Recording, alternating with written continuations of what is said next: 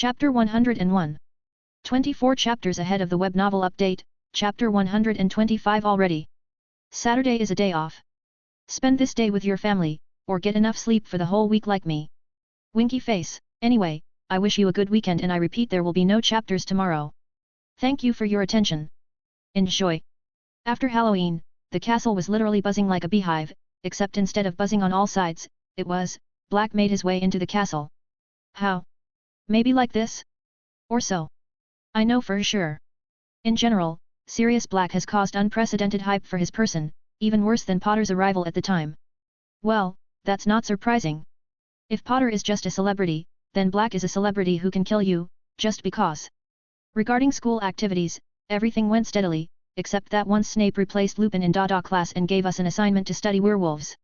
He didn't forget to take a bunch of points from Potter, which annoyed him with questions about where Lupin was. I used to think it was such extravagant revenge for Neville's boggart, but here the guy didn't dress up a boggart in Snape's uniform in his grandmother's dress. Perhaps the professor is trying to convey to us the idea that Lupin is a werewolf and we should all be afraid of him?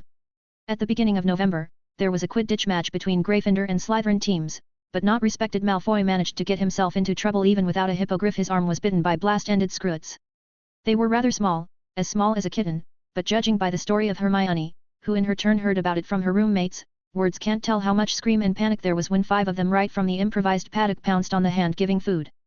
The blast-ended Screwits, though disgusting, are very safe at that age, and once I heard that my mind stubbornly refused to let go of the picture of attacking pugs.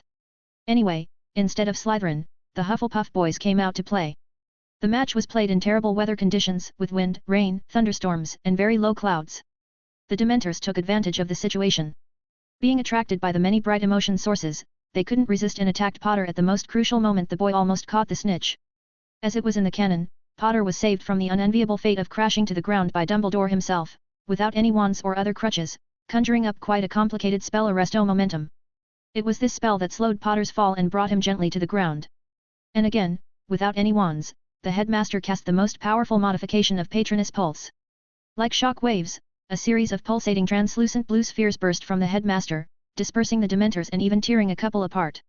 I even somehow regretted that I did not see it in the immediate vicinity but watched from the castle as always. I did not go to the match. Well, in general, there has been a lull again. Nothing happened at all, just study, classes, and training. Day after day. It was only with the cold weather and the first snow in the 2 weeks before Christmas that I realized that the vacations were coming. I had to keep myself warm by enchanting the windows every morning so that the wind doesn't blow, because the house elves would remove the homemade plugs and insulators, saying, "It's not allowed. But we will surely punish ourselves." On the last weekend of the semester, Hermione and I took another walk through Hogsmeade, buying some sweets, which was the main purpose of the hike in the first place. That very night, Lumos, with whom Potter sat, looking at the parchment, kept me awake. I, frankly, had been waiting for a long time for the twins to give him the map, so I was not particularly surprised. So I quietly crept up behind. Curious map. Potter literally jumped up on the spot, jumping off the bed and pointing his wand with Lumos at me. "Knight, Merlin's beard." He hissed quietly, almost going off in Parseltongue. "Don't scare me like that." All right, I raised my hands in a conciliatory gesture with a smile. "A stern wizard in pajamas and with Lumos at the ready, have mercy." I stopped smiling abruptly. "Better yet, open the map again and tell me, can it lie?" "Lie?" "I saw the name, Peter Pettigrew." "Do you know who it is?" Potter quickly sat back down on the bed and opened the map. There were indeed footprints stretching down the hallways with a sign that said Peter Pettigrew. Literally next to the common room, if I hadn't lost the ability to understand maps at all. Turning my gaze to where our room was, I saw the boys' names and my own. Maximilian Knight.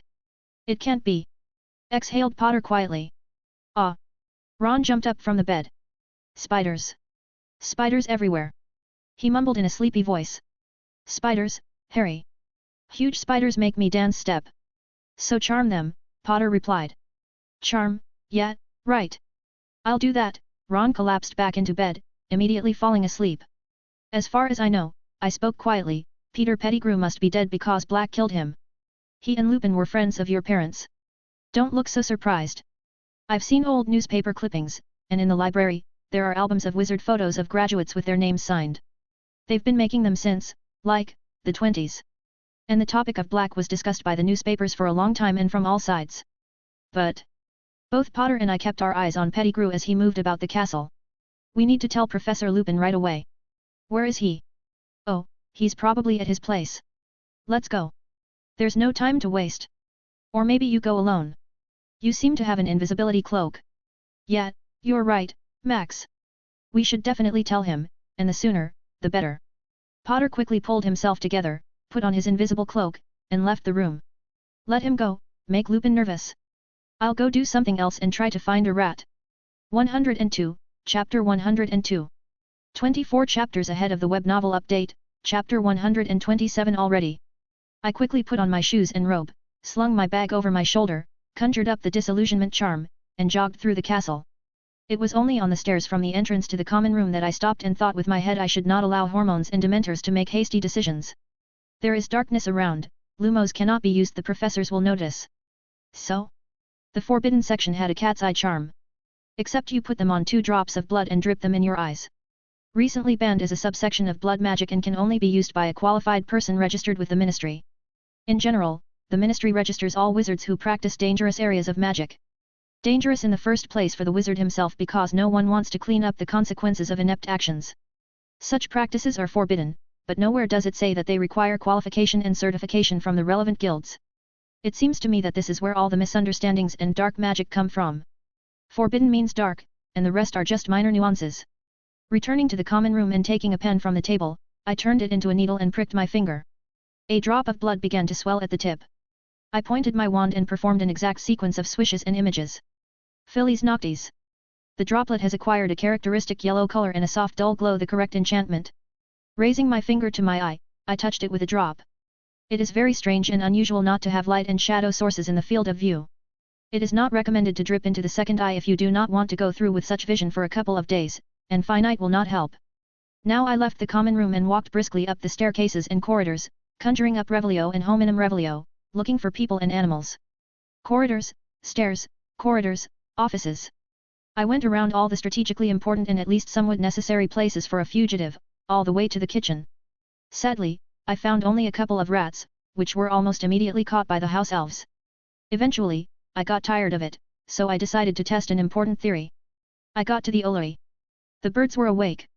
I took off my charms and grabbed the first owl I saw, which was obviously not happy about it, and summoned Timmy, the house elf who was always helping us. The young wizard call. Here, hold, I gave an owl to the confused house elf, and she dutifully held out her hand. What a funny picture, the house elf looks at the owl in surprise, receiving a symmetrical look in return. Do owls only carry letters, or do they also carry parcels? Parcels too, young wizard, Timmy, who peeked out from behind the owl, nodded. Excellent. Can the owl find the animagus? Of course. Name magic, young wizard. Complicated magic. The note would arouse suspicion, but the object was unlikely. Relentlessly, I ripped a piece of sleeve from my navy blue pajama suit, which I still can't get used to wearing, enchanted the fabric as a not long-lasting beacon with a mental leash, and slipped it to the owl. Give it to Peter Pettigrew, also known as Wormtail. He could be in the shape of a rat. He's in this castle, so you'd better fly down the corridors. The owl looked at me with displeasure. And if you do, then the best meat from the kitchen of the castle will be your reward. Such a statement greatly intrigued the owl. The bird prepared to take off and looked at me as if to say, "Look, man, you promised." It flew up and disappeared into the corridors of the castle. Timmy, can you carry me around the castle? House elf shook her head dejectedly, lowering her ears. Well, then, go to the kitchen and prepare the best piece of meat for the owl. Timmy looked at me cheerfully, nodded, and with a snap of her fingers disappeared. Dumbledore will find out? The hell with him. He didn't seem to have shown himself badly here, though in case he turned out to be a bastard, I don't consider myself capable of uncovering the machinations of an experienced old man. Having raised my indicators to the maximum with hemomancy and again imposed a complex of hiding charms, I straightened the strap of my bag on my shoulder and rushed after the owl with great speed. I mentally felt the beacon on it like the back of my hand. After wandering the halls, I caught up with the flying owl at the women's bathroom entrance. That's where the Chamber of Secrets is. The owl looked as if it had been staring into the wall the whole time, escorting its target. Now it sat on the sink and slowly accompanied the target I couldn't see into the wall, gradually lowering its gaze. I see, little birdie. We need to go down. Open SSSSSS. The owl jumped off the circle of sinks that had suddenly begun to spread apart, and as soon as the passage opened even slightly, the owl dived down into the darkness. So I followed. It wasn't the first time. A few seconds before the exit, the words echoed to me. Oh, what is it? Cloth? To me. Damn it. It was at that moment that I was thrown into the hall with Bones. I cast a protego in front of me, and with good reason, a powerful stupefy beam struck the shield. I was in flight from the pipe to the floor of Bones, and in the faint light, I recognized a fat little man in rags and with an astonishingly disgusting appearance, screaming that he was a rat. With a panicked look on his face, the man was pointing his wand in my direction, beyond the protego film. I was losing my invisibility because of the spell casting, but my perception was still fast. I conjured 3 stupefy in a row as I flew, but the creepy freak surprisingly easily jumped aside, conjuring protego at the same time. Finally landing on the floor of Bones, I noticed, from the corner of my eye, a strange construction of what remained of a human skeleton, but it was incomplete. Curious, but not enough to ask. Wormtail was on one knee by then, looking frightened but determined. The film of his protego was gone. Avada Kedavra! Shouted Wormtail hysterically, and a beam of spell burst from his wand with a bright flash. 103, Chapter 103. 24 chapters ahead of the web novel update, Chapter 127 already. A simple wave of my hand, like I'd done when I was a child, and a film of bloody shield appeared in front of me, taking on the spell.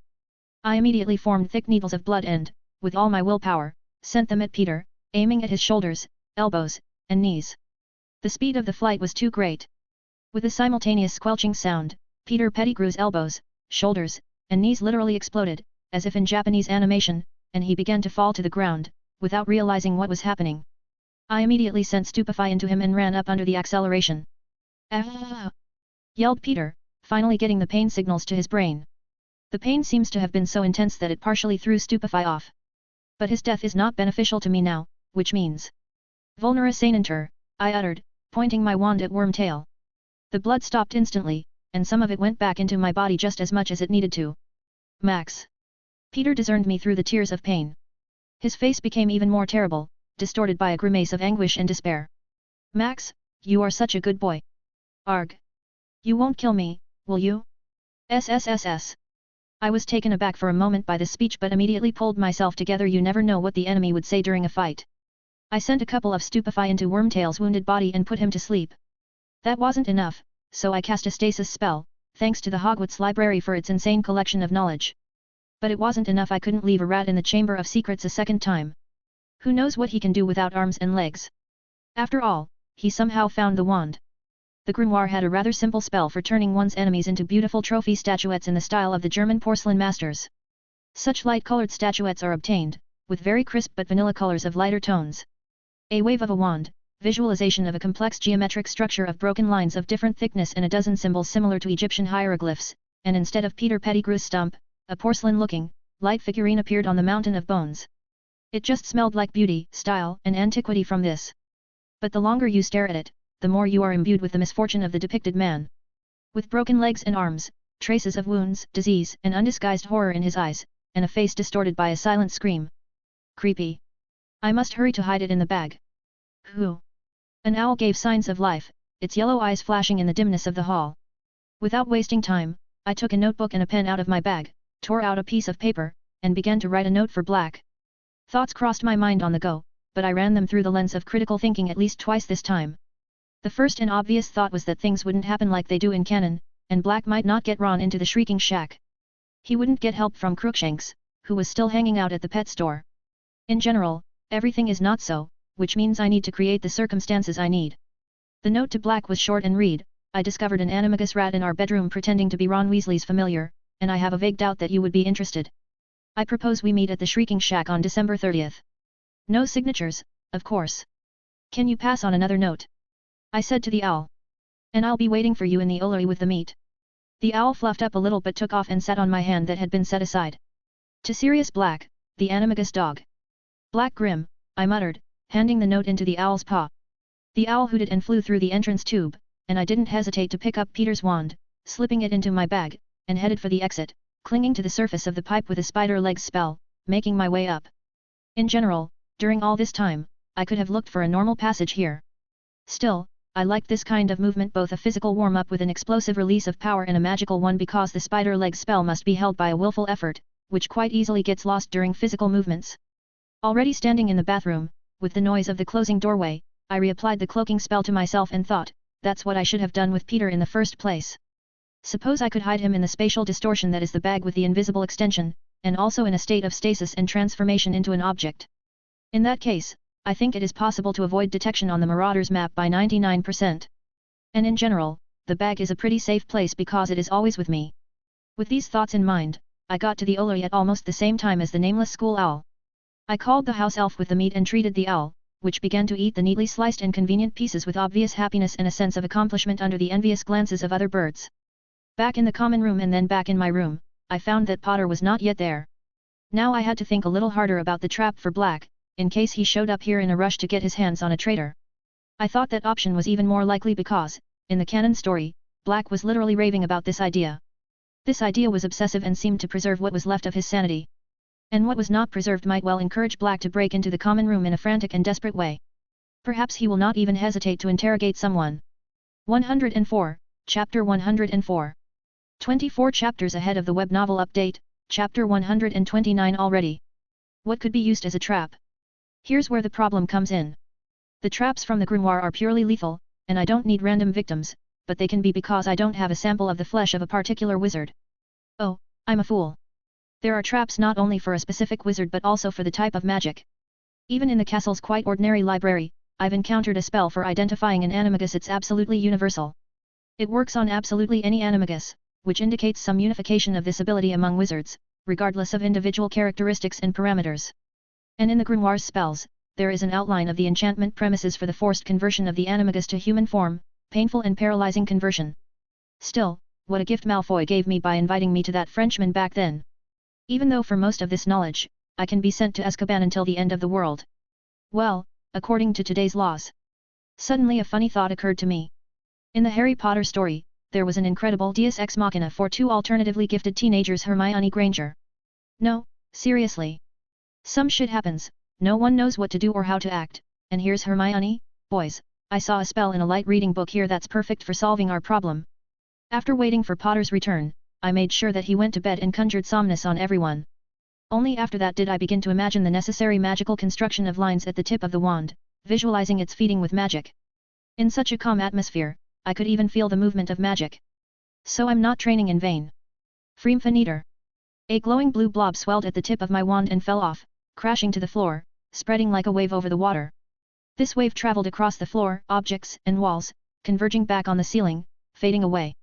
Now, if the animagus decided to visit this room, he would surely regret such a rash action. However, it is also necessary to put a warning spell about a stranger's penetration into the room. I formed another construct on the tip of my wand, channeled the magic, and said, Utlan Anghedi. Another drop, only glowing yellow, repeated the circle's visual effect on the water, but unlike the last spell, you have to specify the people ignored by the spell. Apart from me, of course I was automatically included in this list. Holding the activated outline of the spell in my mind, I walked up to each of the guys in turn, pointing my wand at them and muttering, Hagenum, marking with the second part of the spell friends. Only after that, with a clear conscience, I went to bed. The days leading up to Christmas flew by at a breakneck pace. I kept checking for the statuette of Peter in my bag, in the morning, before jogging, after I jogging, before I showered, after I showered, in class, and during breaks. Slight anxiety did not subside, and the lack of action on the part of Sirius Black gradually led to the idea that he would wait for a meeting in the hut and not rush his chest onto the barricades. I decided to stay for the holidays. Hermione was eager to go to her parents for the holidays, but at the same time, she wanted to stay. However, my parting words for a good pastime and the Dementors looming on the horizon above the forest helped the girl to make the right decision. The semi-annual exams flew by in the blink of an eye as if they had never happened. A festive feast, and the next morning the students who wished to go home for the vacations were boarding the train, and there were more of them than usual, just like last year because of the basilisk. The 25th of December.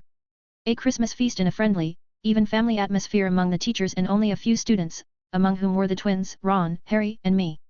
Even those who normally stay for various reasons left to visit friends for a break from the Dementors. A few people from various houses except Slytherin stayed, though. The vacations came. I spent absolutely all my time on training, self-studying, and visiting the Hogwarts kitchen, eating everything to the delight of the house elves. Already preparing to go to sleep on the 29th, I again paid attention to the slight feeling of anxiety that never let go. Soon everything will be decided. Looking around the room, I noticed that Harry and Ron weren't there yet. It could very well be that they are practicing Patronus. Potter recently bragged that Lupin had shown him this spell and told him how to cast it. Well, Potter is definitely training. If something hits him in the head, then he just won't give up. As for Ron, he's rather just watching, sitting on the couch next to him. 105, Chapter 105. 24 chapters ahead of the web novel update, Chapter 129 already. I was already on the verge of sleep when I was pulled back to reality by the signal from the security charms on the room, which immediately filled the air with a constrained, agonizing wheezing. I grabbed a wand from under the pillow and jumped out of bed, as if on the command, "Wake up." Even without being oriented in space, I strengthened myself with the help of passive hemomancy and, like a machine gun, threw a bunch of Expelliarmus, Reducto, Stupefy, and Incarcerus towards the sound source. The room became noisy. Lumos flew from my wand to the ceiling. In the corner of the room, a real bum was lying tied up in a heap of rags. Dirty tangles of black hair hung down to the shoulders, far from healthy skin, stubble, and a completely frenzied gaze of blue eyes rested on me in disbelief. I put Black to sleep, applying stasis and turning him into a statuette. Porcelain, beautiful, but it's better not to look closely at the details. Quickly grabbing a bag with things and Peter inside, I threw Black in the same place. Dressed, put on my robe and, under a complex of concealing spells, ran to one of the few unseen places on the Marauders map and theoretically existing Hogwarts security system, the Chamber of Secrets. Without obstacles or adventures, I reached the place, but every now and then, there were sounds of commotion in the castle. This idiot let himself be spotted. Open SSSSSS. Diving into the passage, I hissed along the way to close it. Having rolled through the pipes, I again found myself in the dungeons, on the floor of bones. After all, in winter here, the cold is simply deadly. It's good that I put on a winter cloak, and in general, I got dressed. The warming charm is painfully unstable crap because you can either freeze from them anyway or overheat. For long-term work, in which you cannot be distracted, they are categorically unsuitable. Dropping the bag on the floor and taking out Black's figurine, I threw it a little further away from me, immediately pointing my wand. Finite Incantatum. Versatile and powerful cancelling spell, no matter who said what. The figurine floated like plasticine, morphing almost instantly into a reclining Black. He was still in his rags, just as dirty but not tied up and fully conscious. He was obviously in shock, but I threw Incarcero at him. Black was immediately tied with ropes, but he was silent, only looking at me with crazy eyes. Waiting. Mr. Black. I can't say I'm pleased to meet you, but I have a proposition for you that should interest you. Black was silent, waiting. I kept my guard up, listened to the magic, and watched carefully for the so far absent movements. I'll tell you directly. I caught Peter Pettigrew. At least it's the same man as in the old magical photo, no finger, and he's an animagus rat. Taking the figurine of Peter out of my bag, I showed it to Black, staying at a safe distance. There was enough light here to ignore the lumos. Still, I will need to figure out where it comes from here, without windows and lighting fixtures. Sirius recognized his enemy even in the statuette, and he now breathed more frequently, his eyes became crazier, and I think he even growled a couple of times. But he remained silent. Putting the statuette of Peter away in my bag, to get my attention back, I spoke again. I'll give you Peter Pettigrew, but I need something in return. Do you understand me at all? Yes. Just one word in a hoarse voice was his answer. What do you want for that traitorous face? I didn't particularly like the look in Black's eyes, but still. The ring of the head of the house. After a few seconds of silence, Black began to laugh very quietly, but louder and louder every second. In the end, his mad, barking laughter echoed loudly through the dungeons of the castle for a couple of minutes until the prisoner of Azkaban went into a cough that vaguely resembled that of patients with pneumonia. You've done such a job. Ha ha ha. To get what's under your nose. Black started laughing again, but this time the coughing stopped him almost immediately. Nevertheless, I'll give the rat for the ring. Give me him now. Black shouted sharply, twitching in the bounds and looking at me with a mad look. Now. I will kill this traitor right here. Ring, I replied calmly, and seconds later, Black calmed down. Ring on a rat, not otherwise. From the very beginning, this whole story with you seemed to me nonsense, and when I saw Peter Pettigrew on the Marauders map, everything became too suspicious. You are not to blame, are you? It's my fault. Said Black quietly, staring at the floor of bones. It's all my fault. You give me the ring of the head of the Black House. I give you the rat. Everything is very simple. Sirius Black was silent. Maybe thinking, maybe not. It's closer than you think. I have a stash not far from Hogwarts. Give me Wormtail. Shouted Black suddenly. Give him to me.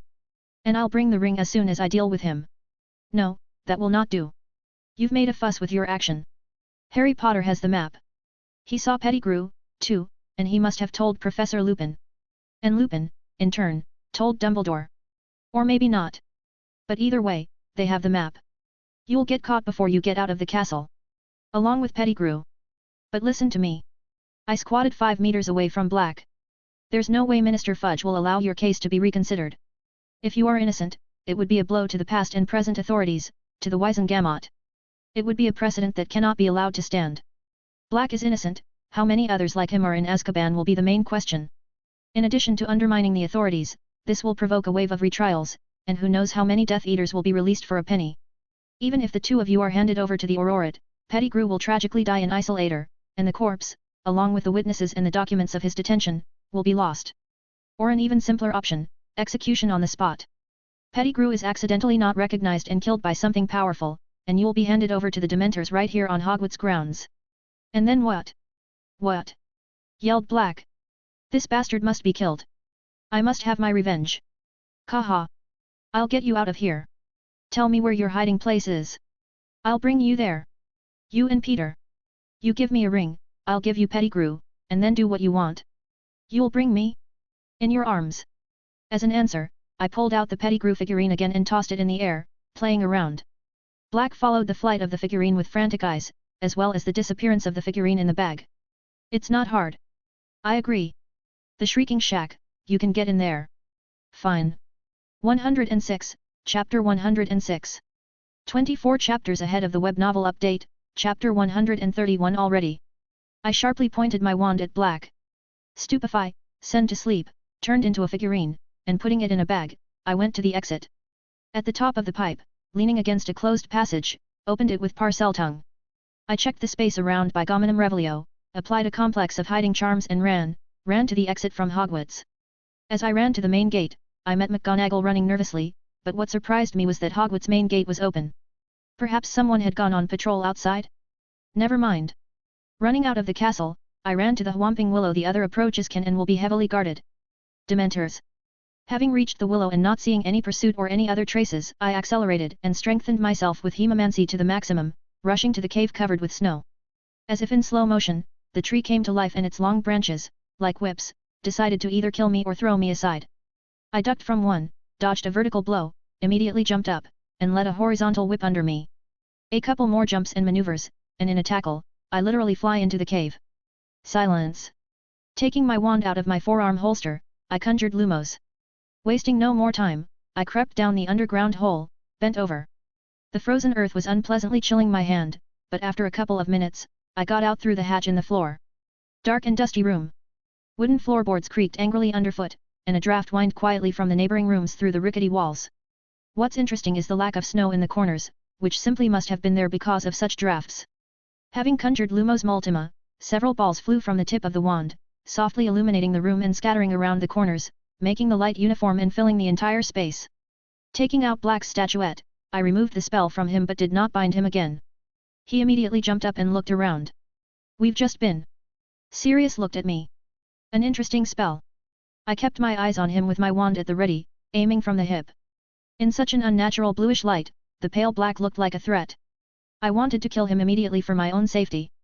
Ring. Rat. Ring, I said forcefully. Okay, kid, Black grinned, but the madness in his eyes was still there. Sirius looked around the room, the ancient and nearly destroyed bed, a wobbly wardrobe with half-open doors. With a confident step, slightly slouched over, he walked over to the closet and tried to move it. Give me a wand, boy. I silently pulled my wand aside, pushing the closet aside with childish telekinesis. Still, with a wand, these childish tricks are somewhat stronger and easier. I did not even feel the outflow of magic. Strong. Black knelt down and tried to rip the floorboard off. I tried with my heart, but without a result. He even hit it in anger. Give me a wand, boy. He repeated like a broken record. Move away. Black took a step back, and I began to shift so that I could see him and the floorboard at the same time. Further. Don't be paranoid, boy, hee. Black smiled at all 32 rotten teeth. A terrible picture, given the general appearance of a homeless person and tightly ingrained dirt on his face. I repeat for the last time. Got it, Black put his arms out in a defensive gesture and started to back away from me in a way that wasn't comfortable for me. I glanced to where I wanted to see him, and he smirked and nodded in agreement. I squatted down, keeping my eyes on Black, and practically touched the floorboard with my wand, letting the magic out and listening to what it felt like. It passed freely further under the floorboard but meeting some obstacle just below. Usually, when there are spells, the outside magic is either absorbed a little or, like water, wraps around the object. I got up and walked away a couple of steps, using telekinesis to move the floorboard out of place. It flew off to the side with a creak. Now me. You can't do it yourself, Black said, waiting for me to agree. I nodded, and Sirius slowly walked over to the open stash, crouched down, bit his finger, and smeared something under the floor with it. A couple of seconds, and just as slowly, Sirius pulled out a small box, placing it next to him on the floor. So that I could see, he opened it, and among a couple of papers in a seemingly full bag, he took out a ring with a black stone. First, the rat. I still own it, and you can't take it from a corpse. Only voluntarily. Or a duel, but you won't give me a wand, boy. Black grinned. Answer a couple of questions. I know that you threw it away, and I was ready to bargain even for information about where exactly. Why is it here? Threw it away? No, I could not. You have to try hard to get rid of it. James and I, we.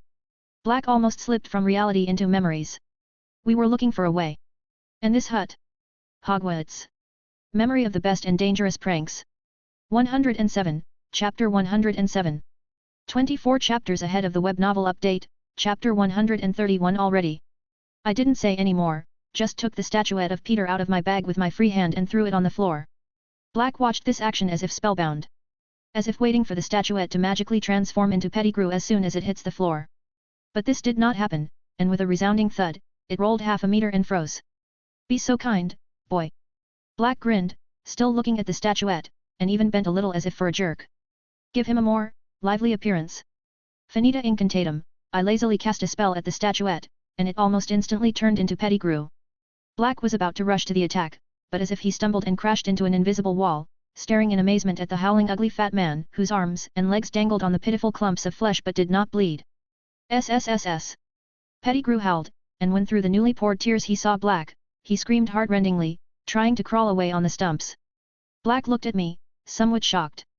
He resisted detention, I shrugged. He even threw Avada. I had to calm down his enthusiasm a little. Sirius! Screamed Pettigrew hysterically. Sirius, friend! You! No! Remember how we were friends? Sirius's gaze finally lost its meaningfulness, and he wanted to throw himself at Pettigrew and tear him with his bare hands. In the next moment, several events happened at once. I'm using telekinesis, pulled the ring out of Black's hands, and put it in my left pants pocket. The door to the room swung open, and Lupin appeared in the doorway with a wand at the ready, with Potter and the Weasley looming behind him. I fell into complete shock from this situation, but I was still out of sight of these guys. I immediately went to the wall, casting a disguise spell on myself. Reducto! Shouted Lupin, and Black was slightly thrown away by a deliberately weakened spell, simultaneously destroying a decent piece of clothing in the place of impact to ash. I also love this spell, but I focus on its impact on organics, leaving holes in the clothes like a bullet. Lupin entered the room, followed by Potter and the Weasley in winter robes and hats on one side. Pettigrew froze and fell silent in surprise, and Potter was about to rush to the knockdown Sirius with his fists, but Ron and Lupin stopped him with his free hand. Remus! Cried Pettigrew. I'm so glad to see you, old friend.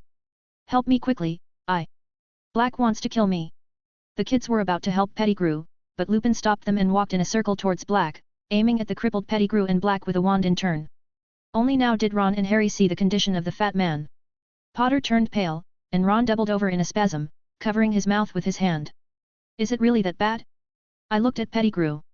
Well, the bones are sticking out, and the flesh is torn apart, the general appearance is nasty, and a stain of some kind is spreading under it. Lupin walked over to Black, who rolled onto his back with a sigh and a wheeze. Why did you do this to him? Lupin's voice was heavy, and why? Why did he hide until now? Unless it was not you. And you didn't have time to tell me. Black simply nodded. Peter fussed again, but with such limbs, all his manipulations were useless. Lupin extended a helping hand to Black and raised him. Both began to smile, laugh, and when Lupin lifted Black to his feet, hugged with a wailing old friend. Potter and Ron stared at them in shock. You are with him at one. Harry flared up, pointing an accusing finger at Lupin. You have a fucking wand in your hands. Conjure something on them, and then figure it out. Harry. Black muttered. You look so much like James. Don't you dare say his name. Potter yelled harder than ever, and I wanted to cover my eyes from the drama. They trusted you. And you betrayed them. What? No. No. The keeper of the secret was not me. James suggested this traitor. Black broke into a scream, pointing his hand at Pettigrew, who was crawling somewhere again. Come on, Peter, tell us how it was. You don't understand. Pettigrew sobbed. The Dark Lord. He is fearful. He knows how to persuade. I had no choice. Sirius tried to dash towards Pettigrew again, but Lupin stopped him. Stop, Sirius. We need to turn him over to the Ministry. Wait with your revenge. Wait. Black stared at Lupin in disbelief. Wait. I've been waiting for 12 years. In Azkaban. Pettigrew howled harder than before. At that moment, Professor Snape, in his black robe, rushed into the room through the open door, pointing his wand at Black and Lupin. What an amazing Christmas present you have decided to give to all of England, Professor Lupin. Severus, listen. I don't want to know anything, Snape snapped, glancing at Pettigrew and the rest of the company. Whatever happens here and whatever skeletons from your closets you put on display, Black remains a criminal who should be given to the Dementors on the spot. Potter.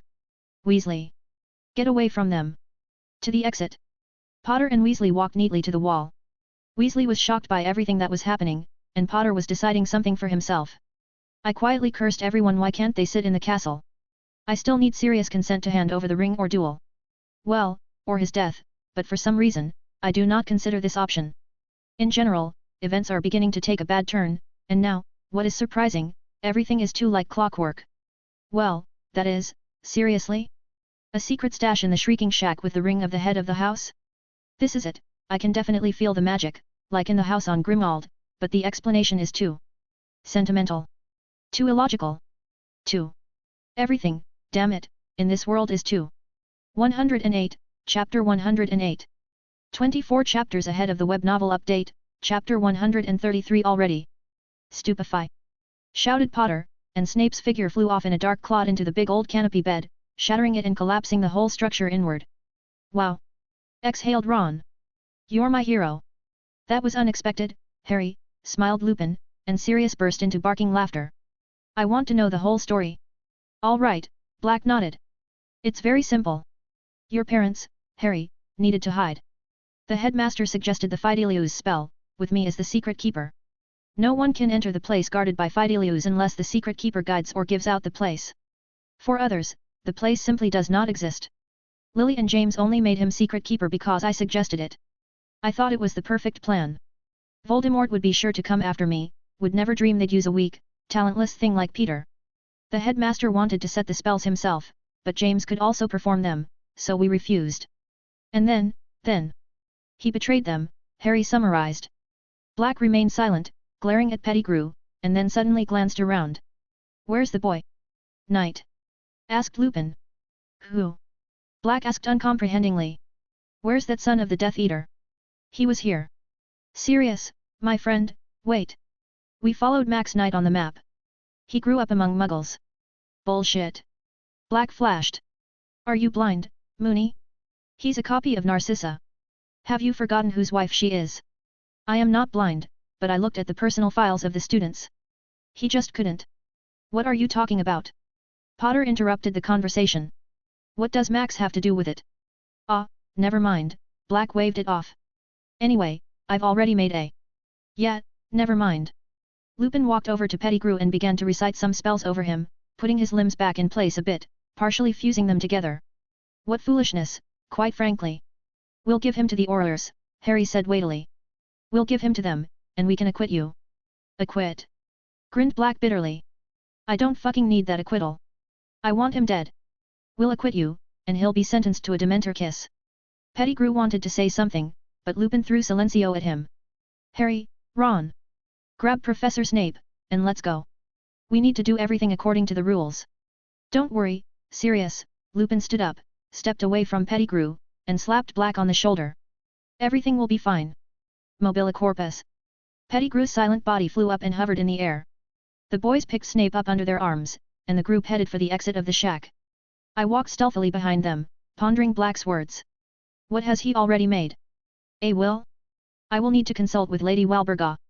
When we went outside, a cold winter breeze blew over us.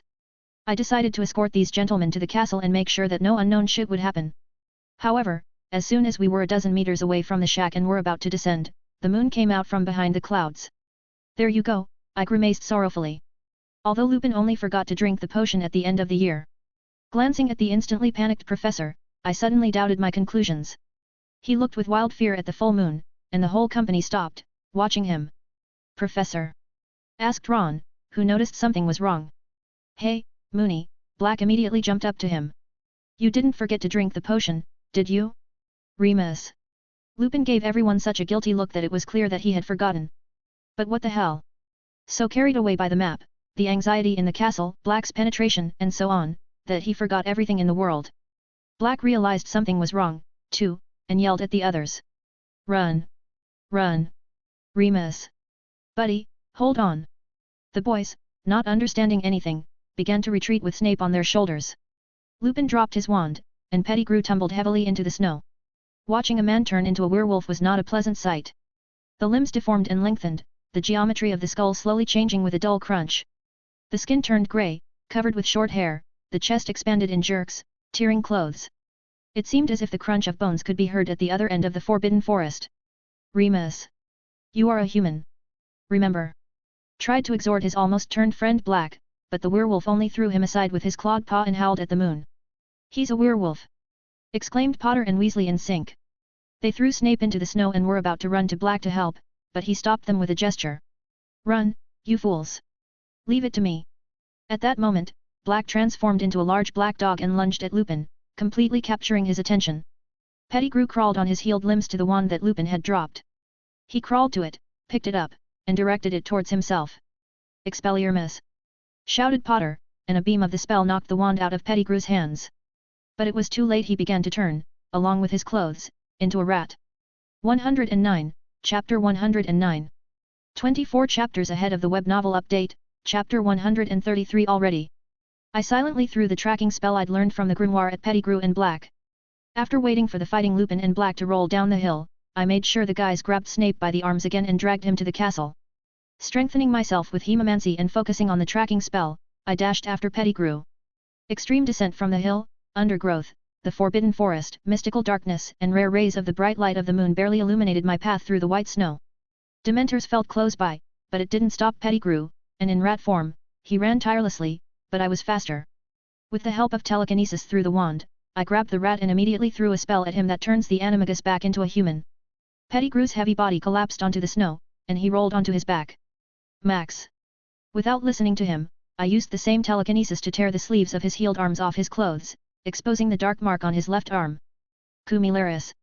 A translucent spiral ball flew into Pettigrew's chest, tearing almost the entire body and scattering him in a similar spiral, with guts, blood, splashes. Suddenly there was a stench from guts and shit. Damn, this is some kind of Raise Nan. I hadn't seen the result of that spell back at the Nocturne Alley, but I knew it. The worst thing in this whole story is that I didn't feel anything. Ever since those times, when I read and then watched the tale of Potter in a past life, I always thought that Pettigrew should be killed. However, Black may need proof, so I went to a large piece of flesh, a surviving head on the neck, and a couple of centimeters of shoulders. A short, sharp wave of the wand. Secco. Now I need to make sure Black doesn't die. I need his consent to hand over the ring. Probably. I suppose so. It is a pity that I did not elaborate on this point. I sped up with the hemomancy again and ran to the second marker, which was twitching suspiciously in the mental connection. As I accelerated to maximum speed, I felt more and more uneasy. When I reached the small clearing, I noticed Black lying exhausted at the edge of the forest, but it's not what bothered me. A monstrously oppressive atmosphere from the presence of the Dementors. As I looked up to the sky, I was stunned and amazed. Countless Dementors flew in the sky, and they all descended lower and lower. Some of them dived at Black and, like some kind of vacuum cleaner, pulled a translucent substance from him like air. Holy shit! I whispered, cursing quietly to myself. How do I even manage to get into this shit? The aura of the Dementors pressed mercilessly, and a dozen of them decided to suck the soul of not only Black but also mine. Unacceptable. I concentrated on simulating the happiest emotions with all my might, completely disconnected from the negativity of the harmful aura. Along the way, I began to forcibly shake my magic to the maximum that I could hold without ejection. I raised my wand to the sky.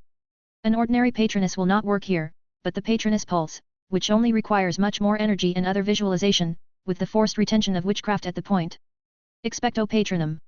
I myself was blinded by the rapidly flaring blue light at the tip of the wand. I felt like a sea of magic was concentrated at one point, which I forcibly direct into the wand, passing it through the prism of happiness. Flash as shock wave spreads to the sides of a bright blue dome, tearing and banishing dementors.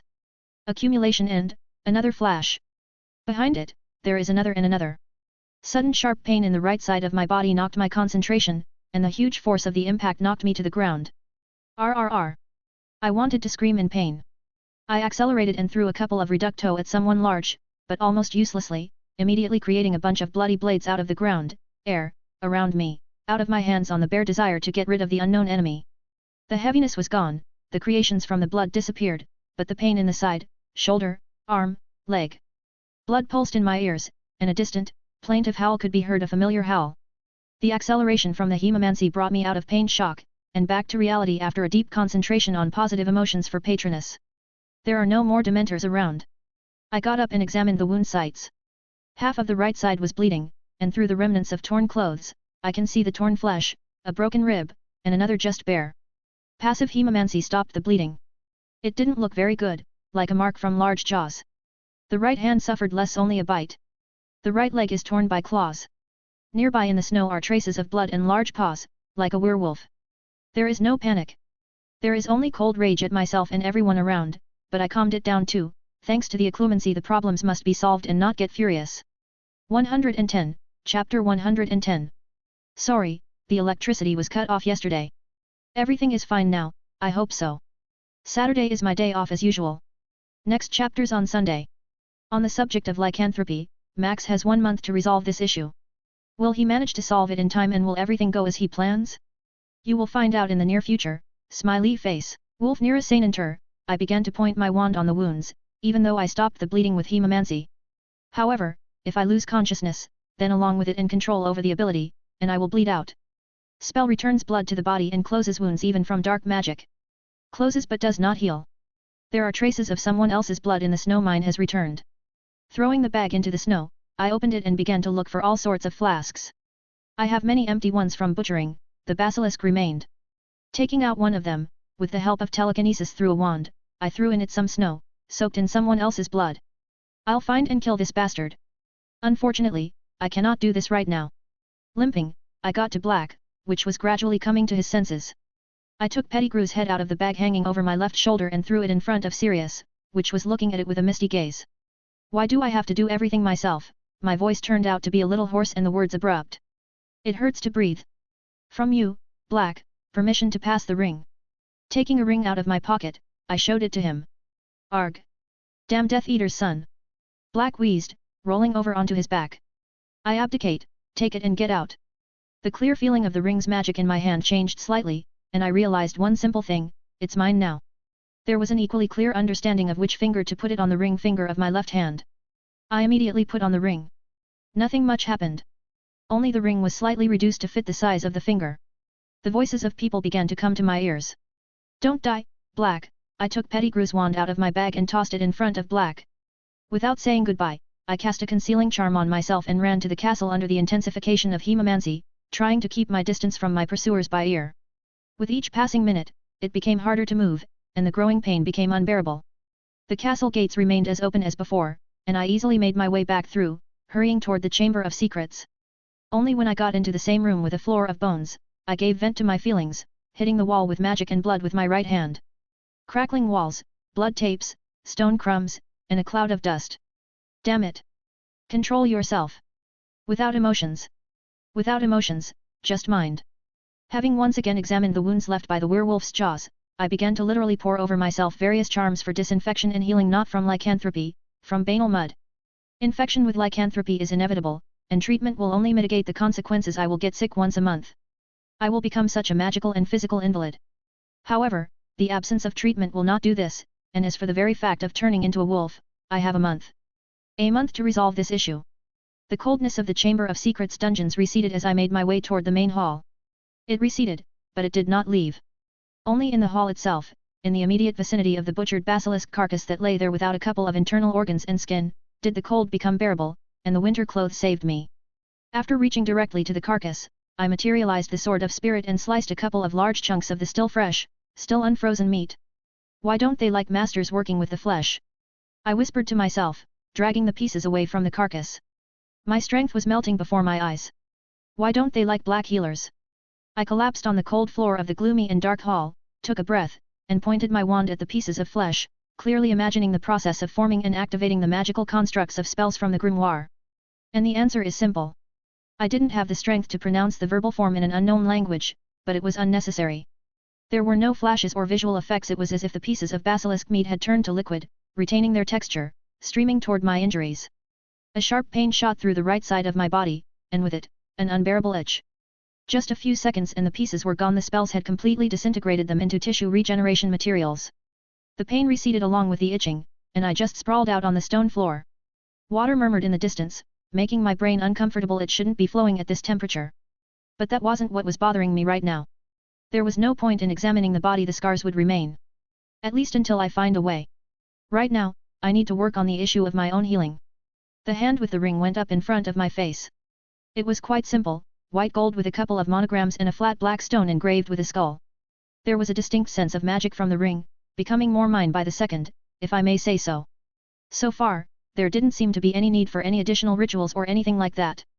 How many troubles from one ring and one idiot? Okay, 2 idiots. I'm no better myself. What do I know about werewolves and lycanthropy? Almost nothing so far. I have not come across literature on this topic. And that means I need to search. So, in the morning to the library. I'm too exhausted right now anyway. 111, Chapter 111. Chapter 135 already. Goal 2 achieved. Tears were updated, smiley face, gathering all my will into a fist.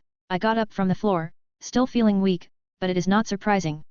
I got out of the Chamber of Secrets under a complex of concealing charms and then made my way to the house's common room and then to my room. There were no guys in the room. Well, I don't really care where they are. I need to sleep, so I'll change right now, lie down, and think a little. Wait, I just blinked, and it's already morning. And the guys are already sleeping in the room? The day yesterday exhausted me thoroughly, it turns out. I got up, touched myself, listened. Nothing critical. I sat back on the bed. I didn't have time to think yesterday. First, despite the unenviable situation of being bitten by a werewolf, I should continue my morning training. There were 2 reasons for that. I'd never broken my schedule before, except for oversleeping once. It would be stupid if it were not for the witnesses of daily jogging and other gymnastics. Disruption of the training schedule can raise questions. The second reason is that all of this is not a reason to give up on my workouts. The hour I'd saved up was hardly a big deal, and I was not going to neglect myself like Lupin. Nodding to myself, I got up, changed into my gym clothes, and went for a run. Already on the main tower's stairs, I met Professor Snape, whose mood did not even dispose to a greeting nod. Well, okay. The rest of the morning schedule passed without any excesses, and I did not notice any radical changes in myself, except for the scars. I felt them. I tidied up and, with undisguised sadness, looked at one of the sets of winter clothes, which had to be stowed in the bottom of my bag, threw it on my shoulder, and went to breakfast in the Great Hall. The teachers were almost fully present. Lupin seems to be running around the woods somewhere, having lost his mind, but he'll be back tomorrow. During the winter holidays, the Great Hall had only a teacher's table and one common table for those who stayed. It seems that I am generally the only one of the students who decided to attend breakfast. Good morning, I nodded to the professors as I took a seat at the table and received a symmetrical response. Breakfast immediately appeared in front of me, and I didn't wait long to start eating. It seems, Dumbledore spoke up. You, Mr. Knight, the only student who decided to join us for breakfast. Seems to be, I shrugged, chewing on my bacon. At least Ron and Harry are still asleep. Youth, the headmaster smiled. In that case, I'll tell you the good news. I wasn't the only one who stopped eating in anticipation. The professors also turned to the headmaster. According to verified information, Sirius Black will not be returning to Hogwarts, which means the Dementors will be gone soon. I have an appointment with the minister just after breakfast where we will discuss the matter. Well, thank Merlin, Flitwick clapped his hands. This will need to be celebrated with mead. Phileas, hissed McGonagall, hiding a smile. Not in front of the children. Oh, come on, Minerva, the little professor grinned. I don't think Mr. Knight has no idea about the different drinks. Who knows, Professor, I shrugged with a smile. Who knows? But either way, the news is really good. But what's the reason, Headmaster? Did they catch him? No, he's still out there. But like I said, according to verified information, he won't be trying to infiltrate Hogwarts again. He's probably come to his senses and gone to recover from Azkaban. So, in time, the threat will become even greater. Dumbledore nodded with feigned seriousness. He has reached his goal and will not return. But everyone said his goal was Potter's death. He was more than alive this morning and demonstrated it very vividly by competing with Weasley in snoring volume, and it's true, I'm just used to it. Fortunately, Sirius Black's purpose was different, and as it turns out, he didn't carry any danger. Okay. Anyway, the Dementor's imminent departure is wonderful news. After breakfast, I went straight to the library, as did Madame Pants. On the way, I decided to ask a few questions. Madame Pants, can you tell me if the library has any literature on werewolves? Detailed research. Lycanthropy, very rare material. How so? There has been practically no research. In the last century, Marlowe Forfang studied werewolf habits, and this is the only work describing werewolf life in both phases. As for body changes, the nature of the curse, etc., the data is sparse and scattered. No one really cared about it, and werewolves themselves were almost never in contact. It might be worth a look in the forbidden section, in the books about blood and maleficence, but I'm afraid that might be a waste of time. Thank you. Upon reaching the library, I headed straight to the forbidden section. I don't have the knowledge I need in my head, which means I should go through the section where Hermione worked. Exactly. Why didn't I think of that in the first place? I turned around and left the library, and went to the Ollery. There, scribbled on a torn sheet of paper, a letter to the girl. I congratulated her and her parents on Christmas and asked, doesn't she know any books on maleficence or blood or magic medicine or anything else related to that? Seeing the first owl that came across, lured her and gave the letter. Take it to Hermione Granger, please. The owl hooted and flew away. The answer can be expected only tomorrow morning, at breakfast in the Great Hall, or I can come to the Ollery in the evening, and if the owl returns, it will give the letter. Now I can go to the library. 112, Chapter 112. When you seek information purposefully, time flies by. The penultimate day of vacation has come, I have a little more than 2 weeks left, and at the moment, I can summarize the following: I'm in a really bad situation. Hermione replied the same day, and I picked up the letter in the evening in the Ollery. I received congratulations in return and a list of related books she had seen or read in the forbidden section and in the public domain. For practically the rest of the vacation, I did nothing but read, study, comprehend, eat, and occasionally sleep. I have shoveled through more than 30 books, folios, and scrolls of varying degrees of danger, from the basics of magic medicine to abstract concepts and visions on the living organism Vitamistrium, the science of the mysteries of life, death, and non-life. I came across materials on so-called maleficism with its methods of curses and getting rid of them, 2 works on necromancy with its vision of the concept of the soul, and all sorts of other stuff. A lot of this knowledge is abstract, but a good background in biology and allied disciplines, both human and non-human, has allowed me to understand many things. But unfortunately not in lycanthropy, although in terms of knowledge, I am now equal to a good but completely inexperienced medi-wizard of average skill. Although I think there's a lot more to learn when you join a guild. No matter how much I've read and studied, I can't understand wizards' attitude towards this obvious and serious problem, which can bring any respectable wizard down to the very social bottom in a moment, if only the public is aware of the problem. Take, for example, the works on maleficence. The great insert name yourself will let you learn by reading this Talmud about all kinds of curses on both a person and an object or area, to understand the mechanisms of their work in the representation of wizards, and methods of struggle. Oh, yes, there's also lycanthropy. Lycanthropy prevention? Throw Avada at the werewolf. Or any other ways to interrupt its existence, though the chance that this werewolf will interrupt yours is a bit higher for the average wizard. However, in one folio of Chimerology, a nameless wizard experimentalist suggests hiding the results of your labors under the guise of ordinary magical animals in a rather extravagant way. This wizard first created the chimera he wanted, then boiled it in a special potion. Alive. In the end, the potion was transformed, as I understand it, into a kind of colloidal suspension, separating into a remnant useful to the wizard and a useless base mass. The resulting useful mass was combined with the help of another potion with a jar of Central Asian magic mosquitoes, now completely exterminated because of a disease they spread, pestilence fever. A terrible disease that affects only certain magical mammals and magical primates. Yes, there are some, but not about that now. During the merger, a liquid substance of a poisonous green color was obtained. The intravenous injection of the substance slowly and surely transforms the experimental magical creature into the original chimera. However, its overall characteristics differ from the original by a third in the direction of weakening.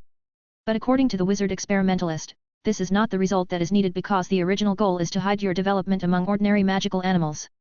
That's when he came up with the last stage of processing the green fluid substance. A complex ritual was performed over it, during which strict conditions were set to transform the animal into a chimera. The wizard experimentalist chose a complex mental impulse as the conditions for the animal to turn into a chimera at the wizard's will, but assured that the conditions could be anything from a banal fracture of the little finger of the animal's left paw to some environmental conditions.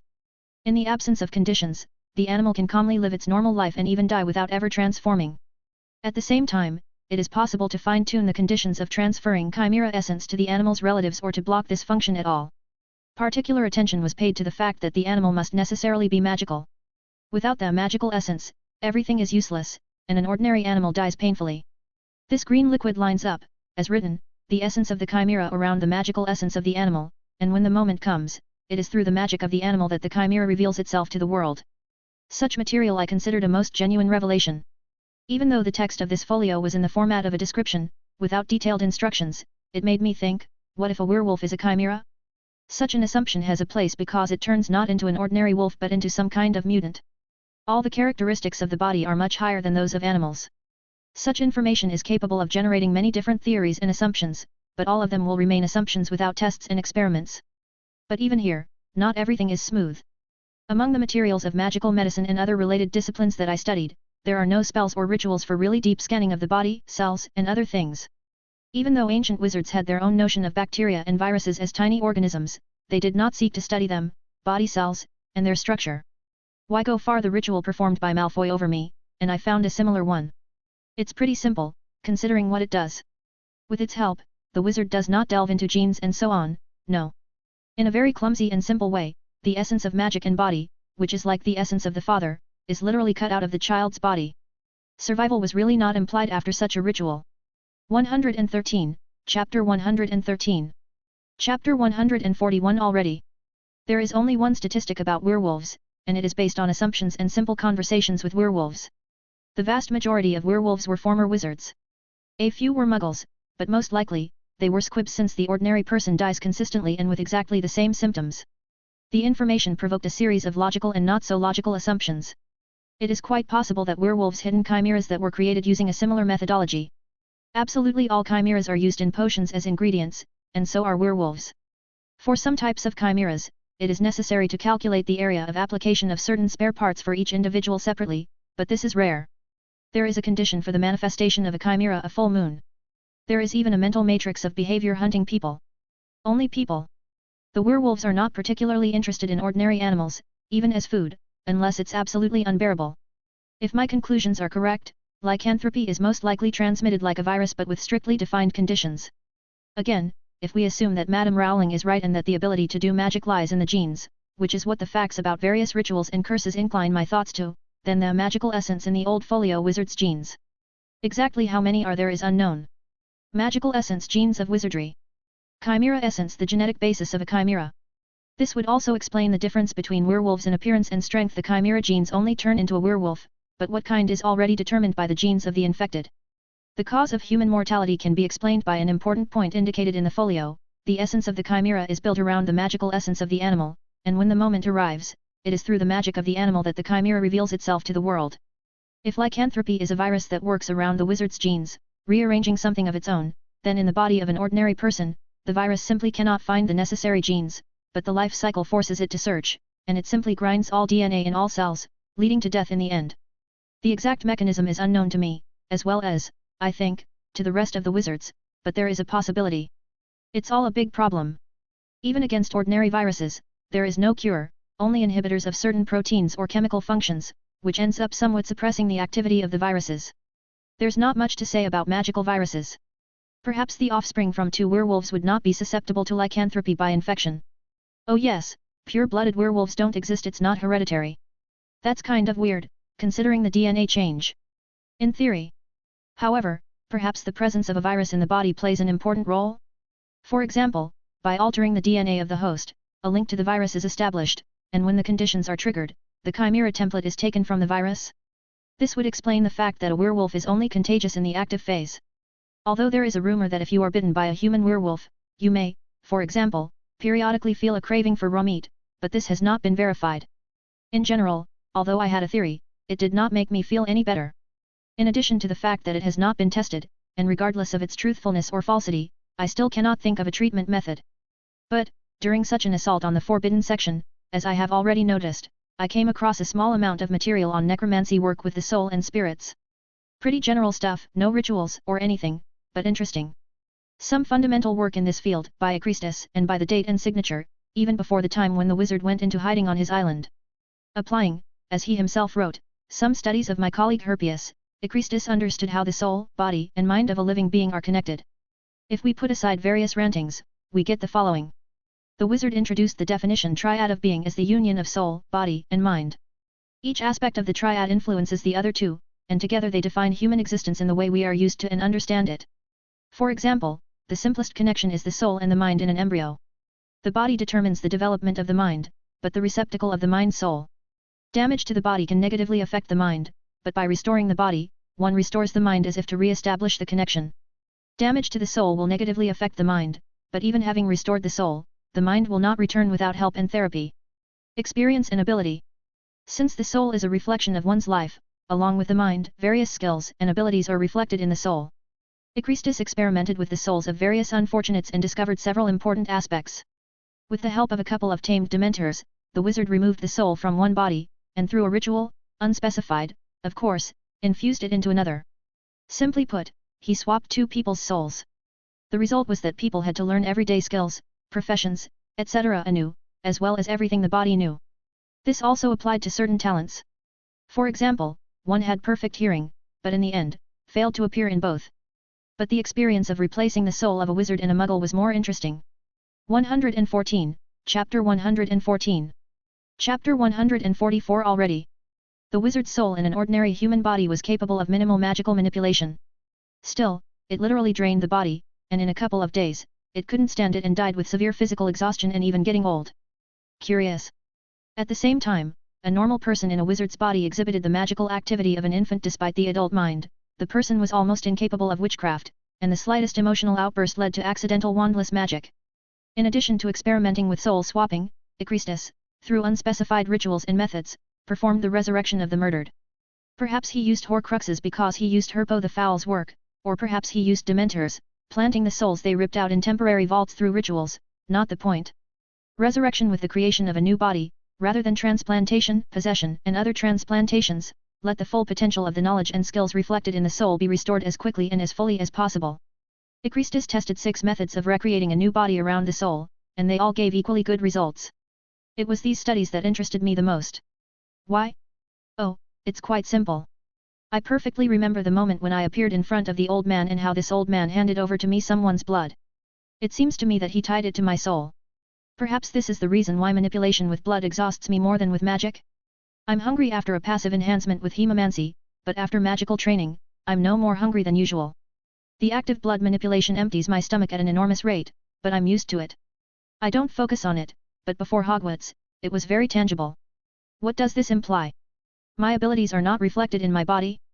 Have no physical embodiment? For the same reason, I've taken over from the basilisk only the ability to talk to snakes, but that's a mental ability, so it relates to the mind, which is projected into reality through the body anyway, except, I guess, for brain injuries.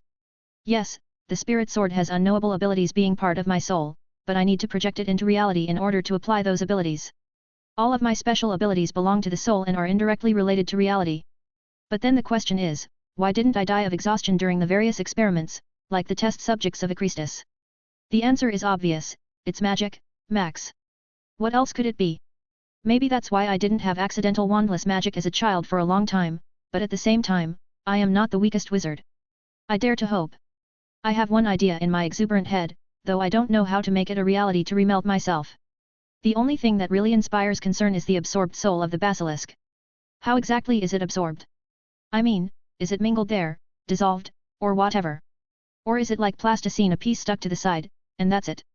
I had no doubts about the possibility of such a remelting because the bone, flesh, and blood ritual in the canon can be considered a similar procedure, which is the recreation of a body for a particular soul, with very little dependence of the result on the source materials. Ancient dark magic, ooh. There it is, in the forbidden section. All in all, a lot of unknowns and no information about experiments with an unusual soul. Experiments. It seems to me that there is simply no time for them. What if the first full moon irreversibly changes the soul? Which means I need to develop my own ritual or spell. But the problem is that I am well aware of my mental capabilities and don't consider myself a genius, which means I won't have time to develop a complex ritual, potion, or spell. If it were easy to develop a new potion, there would be plenty of masters in this field, but random experiments in the style of twins disgust me because it is not about swollen tongues and changes in the color of my hair but about my soul. The spell can be created, and the methods of making it are taught in the senior class runes and arithmancy to help. But then again, if it were that easy, even if it were possible, I'm sure the output would be such complex construction. The number of wand swishes, words, and mental constructions would be so many that either the spell would be impossible to do or impossible to keep everything in my head. Or both. That leaves the ritual. What is ritual? Images of all sorts of demonic stuff instilled by fairy tales and movies, crazy chants in incomprehensible languages, pentagrams, naked dancing, and other stuff pop up in my head. To some extent, it is, but not quite. In essence, a ritual is a spell made up with the help of material objects. At the expense of various geometric shapes, runes, magically active substances, and of course, the wizard recreates a magical construct, whose complexity as a whole, and in the order of action, the activation of certain elements at different stages is too great to fit in the human mind and be recreated on the bare will, imagination, gestures, and words. What is more difficult to create, a spell, a potion, or a ritual? All are equally difficult, but ritual is much easier to implement. But again, I ran into a shortage of brains.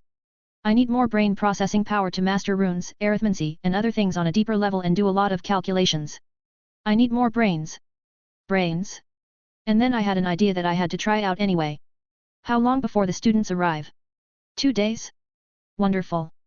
I quickly folded up all my writing activities, pens, and notebooks, in which I wrote down my thoughts in short summaries to make it easier to structure them, threw the belt of the bag I always carry on my shoulder and quickly left the library.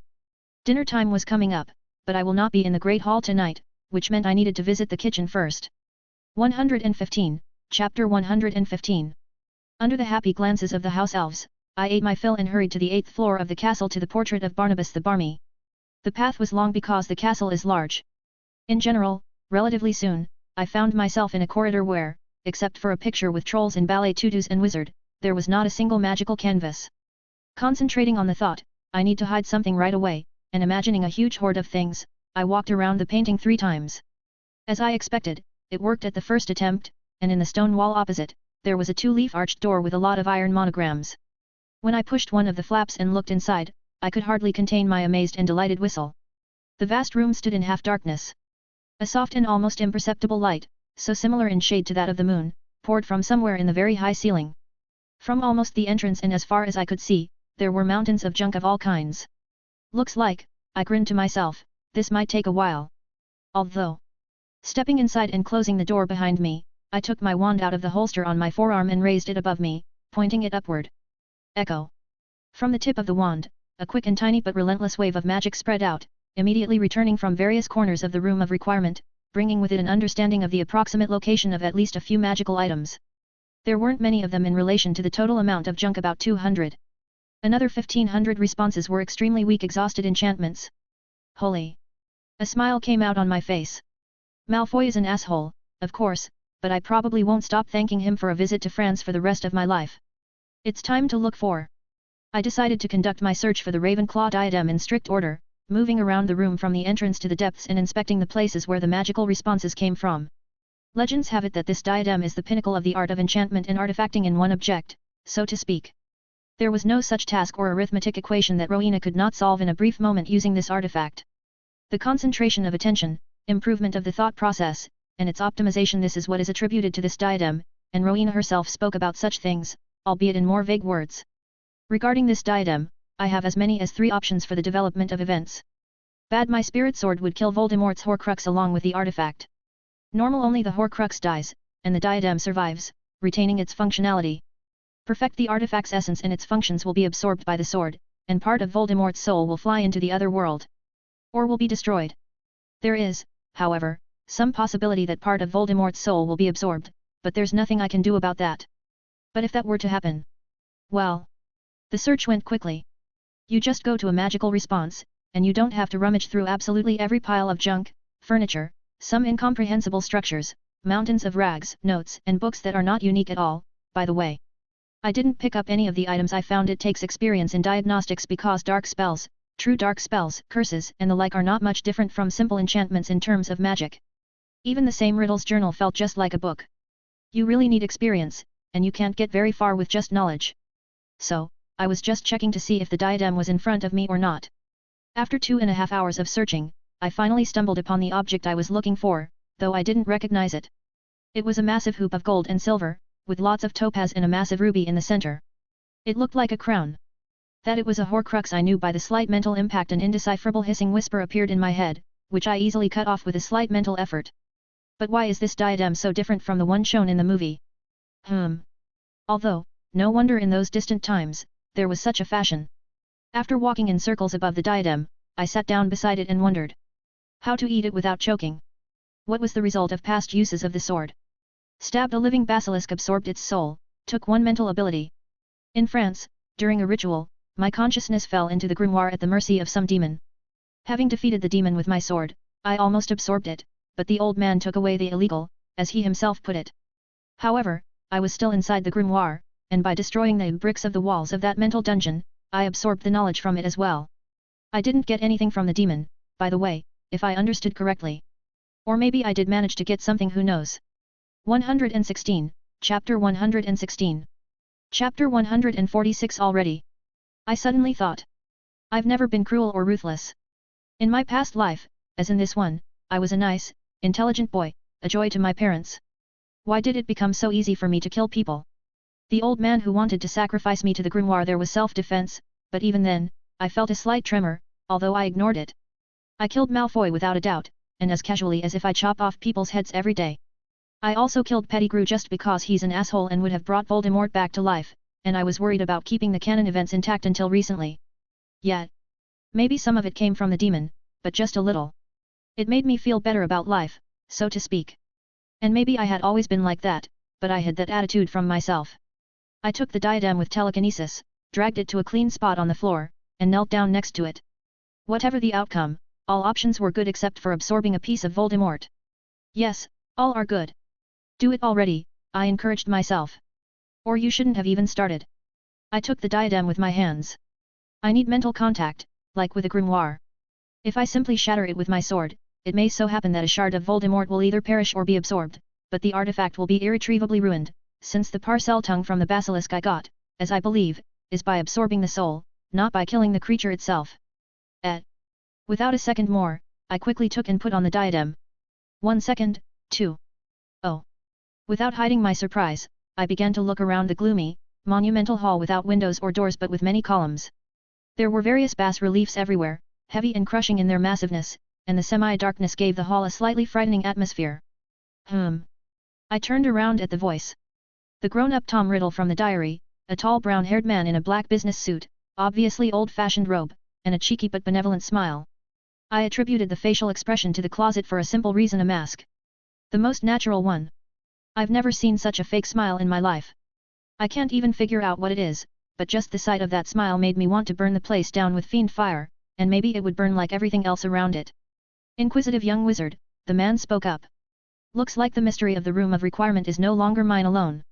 Maybe with. I want to attack him now, but it's like something's in the way. Tisk tisk, Riddle stopped my speech with a gesture of his hand. No need to waste your energy, my inquisitive friend. May I ask you a question? But it's clear from his tone that he doesn't need an answer. I sense that you are pure blood, but I cannot recognize in you the traits of any of the English families. I don't mean to sound overly boastful, but I know them all. You do not want to answer? Ah yes, where are my manners? Riddle threw up his hands pathetically as if addressing a huge audience. I am Lord Voldemort. He stared at me for a few seconds, but without waiting for a reaction, he just moved his hand a little. A powerful invisible force pressed down on me so that I almost collapsed to my knees, but I held on, concentrated, and threw off the obsession. Riddle was a step away from me. The younger generation isn't so hopeless. I waved my hand from my hip, forming a magical construct of a spiral air fist. Cumularis. The spell slammed into Riddle, tearing the right half of his torso and scattering shreds of dark substance around. The remnants of Riddle stood smiling at me, conjuring up the image of Alucard from Helsing in my mind. An intriguing knowledge of magic, my inquisitive friend. Riddle recovered in a split second. Interesting, but useless. With a simple wave of his hand, he sent me flying, and then with my own spell, Riddle sent me to the floor, knocking out the spirit. Interesting, Riddle looked at me with the same smirk, standing beside me. You're tougher than you look. Then his gaze slid to my left arm. Black? Great. As I had done during the battle with the Grimoire Demon, I sped up to maximum speed. In the intangible world, my acceleration limit is much higher. Immediately I materialized my sword and began to shred Riddle, but the effect was about the same as a spell. It took only a couple of moments for the smiling soul shard to catch up with my speed and deftly dodge the sword. For a few moments, Riddle stared at the sword flitting past his head, and then his smile wiped away, giving way to a completely neutral expression. In the same instant, he was gone, a dozen yards away. That's what I don't understand. I think you will become a wonderful vessel. Don't you think so, my inquisitive friend? Surprisingly, not even a short moment passed when I was again next to him, accelerating even faster. Still, I heard what he said as if we were having a leisurely conversation over a glass of whiskey. That's enough. Just one word, and it was like I was paralyzed, and Riddle plunged his hand into my chest with a swing. It went like a knife through butter. I felt like Neo and Agent Smith against me. I think. Riddle was saying, and I suddenly began to realize that I was acting in a one-sided and strange way. You, my inquisitive friend. It's like I'm limited. Limited in my actions. It's as if the world around me won't even let me think of a better course of action. But it's a fictional world. A mental projection of Voldemort's will or the essence of an artifact. You had no idea. But since it's a fictional world. Wait, idea, where are you going? Don't give up. This is something important. How it will turn out. Use your brain. Use your mind. This is a battle of the mind, even if it looks like a fight. The mind. Triad of being. The shard is a damaged soul. The shard's mind is just as damaged, and even if it were stronger, it is incomplete. The soul. Your curiosity. 117, Chapter 117. My soul is not just ordinary. Pride is a sin, of course, but right now, I'm bigger, better, stronger. Young Lord Black. Which means you're screwed. Swimming out of my own thoughts, I looked into Riddle's eyes. That's right, Muggle scum, I smirked back at Riddle. Even though I have nothing against any strata of the population, castes, and classes, it is a sacred thing to bring an opponent out of balance. I love to see Riddle's face contort in rage, and his eyes flashed red. I am. He yelled in my face. Lord Volda. Dead, I stabbed my hand into his chest without a swing. What? You dare me? Destroy my mind, my will, my world around me, and I don't care if it's not so. Riddle was instantly enveloped in a whirlwind of blood, raising a terrifying rumble and wind in the semi-darkness of the hall. The human mind is where true freedom lies, the absence of limits and boundaries. Voldemort, rather than Riddle, tried to emerge from the vortex. Bald and noseless, with his face open in a mute scream, as if he were trying to break through a canvas of dark red silk. But it was all in vain. I understood a simple thing. Will and faith are the tools of the battle of the minds. So was the soul. Yet even Voldemort's peace was strong and was beginning to break free, despite the pressure and force with which I sought to destroy it. Well. There was a quiet rustling and grinding of something hard against the stone behind me. Without even turning around, I could feel the presence of a real train of organics. The presence of something cold and it was as if it were an extension of my body. I could feel the basilisk's head hovering behind my right shoulder, and Voldemort suddenly began to slow down in his movements. I knew exactly what I had to do, but I couldn't. I couldn't just take Voldemort's shard and destroy it without a pose. Pulling my left hand toward the giant bloody vortex, I snapped my fingers, and all that blood spun even faster, immediately starting to shrink and turn from a vortex pillar into a sphere.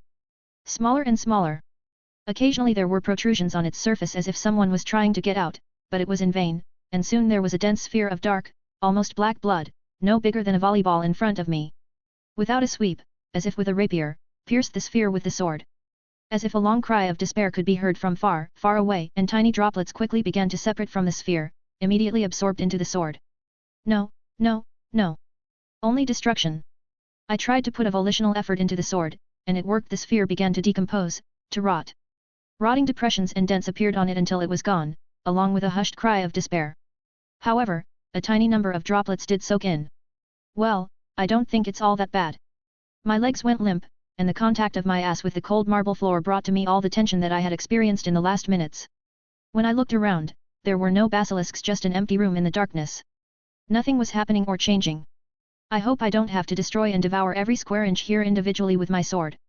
Doesn't this hall symbolize the diadem? With a grunt, like a 100-year-old man, I got up off the floor and looked at one of the massive slabs, and without a second thought, I stabbed my sword into it. The slab scattered with glowing yellow sparks, beginning to accumulate on the blade of the sword. But the sparks did not absorb but froze in a tiny glowing dot as if waiting to continue. That won't do. A wild thought flashed through my head and demanded its immediate implementation. With a slight movement of my left hand, I wrapped a bloody film around one of the floor slabs, growing from this film a large elongated drop, as if hanging from the ceiling, but from the bottom up. And then I calmly pierced the drop. Inside, the bloody structure gleamed dully with tints of yellow sparks, which inside the drops reached for the sword but did not absorb into it, but only slightly increased the speck's size on the blade. Excellent!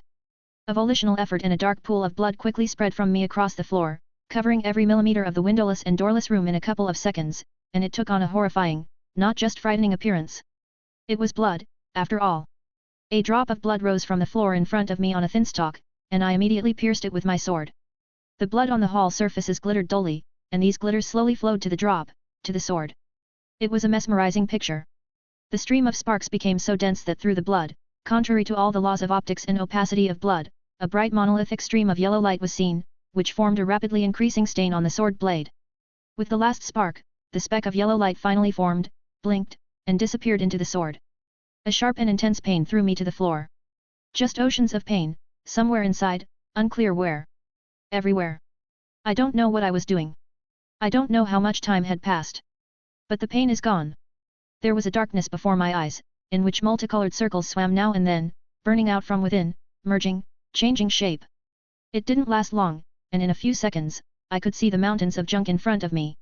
I was still kneeling on the floor, with a lot of ash on my shoulders and clothes. I ran my hand over my forehead, wiped off the large drops of sweat, and, along the way, smeared myself in the ashes. There was no pain, but my hands and legs shook from the overwork. Well, and everything else. I collapsed on my back without energy, and the only thought that came to me was to sleep. I must sleep. 118, Chapter 118. Chapter 148 already. It is difficult to wake up in constant light conditions and other external factors. You simply do not know how long you slept, what day it is, and what is going on. However, as soon as I got to my feet and dusted myself off, I realized that I slept for a day.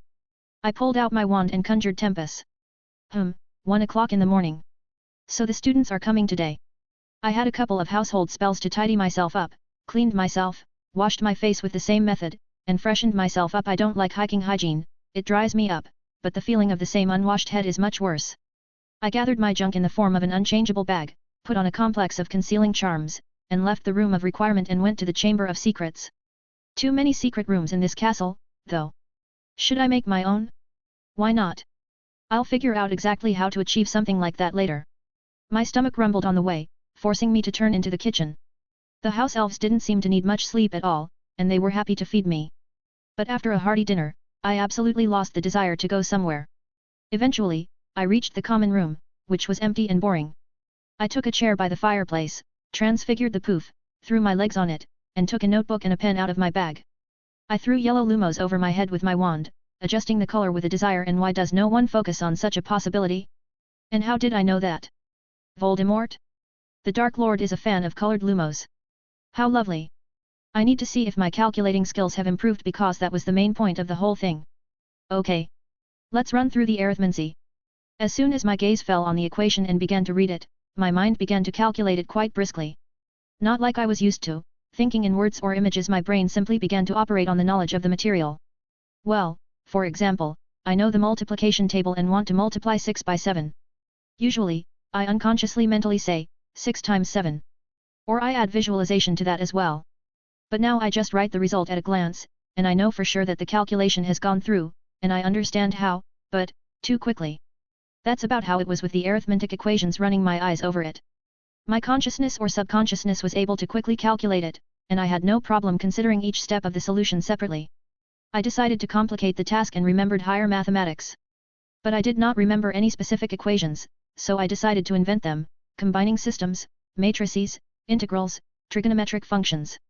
In general, to make a complete mess. But I gave up halfway through. I was solving equations as I was making them up, and I considered dozens of development scenarios depending on the next component. That's crazy. I decided to check my spatial thinking. Even in my previous life, I noticed a rigid and very strong dependence of consciousness on subconsciousness. It is enough to imagine a two-dimensional man made of sticks, even thick sticks. Now, when you have imagined it from the side, mentally make the man do a backflip, but so that the man lands strictly vertically on his feet. The fall of the man in the imagination is absolutely irreversible. The subconscious mind automatically calculates the shift of the center of mass, inertia, gravity, and a bunch of other parameters, up to the average mass and density of the abstract man.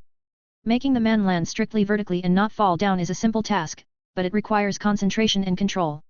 But if you don't make him do such a trick and land normally, bending forward at a slight angle, then the subconscious will straighten him by itself in the end.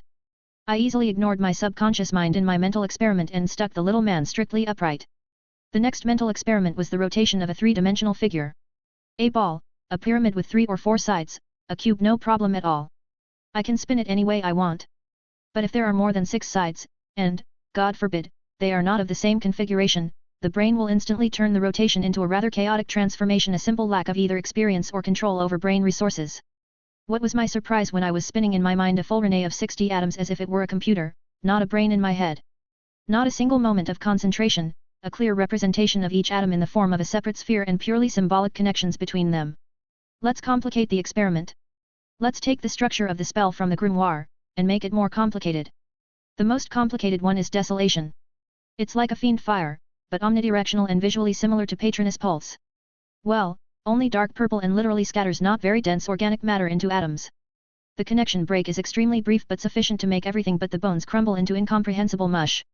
This scheme is very complicated, consisting of a huge number of figures, lines, and symbols. Interesting, by the way. Once again, I notice that the grimoire spells have a different creation and activation principle than the local ones, but I digress. The scheme of desolation clearly appeared in my mind, but that's not surprising. All of the grimoire's spells are permanently imprinted in my mind. What was surprising was that the scheme didn't fall apart when I tried to change it a bit. It usually does. I spun it as I pleased, though I had no idea what I was doing. Knowledge is needed here. Holy shit! I exhaled without my input, amazed at the degree of optimization in my thinking. However, my head hurt a little, and judging by the sensations in my neck and nape, my blood pressure spiked. It turns out that although the optimization of thinking has been successful, it has become a capacity of the mind, which is stored in the soul. But the mind works through the body, and that's what's failing now.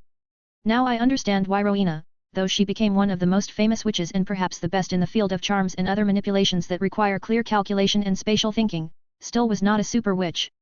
119, Chapter 119. Despite the night time, I went to Madame Pomfrey's medical wing. On the way, I met Professor McGonagall. Despite the vacations and only a couple of people in the castle, the professors were still on patrol. "Good night, Professor," I nodded. "Mr. Knight," she looked sternly over her glasses. "Let me ask you, what are you doing in the hallways at night?" "I have a terrible headache. So I thought I'd go to Madame Pomfrey for a potion. I can't sleep, and I don't want to break my sleep pattern." "I understand. But I'll ask you not to break the rules in the future. Now I'll escort you to the hospital wing and back to the house common room." "Okay." Silently and without many words, we quickly made our way to the fiefdom of our healer, where Madame Pomfrey handed me 2 small vials of potions without ranting and escorted me away so as not to disturb my sleep before the upcoming semester. I drank the painkillers right away, and the sleeping pills should be drunk already in bed so as not to fall asleep somewhere in the corridors of the castle. There were 2 snoring bodies in the room, and judging by the fact that they were snoring on the floor and in their usual clothes. Some notes and diagrams were lying next to them as if they were making an insidious plan, just like in a detective story. As I got closer, I looked at the notes. The main message was why Max Knight was the Death Eater's son. "Oh, young detectives, if you'd just ask the older ones who go out." "Oh, yeah, they're not really friends with anyone except the rest of the Weasley family." "Well, let them investigate themselves. What can I do? My origin is an open secret." I changed my clothes, drank a sleeping pill, and passed out safely. As they say, I just blinked, it's already morning. This time the same thing happened. I woke up and stretched, and out of the corner of my eye, I noticed that the boys had rolled over a little to the other side of the floor. It was still early. It was not a heroic thing to get up, of course. As always, exercise, jogging, practice, shower, breakfast. The students would not arrive until evening, but in the Great Hall, the tables were already standing, as they should be, in 4 rows according to the houses. Taking a seat at the Gryffindor table, I noted again the surprising unanimity of the few students who remained in the castle. They were somewhere but not here. Okay, a couple of upperclassmen from Hufflepuff are understandable 2 steps, and you'll find yourself in the kitchen. But Ravenclaws? Oh, yeah. They like to stay in their books unless there's an emergency, just like me. After greeting the teachers with a nod, I could not help but notice Lupin. I didn't follow him much. I wasn't really watching him at all. I heard, however, that after that unfortunate full moon, Lupin had been admitted to the hospital wing with a bunch of stab wounds that wouldn't close properly. There is a chance that it was he who was that werewolf, but I will check by blood later. If I can't get rid of the lycanthropy, God forbid, I'll kill him. And if I succeed, I'll just cripple him badly. For memory prevention. After breakfast, I went straight to the library and asked Madame Pants for a list of books on the subject of spells and rituals. I was surprised that the librarian didn't object. She didn't say much about werewolves, though. Maybe a note of permission to the restricted section, signed by Dumbledore himself. Has such an effect? When I got a list of 23 different books and folios, only 3 of which are in the restricted section, I went in search of them. Thanks to Madame Pants's list, where the books were lined up by degree of complexity and approach to creating and calculating spells, I didn't have to sort through the books, and I started exploring right away. Trouble came where I didn't expect it. The diadem effect doesn't turn off. Simply put, any conscious attempt to understand, calculate, or imagine something is automatically processed according to an optimized scheme. It would seem that it would be a sin to complain, but after half an hour, I had another headache. I decided to try to use hemomancy amplification simultaneously, as it improved my brain's abilities. I was able to sit quietly for 5 minutes with full amplification and got rid of all the symptoms of overstressing under the effect of the diadem. But now I was a little hungry, and I had eaten only recently. It looks like I need to work in the kitchen. I decided to start by memorizing the books without thinking, am I capable of doing that? I am. And so, after a quick run to the kitchen and a snack, I returned to the library and began to memorize the contents of the books frantically. I will think about their content later. In this state, the diadem's effect was practically uninvolved, only enhancing the already good memory. By the way, I needed to strengthen my nervous system less and less to achieve the effect of perfect memory. Does the process of body adaptation and amplification over 3 years have an effect? 120, Chapter 120. Chapter 150 already. I spent the rest of the evening quietly memorizing everything, just leafing through books. From the outside, it might seem like I'm just wasting my time. Perhaps it is so. Maybe I should go to someone more knowledgeable, and if I were Harry Potter, I'd already be standing in front of Dumbledore's desk. What's the point, though? I bet I'd be told something like, Harry, my boy, I'm well aware that you've been through a difficult ordeal. It's not easy for any of us, and we'll get through it together. I can't help you now, unfortunately, but I can promise you that I will gather the necessary information, prepare myself, and I will be sure to tell you when the time comes. For now, go home to Privet Drive. The full moon is coming soon. Hee hee. Thoughts like that made me smile inadvertently. Mr. Knight, Madame Pants's voice distracted me from my books, and I turned around at the sound. Yes. In just a few minutes, the students will be arriving, and the new semester's feast will begin. Thanks for reminding me. You're welcome. Putting the books in their places delayed me a bit, and so when I approached the Great Hall, the other students were already gathered there, just enough time for them to leave their outerwear in the common rooms and their rooms. Hermione stepped out of the crowd and was immediately beside me. Hi, the girl smiled, giving me an immediate hug. I couldn't help but smile and reply. Hi. How was your vacation? Just great. Let's hurry up and go to the hall. Honestly, I'm hungry. You can't imagine how much. The students who had arrived from vacation were expressing their happiness in every way possible because there were no Dementors. Noise and happy faces everywhere. Everyone talked about some story that had happened to them over the vacations or how they'd spent the holiday with their relatives. Even the Slytherins, always strict about themselves and their table manners, were much more open. And in the heat of brainstorming, I didn't even notice how those necro-monsters flew back to Azkaban. Max, you have no idea how glad I am, Hermione smiled as she put all sorts of meat on her plate. Yeah. I love meat too, and I'm keeping up with my friend's portion size. Of course, Hermione nodded confidently and with a smile. Don't you feel it? It's even easier to breathe when the Dementors aren't around. Now we can study and train without any problems. You did it without any problem with the Dementors, too. Even with more enthusiasm. That's not it, Hermione chewed on a piece of chop. Previously, it was as if from despair. No enthusiasm. It's different, and the results are a little different too. I can't argue with that. After satisfying the first hunger, we slowed down and ate more measuredly, leaving pauses for conversation. An hour was allotted for this feast anyway. Why don't you tell me what happened at Hogwarts while I was gone? Well, I don't know all the details, but after Christmas, there was a terrible panic. From what I understand, Black snuck back into the castle. But, apparently, I waved my hand in the air, this problem was solved on its own, and the next morning the headmaster said that Black, it turns out, didn't need Harry at all. Also, he had nothing to do with any Hogwarts student or professor. He had his own business here. Even so, It's generally better to discuss this in a quiet environment. We were sitting next to each other, and no one cared about our conversations, so if quietly, we could. But not about everything. Got it. Listen, why are Ron and Harry looking suspiciously in our direction? I'd even say at you. Well, you know my parents, right? Oh, I see. As the feast came to an end, Dumbledore took the floor and congratulated everyone on the successful resolution of the situation regarding Black and the departure of the Dementors back to Azkaban.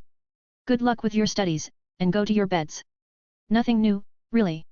For almost the first time this school year, the senior courses decided to throw a party in the common room, having managed to change into looser clothes, so to speak, not according to the dress code. Not without the help of the twins who brought in the contraband.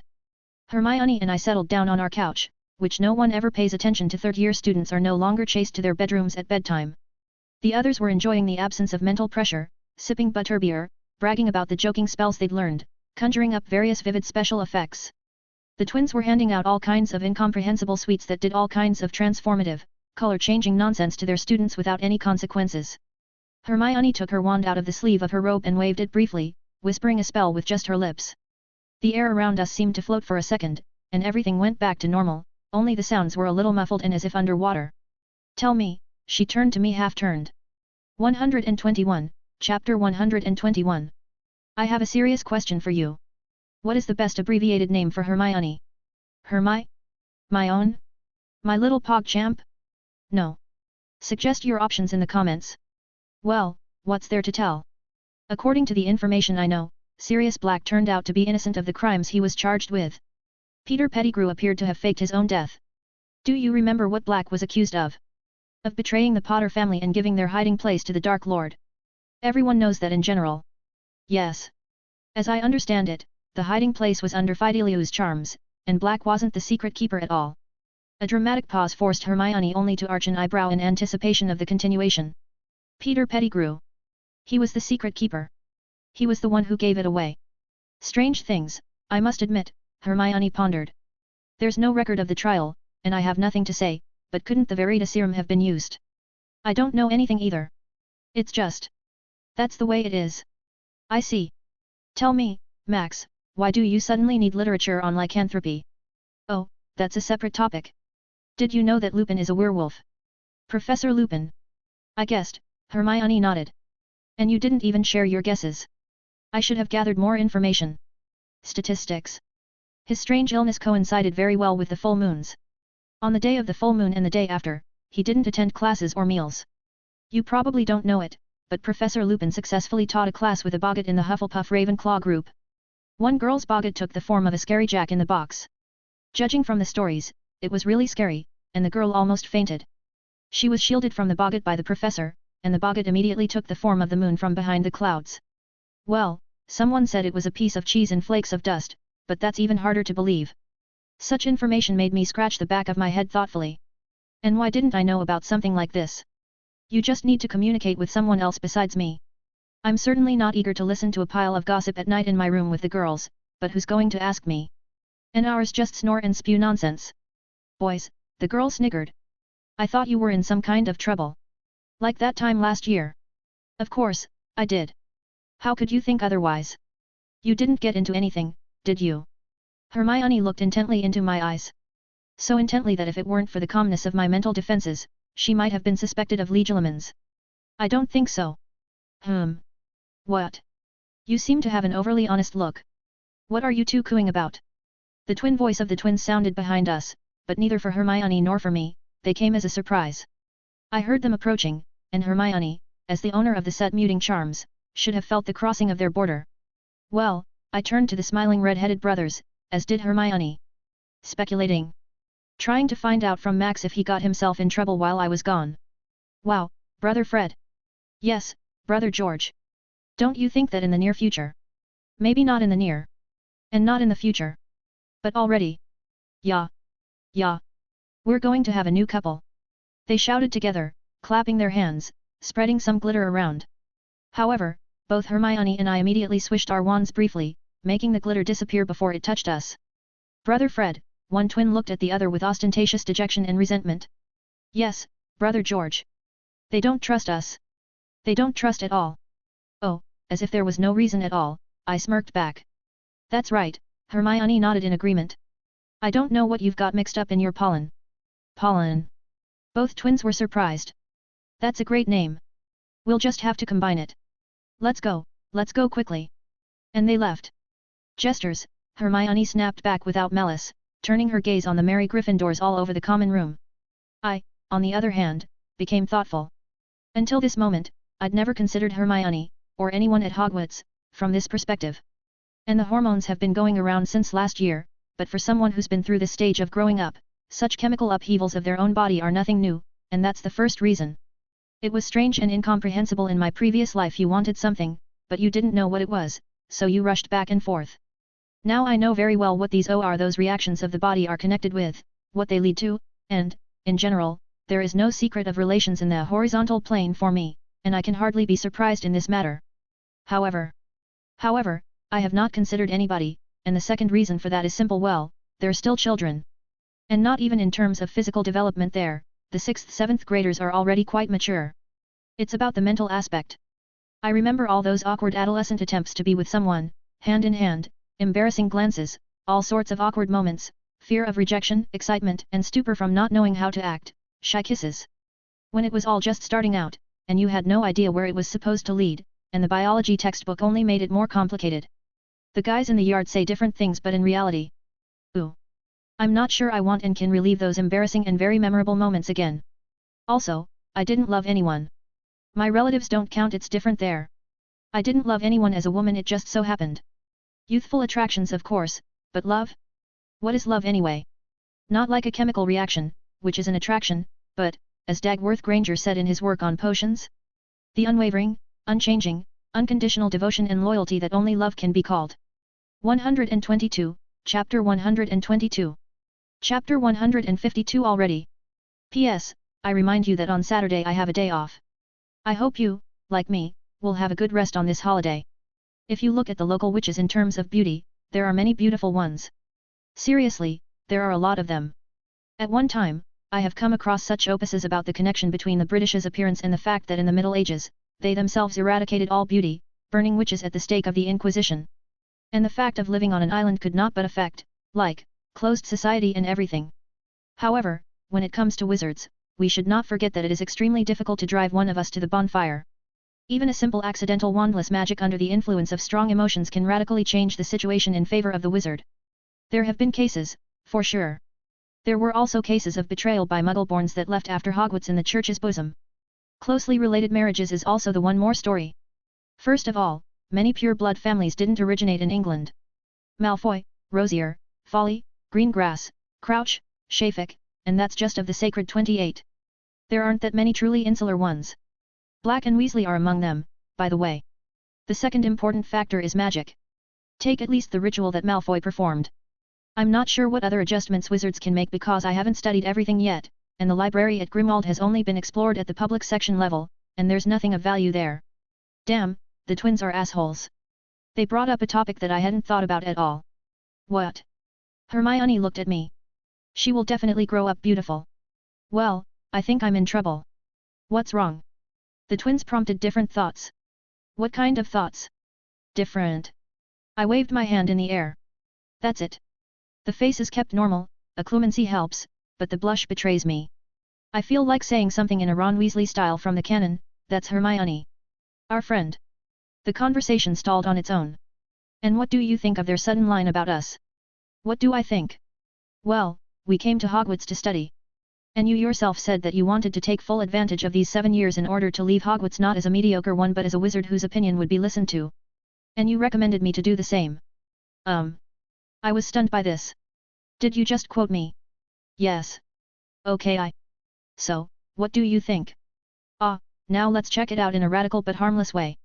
Quickly turning my back on Hermione and simply lying down, resting my head at her feet. Max. With a mixture of embarrassment and righteous indignation, Hermione looked down at me. It's a science experiment. I raised my finger to the sky. If you don't know what to think, provoke those thoughts. Provoke the thoughts, so. Yeah. What do you think? That I want to put my arms around your neck and strangle. Hermione really pulled her hands to my neck but stopped halfway. Or bang you with something heavy. Now, I'll just cover my eyes. And I did. And I wasn't even hit. Without waiting for the reprisal, I settled my head more comfortably, and with a wave of my wand, I changed the muffling spell slightly. Now the sounds of merriment outside seemed clearer, but as if farther away, creating just a quiet background. What am I doing? In exactly 2 weeks, my life could change drastically into before and after. I have to study books, learn and understand a mountain of material, do calculations, and me? I'm just wasting my time. Hermione said it right, reminding me of my own words. I need to take full advantage of my time to get out of Hogwarts. To at least just get out of Hogwarts. The sudden and unexpected sensation of a stranger's hand in my hair was unusual and unaccustomed. The last time I'd felt something like this was in a previous life. What's wrong? Hermione asked quietly. And don't say nothing. It's written all over your face. I just took a deep breath. You don't trust me. The annoyance in her words was literally palpable. I trust you. But you won't tell. Without opening my eyes, I spoke quietly. We are in a world of magic. Here you can read minds, force people with a spell or a potion, or even that Verita serum. My secrets can hurt you. I've just invented a perfectly legal way to get any information out of a person. Amortentia. What? Amortentia? How? Even the head stroking stopped for a moment, immediately becoming a little more animated. Talk about knowledge and information. Hermione would immediately become more active. You give a person Amortentia on yourself. Then he loses his head, as he should. And you're like, my dear, you will fulfill my request, won't you? And the victim will comply consciously. Everything, for love. Creepy stuff, and totally legitimate. Good thing it's not permanent and passes quickly. You think I don't recognize Amortentia? If orange juice suddenly starts to smell like yet something else, that's a reason to think. My own. My secrets are dangerous. They're not Potter's secrets, the worst of which is that he's unhappy with his relatives and that he has holes in all his socks. The girl giggled quietly. It's serious here. By burdening you with a load of secrets, I will only expose you to danger, albeit ephemeral. Why do you need extra worries? What if I can help? Understand, I'm worried about you. I am flattered, of course, but... Here I thought again about who I could ask for help, and the image of Lady Walburga's portrait kept coming up before my closed eyes. I'll send a letter to Kriaker to tell the portrait about the problem, and maybe she'll send me a book or some advice. 123, Chapter 123. You know, my own. I could really need some help. The hand that had been stroking my head so nicely froze for a moment. What kind? I haven't figured it out yet, but I'll definitely figure it out tomorrow. By the way, how's our experiment going? Fruitful. Opening my eyes, I looked up at Hermione, who smiled. However, she pouted with seriousness in her voice. I think it's too early for us to be thinking about something like that. Yes, I think so myself. But in principle, can we think about it? Who knows? By the way, you almost had a Freudian slip of the tongue. What? I made a cocky smile. What did you say Amortentia smells like to you? I do not know anything. Hear it for the first time. And generally speaking, I was forcibly returned to a sitting position. It's time for bed, it's late, classes tomorrow, training. Gotta get some sleep. Okay, okay. Good night. Good night. Upon reaching the women's wing entrance, Hermione turned around for a brief moment and looked at me. Oh my god. That's it, the twin who appeared on my right said, sitting down next to me and throwing his arm over my shoulder. Yep, added the other, appearing on my left. Sailed, pretty boy, anchor dropped. No more freedom. What are you going to do? What do you want? The twins looked at each other. Our flighty brother Ronnie with the hero of all England. Are diligently trying to fit you under the term Death Eater's son. Well, let them indulge. What does it matter to me? You know, we're trying to start our own business. A joke shop. Even got a name for it. Weasley's Wizard Wheezes. The twins exclaimed together. Let's admit. And to be in business, you must have connections. So we know everyone. Who can pay? By the faces? What's your point? You're Foster, aren't you? The right one asked. I nodded. And it looks like we know who your parents are. Starts with M. Ends with an Oi. Even so. The twins looked at each other again. Really, brother Fred? Definitely, brother George. He doesn't know. Mate, the one on my left clapped me on the shoulder. We're not the ones who have to tell you this, but when Ronnie gets to the bottom of it. And sooner or later, it will happen. He'll be right. So. Just to let you know. He's a little hot-tempered and harsh in words. Just don't be offended. Can I just punch him in the face if he gets impudent? He's our brother, of course, but if he gets so insolent that MR Nerd decides to punch him in the face, it's definitely something serious. That's a deal. I'm going to bed. Don't drink too much in case McGonagall stops by. I got up from the couch and went to my room. Stupid day. Stupid twins. Stupid. Everything is stupid. The morning of the first day of the new semester began with a jog. Only this time, I was wearing an insulated uniform. I got out of Hogwarts under a cloaking spell and ran. At the same time, I mentally called out for Creaker. Only after running almost a mile and a half away from the castle toward the Hogsmeade platform did Creaker finally hear me, and with a characteristic clap, he appeared slightly to my right, immediately shuddering in the breeze with snowflakes rising. Creaker greets the head of the most ancient and noble House Black. The old house elf immediately oriented himself and bowed, shuddering in the cold breeze as he did so.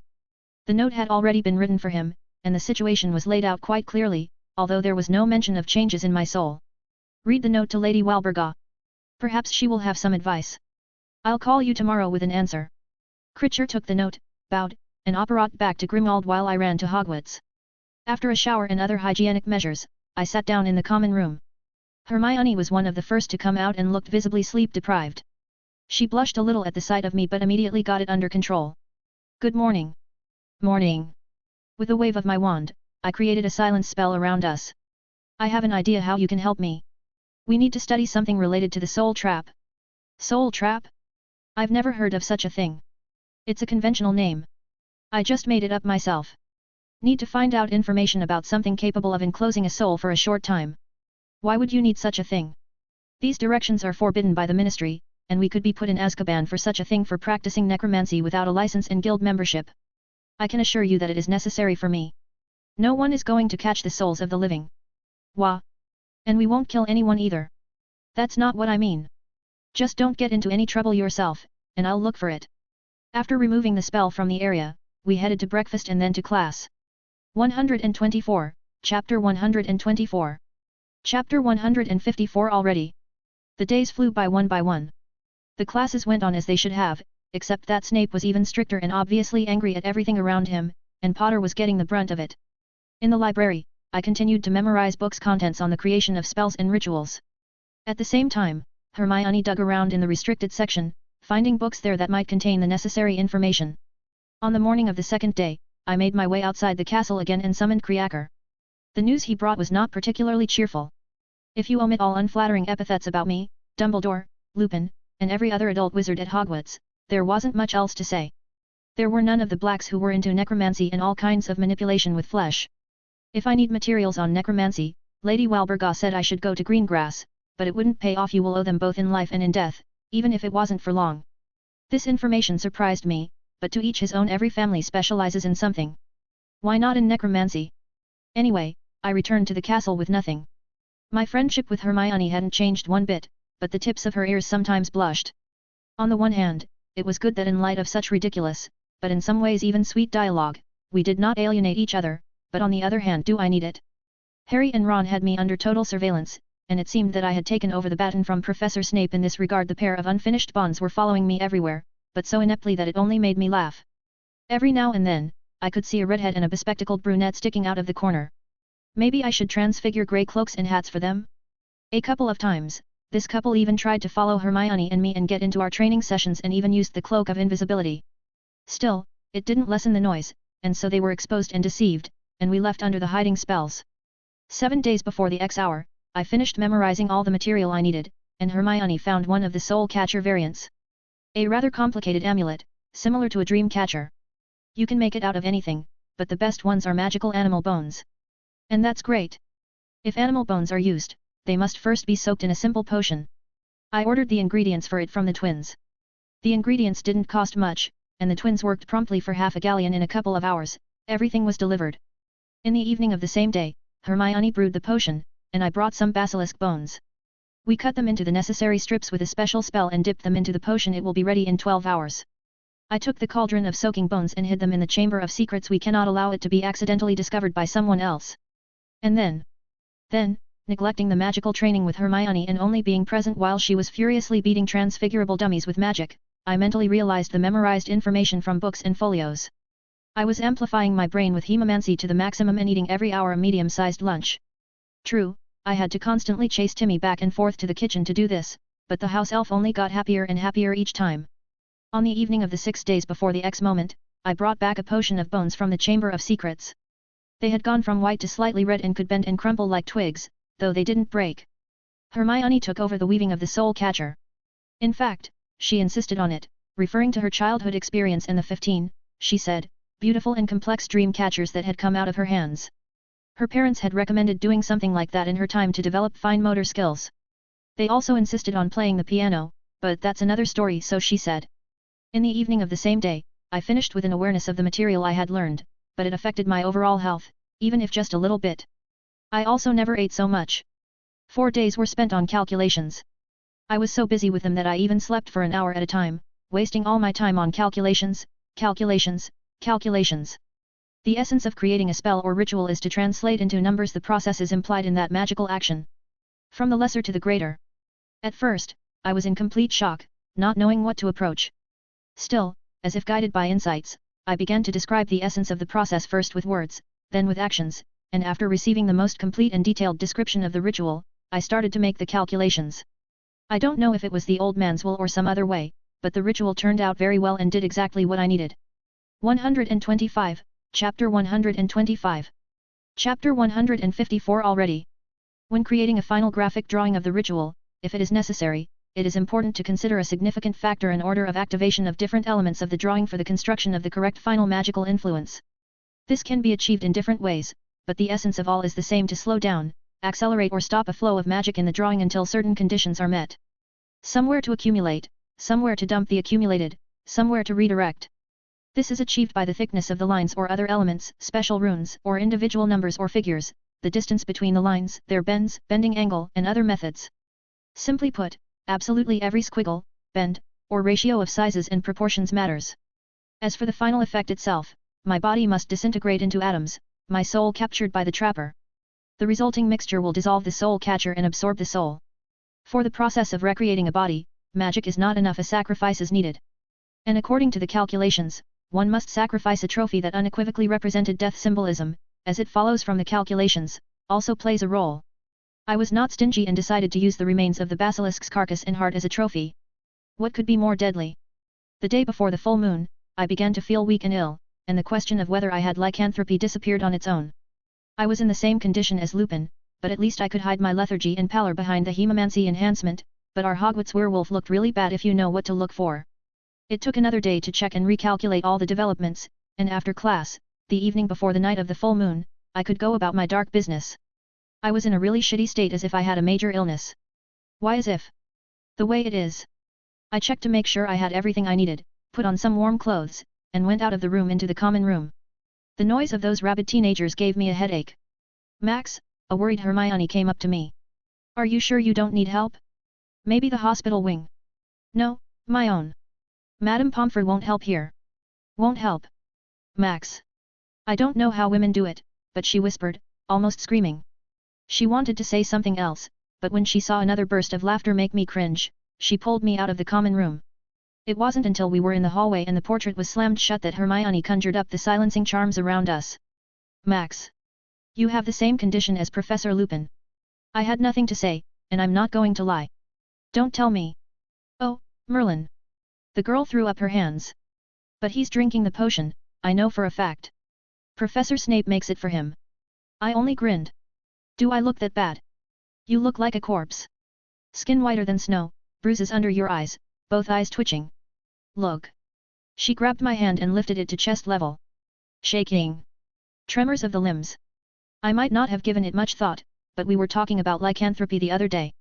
I don't even know if it's a good thing you're so smart or a bad thing. We need to do something urgently. Professor Snape. No. I was surprised at the severity in my voice myself.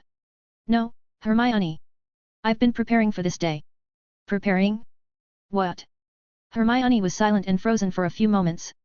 Soul Catcher, Necromancy, Vitamistrium. Have you read the work of Acristus? I can see it in your eyes. And have you read it? Of course. It's on my side. Hermione took a deep breath, closed her eyes. Maximilian Knight. The girl poked me accusingly in the chest with her finger. You. She poked again. She looks dangerous. A couple of unruly strands had broken out of the incomprehensible hairstyle on the back of her head. Yes, indeed she will grow beautiful. You're the most. Her voice got a little quieter. The craziest Gryffindor among all Gryffindors. I just don't have the proper words to describe the depth of your madness. Dementia. You think you can get rid of lycanthropy by being reborn? It's magic, Hermione. I don't see any other way. 126, Chapter 126. Chapter 155 already. Hermione took a couple of deep breaths. Hermione.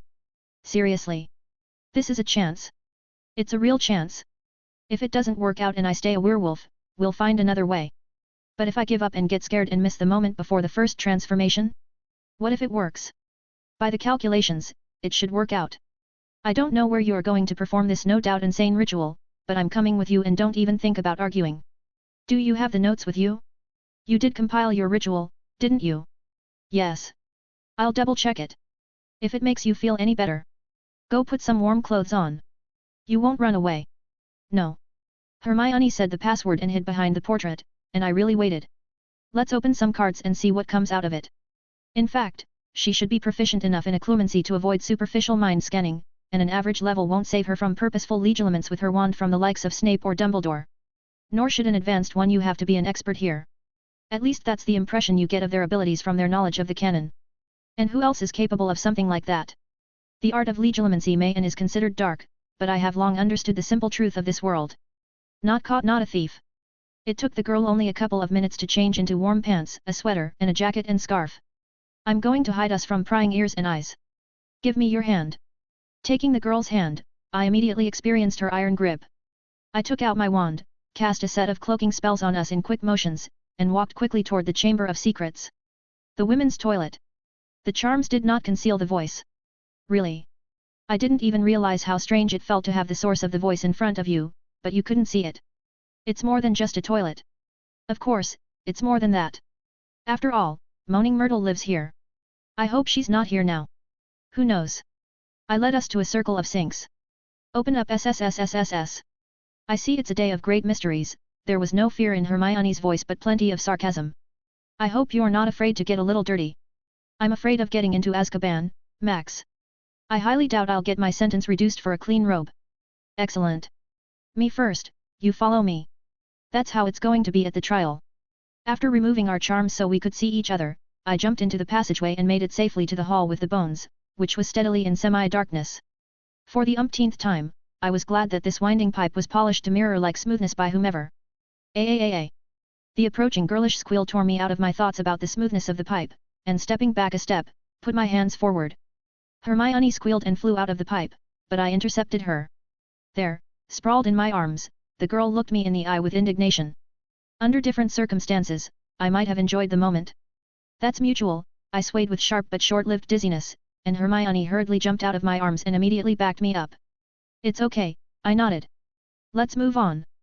Before I went any further, however, I walked up to the pipe and yelled shut up in Parseltongue. Judging by the distinctive sound, the passage closed. Now, after conjuring a couple of regular lumos, I led the girl further through the dungeons. Pretty quickly, we reached the memorable cave-in, where Lockhart had foolishly used Weasley's wand. And here's where Lockhart deprived himself of his memory, I nodded at the cave-in. And broke the ceiling. It's a miracle no one died. Oh. Hermione was clearly absorbing the information. Perhaps later, she will remind me of this hike. Again. When I reached the big round door with the snakes, I had to speak Parseltongue again. If I had more strength and felt better, maybe I would have smiled at Hermione, who flinched at the sharp thud of the opening locks. When the round and the massive door slid aside, I led the girl into the very hall. It was still gloomy and cold, and the unknown sources of dim light under the ceiling allowed me to see only minor details, the remains of the destruction from the battle and the carcass of a basilisk with a severed head that has not yet begun to spoil. It looked as if it had just been killed and butchered. 127, Chapter 127. Chapter 156 already. Hermione looked stunned, staring at the animal corpse in disbelief, but showed no squeamishness as we got closer. You killed that? She pointed her finger at the carcass in a completely uncivilized way. There wasn't much choice in the matter. It's the size of a train. No, it's smaller. Okay, Hermione. There's no time. Here are all the records. Here's your soul catcher. You check, and I'll prepare the materials. I took the soul catcher and notebook with notes out of my bag and handed them to the girl. Good. I began using my wand and various spells to clean up around the room, clearing away the crumbs and dust left over from the battle. After clearing most of the room, I found an undamaged spot in the middle of the room. There's plenty of room, and the ritual's graphic layout is 5 meters in diameter. The magically active ingredient for the drawing is my diluted blood and basilisk blood. It's interesting, though, that its heart and nearby vessels had more than 40 liters of perfectly normal, not clotted blood in them during the cutting. Wonderful creature, the basilisk. I dropped the bag on the floor and started pulling out everything I needed: jars of blood, a large neutral mixing pot, heart. It was gigantic in size, by the way. I mean, practically as big as me. Knowingly bought a bag with an elongated neck. I was 1,000,000% sure about the calculations of the ritual. There were doubts: who could have whispered revelations to me? Absorbed parts of Voldemort? A diadem? Who knows? But after checking everything 50 times, I was sure it was right.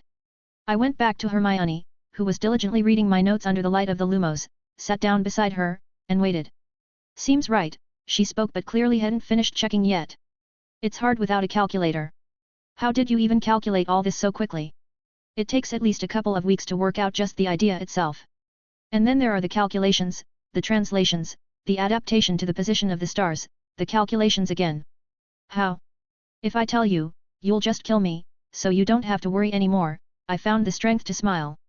Max, you. I get it. In the near future, I will thoroughly deal with occlumency, and soon you will tell me everything. It's simply impossible to be tormented by ignorance and worries, imagining how you get involved in one misfortune worse than another. Hermione. Time. I have a diagram to draw, and the full moon is in an hour. Max, the girl looked at me very concerned. Do you realize how much of a risk you're taking? Absolutely. Aren't you afraid of dying? We will all be there. How we face death depends on us, and I definitely will not be a werewolf. But what if I was wrong about the soul catcher weave? Then you're not wrong, and I am sure of that too. I double-checked her work. The girl only sighed and closed her notebook, and handed me the soul catcher, which I immediately put around my neck as an amulet. Everything is fine. Nodding, I stood up and walked into the center of my chosen spot. The drawing of the ritual was in my mind, and all the calculations were lined up for the time 5 minutes before the full moon. With the power of diadem, I projected the scheme around me, waved my wand, and ran it along my palm, releasing some blood and forming a small orb. With a gesture, I sent it into a large neutral cauldron. With a new gesture, I made the basilisk blood from the jars overflow into the cauldron, and with another gesture, stirred it. A new wave of the wand and all the blood from the cauldron rushed in trickles upwards, circling over me. The crucial stage was to carve the ritual pattern into the floor with the blood while laying the blood in the carved scheme and channeling a bit of magic into it to fix the scheme. The scheme itself is so damn complicated.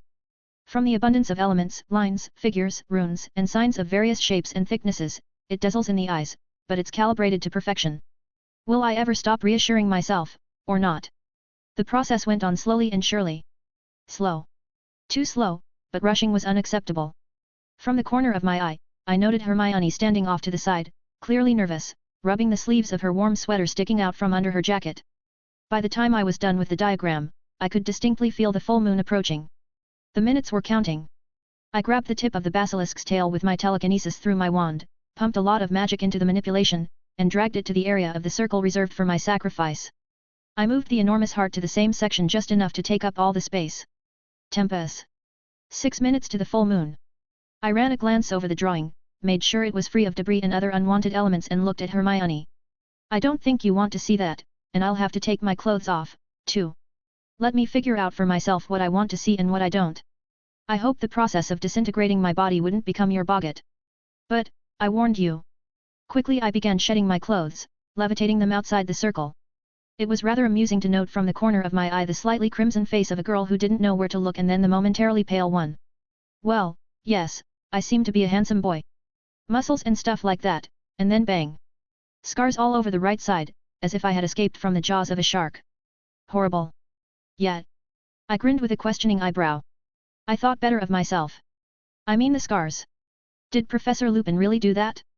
They say werewolves don't remember what happens when they transform. Then why doesn't he look me in the eye or at me anymore? 128, Chapter 128. Chapter 158 already. The time for talking came to an end, and I got rid of the last piece of clothing in time. It was at that moment that the ritual was activated. I had intentionally created it to be fully automated in case I was incapacitated at that moment. I did it as a precaution, so to speak. The red-blooded drawing began to glow, and flashes of varying brightness and saturation raced through it from side to side. The concentration of magic in the pattern was growing, and I could feel it in every fiber of my being because some of it was taking from me, and some of it was draining the basilisk's body and heart. The sacrifice of the flesh is the reason why no one likes the masters who work with it. Also, if this flesh is something valuable directly for the master, has some sacred meaning, then you can get the ocean of magic by this sacrifice and not puff, producing it yourself. When I clearly began to feel the body's urges to transform, a translucent energy bowl like a half-sphere of Protogo appeared beneath me, and it would be what was left of me. Sharp pain and then darkness. How long have I been here?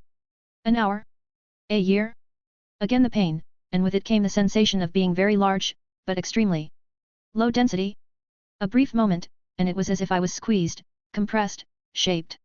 My hearing and sense of smell returned, and light flashed in my eyes, starting to disappear at once. The stone floor felt pleasantly cold on my bare feet.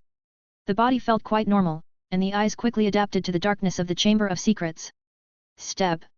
Not very dexterous, I almost lost my equilibrium, but I quickly caught my balance and took the second step with much more confidence.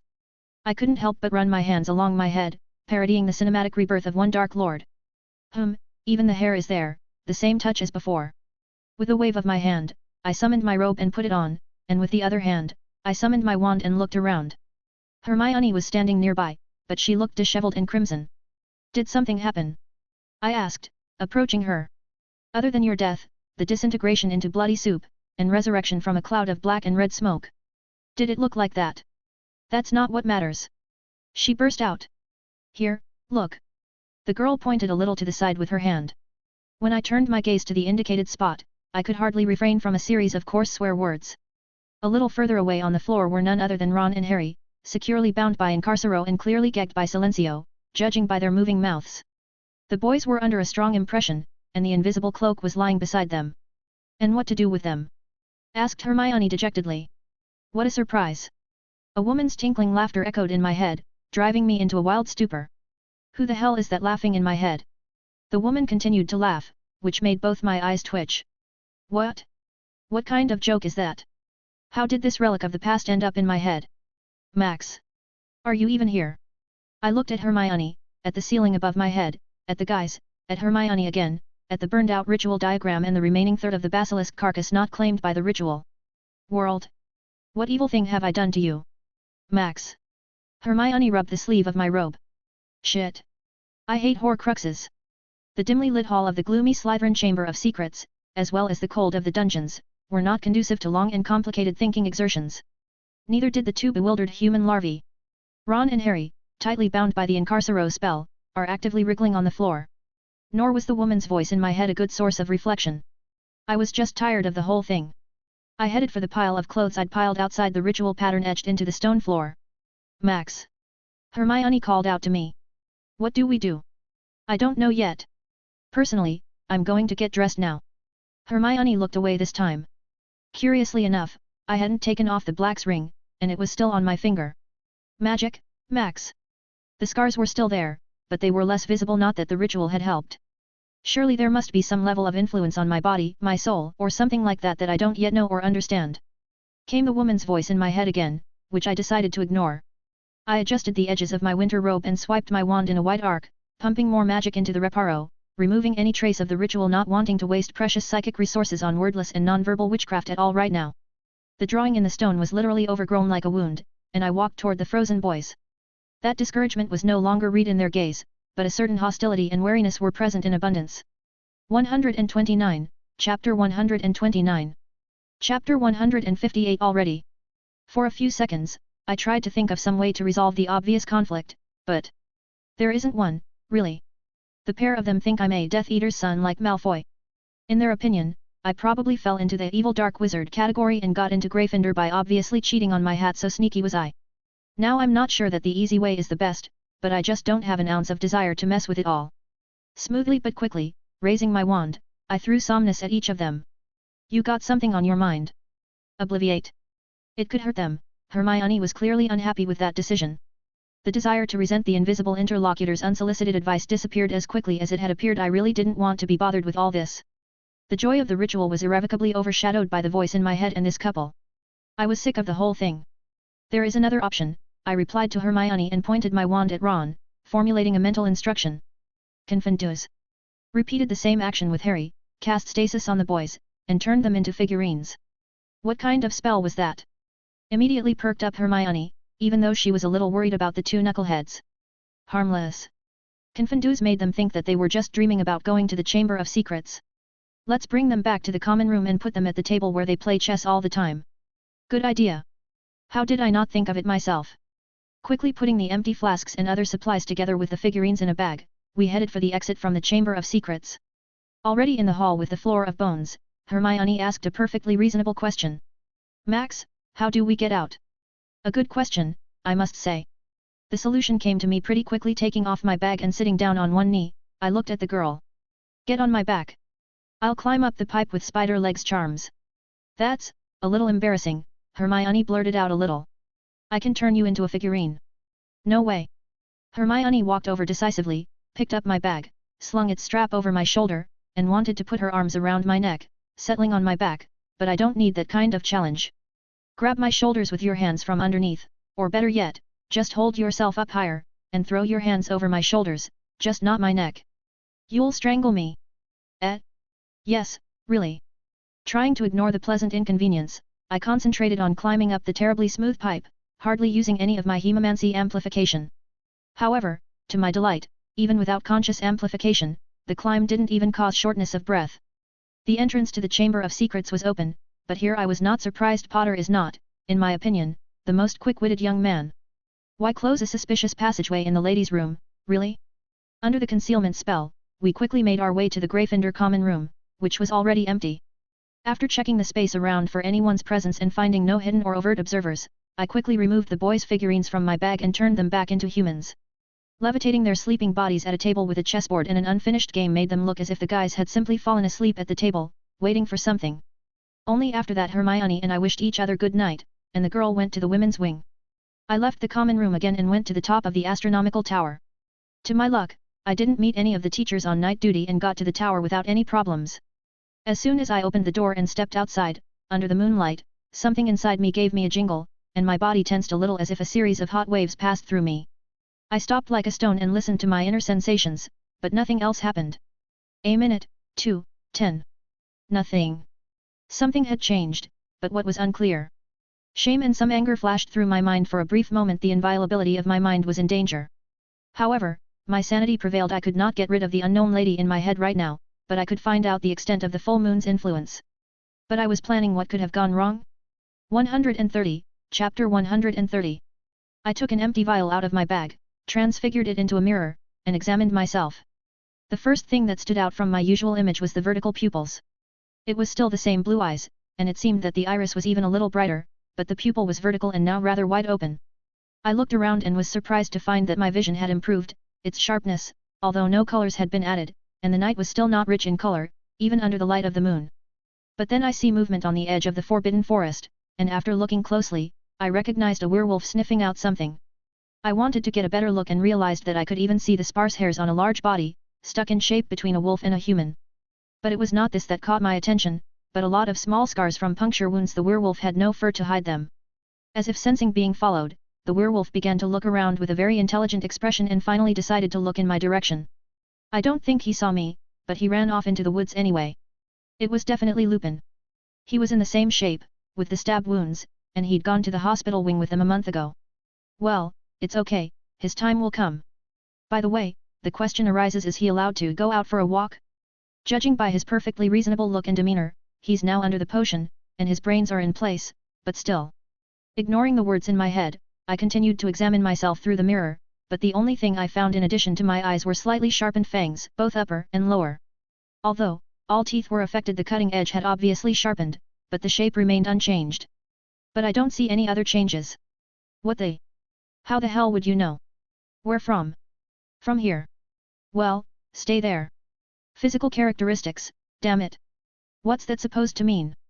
I went out into the moonlight, and several changes occurred to me that affected my eyes, teeth, and whole body, but at the same time, I remained myself. Despite the cold winter breeze, I unbuttoned my robe and other warm clothes and began to examine my torso. It was still the same, and the scars were still there. But something had happened. To hell with it. I'm not going to throw myself at anyone, and my mind is in place, which means it will be possible to think about it later. I left the astronomy tower and went back to the common room. The boys were still asleep at the table, so I returned to the room without disturbing them. The others were asleep, too. I took an evening walk and went to bed.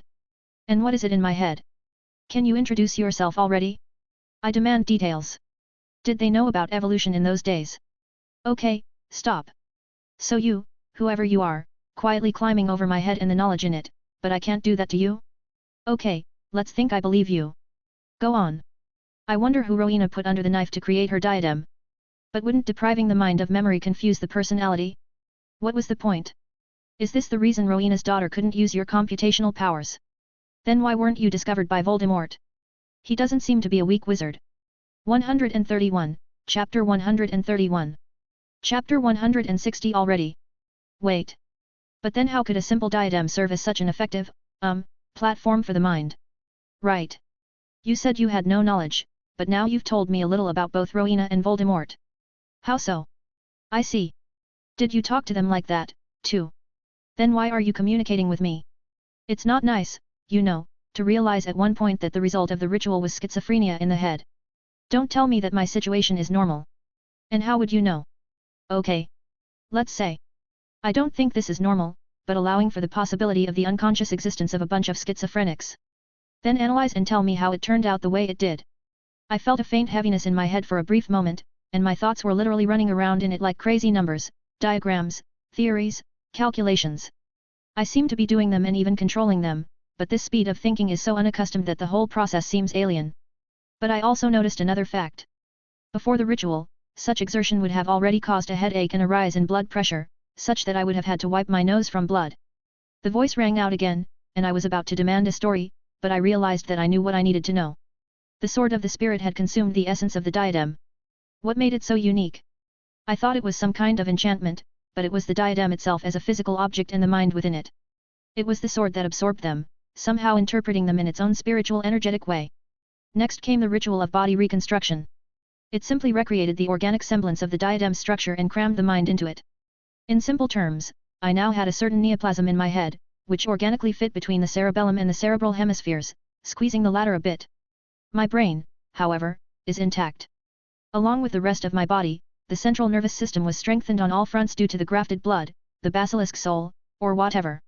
Also, the slight decrease in brain volume was accomplished not by reducing the number of neurons but by increasing their location density. The interesting thing is that this mind has full diagnostic access to the body and knows absolutely everything that is going on in the body, where each cell is, and so on. Simply put, a kind of autonomous service center and semi-autonomous supercomputer appeared in my body, and its software is this mind. Except I don't want that. How to get rid of the second mind, which by the way, like my own, is stored in the soul. That is, it is a full mind. A second mind. I'm listening carefully. Of course. After all, there are souls on every corner. Go on, tell me your ideas. As I understand it, you propose to create life with a soul? But then you must understand that my morality exhibits several limitations in this case. Let's admit. I agree. I am not going to make any horcruxes for such purposes. For any other, too, I value my soul, and there is a clear example of the undesirability of creating such fragments flying around England somewhere. Grow a soul? Sounds like a good experiment. This can be done. Also, having two minds and one soul allows you to feel a lie like your own fingers. I'll call you Rowena. 132, Chapter 132. Well, Rowena didn't tell everything about Rowena, but about character, not action. By the way, what's the point of me leaving you now, rather than trying to drive you out or destroy you? After all, as I understand it, some organic structure in my head already exists and will perform your functions. Certainly it will, but the quality? Let's think of it in associations you can understand. Your body is a computer. The new structure in it is a new device. You are the operating system. I am the driver of the new device. Let us imagine for a second that this operating system is capable of writing new programs and drivers by itself, but it takes time and resources. There is no telling how much time you would have to spend to achieve similar performance by removing me. However, as long as there is me, then in the image of my actions, data about which will inevitably accumulate, you will be able to learn to control the new device on your own much faster. The analogy is so but generally true.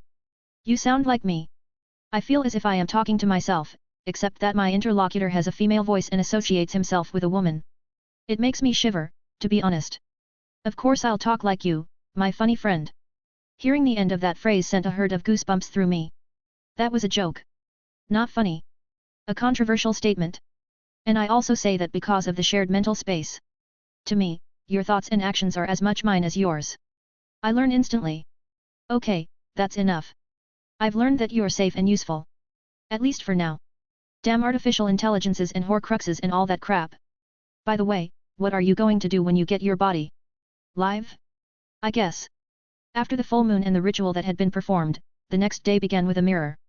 My eyes were back to normal, but the edge of my teeth was clearly too sharp. A light diagnostic spell from the healer's arsenal showed abnormal enamel strength and slightly elongated roots but no visual distortion. Hermione joined me for my morning physical training, glancing over at me now and then, but not in the way you might think. She was worried that the ritual might not have worked completely. I didn't have to tell her that there were consequences, but I didn't want to bother her unnecessarily. I hadn't figured out the consequences myself, and Rowena didn't have enough knowledge to analyze them. The ritual was only based on my hunches, and despite their obviousness, they could be wrong. Regarding Rowena herself, she was silent. Well, almost. She occasionally commented on what was going on around her, and those comments were of a rather unfamiliar kind. Some epithet was taken and attached to the word boy or girl. As soon as she described someone, Rowena fell silent. All in all, life at Hogwarts was completely back on track. Oddly enough, the noise and merriment of the house common room allowed me to relax after a hard and busy day.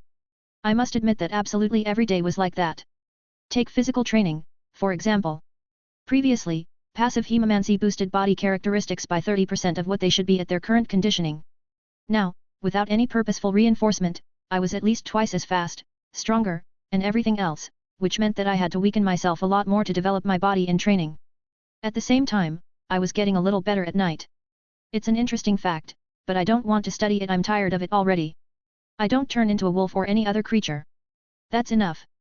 The manipulation of blood and the amount of substance created have increased slightly, but not as much as I'd like.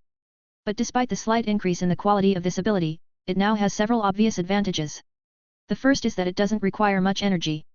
Just a crumb, less than it takes to speed up my brain during witchcraft. Of course, as the volume of blood created increases, so does the energy consumption. Still, even at the maximum volume, which is about 1.5 cubic meters, I was almost not physically exhausted. The only thing was that my head ached so much that it made me want to cut it off, but that's okay, as it seems to me. 133, Chapter 133. Chapter 162 already. Having a new computing center in my head named after Rowena has noticeably improved the quality of life. No, I have not become faster at thinking ordinary thoughts or anything like that, nor has the perception of time changed. Still, many everyday and mundane things began to be processed much faster by subconsciousness. The human brain processes a huge flow of various information bypassing the consciousness, mechanics of movements of objects around in one's own body, calculation of physics of objects, calculation of everything is calculated. This is where Rowena's work comes in. Everything related to movement in space, from the banal balancing on the leg or arm to subconscious calculation, such as the triple ricochet of a stone from a wall and hitting the bullseye. The very fact that Rowena exists helps with everything. I bet if someone gave me pistols and machine guns, I could match Deadshot in marksmanship and probably win. The maths, spatial modeling, and visualization are out of the question. It's incomparable to my past. At the same time, after the ritual, the work of Rowena had no effect on my well-being at all, but I felt a slight tension in my head. For the sake of the experiment, I asked Rowena to disconnect. As a result, all these bonuses came to not a minimum of changes. Minimum difference. What crazy heap of work is this extra consciousness doing? In general, the fact of having another consciousness stopped bothering me at all, even though I was indignant at first. The reasons are simple. Rowena is useful, that's one. I'm sick of everything, that's two. There's really so much going on around here, and it's so easy to get into trouble that if I started worrying about everything, I wouldn't have enough nerves. Seriously, I need to at least take a half-year break from all the activity, ignore all the bullshit, and stay out of anything. The Soul Project was put on hold until the summer. I ended up just studying with Hermione, memorizing stuff from the forbidden section, doing my homework, practicing witchcraft, and emptying the Hogwarts kitchen. Not that I wanted to eat that badly, but there were a lot of tasty vegetable and meat dishes, and I love that. Lupin was annoying. A little bit, just a little bit, but annoying. He annoyed me with his battered look, his dirty old clothes, his guilty look. The fact that he hadn't explicitly told anyone that he'd bitten someone, which was impossible to ignore because he'd been wounded since midnight. According to Forfang's description of werewolf life, they always knew when a werewolf found his prey during a full moon. Lupin didn't tell anyone that he'd bitten anyone, but he gave me the only guilty look. He looked at Harry, too. But if I remember his dialogue with Black correctly, our professor really thought Sirius was guilty of betraying the Potters and really thought Black might be after Harry. However, with all that said, he didn't alert anyone to the fact that Sirius is an animagus and knows at least 7 secret passages to Hogwarts. All in all annoying. Other than that, nothing much else happened. Harry and Ron continued their attempts to spy on Hermione and me to no avail and constantly found themselves fooled. How many times they wondered how I discovered them under the cloak I can't count. Well, eventually, they came to the conclusion that the Death Eater's son was using some kind of dark magic because how else could it be? How could a decent wizard detect them under such a wondrous cloak? Idiots, they just make noise. Also, anyone is capable of feeling another's gaze on him, especially one so intense. In such a relatively calm atmosphere, the days stretched on, one after the other. Somewhere in their background, the snow had melted, and the unpleasant transition from Scottish winter to Scottish spring had begun. That meant freezing winds, freezing rain, and frost in the morning.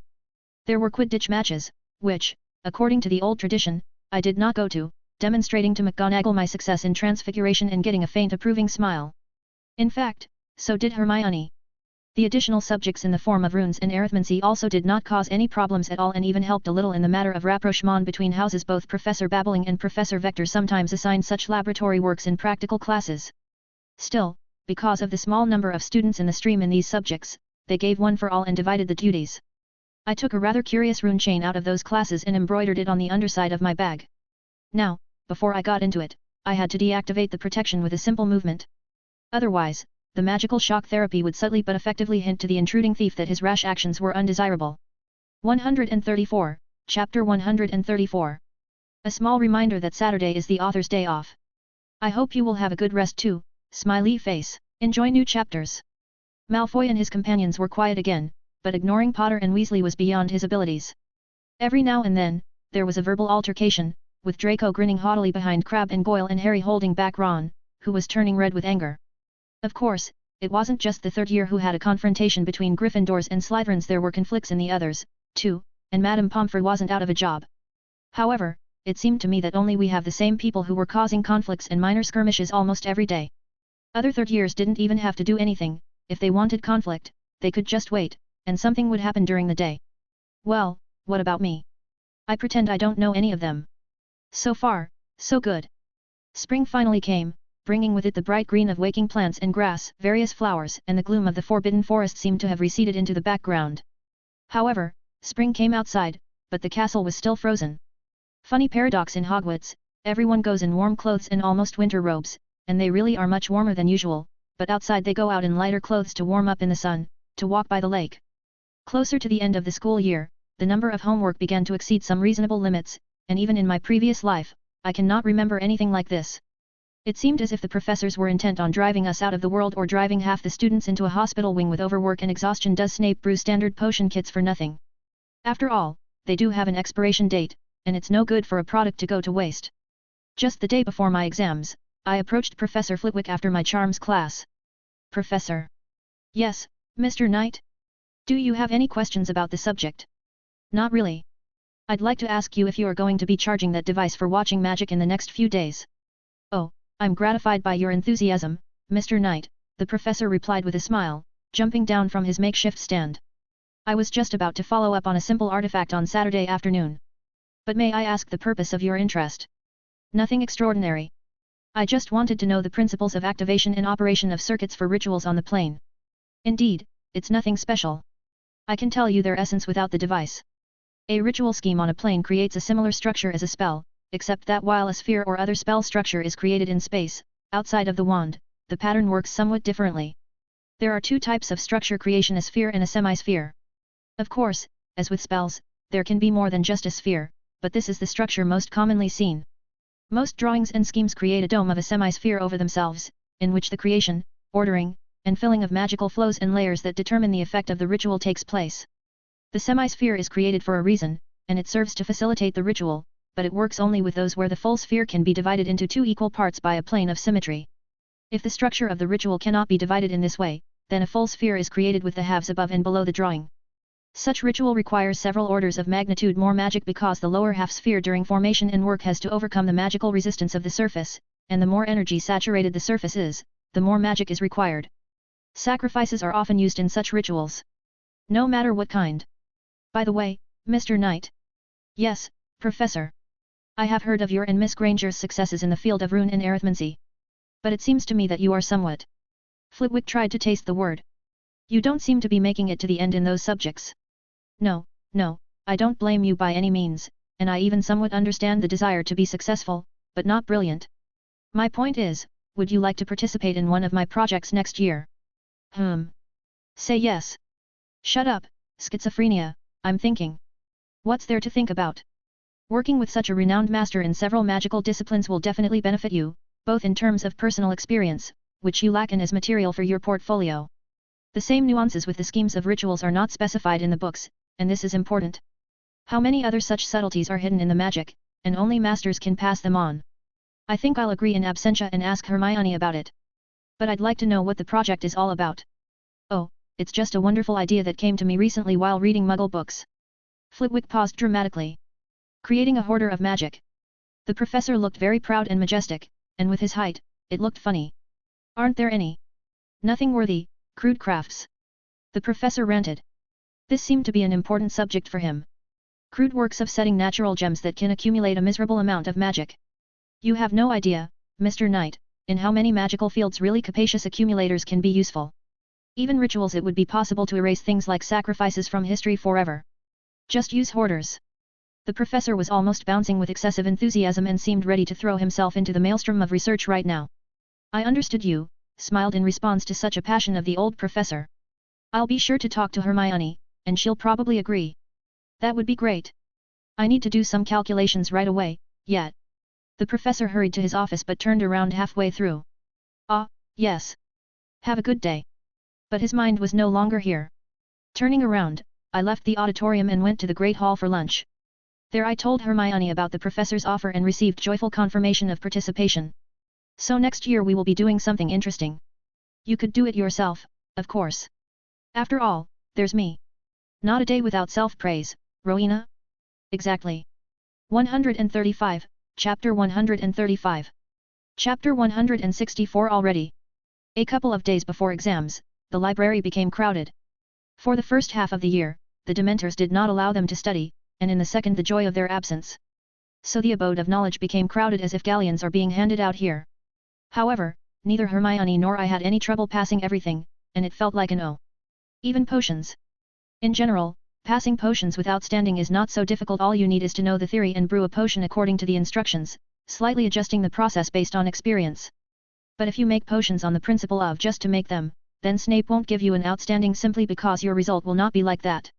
I bet even Potter can get that grade if he gets his mind right and doesn't get himself worked up by the unfriendly attitude of his teacher. Yes, Snape is a piece of shit, but even though he sets the bar high in his subject, he's never undermarked a grade for potions. Not once. Not at all. There were still some days of idleness before the departure after all examinations, and there were no classes. Someone was flying around the field with the Quidditch teams, having fun, someone was walking and having picnics, and I was stupidly sitting in the common room and thinking about the upcoming summer. It didn't really work out any particular plan. The only thing that would definitely have to be done was to start a soul-growing project for Rowena so that this lodger would have already moved on. She doesn't bother me, no, and keeps quiet most of the time, only occasionally inserting her opinion on this or that situation. However, she is there, and something has to be done about it. What are you thinking about? Hermione plopped down on the couch next to me. The school uniform has already been replaced with different everyday ones, and now she was wearing a long black skirt with no less black tights and a thin white turtleneck. It's simple and always appropriate. All sorts of pants and windbreakers, among which there is one toxic pink, the girl uses only for training. Just thinking about what I'm going to do this summer. Yet? Well, my parents texted me that we're going to France again. They haven't told me exactly where, but I have no doubt it will be an interesting place. Well, or a resort. It has long been necessary to go to such a place. The Mediterranean Sea, nice, the beaches. Loud laughter distracted us from the conversation, and the reason was simple: somebody was caught by another sweet from the twins, and now the kid from the second year is growing a powerful second chin. From the look on the victim's face, he seemed to like everything, and he was delighted. Why are there so many people? I was surprised when I cast Tempest because it was already late afternoon. Max, Hermione returned to the conversation. Are you going to the Quidditch World Cup finals? Excuse me. I arched a Snape-like eyebrow. Who are you, and where is Hermione? You weren't interested in Quidditch at all. It's not about Quidditch, the girl smiled, shaking head of hair that was gathered at the back. There are some who occupy the site several weeks in advance. There will be a huge tent camp, a fair, and more. It's a great opportunity to observe the wizards and see their life and stuff. There's a school here, and other than that there are only the shopping streets. It's not revealing.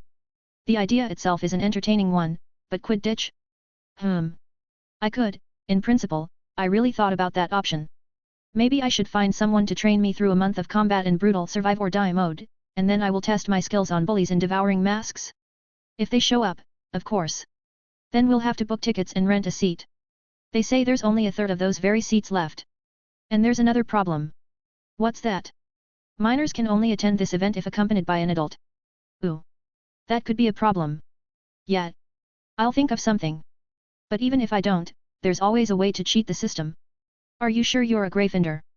Hermione smirked but apparently took the option under consideration. By the way, I approached Professor Flitwick about the project. Yeah? So. The professor described its meaning with theses rather chaotically. I already have some ideas, but I don't think I can test them until next year. After all, we can't do magic during the holidays. You can use it in Egypt. Yes. Wondered Hermione and perked up. You're not going to go to Egypt just to be able to use magic, are you? No, of course not. It's just rather interesting. Why is that? They believe that once a wizard has earned the right to carry a concentrator, he is quite capable, or rather obligated, to be responsible for his own actions. That's the way it is. On the one hand, this is very literate and should instill responsibility, it seems to me. But on the other hand, I bet there's a lot of work for the Obliviators. A flock of happy first years passed by, talking about their achievements. Who knows? But their auras inspire respect. They look very combative, so to speak. By the way, let's exchange phone numbers. Why we use only owls? I'll get my bag. Hermione froze for a moment with a shocked expression on her face and leaned back on the couch with a kind of wistful smile. How stupid. We figured it out after so long. Rising from the couch, I smiled at my friend. Yeah, and I'm no better. 136, Chapter 136. Chapter 166 already. Sorry for no chapters yesterday. I was admitted to the hospital for an allergy reaction. I was back with a notebook and pen in a minute, and the common room was more or less quiet. The reason for that was a little heated argument between Hermione, Ron, and Harry. The girl had left the couch in our secluded corner and was standing around arguing with the redhead and Harry while the others watched, pretending they weren't interested. Why do you even care who I hang out with and whose son Max is? Crossing her arms over her chest, Hermione looked at her opponents, looking from one to the other. Why don't you understand? Ranted Ron in his loud voice. Does he get that from his mother? He's the son of the Death Eaters. He is Malfoy. Harry, tell her. What did your godfather write, and what did Lupin say? Ron's right, Potter replied calmly. No one noticed me on my way out of the men's wing, so I quickly put a concealing spell on myself and headed towards this company. The godfather knew the elder Malfoy's wife well, and Professor Lupin had seen her. They were a couple of years younger. Max is an exact copy of her and his birthday is the same day as Draco's. So what? It's pretty clear what? Thundered Ron again. I bet he didn't get into our house by accident. I bet he's up to some nasty business. Yeah. Hermione spoke a little quieter, and I was already standing next to her, across from our golden duo. Exactly. Almost exclaimed Ron and Harry together. I mean, such is your gratitude for Ginny's life and yours, Hermione jabbed her finger at Harry. Potter. Yeah, he probably did it to gain his trust, Ron brushed it off. And Harry probably would have done it on his own. And it doesn't even bother you two that Max looks nothing like Lucius Malfoy? Rowena reminded about herself after a rather long silence. Well, grinned Weasley. Who knows these Death Eaters? Maybe she got a baby from someone. I unmasked myself with a simple burst of magic, and, to the astonished stares of Weasley and Potter, I moved closer, and with force, but without fanaticism, slammed my left hand right into the redhead's liver. The redhead was thrown a little, but he immediately bent over and collapsed on the floor, crouching, writhing in pain, even panting. Potter didn't disappoint and instantly pulled his wand from somewhere in his pocket and pointed it at my face. But even an idiot understands that you need to break the distance and not poke a concentrator in the face of the enemy. With a sharp thrust of my right hand on Potter's wrist, I sent his wand flying, and Harry followed it with such a sad and disbelieving look that I wanted to laugh. Watch your mouth, Weasley. Arg. Fuck you. Ron grumbled, still lying there. I watched the situation from the corner of my eye, but the funny thing was that no one rushed to help, nor did anyone attempt to separate. The twins shook their heads in frustration, and one handed the other a coin. I took a step toward Ron, but Hermione's hand rested on my elbow. Max, no. Half turning to look at the girl, I saw concern for the consequences in her gaze. He's not worth it. Tisk. Glancing at Ron squirming and the worried Potter crouched next to him, I just nodded. You're right. Why did you hit him? Resented Harry, glaring up at me from below. Is it hard to figure it out yourself, Harry? Don't talk to them. Ka. Weasley began to rise. Ginny ran up to Potter, handing him his wand. Here, Harry. Thank you, Potter nodded, accepting the wand, but was in no hurry to apply it, putting it somewhere inside his grey windbreaker. Hermione and I went back to the couch, the boys in the common room went back to their business. Potter and Ron went to their favorite table at the other end of the common room.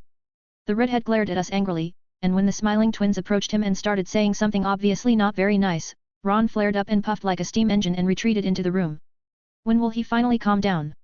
Exclaimed Hermione, sitting next to me and looking into the fireplace. I have no idea. Oh yes, we wanted to exchange numbers. Writing Knight's phone number in my notebook, I tore out the sheet and gave it to Hermione along with the notebook. The girl quickly wrote her own and returned the notebook. It's funny. I never thought I would return to this kind of exchange of numbers. I was too used to smartphones and other benefits of civilization, which would not appear soon in this world. 137, Chapter 137. There was a thought in my head that Ron would try to do something with my things, but a surprise awaits him. I carry all the junk in my bag, and the bag is enchanted with electric shock using simple runes with sewing and blood. An explosion of laughter in the common room distracted me from my thoughts and forced me to look where everyone else was looking. A disheveled Ron with tousled hair and magical sparks between his hair literally fell out the door of the men's wing. He was shaking with each shock, his eyes popping out of his head. Amid the laughter of the students, limping to the twins, Ron declared quite loudly for everyone to hear. Well, surely, son of Death Eaters, damn snake. Only a Slytherin could enchant his things, from an honest Gryffindor. The twins took their stupid brother to the hospital wing because the electric shocks did not stop but did not spread to others. Interesting magic, and in fact, it is set to the minimum. And by the way, what I do not understand is the reasons for the ministerial ban on the use of blood and runes. Only in this way, they become extremely durable, sensitive to the owner, and very quickly restore magic in themselves.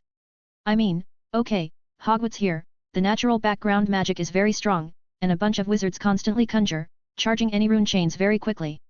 But in the normal world, blood in the runes would be extremely useful. Ah, the bureaucrats, what can you take from them?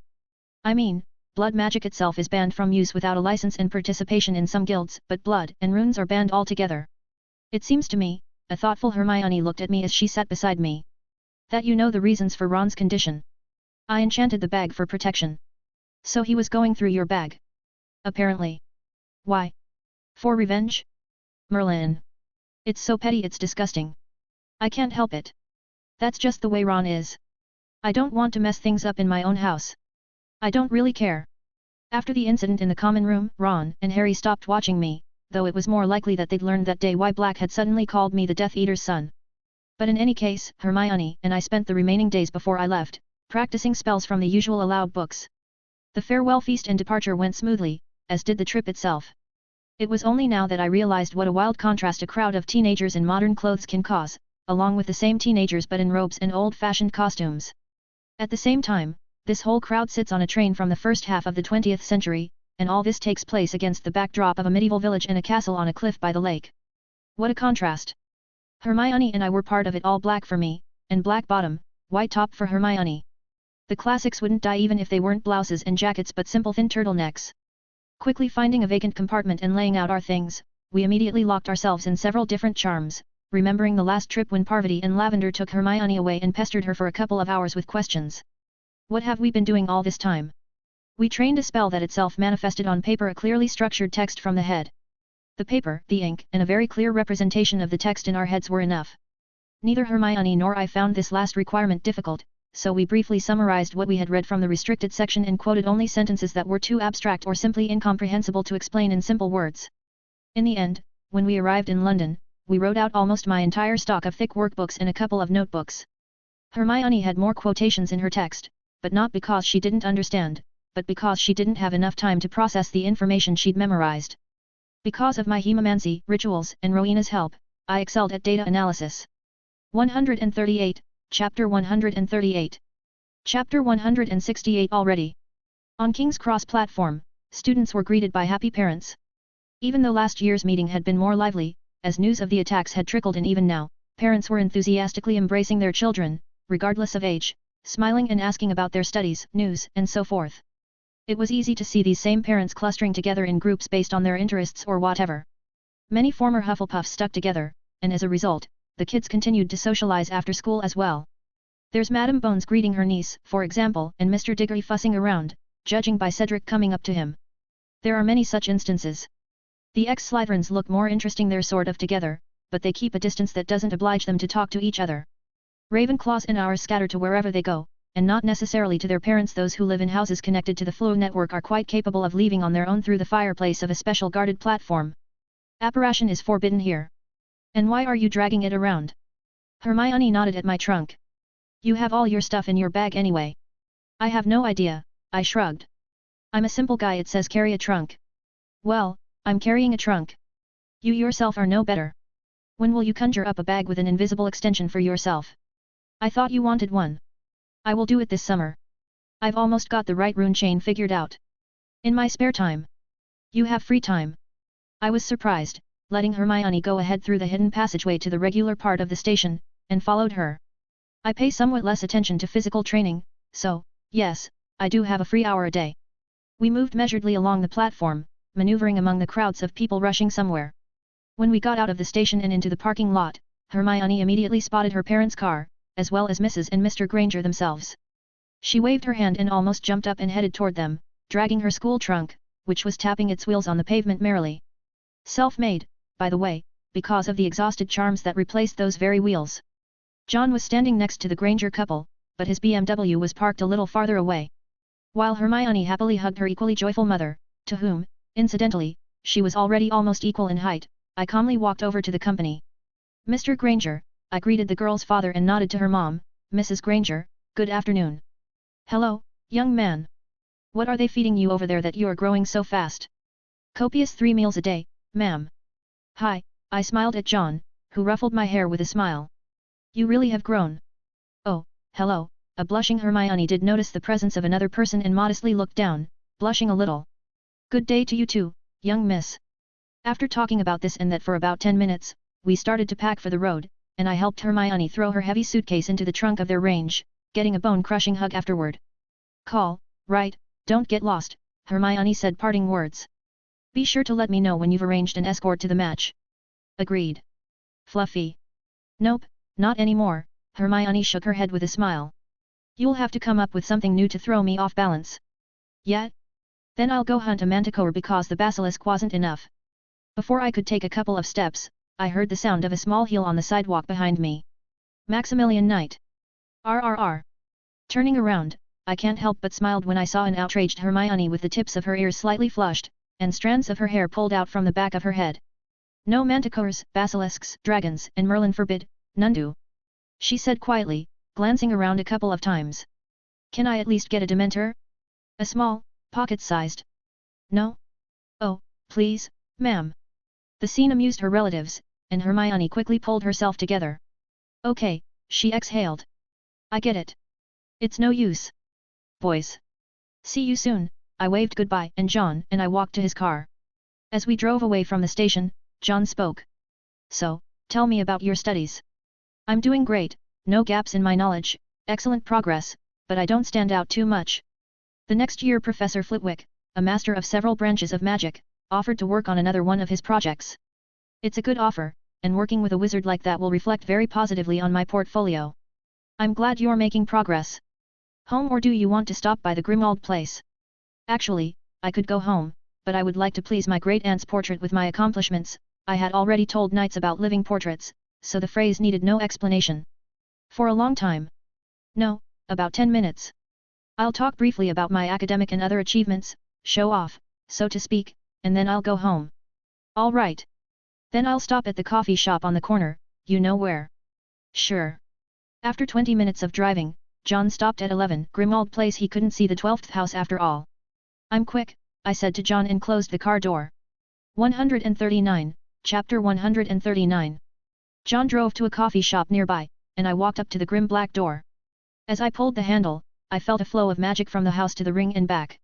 It felt familiar and pleasant, native. Native, despite the changes since the ritual. The hallway looked much better than in my first visit. It was just as gloomy, yes, but you no longer risked getting tangled in cobwebs or covered in dust. The dark wallpaper with the monograms no longer threatened to fall off any minute, the magic lights looked old-fashioned but not old, and the light was sufficient and did not add a horror atmosphere. Even the floorboards didn't squeak. The Kriaker had done a good job in my absence, though I'd done some work myself last summer. Quite a lot, but not all. There was silence in the house. I took out my wand and walked quietly down the hall, listening for the magic.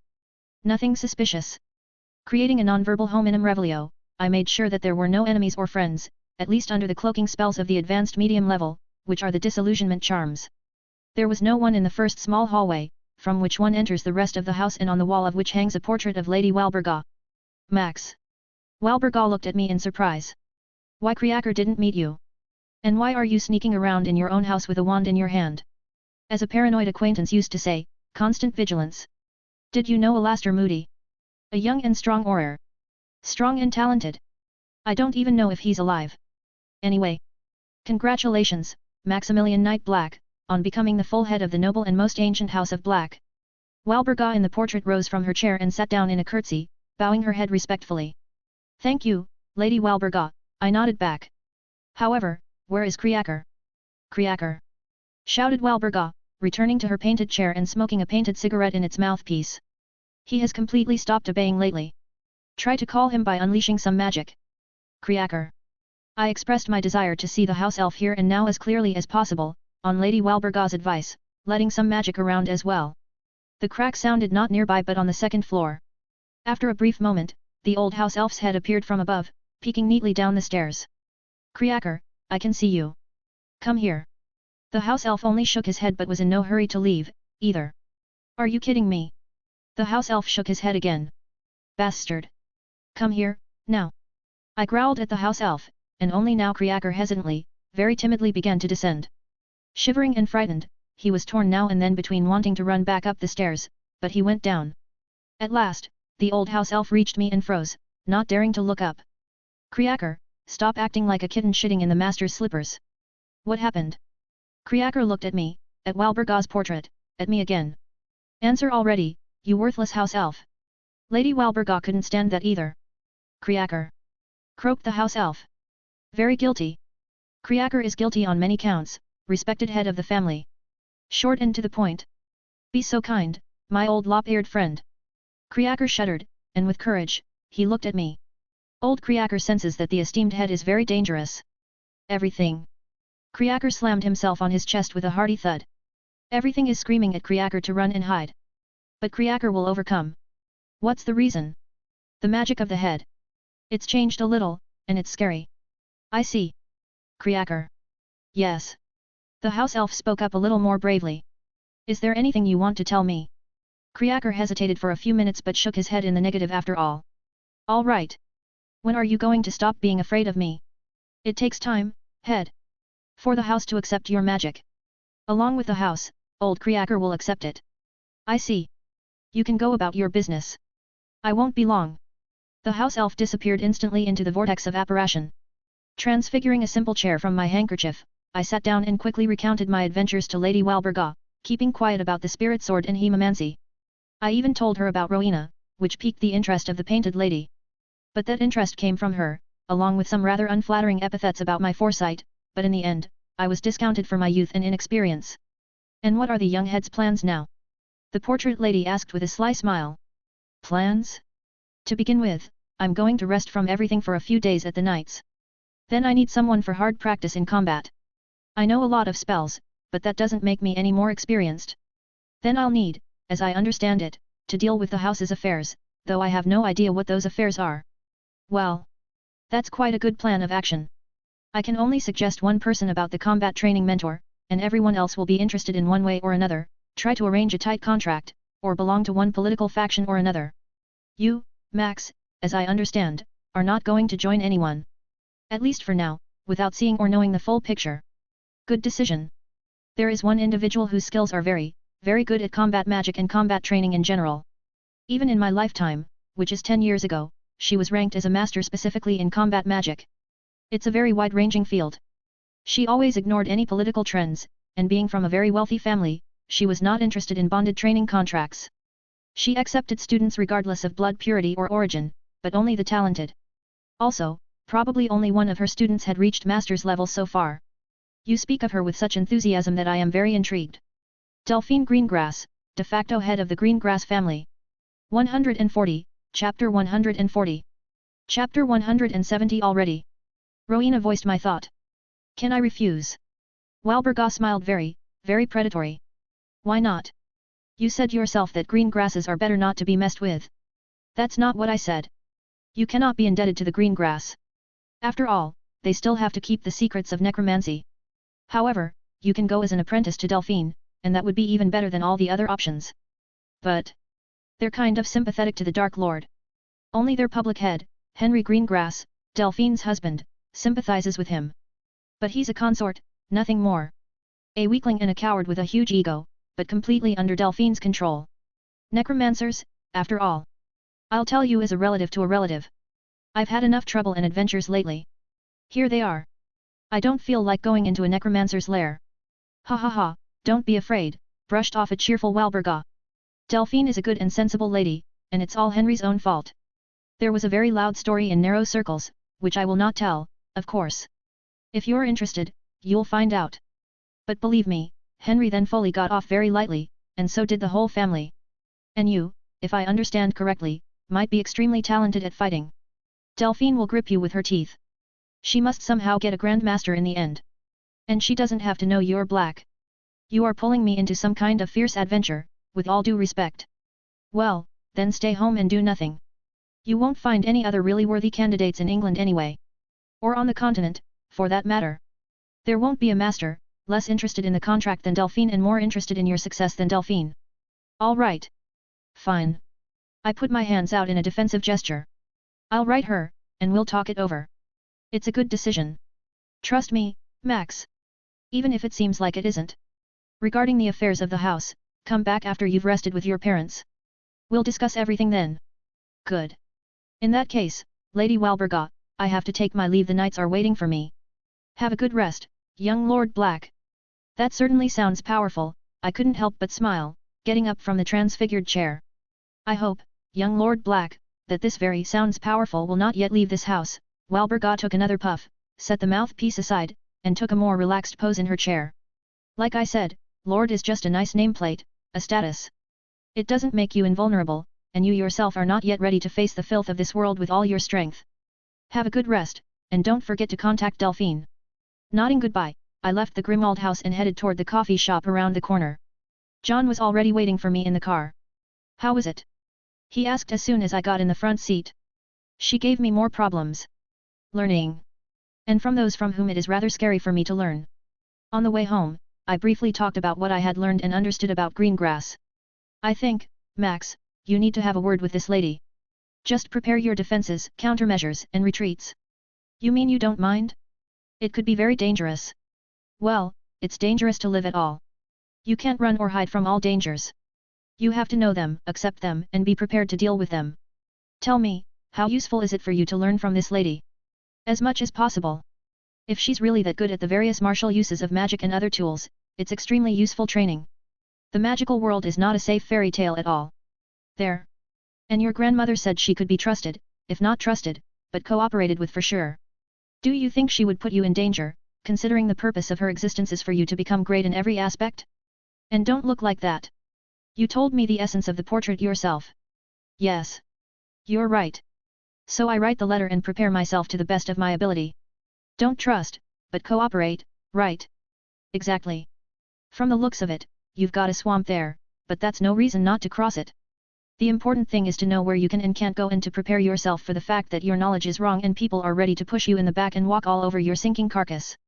When I arrived home, I took a good parchment and, in the most beautiful handwriting possible, which was not without Rowena's help, wrote a rather simple letter to Lady Greengrass and sent it with the pirate. 141, Chapter 141. Our modest but homely, hearty, and tasty family dinner was not yet over, and the pirate flew in through the window, holding an envelope in his paw. As always, disheveled with a cocky look, he landed in front of me, peered through one eye, leaning forward as if trying to scan my retinas. Oh ho ho! The bird, in his inimitable style, hooted, abruptly extended his paw with the letter in my direction and unclenched it. The letter fell on the table. The pirate held his paw like that for a second or two. Then he turned around and moved purposefully in the direction of the bowl with small pieces of meat, which Sarah had already organized. He walked over, took a closer look at the food, and looked us all over. Oh oh oh ho ho ho! It was with this cry that the pirate began to carefully and inevitably destroy the offered delicacy. Looking at the letter I had received with the wax seal and the green grass coat of arms, I stretched my hand over it and formed the outline of a diagnostic spell from the grimoire clear. Zero magic at all. I just let the magic out of my palm, and it started to flow through the letter without much obstruction, which means no magic, charms, or runes in the letter. Breaking the seal and opening the envelope, I pulled out a folded sheet of parchment. The usual greetings, fair weather, and later the gist of the letter was written in beautifully penciled handwriting. Well? Asked John, not hiding his curiosity. Sarah was just as curious, having already learned about some of my body movements at Hogwarts. She agreed to talk and look at me. The day after tomorrow, at Avalon. This is a restaurant in a magical quarter. Expensive, I should mention. Putting the letter aside, I leaned back in the comfortable chair. I need to prepare. The rays of the morning sun danced playfully across the room, seeping through the curtain that fluttered in the light breeze through the ajar window of the room. I did not want to get up and greet the new day, but my body, accustomed to a strict schedule, refused to lie down. No matter how great was my desire to do nothing for a day or two, but I was enough only for a couple of minutes of such idleness. Having jumped out of bed, I did not forget to weaken myself with hemomancy and started warming up and exercising. In 15 minutes, I ran out of the house in a tracksuit and went for a run in the still sleeping but slowly waking up suburbs. I returned home for breakfast, exhausted and a little sweaty. After the shower and the breakfast with the knights, I went to the Diagon Alley. There were several issues to be solved. The idea of raising a pet with certain soul parameters for Rowena hadn't seized my brain, but there were some thoughts. There would certainly be a lot to calculate for her, but the result would be interesting even by a rough estimate, though the end of the experiment would not come soon enough. When did I have time to think about it? Well, before I went to sleep, instead of excitement about the upcoming meeting, I decided to think about a simple thing: the soul is not a balloon. It cannot be inflated in 5 minutes. So the process of growing it will be long. But the main thing is to start. With these thoughts in mind, I took public transport to the centre of London and walked to the Leaky Cauldron. The pub has not changed, as before, it is not the most pleasant place. Basically, this atmosphere is set precisely by visitors who do not have the tittiest appearance, and they do not smell French perfume. I nodded to the bartender Tom, who was standing behind his counter as always, and without much enthusiasm, was wiping his glass with a rag that was already riddled with holes. I quietly walked to the backyard, took my robe from the bag, and put it on, tapping on the right bricks with my wand, opening the passage to the main shopping street of magical London. The vacations had just begun, and there wasn't much enthusiasm for visiting Diagon Alley among the wizards, but even so, this is a shopping street. Even if you don't have kids to get ready for school, you can and should always buy something for yourself or your business. Therefore, I walked not along an empty, crooked stone-paved street but along a quite lively one. From all sides, I could hear the contented or angry voices of the inhabitants, who had decided to sort out the necessary purchases as soon as possible. But now I need to do a little scouting of the situation in the neighboring streets adjacent to Diagon Alley. I'm not interested in Nocturne Alley, there's nothing to do there yet. 142, Chapter 142. Walking down the street to the left of Gringotts, one could get to a wide, flat street with well-groomed, closely spaced 2- and 3-story houses along it. Each one had a tiny plot of land in front of the main entrance, where there could be both flower beds and flowers outside the fence and tiny verandas or even tiny parks, but with dense thickets and arches of climbing plants. Along the street on either side were rows of black lampposts with lamps that were obviously magical but now turned off. The kind of old-fashioned looking lamps that still survive in the historic streets of ordinary London, and there they burn by igniting special grids. I wonder who first came up with this design and brought it to another world? Even though there were obviously fewer people here, but they looked more solid, much more ordinary, or what? There weren't the garish outfits, like on Diagon Alley, as if its visitors had just escaped from the carnival, and even the robes here looked like capes, somewhat old-fashioned cloaks rather than sackcloths with sleeves. The establishments along the street provided services rather than goods. For example, the law firm Barksley & Co., in a 2-story, architecturally austere house. Or, a little further away, an intermediary firm without a specific name, only on a very old, But, not unlike Ollivander, well-kept nameplate, was the inscription intermediary. Contracts, deals, resales. Every 3 densely packed houses had access to a well-kept alleyway where 4 people could be separated without difficulty. They led into small enclosed courtyards where smaller firms, not as old and successful as those on display on the main street, were located. By the way, from this street, you could get to another one, where there were residential districts, though not the best, and another street led directly to the ministry. It would seem that the distances are too small. We're in the Charing Cross area, and the ministry is on Whitehall about 1.5 miles away, but it's magic, Max. By the way, I still don't know what these magical streets are, some kind of dimensional pockets, just hidden areas, or maybe even passages to another world. After wandering through the streets, seeing wizards hurrying and walking with their children, I reached Avalon. The restaurant was in a small French palace manor style and was located on a fairly large, by local standards, fenced area, with a high wall of plants and trees, an artificial waterfall, and a kind of winter garden. Outside, beyond the fence, the view clings to the summer verandas below and the covered mansard-type balconies that occupy 2/3 of the space below the second-floor roofs. I bet that from the inside, from the institution itself, and from the terraces, you get a feeling of alienation from the rest of the world. Only the front entrance through the fence and the street behind it hint that you are still in town. By the way, there are also separately existing establishments of a similar kind outside the city. Still, if you believe the conversations, Avalon is more popular for important meetings because it is located in the business and shopping centre of London. After looking around this way and that, I noticed human rather than elf attendants, a couple of obvious guards, and a few customers on the veranda. But most of the visitors still preferred the more secluded places on the second floor or in the inner halls. I don't have complete information about the place, unfortunately, but even so, I can imagine some escape routes. I'm not an expert in this business, of course, but still. Rowena was able to interpret my slight sense of magic and summarized, an anti-apparition field, like at Hogwarts. Actually, that was the end of my visit here. Lady Greengrass wrote that she would wait for me here at the appointed time. I only need to introduce myself to the staff at the entrance. The next point of my visit was to the house at the Grimmauld Place, for not all matters have yet been settled with Lady Walburga's portrait. It was for this reason that I did not linger any longer in the magical streets of London, and leaving them through the leaky cauldron, took public transport, heading to Grimauld's place. 143, Chapter 143. Kriaker trembled like an aspen leaf in the wind. He trembled but tried his best to pretend that he was not at all scared. But I must admit he was doing better than yesterday. Sitting in the chair opposite Lady Walburga's portrait in Grimmauld House, I thought about a seemingly simple thing, the Slytherin locket. I wouldn't want to cause unnecessary questions from the portrait of this lady by blatantly and unreasonably ordering Kriaker to bring that trinket.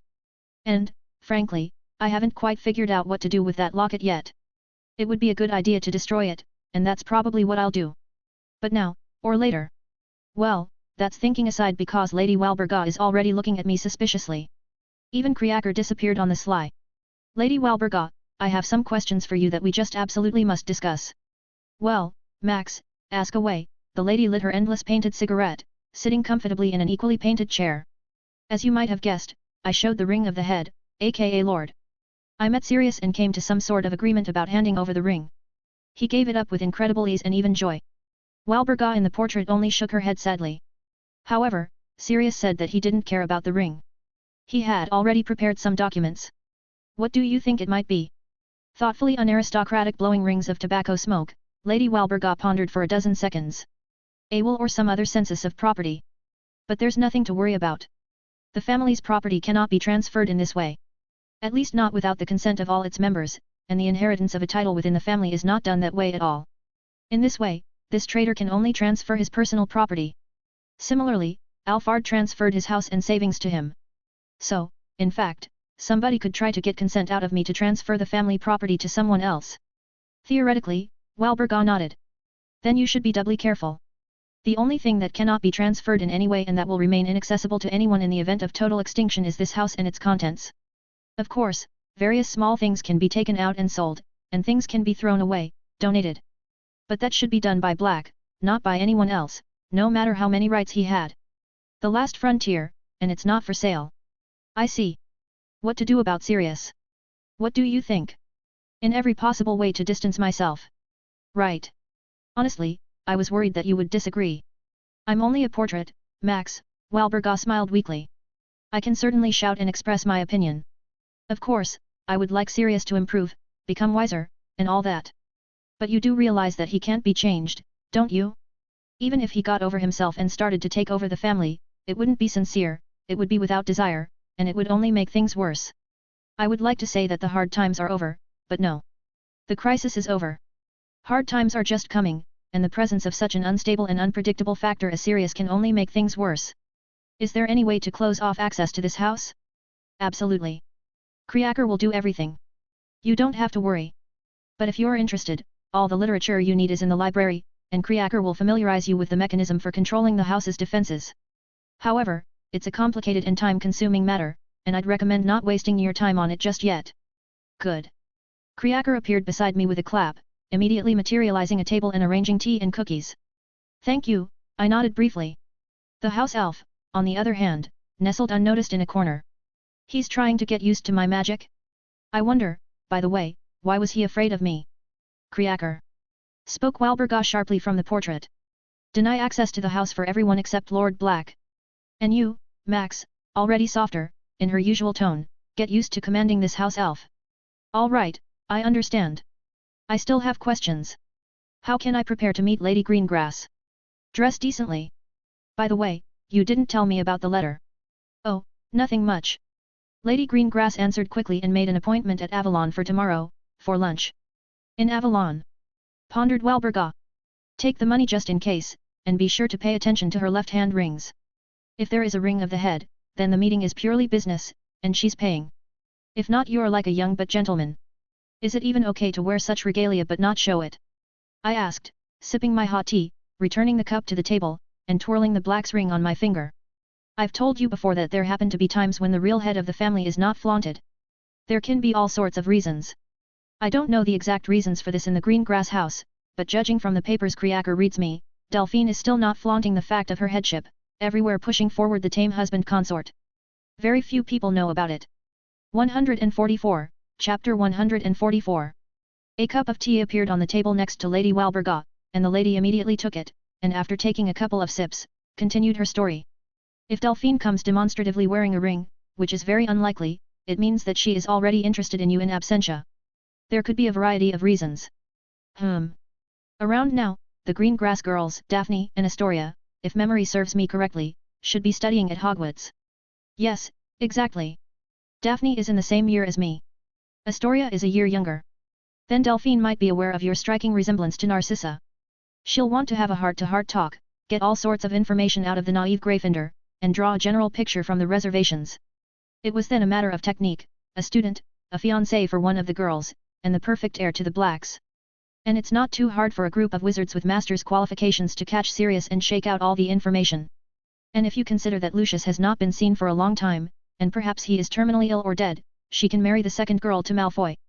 The right accents and there's a powerful coalition of 3 far-from-last families ready. That's what I would do.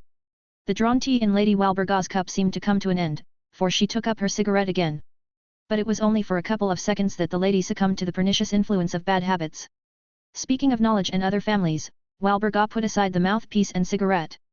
Usually heirs and just those who will be involved in the affairs of the family are initiated into the intricacies of those very affairs and politics after Hogwarts. The only thing told before is about enemies. So I'm extremely curious as to where young Draco will lead the family, given Lucius such a sudden death. Couldn't Lucius have been teaching Draco something? Hardly. The Malfoys, like us, are creepy snobs and traditionalists for that matter. It amazes me how easily and with such notes of irony you speak of our family, Lady Walburga. I am a portrait, Max, smiled the lady indulgently. In my condition, it is much easier to be ironic about the important things in life.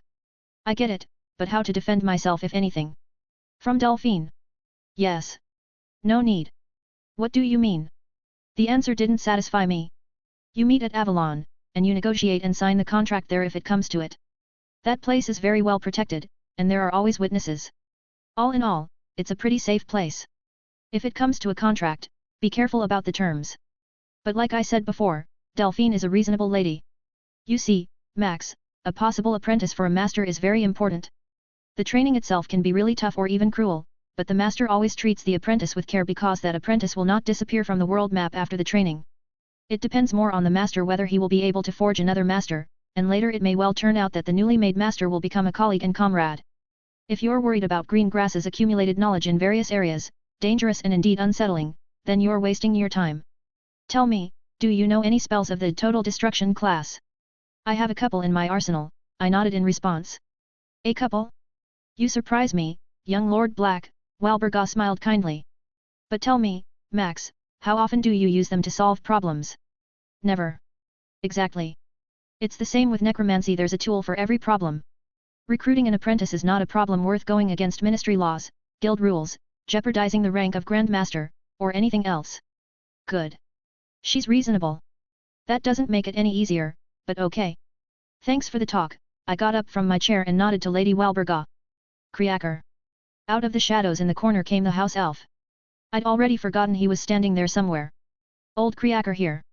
Do you know how much spare money there is in the house? Old Kriaker knows, respected head, nodded the house elf, as if everything was all right. There are over 150,000 galleons in the vault of the house. The amount of money the house has invested in businesses and enterprises is not known to Kriaker. Then, give me 300, I held out the wallet to Kriaker, and he accepted it with a slight shiver, immediately disappearing. Lady Walburga. What about the family's affairs?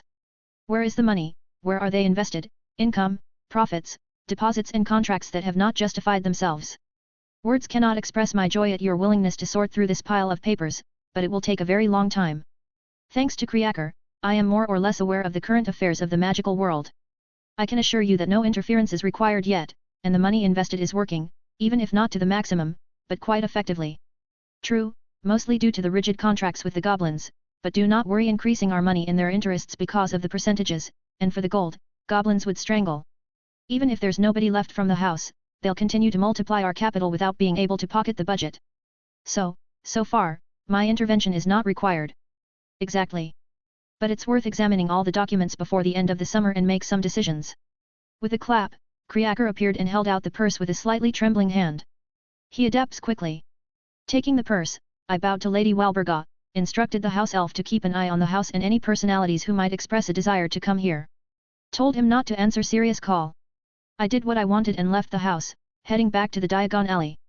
I would have to study the apparition because these back and forth trips by bus were starting to wear me out. Oh, I should buy a car. Yet. One of my half-brothers, according to John, is not the last person to work for BMW in Germany. There's a reason John has a BMW. Buy it, enchant it for anything and for reduction, and carry it around with me. I know how to drive, and my height allows me to sit comfortably behind the wheel.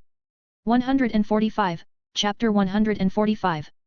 Diagon Alley greeted me with even more excitement than this morning, though many people should have been gone by now, having finished their business. But, no, they were bustling, running around, buying and selling things, and postal owls with parcels and letters were flying overhead in flocks, causing me logical concerns about the cleanliness of my clothes. The first thing I did was visit everything for Quidditch. It was a typical sports store, except that the equipment was only for one game. Mannequins with different models of protective equipment, a variety of brooms on the shelves and walls, sets of balls, posters of different teams with autographs, and a lot of fan paraphernalia. By the way, most of this paraphernalia belonged to the Bulgarian and Irish teams. Black with burgundy, and soft green colors were dominant in the store. When I approached the smiling salesman in his 30s, I immediately asked. Hello. Where can I buy tickets to the finals? Good afternoon, young wizard. The salesman responded cheerfully but hiding tiredness well. Of course from us.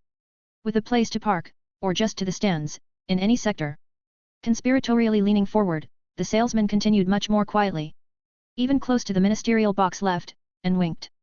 Then if you please, 2 with 1 parking and closer to the ministers. If it starts to rain, I do not want to know about it first. Wise decision, wise, young wizard. That'll be 115 galleons. Nodding, I pulled out my purse and began pulling out stacks of 10 galleons each. Seeing this, the seller, without hesitation, pulled out a rather massive ledger from under the counter and opened it in the middle. So, your name? Maximilian Knight. Okay. Done. After making a note, the salesman selected tickets from a semblance of a filing cabinet for a couple of seconds. He took out 2, placed them in front of me, inscribed my name in both with the same pen, signed his name, and asked me to touch the tickets with my wand. Here, your tickets. The parking space, like the stands, is indicated on the ticket itself. You can occupy the parking lot any time from the start of training camp, which is 5 days before the match. Have a great time. Thank you. Just as I put the tickets in my bag, the salesman spoke again. Would you like some paraphernalia?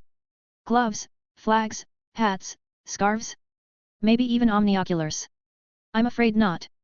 But can you tell me where to place bets on the outcome of the match? Of course. You can't in our place, unfortunately, the salesman said.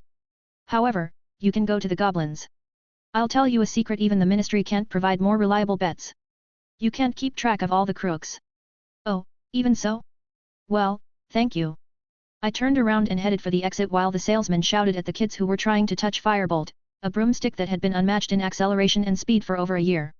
But unfortunately, or fortunately, I'm not interested in brooms or Quidditch. What the hell made me think of BMWs? I can still see the old but modern M8. There's no information about it in the media or anywhere else, but I do know that there are one or more prototypes of this unreleased car. Unfortunately, it will never go into production at all, but that's the little things. A slightly weakened engine from a McLaren F1, 500 plus horses, and that's now in 94. How can I get these thoughts out of my head?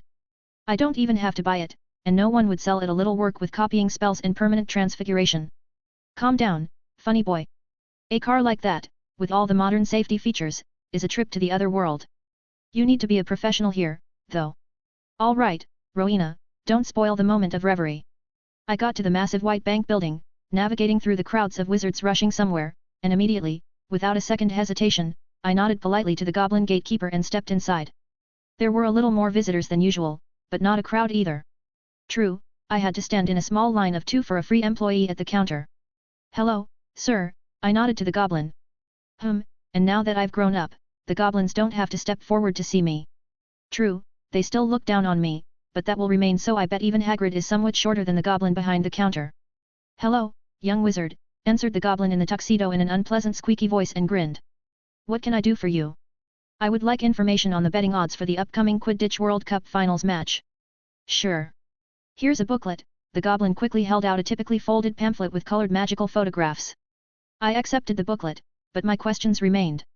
Oh, thank you very much, and I will certainly look into it. However, I am interested in the odds on a single bet.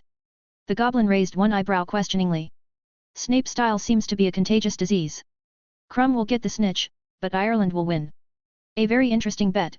The goblin opened the ledger and deliberately slowly guided the sheets with his hooked clawed finger, causing muffled annoyance to the hurrying wizards behind me. 17.5 to 1. Maximum winnings. The goblin hinted not very subtly, tapping the stack of pamphlets with his finger. Good. I'll be back. Stepping away from the main crowd of people and nestling in the corner of the hall, I opened the pamphlet and immersed myself in the reading. Inside there were various conditions, bets, advertisements for the event itself, and reasons why a wizard simply must bet at Gringotts and nowhere else. The maximum winnings are 500,000 galleons, which is a pretty solid sum. So what's the wager they're supposed to be? 28,572 galleons rounded up. Great. 146, Chapter 146. From the bank, I went at once to Twilfit and Tattings, a good atelier. It was time to update my closet, and a more expensive atelier than Madame Malkin's robe store would be perfect for this purpose. The reason for choosing an atelier is simple: a greater variety of different models and a variety of fabrics. As I've learned in the time I've spent in the magical world, there are 2 kinds of magical fabrics. Those made from wool or some other products of life of magical animals, and materials obtained from ordinary animals and plants, which grew up among magic and in magical backgrounds for several generations. This does not make the latter exactly magical animals. Still, because of the natural adaptation to the environment, such fabrics, though somewhat worse to hold magic and enchantments, are much better than those that are not magical at all. In general, Madame Malkin either has outright consumer goods or too high class of fabrics with extremely limited models due to pre-cut blanks. Atelier Twilfit and Tattings was not much different from an ordinary clothing store. A bright room, mannequins in various outfits, closets and racks with fabric samples, and various clothing accessories could be found in the windows. I was greeted by a smiling girl in a strict dress and robe, and after a nice but short chat, we decided on my order and took measurements. I agreed to pick up later, having paid half in advance and received a receipt with a magical signature. Now, almost with a clear conscience and a sense of fulfilled duty, I went back to Grimmauld Place. I can think fast, and I'm clever in some places, but I'm not very good at planning. When I returned to Grimmauld, I disturbed Creaker, who was busy repairing the stairs. He was restoring the steps to look like new and not creaky. You're back already? Walburga hastened to note my appearance. Yes, lady, but not for long again. Creaker. Old Creaker is listening intently. The house elf was torn between the need to approach me while at the same time holding the dismantled step in the middle of the stairs. You don't have to come up. I need 28,572 galleons, and at the end of August, that amount will rise appreciably. Walbergal looked at me silently, studying me. Kriaker, on the other hand, had managed to restore the step back to its original form, and at least it had taken its place. Almost rolling down the stairs, Kriaker straightened his pillowcase and came closer, shuddering a little. Can old Kriaker dissuade st respected head from doing id rash things? I don't think so. I can see that, came from the portrait. If you are confident in your decision and in case of failure you are ready to accept the loss of a rather significant amount, then your will, Max. You are Lord Black, after all. Except that money doesn't come out of thin air. Tell that to the goblins who profit from the interest. But I'm pretty sure I can make that money grow, not lose it. Kriaker. I held out my wallet to the house elf. You need a bigger purse. The house elf squeaked and disappeared with a clap.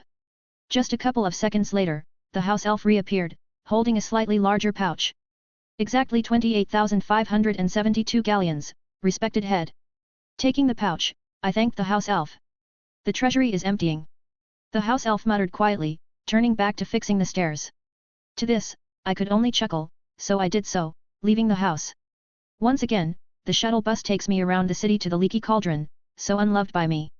Once again, I nodded to the bartender Tom, and made my way to the back of the pub, opening a passageway to the Diagon Alley with my wand. Once again, the thought of my lack of planning skills visited me because did I know I was going to bet? I did. What prevented me from knowing all this on my first visit to the alley? Well, nothing. The main thing is to draw conclusions and make a better plan of action. Although, in my particular case, the emphasis should not be on the word better but on the word make. When I got to the bank, I went up to the same goblin and told him I wanted to bet my money on the Quidditch World Cup finals. Of course, the goblin gladly agreed to accept the bet, and after hearing the amount, walked me through the corridors of the bank to a separate office, where we made a contract for the bank's betting services. There was not a single alarming or suspicious clause. By the way, I found out that the rates are a little bit lower because of the interest in the winnings that the bank takes. But, on the other hand, goblins are very scrupulous about money. Also, if you don't see something in the contract, it's entirely your fault. I, in turn, have checked everything and made sure that the deal is safe. Rowena has analyzed it. 147, Chapter 147. I left Gringotts with the next receipt and a copy of the contract for today, safely hiding them in my unchanging bag, the belt of which habitually weighs on my shoulder. It is funny because the habit of my past life, of adjusting the strap on my shoulder, is back. A couple of times, I noticed that I was trying to fix it even when there was no need for it. Very strange feeling, forgotten, but somehow pleasant. I wandered around Diagon Alley for a while and looked in the bookstore, searching for something interesting, but everything seemed too dull after the restricted section.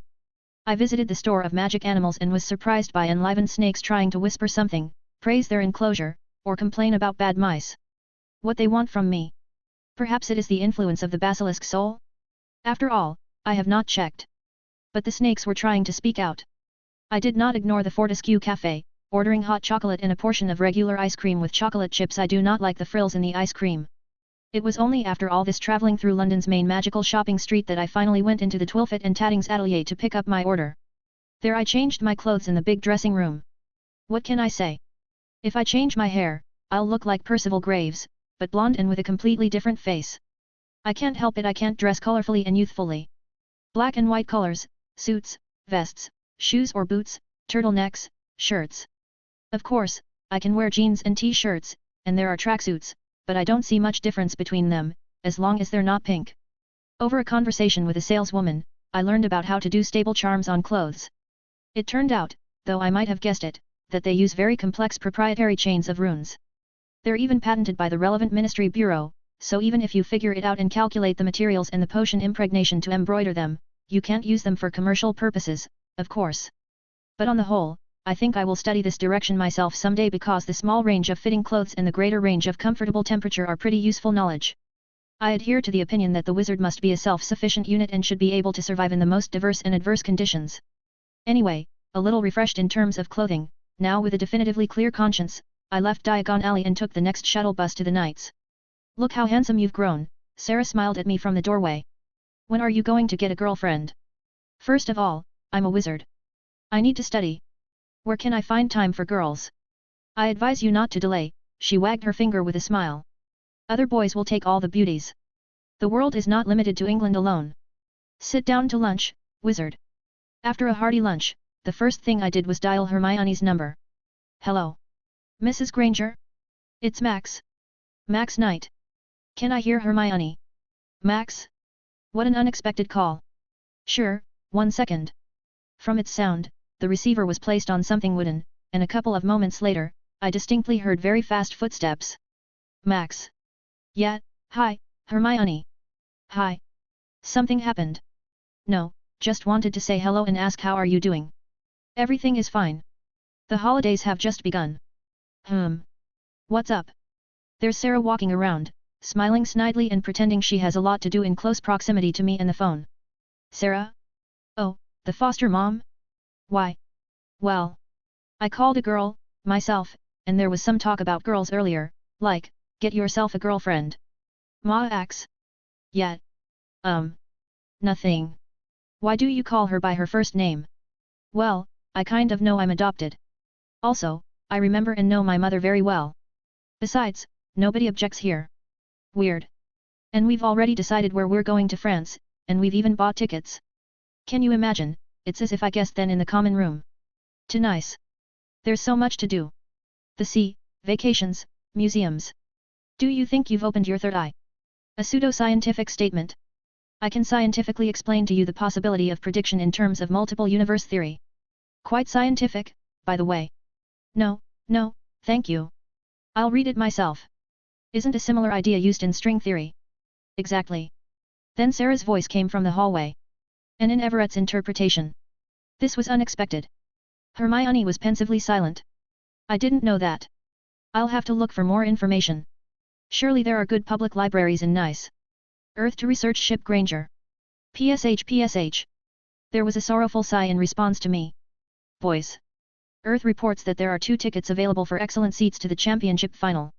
It remains to find an escort. Can you hear me? Yes, I'm here. When do you have time to do everything? All I had time to do was sleep and tell my parents about my adventures and accomplishments. Adventures. Nothing out of the ordinary, and it's mostly other people's adventures, from girly gossip. I see. Hermione, when are you leaving? Oh, it's tomorrow. For 2 weeks. Interesting. I have an appointment with a combat master tomorrow. If I'm lucky, I might be able to go into an apprenticeship. I can't even imagine how to combine it with Hogwarts. But anyway, this experience is better to get with a mentor than in an actual magical battle. I'll ask if she needs another apprentice. If so, I'll recommend you. You seem pretty talented. Oh, come on. I'm not that talented. You're better at a lot of things. Don't belittle your accomplishments. You're the best among peers at everything. Besides, what would I do without you? You can think, analyze, and compare facts, and I can only memorize and practice all sorts of crap. Everyone who can learn occlumency can do that, and practice is persistence and hard work. The ability to think is not given to everyone. Yet. Really. Anyway, I'll recommend you, and if she's interested, I'll introduce you. If not, I'll help you with the same program. That's good news. I hope this master will be interested in you. We talked about everything else for a few more minutes, but soon Hermione was called by her mother to help with something, and our conversation ended there. Now I must somehow prepare for my meeting with Lady Greengrass. Perhaps knowledge of etiquette? Sarah knows a lot in this area. It's just that it's not customary for us to be overly polite. 148, Chapter 148. That's the kind of request I came up to Sarah with, which resulted in 5 hours of Etiquette for Dummies master class. The usual etiquette was fine, or at least as close as possible to magical etiquette, except for the nuances with the wand. I had noticed some elements of the peculiarities of carrying a wand, but I had not interpreted them in any way. Also, Lady Walburga didn't pay much attention to such things, but perhaps she just couldn't imagine that someone suddenly didn't know the basics. However, it was not Sarah's extensive knowledge of the smallest details of etiquette in various countries that surprised me, but the fact that I already knew many things, and they were carried out by themselves. Approximately estimating the reasons of such behavior, I understood that though the knights do not pay special attention to etiquette, they taught me everything very unobtrusively and without long instructions, just by personal example. That's what experience and not being the first child in the family means. Now she was explaining to me small nuances that might not be noticed, ignored, and most of it was devoted not at all to the purpose of this or that cutlery, which, by the way, is easy to handle if the table is already served. Just use the cutlery in the order of serving dishes from edge to center. However, with French serving, as practiced at Hogwarts, this is hard to do everything on the table, take what you want, and orient yourself. In the regular world, this arrangement hasn't been practiced for a long time. I wonder what happens in Avalon? Most likely, since there are attendants there, then the Russian serving of dishes, which is already familiar to everyone all over the world. Sarah touched on other nuances, like, for example, styles of dress for different occasions, strict business style, not so strict, casual, and so on. How to wear certain things, how and when to button or unbutton a jacket, and many other little things that I did but did not realize. For example, I never wore a vest under a double-breasted jacket.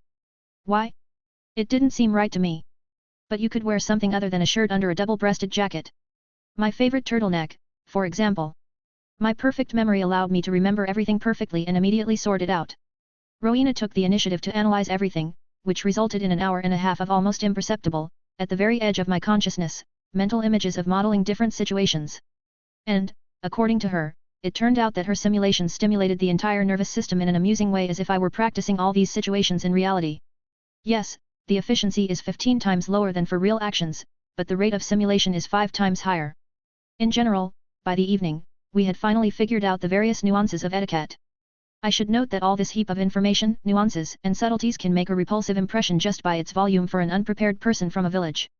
There is nothing to talk about, table etiquette is a little bit complicated and not understandable, and if you add wine etiquette to it, you can hang yourself.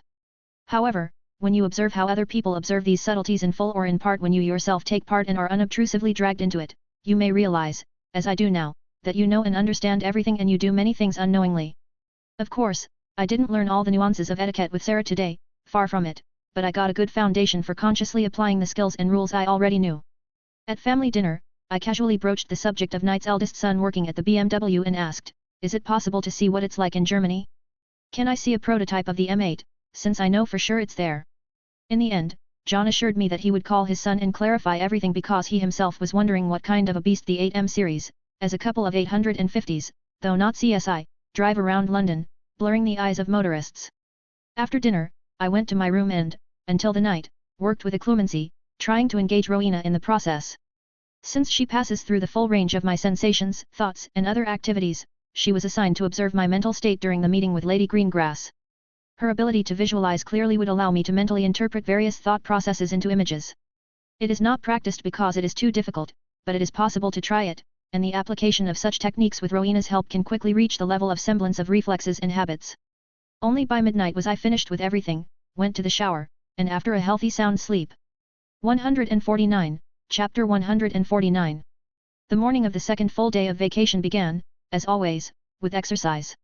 Yesterday's momentary weakness, the desire to do nothing and lie down despite the habits hammered into the body, disappeared without a trace.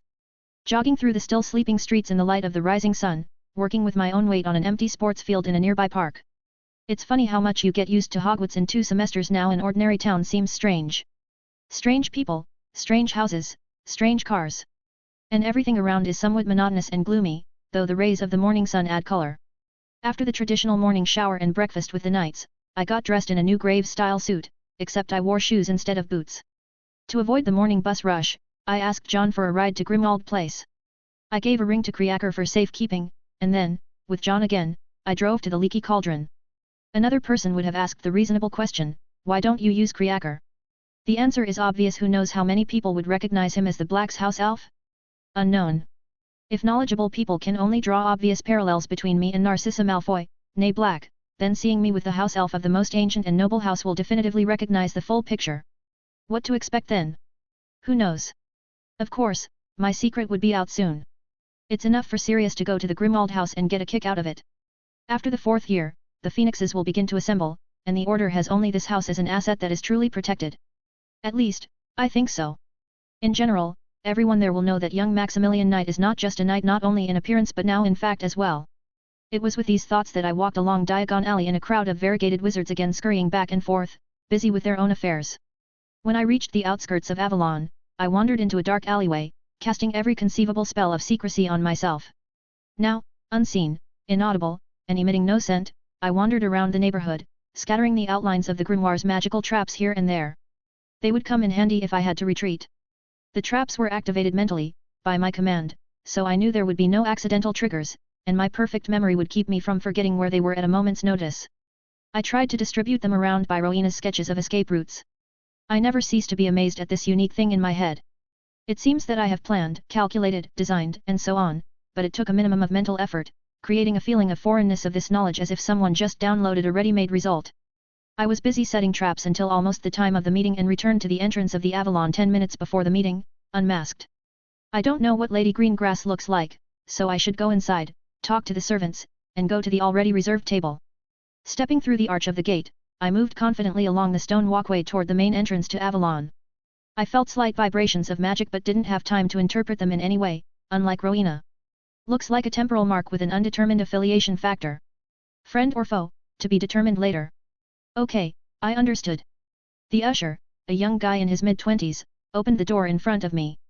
At the entrance, I was almost immediately confronted by the hostess stand, where two girls in strict dresses just below the knees and in French-style cape robes slightly shortened on all fronts were minding their own business.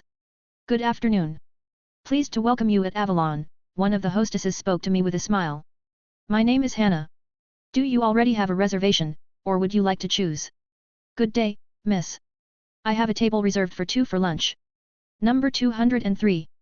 Would you be so kind as to say your name? Maximilian Knight. The girl blinked thoughtfully for the briefest of moments without losing her very natural and welcoming smile. Please follow me, Hannah smiled invitingly, waving her hand and making sure I followed her. She moved toward the massive wooden staircase to the second floor. It is not customary to look around and certainly not look at other visitors, but nobody cancelled the lateral vision. It's a pleasant place, and the design is also pleasant, though mixed up with everything. There are also notes of the Renaissance, heavy, expensive, with a predominance of shades of beige, dark wood trim, and monograms. Well, I'm not an architect. I do not know the names of all these elements. There were elements of the typical Middle Ages too, but they were expressed in some small decorative elements. In the far corners of the hall, the atmosphere and tones were a little gloomy and the decorations more angular. It looked as if you were about to see a typical smokin' noir gangster from 20s Chicago in the midst of these somber tones. The second floor was about the same, except there were more secluded tables along the walls, and most of the room was a kind of mansard with separate tables on balconies. It was this table, on the balcony, that Hannah led me to. It was round, with a white tablecloth, already set with cutlery and crockery, and a crystal carafe of water in the middle. Will you order something? I'd prefer to wait. There was no need to designate the status of who exactly to wait for, and so the girl nodded. Another girl appeared beside her but in a slightly different uniform, though the differences were almost subtle. This is Catherine.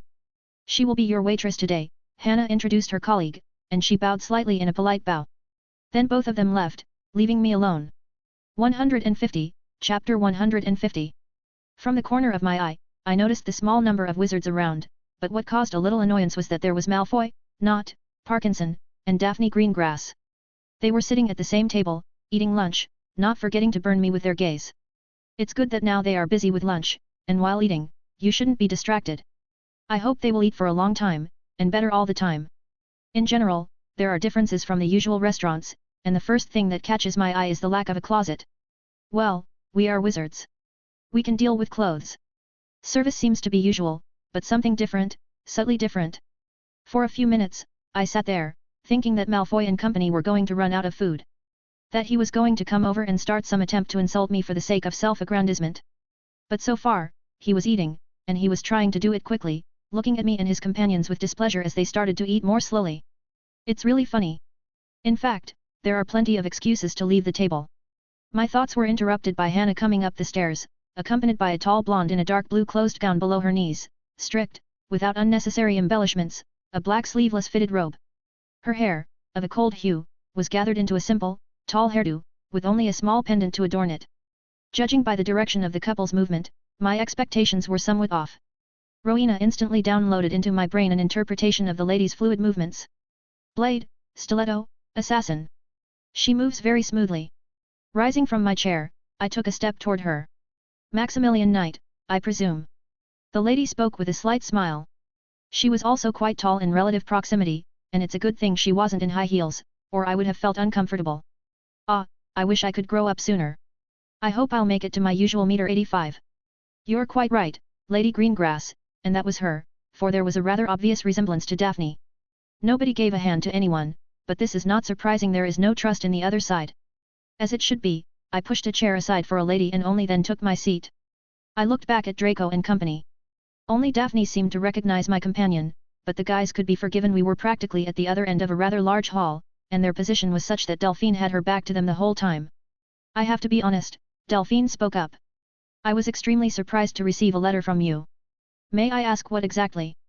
Well, a young wizard in Muggle-born status, not yet graduated from Hogwarts, a student of the Godric Gryffindor House, where social connections and information have been neglected for decades, writes a letter to a master whose status as a master is nowhere advertised. That should be interesting at the very least, shouldn't it? Absolutely, I replied with a smile upon a smile. But wouldn't it be wise to gather information regardless of house? Reasonableness in Gryffindor, as if Lady Delphine had tasted the words. Those words too rarely occur in the same sentence, and it's not prejudice, it's statistics. Here, I have to agree. There are a regrettably small number of reasonable wizards to be found in our house. What about you, Mr. Knight? Didn't fail to emphasize the last name with a smile and intonation. For a brief moment, I admired the not-so-typical English type, something Nordic and Western European. Besides, Delphine looks too young, and I thought she would be in a different age category. Yet, somewhere in the middle, if you look globally, but obscenely intelligent for the house. At least I dare hope so. Let's hope so, Mr. Knight. Isn't it time we took advantage of the service this establishment provides and had lunch? I completely agree with you. Taking the menu in our hands, we immersed ourselves in studying it, but just a few seconds later, Delphine spoke up. It seems they've learned how to make something new here again. Another Italian pasta? A strangled priest? That's adorable. Finding this menu item with my eyes, I only saw the name in Italian, though I understood it. Many cuisines around the world have unconventional names. I decided to keep the conversation going. I remember encountering son-in-law's eggs in Thai cuisine. Despite the name, the dish has quite an ordinary story. A young guy's mother-in-law suddenly showed up, and there was no food in the house. Also, the guy did not know how to cook. So he boiled chicken eggs, fried them in butter, and poured the sauce from what he had at hand: palm sugar, tamarind juice, and soy sauce. Indeed, Delphine smiled after listening. And what a promising name, after all. But there are surprises in English cuisine, too. How do you feel about raisin puddings? Oh, you mean that one? The one that is spotted? Absolutely. A never-ending joke to all the uninitiated. Yes, and for the initiated too. An acquaintance of mine from France long resented refusing to eat a dish with that name. After a few more seconds, Delphine spoke again. I'm getting more and more inclined to step away from tradition a little bit and order a full lunch. I have been living in England for so long, and I still cannot get used to the fact that dinner is called lunch here. Neither am I. It promises to be a busy day, and I'm not sure when my next meal will be. Likewise. So we decided. As soon as we put the menu aside, a waitress literally materialized next to us. Catherine stood nearby during the conversation, tactfully giving time for conversation and choice. After handing over the order, I was surprised that the wait was only a couple of minutes. Magic, though. 151, Chapter 151. Tell me, Mr. Knight, does your status as a Muggle-born not weigh you down? Not at all. Frankly, it plays absolutely no role in my vision of the future. And what is your vision of the future? Let's start with why it doesn't matter. What depends on it? The possibility of a career in the ministry, the selection of a suitable wife, the agreement of the masters to train? The ministry does not interest me. A future life partner is an unresolved issue, though there are some thoughts. Not all masters will accept a Muggle-born as an apprentice. Well, if a master is more interested in potential connections than a successful apprentice, there's nothing I can do about it. The world is so vast, so much unexplored and unseen by me, that to sit only in England and think that the whole world is limited to it is not my style. What about money and social support of the house? Money is a means to an end, not the end itself. If it suddenly turns out that I am incapable of earning money, then nut my price as a wizard. I live in the ordinary world and very often pass through the leaky cauldron here. I am truly amazed at the number of adult wizards who are incapable of basic self-care. Even now, as a student, I know enough to keep myself afloat. Plus, I have some thoughts on ways to make a living, too. And this is true. Also, thoughts of earning money are not yet formalized, but we'll fix that in the next school year. Commendable, Mr. Knight, Delphine smiled sincerely. And yet house's support could give you even more opportunities. You know, Lady Greengrass, I'll be honest with you. At Hogwarts, I have the opportunity to observe many students. So many of the students from wealthy families are mediocre who don't even want to learn magic. But take children from disadvantaged families, like the Weasleys. Among them, only one is a total loser, and the rest, as far as I know, are working hard for their future and are very successful in their chosen field. Except for the younger ones. It seems to me that the reason for this lies in the greenhouse conditions that parents create for their children. But the only thing that can grow in a greenhouse is vegetables. Delphine smiled sincerely. A reasonable and valid point of view. It was on this phrase that our order was brought, and we began our leisurely meal. Catherine, the waitress, dealt with 2 other tables, but she always changed dishes on time and accurately according to the instruments. Only after dinner, when tea was brought, for the sake of which we had once more departed from the tradition of eating, did business talk begin, and Lady Greengrass began it, assuming a more relaxed and less formal posture. I relaxed a little, too, leaning back in my chair. I'll be frank with you, Mr. Knight. When I received your letter, I couldn't deny myself the weakness of not gathering information about you. A splendid academic record, but you do not stand out with your accomplishments in magic. An extremely narrow social circle of one Muggleborn. Turned out to be more than successful at school spells and used an oversaturated stupefy magic and a massive patroness spell, though not bodily. You are indeed interesting as an apprentice. That's good to hear. Certainly, I wonder from whom you learned not only of my status as a master but that I take apprentices at all. There is, however, some suspicion, for I have a very good memory for faces. And one notorious fugitive not so long ago made a deal with the smugglers for his evacuation from the islands, not forgetting to celebrate it in the pub with a former teacher of Dada, praising himself. Talked about how he had only for a ring, reached his target, and tricked the Death Eater's son. However, everyone is entitled to secrets. A slightly predatory smile gave Delphine's face even more appeal. After interacting with a lady like that, how in the world could you even look at ordinary peers? But there was another question, why do idiots cause so much trouble? But despite everything, I'm not really suited to a student who hasn't yet graduated from Hogwarts. The reason isn't about knowledge. Basic school knowledge doesn't play a role. It's about age and body shape. Let me explain some of the nuances. Martial magic is a complex discipline with no unimportant or insignificant elements. An important component is physical training. There is no point in doing very specific training if the proportions of the body keep trying to change. In addition, you will have to train in other disciplines. Otherwise, I will not be able to pass on the specifics of experience and knowledge. The various dark magic and so on. I don't think you are ready for something like that. 152, Chapter 152. I looked at Lady Greengrass for a moment, waved my hand, and, as Catherine appeared next to me, said, "The bill." A neat check appeared as if by magic in the waitress's hands, and taking it in my hands, immediately, as if holding the right amount and a couple of galleons on top, I laid them out on the table. I buttoned the button of my jacket, hinting that I was going to leave. "I heard you, Lady Greengrass," I said, indicating by intonation the real status of my interlocutor, began to get up from the table, and as luck would have it, a disgruntled Malfoy moved toward us from his table. Daphne tried to stop him, but she was stopped by Nott. "Just like some kind of melodrama. Won't you even try to convince me?" asked Delphine, a little surprised. "Then I'll simply learn everything myself." On my own experience, leaving the table, I turned my head slightly in the direction of the approaching Malfoy. Getting scars isn't new to me. But whether anyone would dare to apprentice with a necromancer while studying witch medicine, transfiguration, and dark magic is an open question, as is the Grand Master. You're not the only one gathering information. These disciplines, except necromancy, of course, are indeed part of the foundation of combat magic. It was at this moment that Malfoy approached, full of irritation and contempt in his eyes. "Look at that!"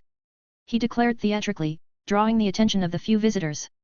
"Now they're letting all sorts of trash like mudbloods in here, too. Don't disgrace yourself, Malfoy. Even the 6th Weasley isn't that poor of a mind." Instantly flared up, Draco almost went splotchy with indignation. "How dare you talk to the Lord like that?" hissed Malfoy defiantly, holding out his hand with the ring. "You are such a lord as from dragon droppings the core of the wand. I am already preparing a memorial speech for your house, for it won't last long with a leader like that. You." He seemed to remember his last attempt to punish me with magic, so he took his hand off his wand but decided to get back at my companion verbally since he was watching her almost from behind. Either Malfoy is a fool, or he rarely saw Lady Greengrass, or not in such an image. "You probably have led another mudblood like yourself." His comrades were already approaching, for the conflict was just about to break out, and here they were, so beautiful, coming to the rescue. Except. And when did Malfoy's heir become lord? Turned to us, Delphine, and Draco's friends who approached, for some reason, turned very pale. As well as Malfoy himself. I couldn't help but add fuel to the fire. "That's what I'm talking about. Tell me, Draco, are you really such an idiot, or are you just pretending? Let me give you a hint, you need to apologize profoundly to the offended lady." "Ah, where are my manners? I'm supposed to challenge you to a duel, Lord Malfoy."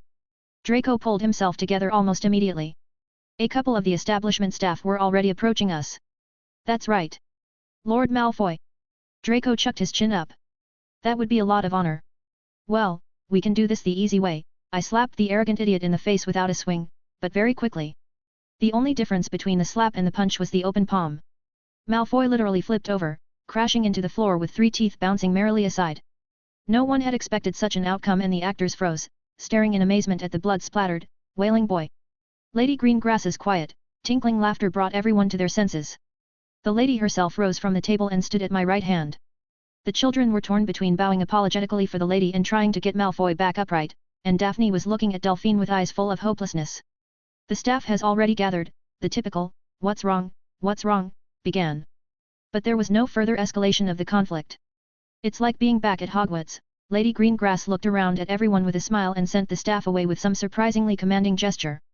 And it worked. Let us consider that the conflict is over, and the insult of misunderstanding quite paid in the best tradition. With blood. Dismissed.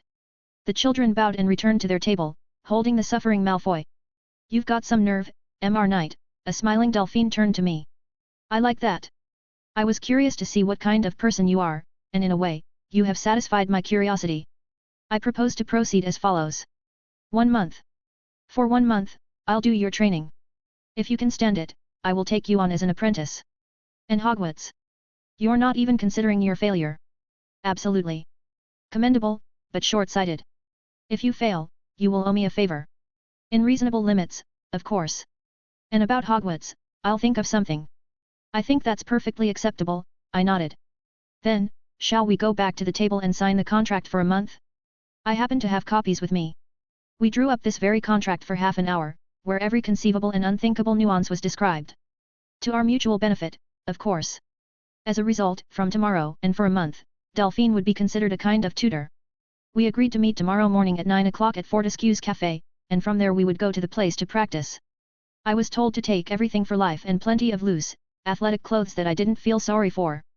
After signing the documents with a bloody pen and picking up our copies, we left Avalon. Delphine operated freely away, and I had to drag my own feet. 153, Chapter 153. Where are you going? Just around the corner into the nearest dead-end courtyard, in a sort of dark alleyway, Draco and his companions came at me. The guys already seen in the restaurant were joined by Crabbe and Goyle. I had neither the time nor the desire to play with them, however. I simply pulled out my wand at top speed and very quickly conjured a series of stupefy for everyone but Malfoy. Only Daphne had time to cover herself with the Protego. Immediately grabbing the weak blonde by the chest with one hand, I slammed him against the wall a couple of times to be sure, immediately covering myself with Protego from some kind of stunning performed by Daphne. I'm sick of you, Malfoy, I hissed in the frightened boy's face, holding the Protego Totalis orb. I don't know, and I don't want to know if you're pretending to be an idiot or if you really are that stupid. But I'm warning you one last time. If you come at me, I'll hurt you so bad your mother won't recognize you, do you understand me? I said, do you understand me?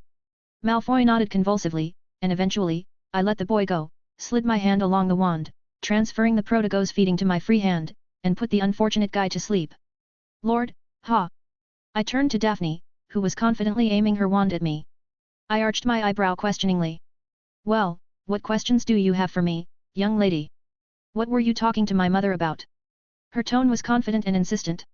Mother? So Lady Delphine is your mother? I'll keep that in mind. Daphne was clearly surprised by the answer. So you didn't know she was my mother? Why would I know that? Fatty Crabbe and Goyle began to come to their senses. Taking off Protego's Totalis immediately sent a weak disarming into Daphne, only to have her wand knocked out, not like Snape sent Lockhart into a flight. I intercepted the girl's wand and once again sent a series of stupefy into the recovering losers. They don't learn anything, though I have to give credit for my speed under the boost, but still. Why should I know who mom is for whom? Twirling Daphne's wand in my hands, I smirked at the petty nastiness brewing in my head. I'll send a wand to your family. I think Lady Delphine will be pleased to know that her daughter has been messing around in the company of feeble-minded Slytherins in the dark alleys of evening London. Don't you?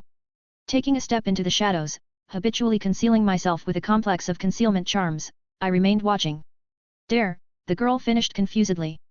Of course, I wasn't going to leave, because really, the girl was alone, in an alley, without her wand, and there were a bunch of paralyzed idiots around. I had gone a little overboard with the last stupefy. Who knows when the guys will wake up. The girl was at a loss for a while but quickly began to bring Nott back to his senses, first Nott, then Parkinson. When it came to the big guys Crabbe and Goyle, I left the place with a clear conscience, and I took the bus to Grimald's house, leaving the Diagon alley through the leaky cauldron. Lady Walburga greeted the portrait of my great-aunt with a nod and sat down in the chair that Kriaker never put away. Why didn't you tell me that Delphine Greengrass is my mother's peer? Was it necessary? That would have been nice. For some reason that I don't understand, I was preparing to meet a more conservative lady a generation older. Okay, let's put that nuance aside. Let's just say it was a pleasant surprise. If Delphine has agreed to teach you, you'll soon hate her. Didn't you notice anything strange? Well, if you think about it. Other than the fact that she looks obscenely young for her age. You'll figure it out later. Will you tell me about the contract? She will train me for a month and see what I'm like, and then we'll decide. Don't make a mistake, Walburga said very seriously. Give it your all. Does the contract have clauses about all kinds of non-disclosure and non-personal use of secrets? There are. Give it your all. Only then will Delphine be able to realize your potential, and if it's really good, she'll take you on as a full apprentice. That was the end of the conversation with Walburga, and I went home to pack. 154, Chapter 154. On a cloudy, dark morning, with a nasty little drizzle and a light breeze blowing in and out, I stood at the door inside the just opened Fortescue Café, fully prepared, as they say, to work and defend myself. There was silence all around. A young waitress was wiping down the tables. Occasionally the clinking of dishes could be heard somewhere in the back of the café, in the kitchen. Tiny raindrops could be heard breaking against the glass. The weather forced me to dress somewhat unusually black army-style pants with high boots, a white t-shirt, a thick black windbreaker with a deep hood, and an overcoat. The look is not English at all, but what can I do? Gloomy weather dictates its own rules, and only water-repellent spells somewhat smooth out this gloom.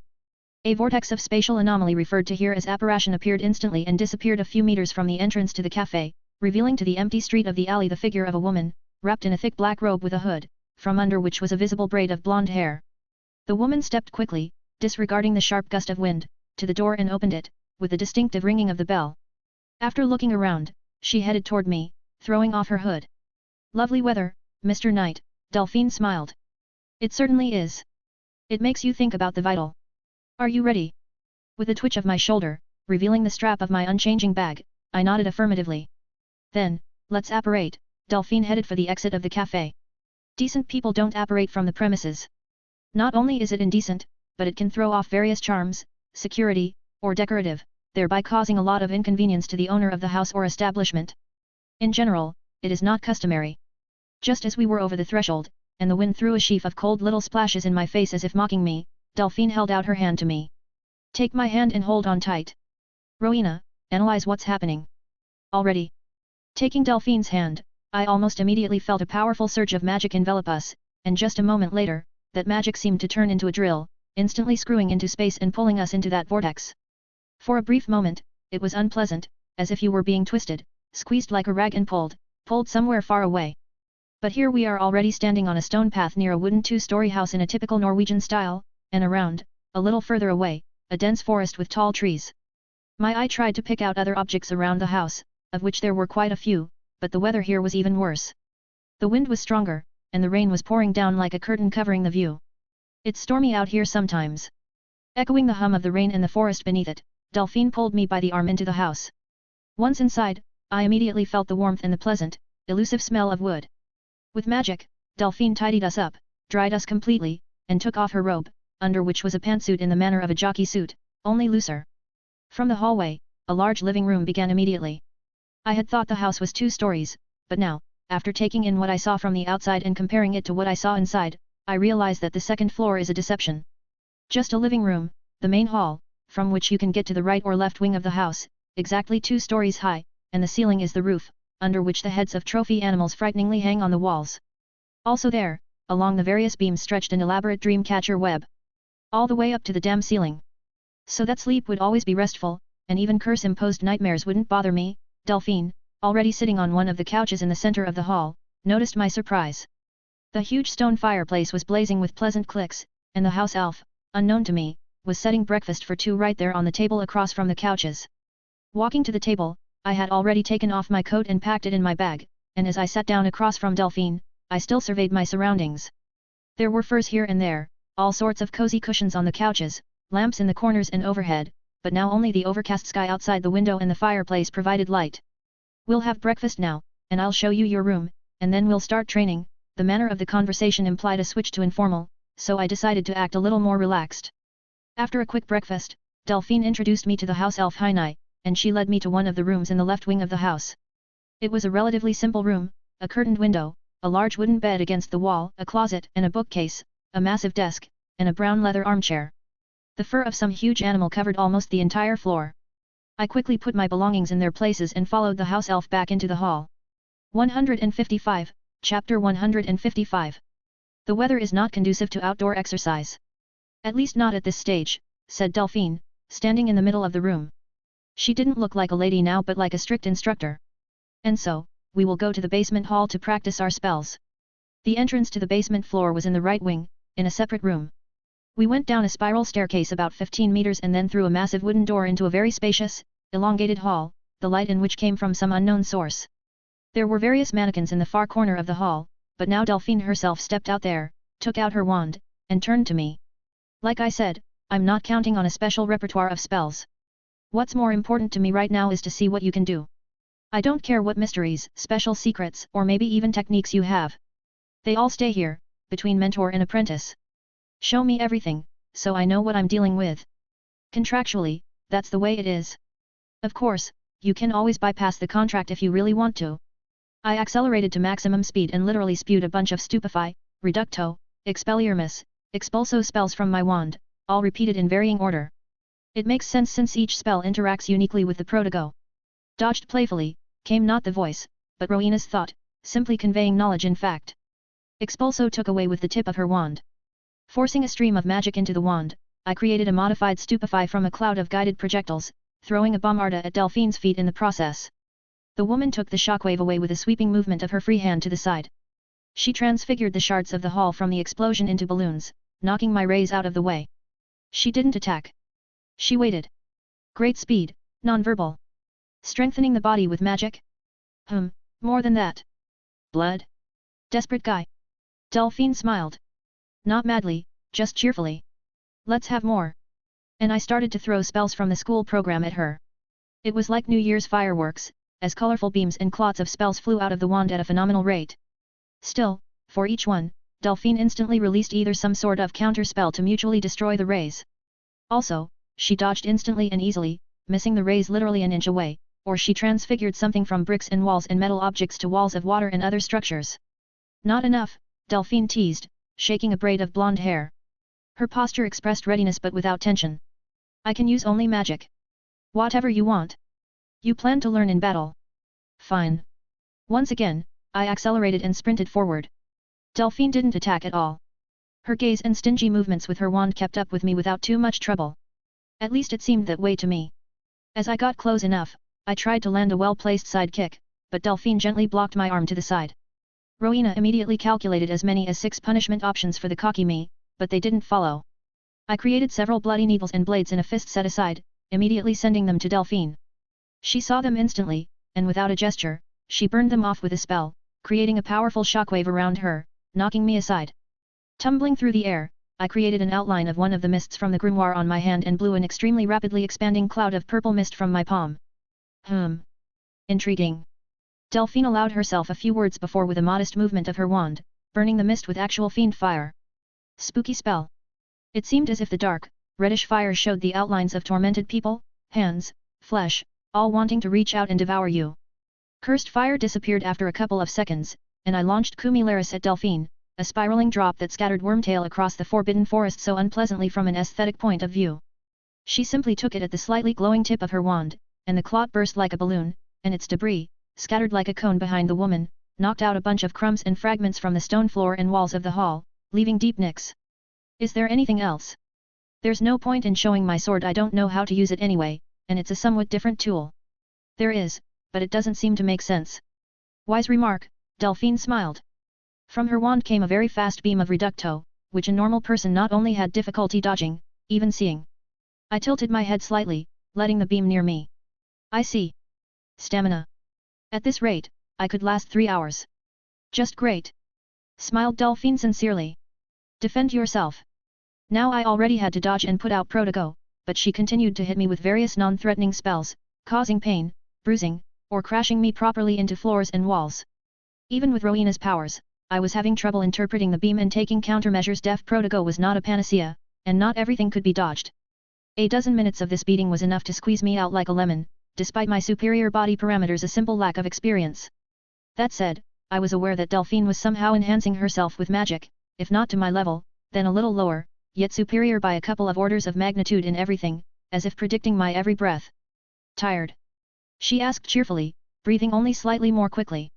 I, on the other hand, was in an unsightly state, battered and slightly bleeding. I raised my hand with a wand in it, and with difficulty, I conjured up Wollner Sainenter, returning the blood to my body and covering my wounds. A little bit. Then, get some rest, and we can go outside. 156, Chapter 156. A golem is a magical doll. There is no other definition I can think of. It is created with the help of transfiguration. Although the textbooks say that you can't create a magic object by the transfiguration, no one prevents you from creating an object with rune outlines etched inside or outside in advance. That's how the restriction is circumvented. During the creation of a golem, when setting its program of actions, mechanics of movements, and other subtleties, the wizard's own knowledge and understanding of such concepts as mechanics and the like has a significant impact on the result. A master of transfiguration can create quite interesting golems, from animals to all sorts of knights.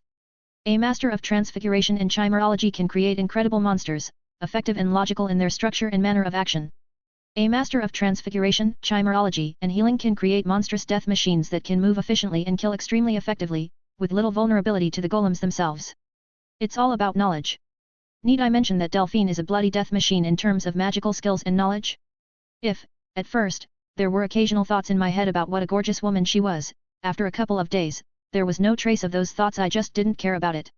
I was being chased through the woods almost to death by such monstrous golems that only fiend fire could take them, and even then, I wasn't sure that they will die.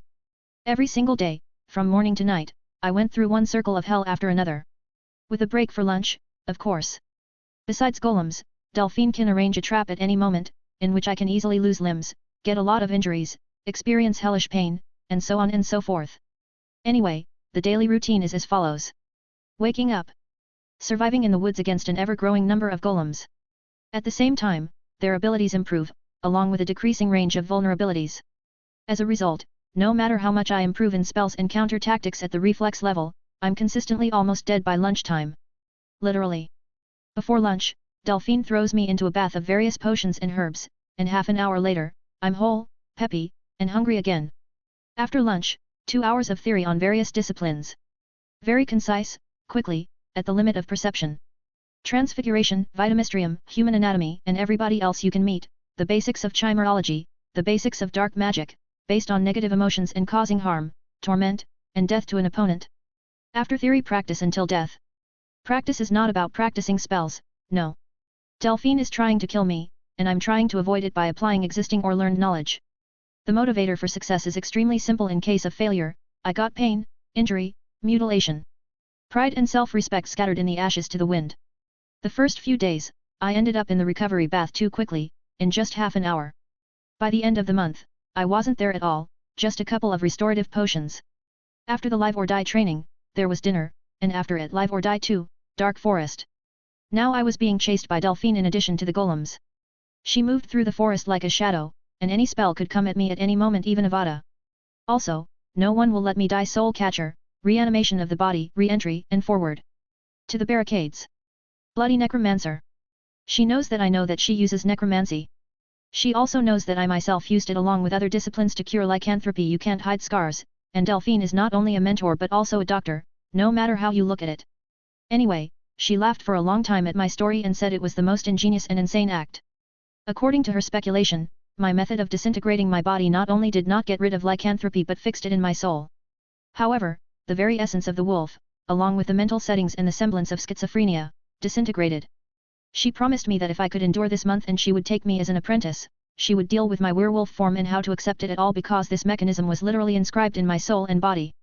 But in general, she praised such a solution to the problem. Because the problem itself disappeared, the loss of control and transformation by a trigger. Yes, and I am not contagious, checked by some special diagnostics. Sleep doesn't mean rest. Anything can happen at any moment of the night. Any kind of trap can be triggered, from the likeness of the Cruciatus to various blades or fire. I got burnt once, reeking of smoked flesh all over the house. Sometimes Delphine herself would burst into the room and start casting all kinds of spells on me. Only on weekends, when Delphine was out of the house on her own business, could I sleep in peace. But that didn't make the day's training any softer because my task was to survive and defeat the golems in the woods.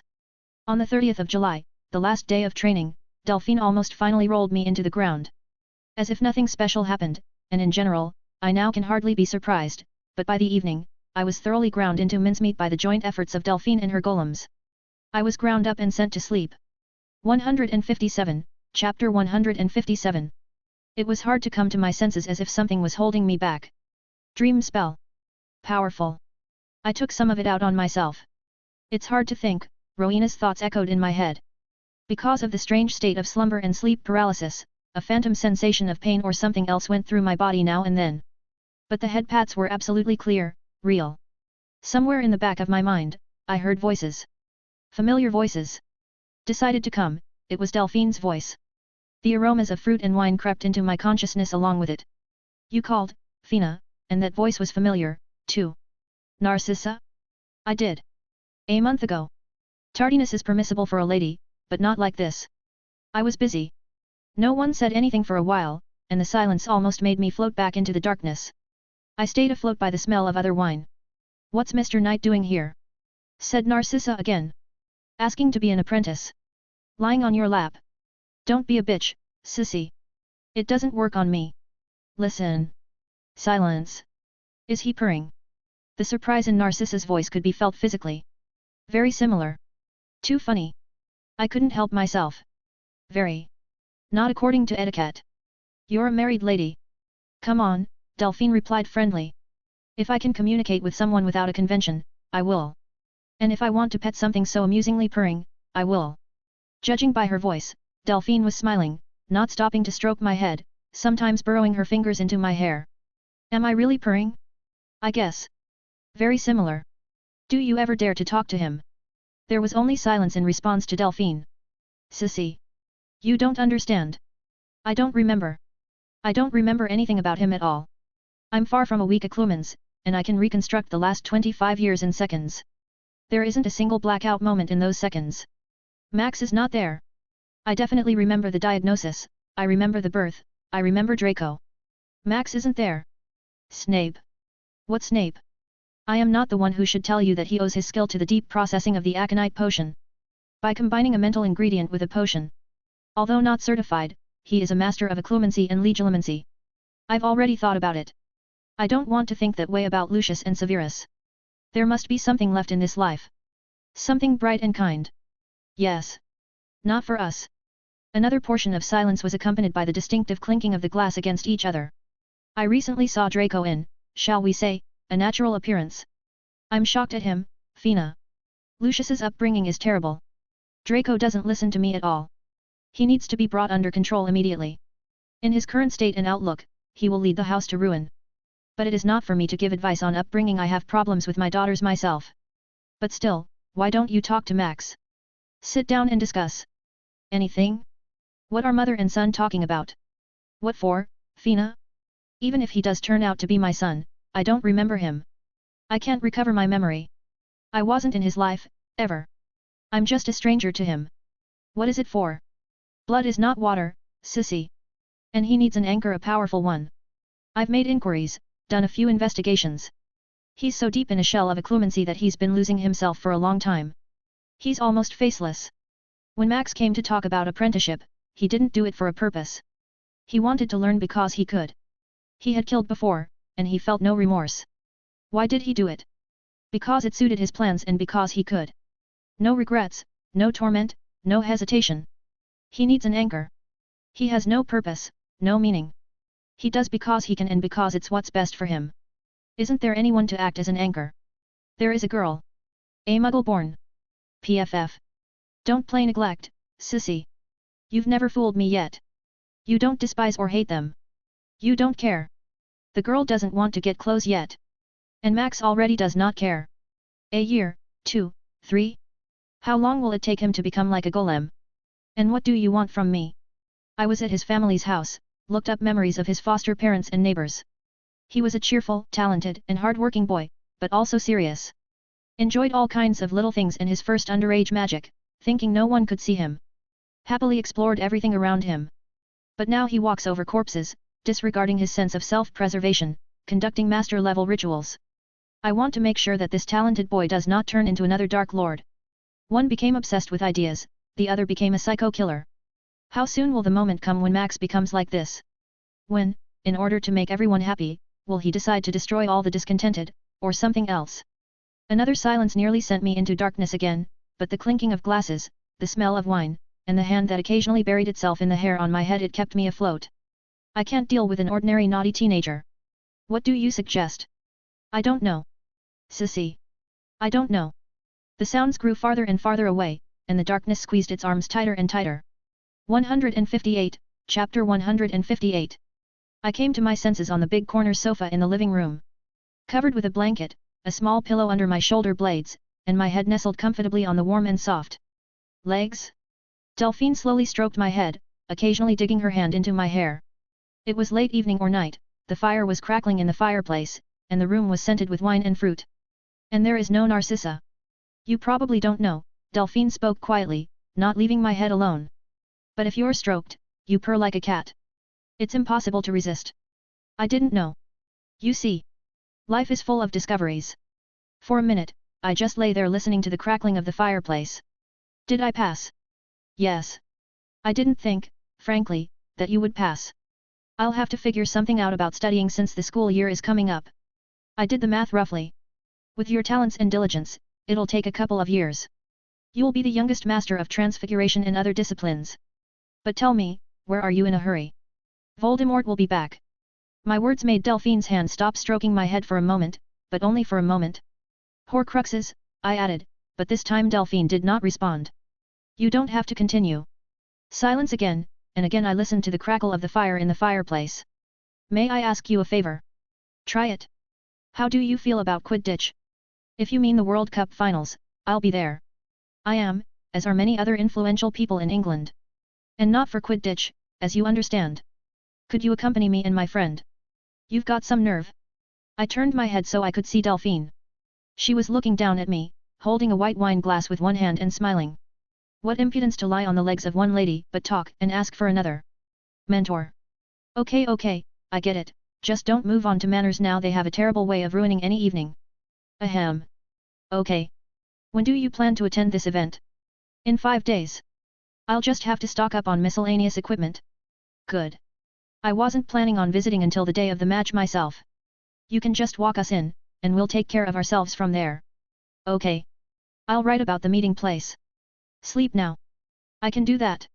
And with difficulty suppressing a yawn, I closed my eyes and promptly fell into a deep sleep. The morning of July 31st did not begin as usual.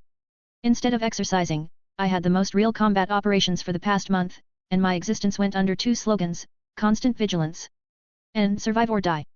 Right now, there is absolutely nothing going on. I just woke up on the living room couch in the morning. I threw off the covers and sat up, stretching, inhaling the aroma of breakfast from the kitchen in the right wing of the house. The house elf Haney is doing her best. Amid all this serenity, I dressed in my grave-style outfit, which was stored in my bag after I showered. Breakfast was unusually leisurely, and Delphine again looked like a lady, with a capital letter, and not some kind of assassin. She was dressed in a slim, closed emerald gown and a black robe with silver embroidery on the canthus. When it came to tea, Lady Greengrass spoke. Closer to September, I will send a letter of the meeting, and we can discuss the nuances of the apprenticeship. Thank you. Those were all the words spoken at breakfast, not counting the good morning at the beginning. Back in London, we operated almost immediately. I only gathered my things. After saying goodbye to Lady Greengrass at the Fortescue Café, I left Diagon Alley through the unchanging den for failed wizards named Leaky Cauldron and took the bus back to the Knights. There I was cheerfully greeted by Sarah. So cheerfully, as if I hadn't been around for a couple of years. You just look like my brother, back from the army. Just obscenely happy. After a cup of tea, which I never seem to get tired of drinking, Sarah asked me about my training and complained slightly about the cruelty. She complained, but sympathetically, as I told her about the incredible healing possibilities for ordinary people. Second in line was a call to Hermione. The girl was at home and promised to tell me about her trip to Nice, and I, in turn, about the training. I pleased her with the fact that I found a chaperone, and the trip to the cup final is a settled issue. Only after that, I went to the house on the Grimmauld, and now Walburga was listening about the circles of hell, which I went through. Surprisingly, all those days blended into one for me. I never got a good night's sleep. Everything was always aching, my brain was always busy with new knowledge, and my body was trying to survive in extremely adverse conditions. Most of my sports and other clothes had to be thrown away, the rags were beyond repair. But it was worth it, or so it seemed to me. The knights told me that a trip to Germany this summer would be pointless, their eldest son would not be able to meet us and take us anywhere. I wouldn't be able to get a BMW, but that's okay. 159, Chapter 159. Until the 17th of August, I did my homework for the summer at a very calm and quiet pace, did my assignments from the regular school, and took my exams according to its program. I renewed my closet in terms of regular clothes, renewed my stock of various stationery and other supplies. On the 16th of August, I went to Diagon Alley and bought a middle-class magic tent, with all the furniture and other furnishings. I could have got one at Grimald, but the black crest is all over it, which is out of place for now. Because I was anywhere but home all the time, Hermione couldn't get through to me and simply wrote a letter with some public owl. The girl wanted to invite me for a stroll down Diagon Alley, but in the end, the time was lost, and she upgraded her closet herself. The reason for this is simple. I told her that the seats were right next to the ministerial box, so she thought that jeans and sweatshirts were practical, of course, but she needed more strictly feminine wizard-style clothing. What she bought, of course, is interesting, but... On the morning of the 17th of August, the check-in day began in the parking lot at the stadium for the Quidditch World Cup finals. I stood in my new costume at the entrance to the Fortescue Café. A bag on one shoulder, a folded tent behind the other.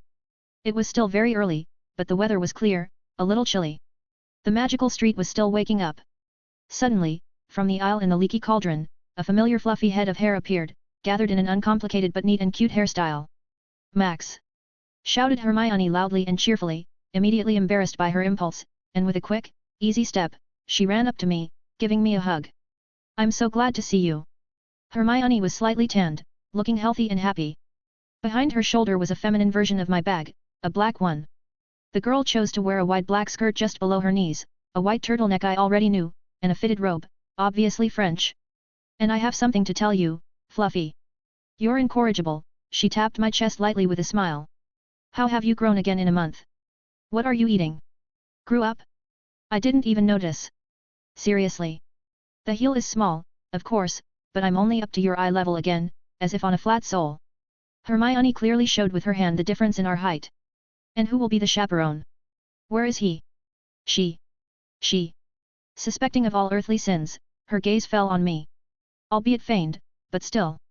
"Should show up now." A clang of apparition nearby announced someone's arrival, and turning around at the sound, I saw Lady Greengrass. Another austere gown, only this time black and blue. And the robe, of course. "Mr. Knight," the lady nodded slightly with a smile. "Lady Greengrass, you are beautiful as always." "Thank you. I hasten to introduce you, Miss Hermione Granger." I pointed my hand in Hermione's direction, and she gave a very dignified curtsy. "It's a pleasure to meet the most talented witch of my generation." "Nice to meet you too, Lady Greengrass." "Well, children," Delphine moved from officiousness to more or less friendly communication. "Ready to go?" "Yes," we answered at the same time. A beautiful unanimity. It is customary to go there by the portal, but I already know the place. "Let's apparate." Triple apparition. Hermione wondered, and with good reason. Even a double apparition is very difficult to accomplish, let alone a triple one. "If you only knew what she is capable of," I remarked quietly, but of course, everyone heard. "If you say anything superfluous, dear apprentice, I'll swap your arms and legs and pretend that it was like that." "Understood." Delphine held out her hands to us. "Take my hands and hold on." A brief moment of discomfort, and there we were, standing almost at the top of the hill, with the forest behind us. "Hermione? Is everything okay?" "I'm not sure." The girl looked very sick. "It feels like all the organs are jumbled up in random order." "It's only the first time, young miss," Delphine smiled and beckoned us to the top of the hill. So off we went one step at a time, side by side. "So, Lady Greengrass is beautiful as always," Hermione muttered. "And Hermione is fluffy." Delphine laughed softly and quietly, thereby embarrassing Hermione, clearly not recovered from her apparition. "Look at it from a different angle, my own. Someone gets a standard compliment, and someone gets a personal one." Hermione glanced at Delphine and smiled somehow predatorily. "You could have stayed silent. Now I can only sympathize with you." Looking toward Lady Greengrass, I saw a similar predatory smile. It was the kind of smile I'd been chased through the woods with, driven into the ground. Without sympathy or regret. Standard compliment, "Hey! Merlin, what have I done wrong in this life? I asked the heavens, but all I got in response was the chirping of birds from the woods and the growing noise from the front. Climbing to the top of the hill, we got a view of a huge plain filled from edge to edge with already deployed, or just starting to unfold, tents of various types, sizes, and colors. Here and there, wizards were flying on brooms, there was some commotion, the fairgrounds were visible, and the enormous stadium loomed about a kilometer away. All right, I'll get you through registration now, and then I'll be off on my own business. Yet. Hermione replied detachedly, looking at the whole thing. Adventure is calling. There are really interesting 5 days ahead. At least, I hope so. 160, Chapter 160. Registration went fairly quickly. We were greeted by 2 wizards in very strange outfits. Most likely, they tried to look like ordinary people, but it turned out, frankly, not very well because women's hats on men over 40, some puffy pants, or nightgowns as outerwear nonsense. Funny, Lady Greengrass was well aware of that but did not show it, carefully hiding a smile. Hermione, too, showed skills of occlumency, although, now and then, the corners of her lips twitched in an attempt to smile. After my name and 2 tickets for it were found on the lists, Hermione's name was scribbled as the second wizard, and Lady Greengrass went through this procedure a couple of days ago, when the packing began but not the check-in. I'll tell you, young people, Delphine was saying as we walked to the next check-in point, the regular people's lodge. Wizards started arriving a week ago, but it wasn't until today that they were officially allowed to take the spots they bought. But the truth is, no one cared about that kind of trivia. But why? Wondered Hermione, examining the tents that were sinking into a light fog, then becoming clearly visible again. Everyone knows that not only the stadium but all the fields are covered with Muggle-repelling charms. That's why they neglect the rules in the minutiae. Except it's extremely difficult to cover such an area without ritual schemes. So use schemes, what's the problem? You, young miss, simply unfamiliar with this swamp, mistakenly called the legislation, smiled Delphine. There's just an incredible mess of wording and laws, new and old, and it gets worse every year. At the moment, there are many different bans and restrictions on all kinds of magic, ritual magic included. If you look into the laws, it's obvious that no one wanted to forbid it, only to limit some elements, sacrifices there, and openly dark rituals. But the text says that all such magic is dark and cannot be practiced and that what can be practiced is limited to 5 runes and 7 graphic elements. That's nonsense! Exclaimed Hermione, but she didn't continue as we approached the door of the house. Knocking on the wooden door, I waited for permission. It's unlocked. Came a voice from inside, and as we opened the door, we went inside. The most ordinary house of the rural type, now dark, the lights off, with the usual furniture and instances of old appliances. At the window stood a simple man in his 40s. Come in. And you rent a place? That's right. It's not enough to just buy tickets, is it? Ah, a bad salesman at the Equality Quidditch Supplies didn't tell me about that nuance. But that's all right, I always have the usual pounds with me. Yes, sir, Delphine replied with a smile. Ah, I remember you, yes. You rented the lot not long ago, the man nodded with a smile, becoming a little more good-natured. There was almost no mind in his gaze, and the reason for this is probably the frequent erasure of memory. The prices haven't changed these days, Mrs. Now, where's the list? The man walked across the room to the door where the long, and importantly, printed list hung. A place has been reserved under this young man's name, Ms. Greengrass pointed in my direction. Maximilian Knight. Knight. Knight. Mumbled the man, looking for the right line with his eyes. Yeah, there is one. The 23rd is the last day. Since you're here now, 5 days, I assume? Will you pay now? Yes, sir. How much? 80 pounds, young men. Withdrawing my bag from the shoulder, I reached into a separate enchanted pocket and drew out the usual money. Quickly counted out the right amount and handed it to the man. Be careful with open fires, there are no insects here, but wild animals can smell food. Although. The man pondered. Not with this many people. Never had so many pre-orders. With a glazed look at us for a moment, the man went back to the window. Not to bother the man any further, we left the house. Terrible state he's in, Hermione remarked dejectedly. Incompetent obliviator, Delphine shrugged back. Properly removing memories or blocking them without affecting the associative chains of consciousness is a non-trivial task. In this man's case, there are clear signs of partial dementia. The phenomenon is temporary, but on condition that in the future a person will engage in active mental activity. What kind of mental activity can there be when you live almost in the forest, alone? I couldn't help but notice an important aspect. Somehow, that doesn't seem right.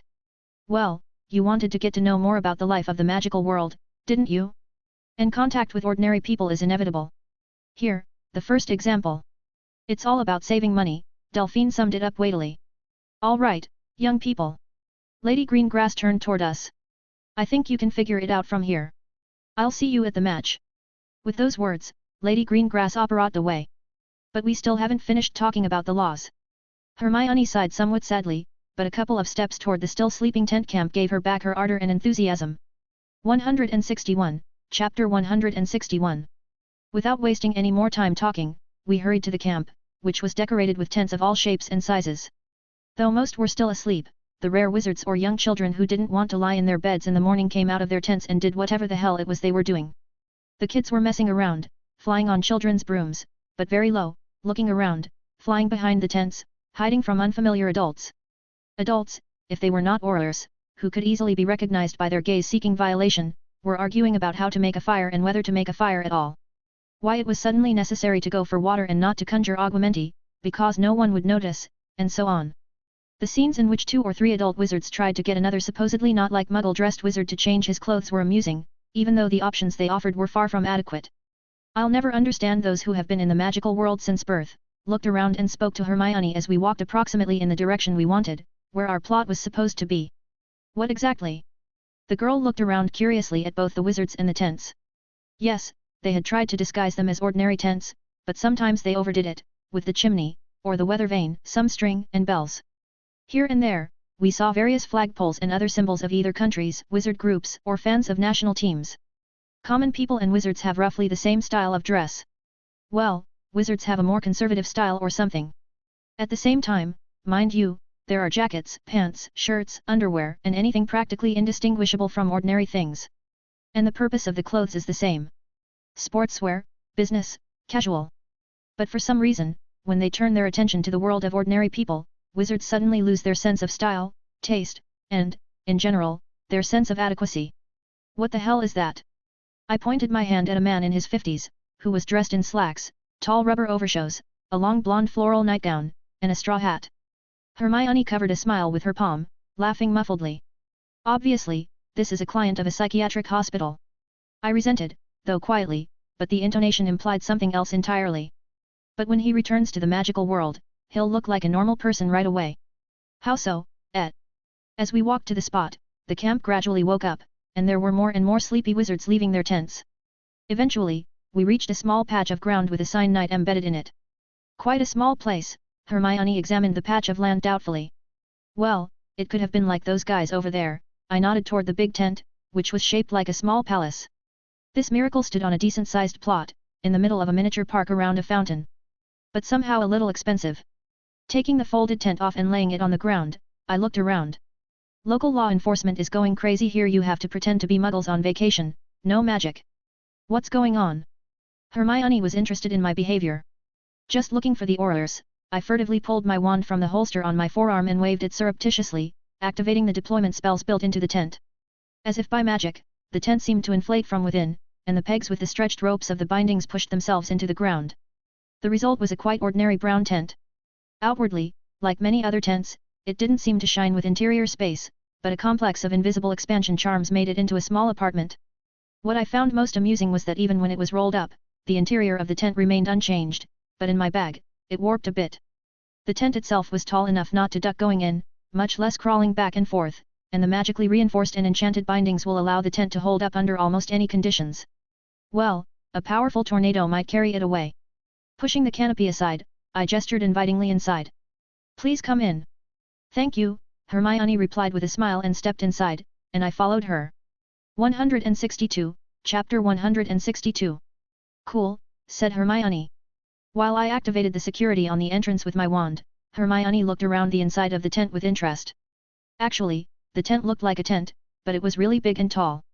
The rectangular room was divided by a dense fabric into several such rooms with a quality wooden floor.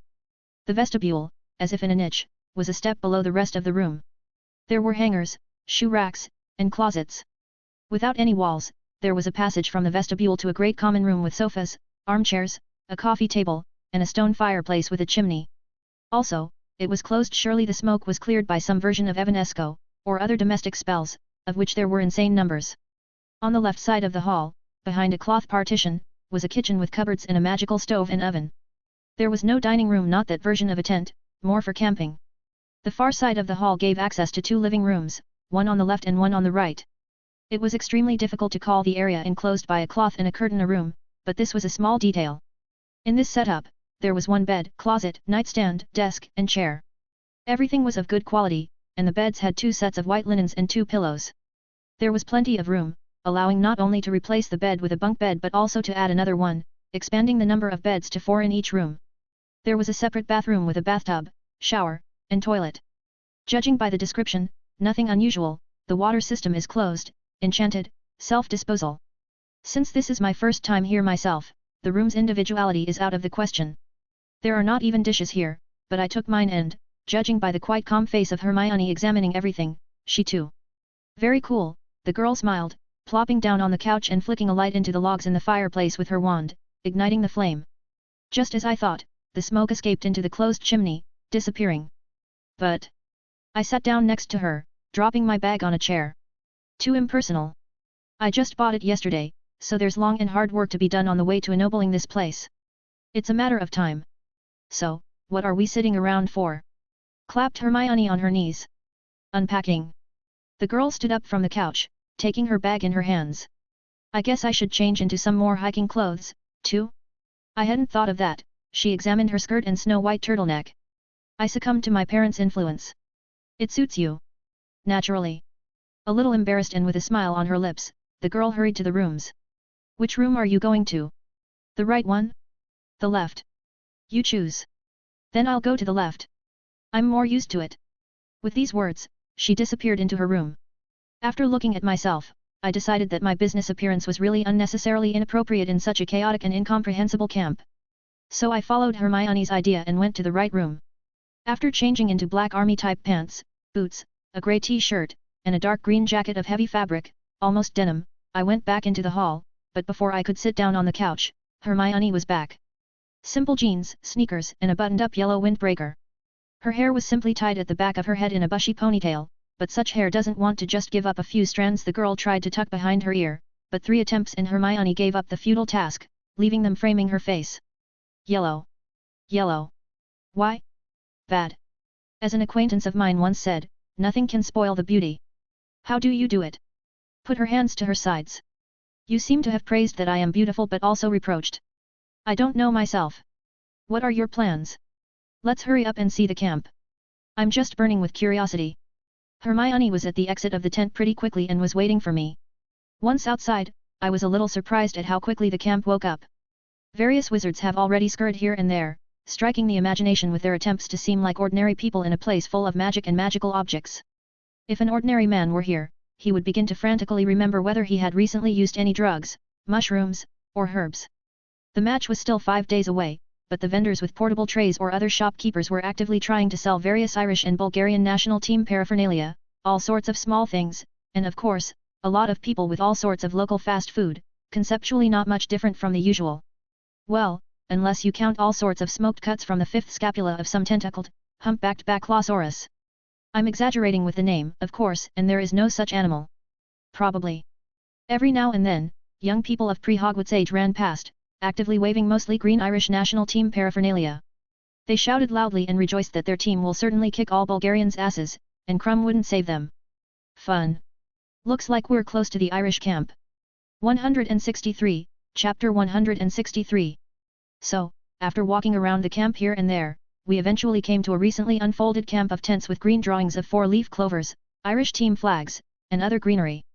A couple of wizards, looking around, were modestly waving their wands to grow vines and clovers from the ground and braiding them around the tents.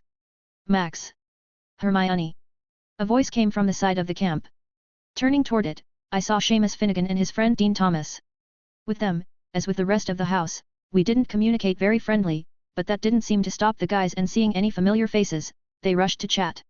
Hey guys, I waved, and we went over to them. Here's someone I never thought I'd meet, smiled Dean Thomas, shaking my hand. As you can see, even nerds are attracted to gatherings of people. A faintly stern shout forced me to turn around. Stop, kid. Stop, or I'll curse you. 2 Aurors in business suits ran past, chasing some little kid on a baby broom. After watching this procession with a glance, we couldn't help but laugh. Well, what do you think? Clapped Seamus on my shoulder, standing next to me and seeing the Aurors off. Are wizards coping with hiding magic? Not at all. That's right, the boys nodded. We were distracted by a new voice from the side of the already capitally green tents. Aren't you going to introduce your friends? A middle-aged red-headed woman in a very casual dress. Mom, these are my classmates, Max Knight and Hermione Granger. We bowed politely. Guys, this is my mom, Delma Finnegan. Nice to meet you, Mrs. Finnegan. Likewise, guys. Keep an eye out at school for my little Fidget, please. Ma'am. Explosive Fidget, chuckled Dean. By the way, young people, Seamus' mother turned to us with a sort of cunning. I hope you're cheering for Ireland. Of course we are. Are there any other alternatives? I seemed to say it so sincerely that everyone believed me, and even Hermione looked in my direction questioningly. After saying goodbye to the guys, we went in search of something more interesting. Still, everything went about the same scenario, except that the actors were different and from different countries. Bumping into a large queue, we decided to find out the reason for the pandemonium. It turned out that everyone was going to the water pump. What is this nonsense? I immediately remarked. Not nonsense, young man. Some old man from the line turned to me. He was dressed, like many people, ridiculously, in slacks, high rubber boots, and a home bathrobe. Anti-muggle security. Yes. No magic. So conjure up water in the tent, what's the problem? The old man looked at me thoughtfully, as well as some of the others in the line. Oh. Sighed one of them, and turning sharply, he walked away, tinkling his iron container. Indeed. However. The old man raised his finger to the sky. That's the ordnance. Anti-muggle safety. To hell with the ordnance, some overweight lady indignantly said. There's already too much to do. The people who had heard our conversation began to disperse, and the old man, with a contented smile, took the empty spaces in the queue. Well, we moved on. Max, Hermione looked at me reproachfully. Let them do everything by the rules. Look, they'll learn to think at this rate. So, is that a bad thing? For the greater good, no. For our personal superiority, yes. Wow, what a speech you make. Are you really Hermione? No, a Slytherin under a polyjuice potion. You know that the best way to fool is to jokingly tell the truth. You mean I'm a Slytherin now? Apparently. After a couple of hours of traveling like this, we came upon a market square. Here, in an abundance of stalls and pavilions, they sold mainly products, raw and not so much. I had even seen a couple of people earlier with portable trays, and now these people were filling them up again. Apparently, they sold everything and went back to their colleagues for more. Why such problems with food? And if you look closely, you can see the wizard's pathetic attempts to build a fire without a wand, using ordinary methods. Those who succeeded, however, began to have trouble cooking over an open fire. This is just unbelievable. Happily surveyed this theater, Hermione. Are you so amused by other people's torment? Of course not. How about we buy that thing over there?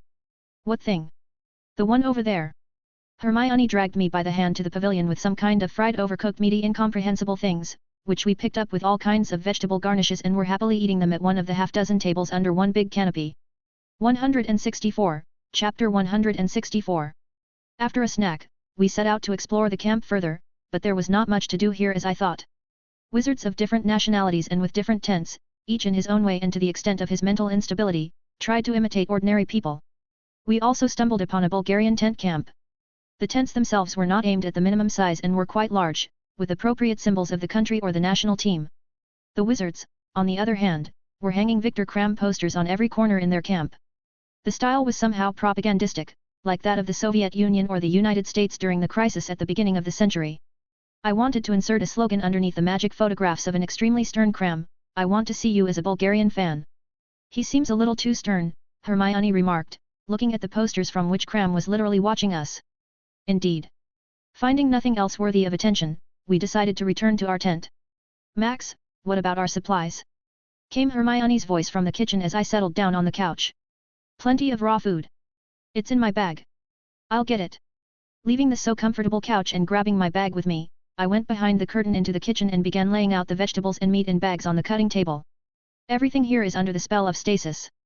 There's no food cupboard or any other equivalent of a refrigerator. That's okay, Hermione brushed it off, pulling various kitchen knives and other tools and utensils already out of her bag. And I hadn't thought of knives. What would you boys even do without us? I have no idea, Fluffy. Hermione smiled, putting everything in its proper and comfortable place. I guessed there would be ready-made food available here, but I prepared for all occasions. I noticed. But I gestured with my hand around the pile of different knives. You could have sliced with magic, too. Hell, no. Hermione was indignant, looking at me with feigned resentment. I didn't put it all together for nothing. Besides, I know how. Oh, for Merlin's sake. I capitulated, retreating to the exit. Who am I to make the rules in the kitchen? And what are we having for dinner? If you help me, food. Not even raw. I agree. What to do? Standing next to her, I began examining the packages. You can start with the vegetables. Time passes quickly while we are talking. Cooking was not without its excesses. For example, the cream for the cake. I said, let's whip it with magic. Hermione said, use your hands. I disagreed and decided to use a spell, but in order to do the job quickly and not get a scoop on the head in the process, I intensified it a little bit. The ingredients quickly kneaded and gurgled so much that half the kitchen was in cream. Hermione stood there in shock and looked at me like I was the enemy of the people, and considering that the cream was chocolate. All in all, we didn't look so good. After a hearty dinner, we decided to continue what we had begun on the train to exchange data from the restricted section. As a result, we sat in the hall until almost midnight, spell creating text in notebooks from the processed, considered data. That's it, Hermione leaned back on the couch. I can't take it anymore. Then go to bed. I'll work some more. I should. Hermione, however, remained seated. It's a shame they didn't let the fair unfold. Yes. Didn't you hear when we walked? The girl turned her head toward me. Nope. Like Lady Greengrass said, we didn't have a full Muggle repellent set of charms done, and the fair ended up being cut down. All that's left of it is the street restaurants and things like that. We were just there. And the plan was. It's a shame. Wasted time, for the most part. I disagree. Have you done your homework? Homework?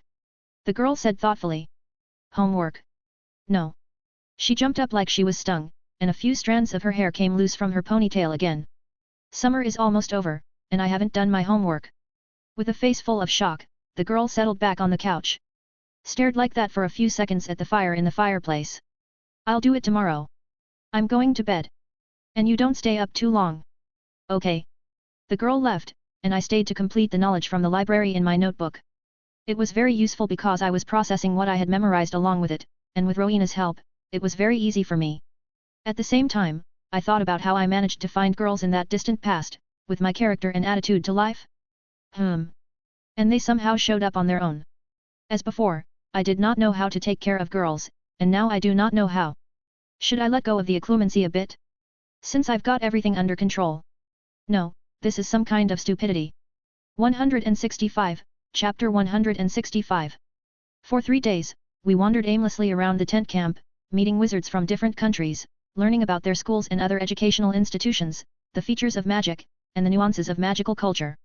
With the Americans, or rather, the American girls from Salem Witch Academy, we chatted about what's it like over there. And what are they being taught? The Asians were extremely closed to communication and ignored anyone who spoke anything other than Chinese or Japanese. Guests from Africa actively tried to sell me something, especially the Egyptians, who I immediately recognized. Wizards from Uganda made an impression. They did magic without wands and other concentrators, but for a long time, with various incantations and ritual movements. The essence of their magic is not clear to me at all, and Rowena was not able to analyze it. The flows of magic are too different. If we create clear structures, then their magic is streaming or what? It's closer to the children's underage magic, only stretched in time. Why am I so dumb, though?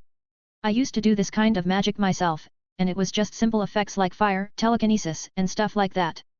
There was no structure to it, either, just a stream of magic that made my wishes come true. A few times, we went to the Irish camp. By some strange coincidence, some of the other kids from the house who had decided to attend the match were there, too. On the evening of the 4th day we were here, Lavender Brown, the Paddle Twins, and the Hufflepuff girls I didn't know, came to this camp, and that was just from our year. There were a lot of kids from other years too, and it seemed to me that Irish camp, with its green tents, had become a sort of branch of Hogwarts. The girls, in general, stole Hermione away and whispered around the campfire. By the way, during those days, many wizards had mastered the mystery of survival without magic in camp conditions. So almost every campfire was full of pots with different stews, kettles, and there was even a semblance of kebabs. They must have copied it from other Europeans or from the Turks. Yes, most likely from the Turks. Their guys were selling high-class kebabs at our camp canteen. So, anyway, we're sitting around the fire, boys by one, girls by the other. The boys were telling fables about their summer, the girls were giggling, shooting their eyes in our direction. A kettle came up every now and then, but secretly a flask of something strong went between the guys. And I bet that it was enchanted by one of the adults. You could not take more than a sip. Of course, it's easy to get around, drink it, pass it around, and so on between two people until you drop. The interesting thing was that no one abused it. Noises began to come from outside, breaking out of the already familiar picture of the camp. What's going on out there? Turned to Seamus sitting nearby, enthusiastically rolling a twig of potatoes over the coals. Where? There? Oh, right. The guy jumped up. There, the Scots set up a camp nearby. So. Oh, I get it. Dean went up with a grin. There's going to be a fight. What kind of fight? Someone from the senior Hufflepuff here was extremely surprised. Anyway, everyone follow me. There will be fist fights. You won't see anything like this at Hogwarts, I swear. Even the girls were interested in the upcoming events. Well, about the guys and say nothing. After a minute's walk, we came to a spacious clearing where people of all ages were already gathered, most of them men and boys.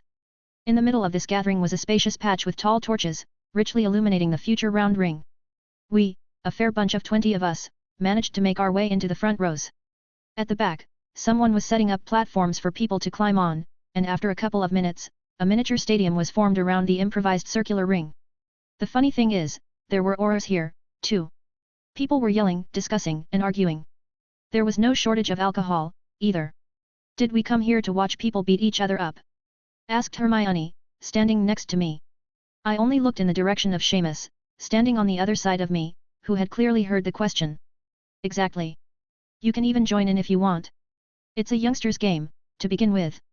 Well, the Scots and the Irish can't get together in one place and not have a scuffle. But it's long been a tradition to hold them in a more organized way. Of course, there'll still be a dump afterward, but that's what the Aurors are for. That's the way it is. Want some? Seamus handed me a flask. Sure, I grabbed the flask and took a savory sip. Max. Hermione tapped me on the shoulder. What? You drank something yourself, too. That's not it. The already ruddy girl blushed a little. The girls had a light wine, and I just tasted it. I'll keep that in mind, Fluffy. She responded with another fist bump to my shoulder. Child alcoholism, what a nightmare. Wine is a tricky drink. Like all alcohol. Deceptive. Don't drink any more. I won't either. Deal. A fat man with a red mustache literally rolled into the middle of the ring. Ladies, yaks, and gentlemen. It's a good thing we're all here, and heek. Goddamn fire whiskey. The man hit his chest with his fist. Oh, it got better. That we're all here tonight? Yeah. Anyway, who wants to watch somebody punch someone in the face? Yes. Thundered the crowd. Great. Rejoiced the man enthusiastically. And who wants to be that somebody? Let's start with the young people. 166, Chapter 166. I heard voices of encouragement from different sides, someone patting somebody on the shoulder, pushing him into the circle. That's funny. I drank a little, but the idea of swinging fists seemed very interesting to me. Just as I took a step forward, Hermione intercepted me by the arm. Is that even wise? She asked anxiously. Not at all, I smiled back. But if I win, there's a reward from the fluffy princess. The girls who were standing next to us immediately blushed, not forgetting to give out the typical, Kindergarten, really? Max. Everything will be fine. What have we guys never gotten in the face? It's routine. Ha. Clapped Seamus on my shoulder. Well said. It's routine. Ha. Clapped Seamus on my shoulder. My man. Walking to the center of the ring, to the mustachioed man, I looked around at the smirking and warming up guys from 14 to 17 or 18. Some were a little tipsy, but overall, nothing special, just guys. That's it. No more young braves. Shouted the man, looking around the crowd questioningly. Well, that's enough for us. How many of you are there? Aha. Okay. 12? That's great. Come on, let's split up into 3 men. Guided by a way that he alone knew, the mustachioed red-headed man split us into 4 groups. You're all familiar with the idea of our fights, it's simple, but for newcomers, I'll tell you again. There are 3 people in one fight. Whoever stays on his feet goes to the next round. After the triples, the rest come out one-on-one. Then the last 2. So. The first 3. You. The man pointed his hand at one of the teams. According to the rules, from outerwear, pants, and shoes. Torso naked, there were precedents for concealed carry. All kicks except the knees. And yes, no magic. Get ready. To the hooting of the crowd, the boys quickly threw off their jackets and shirts, handing them to their comrades. I, on the other hand, looked around at everyone else. It was hard to tell, but nothing special, some a little fat, some thin, tall, short.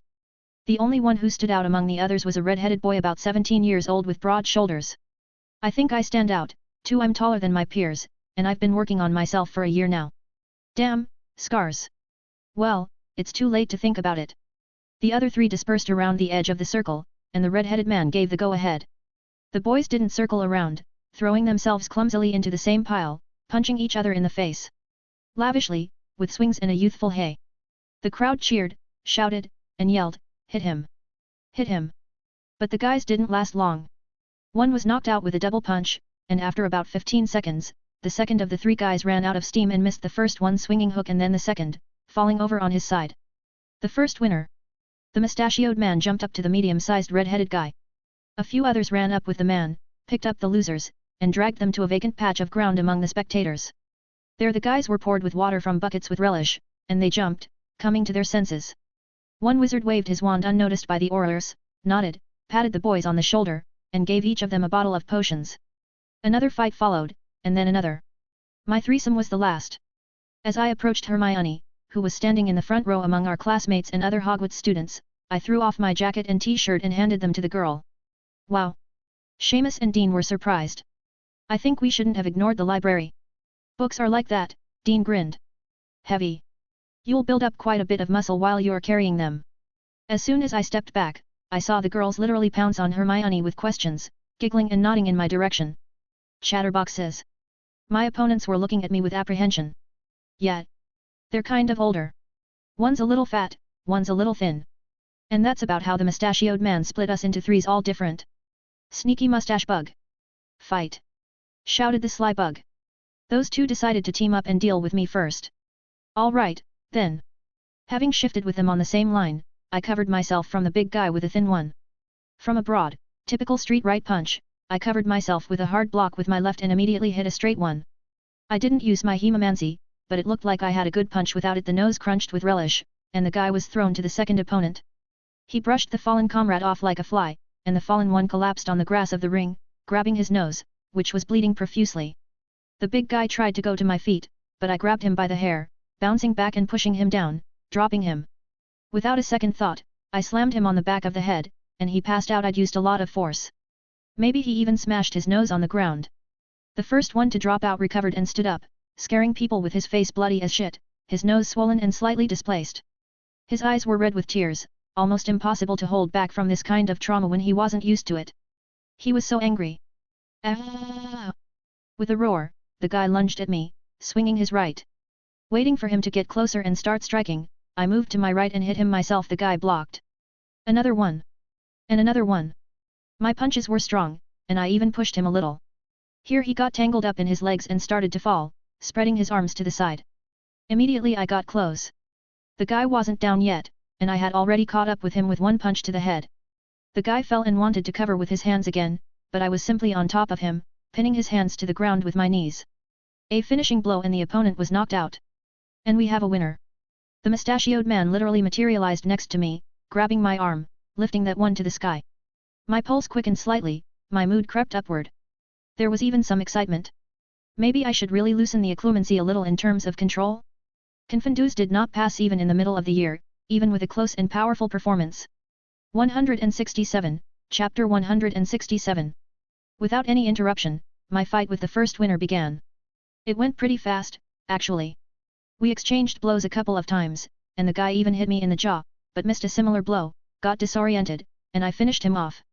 The second one-on-one fight went just as quickly, pretty much following the same pattern as mine. Let's find out who's going to be the youth champion. Raved the mustachioed man, jumping back and forth across the ring. Fight. My opponent was clearly experienced in such fights. Maybe he even did something professionally. This opponent was the tall red-haired guy I'd spotted at the beginning. He was well pumped up, his fists were clenched, he was in no hurry to fight. For about a minute, we just circled, waiting. But the redhead didn't seem to have much restraint, so he attacked, trying to feel me out with his left. As soon as he found a gap in my defenses, he was right in front of me. I didn't have much skill, but I was superior in speed and reaction, so I dodged it.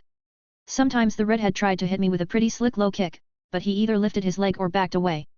Quit squirming, Blondie, the redhead smirked. Or weak to fight like a man. Pfft. Ha.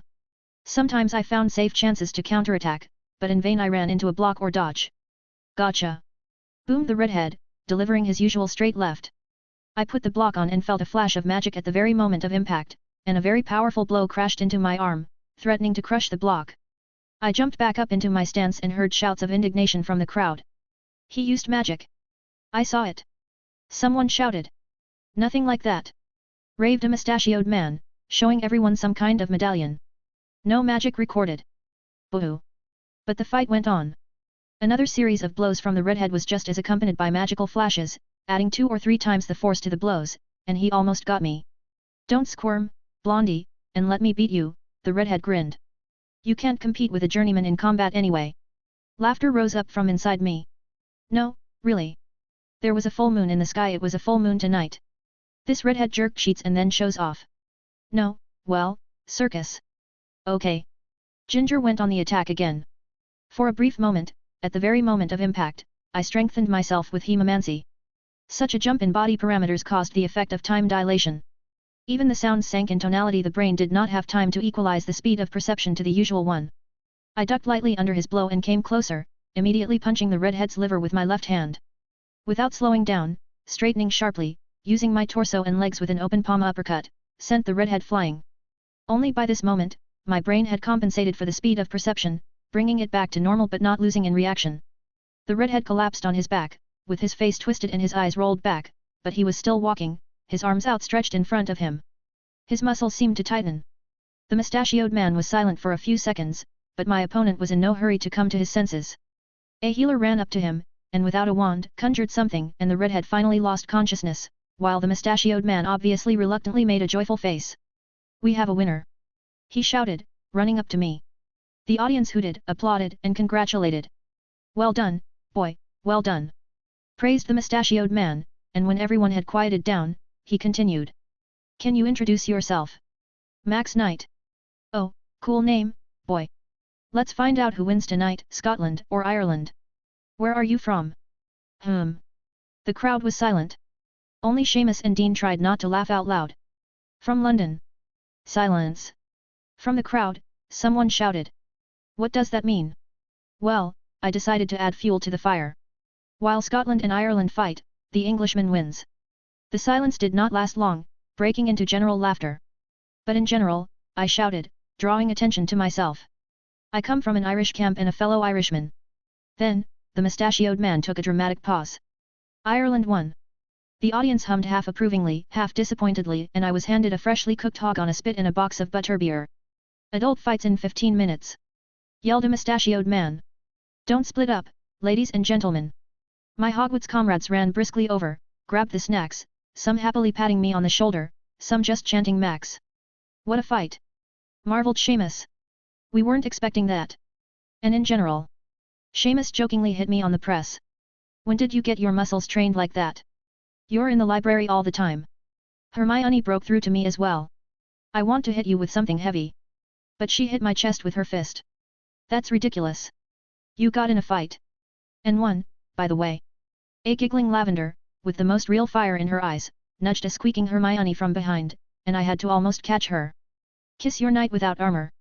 Hee hee hee. Hermione had a face like she was diving into a whirlpool, but there was no desire not to dive, either. Quickly she got up on her toes, gave me a brief kiss on the lips, and blushing, stuck my clothes back in. That's for winning. Woohoo!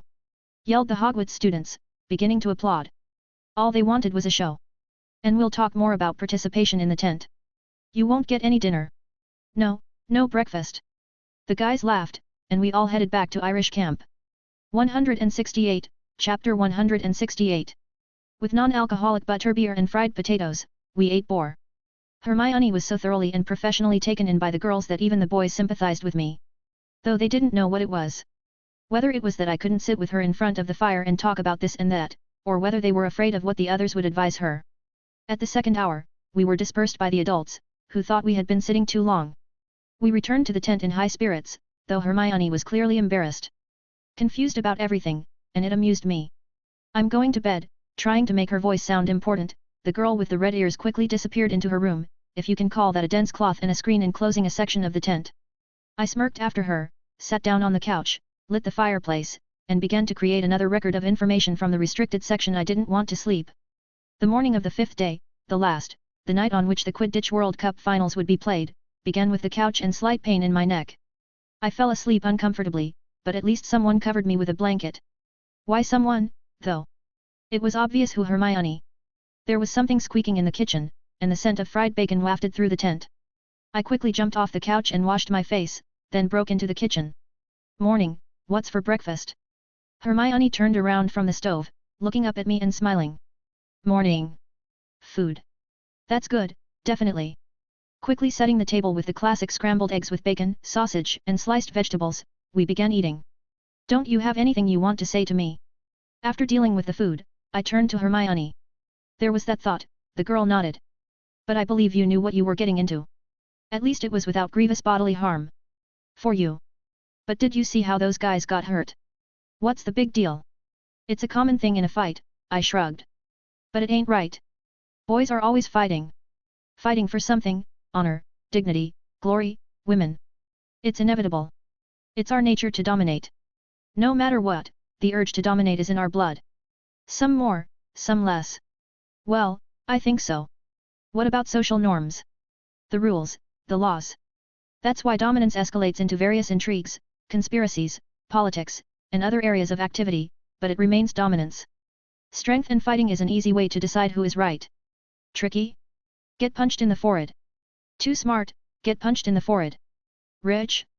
Get punched in the head, you and your bodyguards. It seems to me that such fights help some people to blow off steam in the ring, others to quench their thirst for violence and entertainment from the stands. In the end, everyone's happy, and the organizers get money. Oh. Boys. After breakfast, we went for a walk around the morning camp. In fact, this trip broke my training schedule entirely. I don't even know what exactly the reasons were, but somehow it just happened, which means that I'm going to have to put a lot of pressure on my training at Hogwarts. I was amazed again at the unwillingness of wizards to think and at least to draw water with the augmenti without leaving the tent. We walked to the Irish camp, where we met Seamus and Dean, who were already cooking something on the fire. Seamus' mom was directly in charge of the cooking over an open fire. Oh, that's our champion. Smiled Seamus cheerfully, almost collapsing the skewers stuck around the fire with an awkward movement. Ouch. Dean tried to stop the skewers from falling into the fire, and he succeeded, but the guy got burned and started blowing on his fingers. Damn it. We said hello to the guys. None of the other Hogwarts students were around, which certainly contributed to a calmer atmosphere. Nothing lasts forever, however. Oh, newcomers in our ranks, Seamus smiled, looking behind me. PFFFF. Something's about to happen. Dean decided to move the skewers but once again only burned himself. I turned around and saw Ron and Harry coming toward us. Both of them were wearing their usual clothes, and it seemed surprising that they were wearing the same shabby clothes. They had kettles and buckets in their hands and were obviously on their way to the water pump. At the sight of us, the guy's enthusiasm waned somewhat, but the redhead and the bespectacled one decided to follow through and say hello to their not bad acquaintances. Hey guys, Ron and Harry shook hands with Seamus and Dean affably. Hey. What? Those. Ron nodded his head grudgingly in our direction, here to do. Oh, more friends of Seamus, Mrs. Finnegan smiled. I hope you're rooting for Ireland, too. The boys were clearly greatly embarrassed by such a question, and they hastened to swear that they were, hurrying away. Looks like, Mrs. Finnegan turned to us with a sly smile, you have some sort of conflict with these fellows. Just a little bit. I see. The usual thing, school, Hogwarts. I remember I didn't get along much with one girl in my year, either. Best friends now. Give the boys a chance. You're just like Dumbledore. Ready to give everyone a second chance, I said, not without a snide remark, but I couldn't help it. Dumbledore is a wise old man who has seen a lot in his lifetime. His opinion should at least be taken into consideration. 169, Chapter 169. Hermione and I went on our journey through the tent camp. The vendors of all kinds of goods were more active than ever, trying to sell almost air. They traded like it was the last time. In the end, of course, we couldn't resist buying some local fast food meat and Irish team badges. The bustle intensified with each passing hour but could not last forever. By sunset, the bustle of the wizards had turned into an oppressive silent tension. When it got dark and the sun finally went down the horizon, people slowly began to pull towards the stadium, the top of which looked out from behind a small strip of forest. Hermione and I went to the tent to change into more decent-looking clothes, not just casual clothes. I wore my Percival Graves costume as planned, and Hermione flaunted a black closed gown with a rather puffy layered skirt, an equally black robe. She magically styled her naughty curls into a tall, wavy hairstyle. On the one hand, it was total chaos, but on the other, it was extremely orderly. How do you like it? Hermione spun around in the center of the living room. You look great. I'm glad. Why black? Well, we go together, and you only prefer black. And my mother said that black is the perfect color and will suit any situation. Mrs. Granger is definitely right. With the general crowd, we walked along the lighted road through the woods all the way to the stadium. Huge and tall, beautifully lit, as if composed of millions of beams, transverse and diagonal. It was impressive. It was a little tight in the crowd, but not too much, and we made it safely to one of the entrances to the bleachers, where a ministerial official checked our tickets and let us in. We climbed the many stairs without any problems, but many wizards learn such a beautiful thing as shortness of breath. Having practically climbed to the very top, just a couple of levels short of the highest open-air seats, we reached the ministerial lodge and the surrounding areas. In general, one differed from the other only in the fact that the lodge was fenced off for ministers and other important guests, but the seats themselves, the convenient, comfortable armchairs, were the same. At the entrance to the lodge, which adjoined the ministerial one, there was another inspector who checked our tickets, politely wished us a pleasant pastime, and let us in. What a view! Declared Hermione as she approached the fence. The view was indeed gorgeous and enormous, simply gigantic stadium with impossibly high bleachers, with tens of thousands of wizards of all kinds taking their seats. The lights on the ground and the pillars on the highest points of the stands were capturing absolutely every bit of field and airspace out of the darkness of the night. On a huge blackboard that hung in the air, every now and then flashed advertising of the current sponsors, of which I casually drew attention only to Gringotts and some broom company. Enjoying the view, young people? A familiar voice forced Hermione and me to turn around. Lady Greengrass, I bowed politely, and Hermione gave a curtsy. I'm somewhat surprised, young people, that you were able to buy tickets in this loge. It's just that we bought them in advance. Very thoughtful. Daphne and Astoria appeared from behind Lady Greengrass. While the latter glanced at us and greeted us with mild interest, Daphne showed her aversion to my person in every way possible, for which she even politely said hello to Hermione. The female team hurriedly took their seats. Astoria at first looked at this unexpected company for her sister with surprise but then smiled, smirked, and sat down next to me on the left. I ended up sitting between Hermione and Astoria, and Daphne was pulling my friend's attention. Lady Greengrass sat behind us, and a little later, her husband Henry joined her. An average man. Average in everything. I had seen his photographs, so I recognized him at once, though we had not been introduced. Gradually our loge filled with wizards of different ages, and Astoria was joined by a friend, probably a classmate. Looking at young Greengrass led me to the conclusion that black hair with the same face type as Daphne and Delphine was more pretty, perhaps? More lively, yes. You'll be the first to know. I wasn't the only one who heard Malfoy's so familiar mocking voice.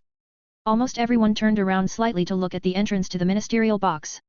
Draco Malfoy was standing there, looking up at the upper bleachers and grinning.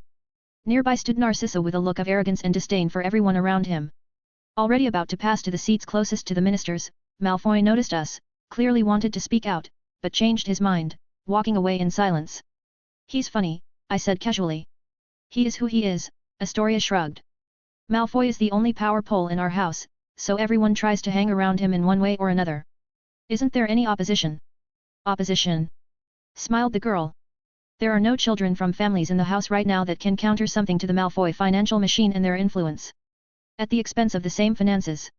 Better to be on good terms with a fool than to antagonize him. Now that Draco is in charge of the family, there will be even more different people hanging around him, trying to please. Before, various sycophants could be intimidated by the name Lucius Malfoy, but now. What candor! I overheard about your little conflict with Daphne. I just don't want you to think too badly of her. Do you really care that much about some Gryffindor's opinion? Astoria smiled back as if she knew much, much more than she was saying, and now you sit there guessing exactly what she knew. 170, Chapter 170. Ladies and gentlemen. The voice of our favorite big guy, Ludo Bagman, boomed through the stadium.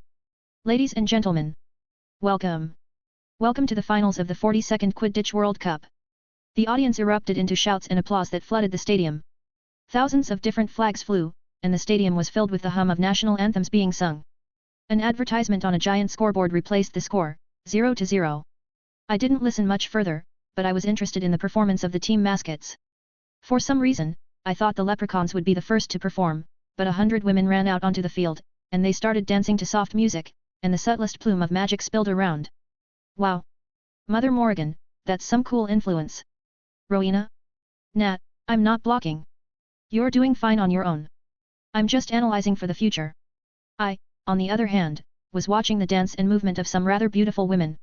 Exactly beautiful, not just pretty. Max, the eyes.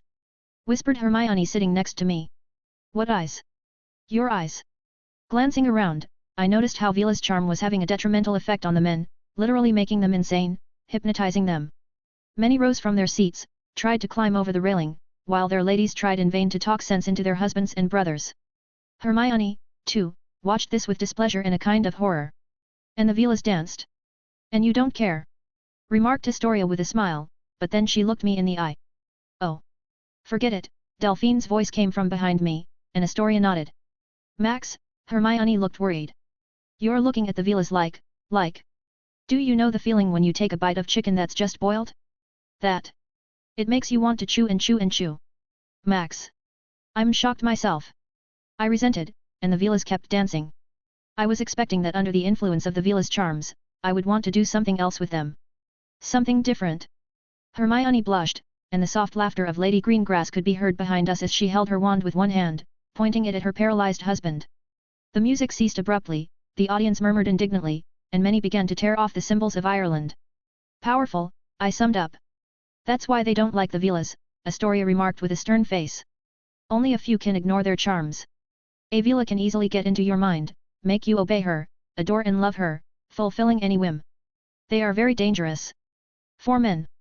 A curious point of view, I nodded, remembering the scattered data on these creatures. But don't they follow their own codex and participate in various sabotage and espionage activities? And what's stopping the powers that be from forcing them? Replied Astoria with a smile, and Daphne once again pulled Hermione into the conversation, recalling some particularly sophisticated topic on runes. I didn't watch the rest of the show, though the leprechauns did a pretty good job of fooling a bunch of ignorant people by throwing around hundreds of thousands of their fake gold coins.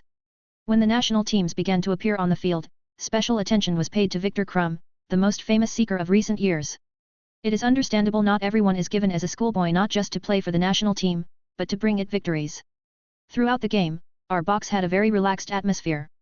The adult wizards were whispering about something, and the topic was clearly not Quidditch.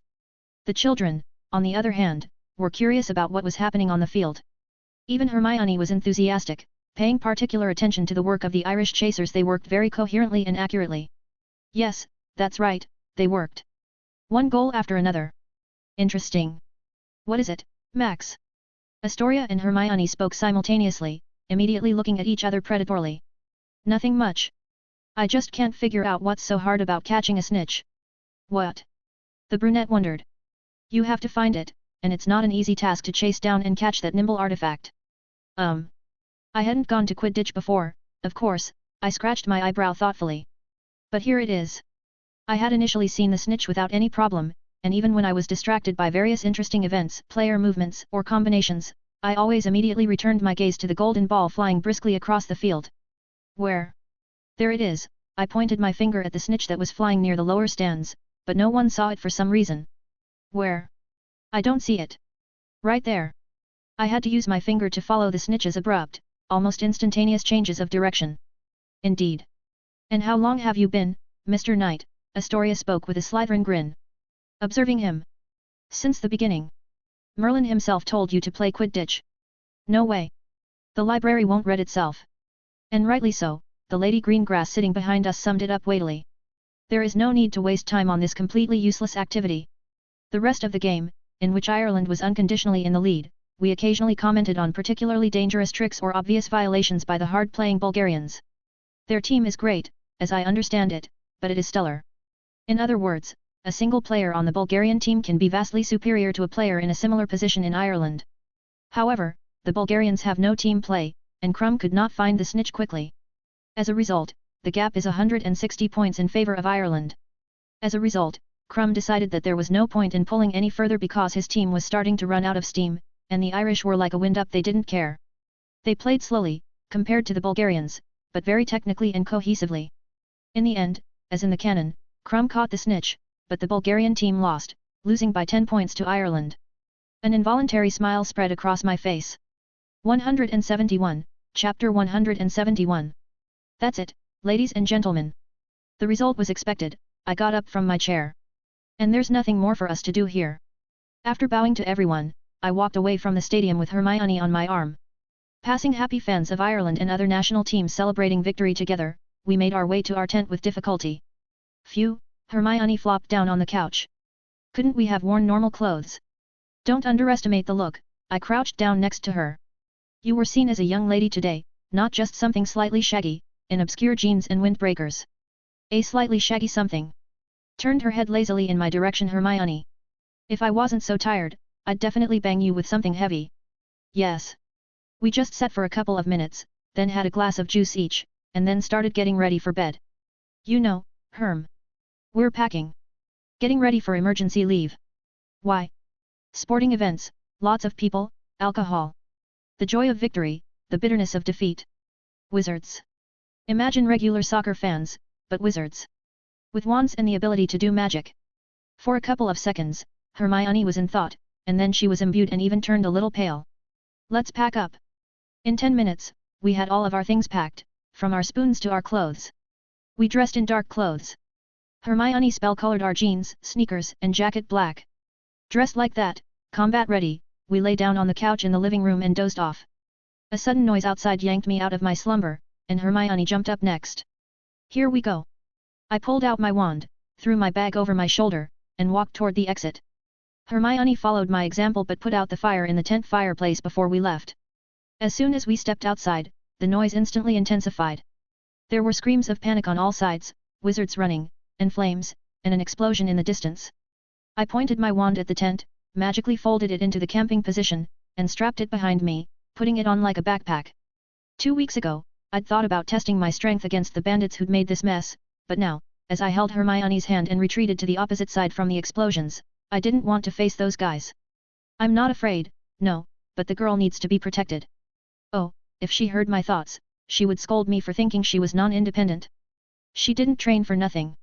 That's what she would say to me. Better to keep quiet. Fortunately, Hermione didn't demand to rush to the aid of someone out there but dutifully retreated with her wand at the ready. When we reached the woods, we began to make our way through. Some familiar clothes flashed from the side, and a moment later, the female half of the Greengrass family pointed their wands at us. Follow me, Delphine said without any preamble, and I jerked toward her on some reflexes. Thankfully Hermione didn't argue. We are going beyond the boundary of the anti-apparition charms. From there, we leave with the Portkayat. The girls panted in a hurry. Delphine, Hermione, and I were holding steady. And from here. The charms were clearly put on by an artifact. Strong interference. Very risky, Delphine answered in chopped phrases, saving her breath. Halt! A harsh distorted voice forced us to stop. To my surprise, Delphine didn't start cursing the 5 black-robed wizards with spells, only with a tenacious glance tried to search out something in them. Oh, what beauties! Theatrically spreading his arms to his sides, one of the hooded wizards came out to us. His face was covered by an iron mask, and his voice was distorted like the others. We could kill the boy for this, right guys? Yes, replied the others cheerfully. Why are we standing? I whispered to Delphine, standing close to me. We both covered the others with our backs. You don't understand, she looked around at the others puzzledly, answering in the same barely audible whisper. Henry's missing. I suppose. Sorry, but I don't care at all right now. If your husband is among them, and you will not attack, then defend. Without waiting for an answer, I stepped forward. I felt a powerful, complex protego set up from behind me, which made the air rumble. A pair of wizards threw bright and powerful beams of Reducto and Expelliarmus into the shield but to no avail. Brave! I sharply moved to the side at full power, creating an overload of Stupefies magic that immediately dispersed in a swarm of fast, sharp rays. The wizards weren't complete garbage and began actively dodging the beams as they flew. One of them got carried away, and I quickly ran up to him. Ictus, the banalist transparent blob of the air fist spell came off my wand. Nonsense in combat, but not at close range. The man was knocked to the ground, but in flight, he created a half-sphere of protego. Transform, the spell created a spike from the ground in the man's fall area. Transfiguration is the bread of strong fighters who focus on moving in combat and forcing their opponents to move. It worked very well, and the spike came out precisely from the man's chest, piercing his heart. 172, Chapter 172. However, they didn't let me stand, and I wasn't going to either. Bitch! Avada Kedavra! With a careless movement, I deflected my torso a couple of centimeters to the side, dodging the green beam of the deadly curse and immediately aiming my wand at the villain. Kumilaris! A spiral clot snapped off my wand, instantly covering the distance to my enemy, but he almost dodged it. It blew half his torso away. The remaining clot changed direction and crashed into the ground under the feet of the third, who was actively trying to penetrate the Delphine shield with some endless steady ray of blue. Huge lumps of ground blasted by my spell began to pelt the man, knocking his concentration and eventually dropping him to the ground. I wanted to finish him off, but I had to sharply put Protego from the powerful Reducto. The shield turned out to be strong, and the spell didn't penetrate. Crush him with speed! Shouted the fifth wizard in the black hood at the fourth, standing up next to him. Easier, but more often. We'll get through. One by one, quick dull clots of simple spells aimed at piercing the shield flew at me. That way, they would indeed penetrate, and the speed only increased. Calculated. Conjure up Reflecto. Trusting Rowena, I began to form a concentrated dot of Protego Reflecto on the tip of my wand. A high concentration of energy in a small area allowed to reflect a lot of things. Leading my wand like a brush, I very quickly received clots of spells at its tip, one after the other, reflecting back to the hooded men, but all missed. I need more practice. Each clash generated a small white wave of magic in the vertical plane. One spell, a second, a fifth, a ninth. Finally, one of the reflected Reducto hit its target, albeit the wrong one. It hit a hooded man who got out from under the ground, and he flew a dozen yards away with multiple crunches of bones. The hell with it! Burst out the fourth wizard. Avada Kedavra! What's the difference between a good Avada and a bad Avada? The bad Avada is a clot. The good one is a beam. I dodged the beam with great difficulty, which caught up to me almost instantly. I would have died if I hadn't been faster from the hemomancy. Now all I was getting was Avadas, giving me no room to maneuver. Transform! I raised a wall from the ground in front of me. It gave me a second before the wall was blown apart by a Bombarda Maxima, but I was already rolling behind a tree. Without looking, trusting my senses, I threw another Kumilaris at my opponent, immediately peeking out from the other side and rolling away from the Bombarda that was already flying into the tree. The fourth hooded man decided to shield himself from my spell with Protego, but Kumilaris scattered the shield and the wizard, causing a fireworks display of internal organs. Blood and guts knocked the fifth man to the ground, giving me time to orient myself, and I threw the powerful Reducto at him. The thin and very fast beam was too thin and too fast. The spell's impact worked almost like a large caliber bullet, and the hooded man who had stood up caught it right in the chest. There was a savage crunch, and the hoodie on the man's back rippled. A second, and the body dropped dead.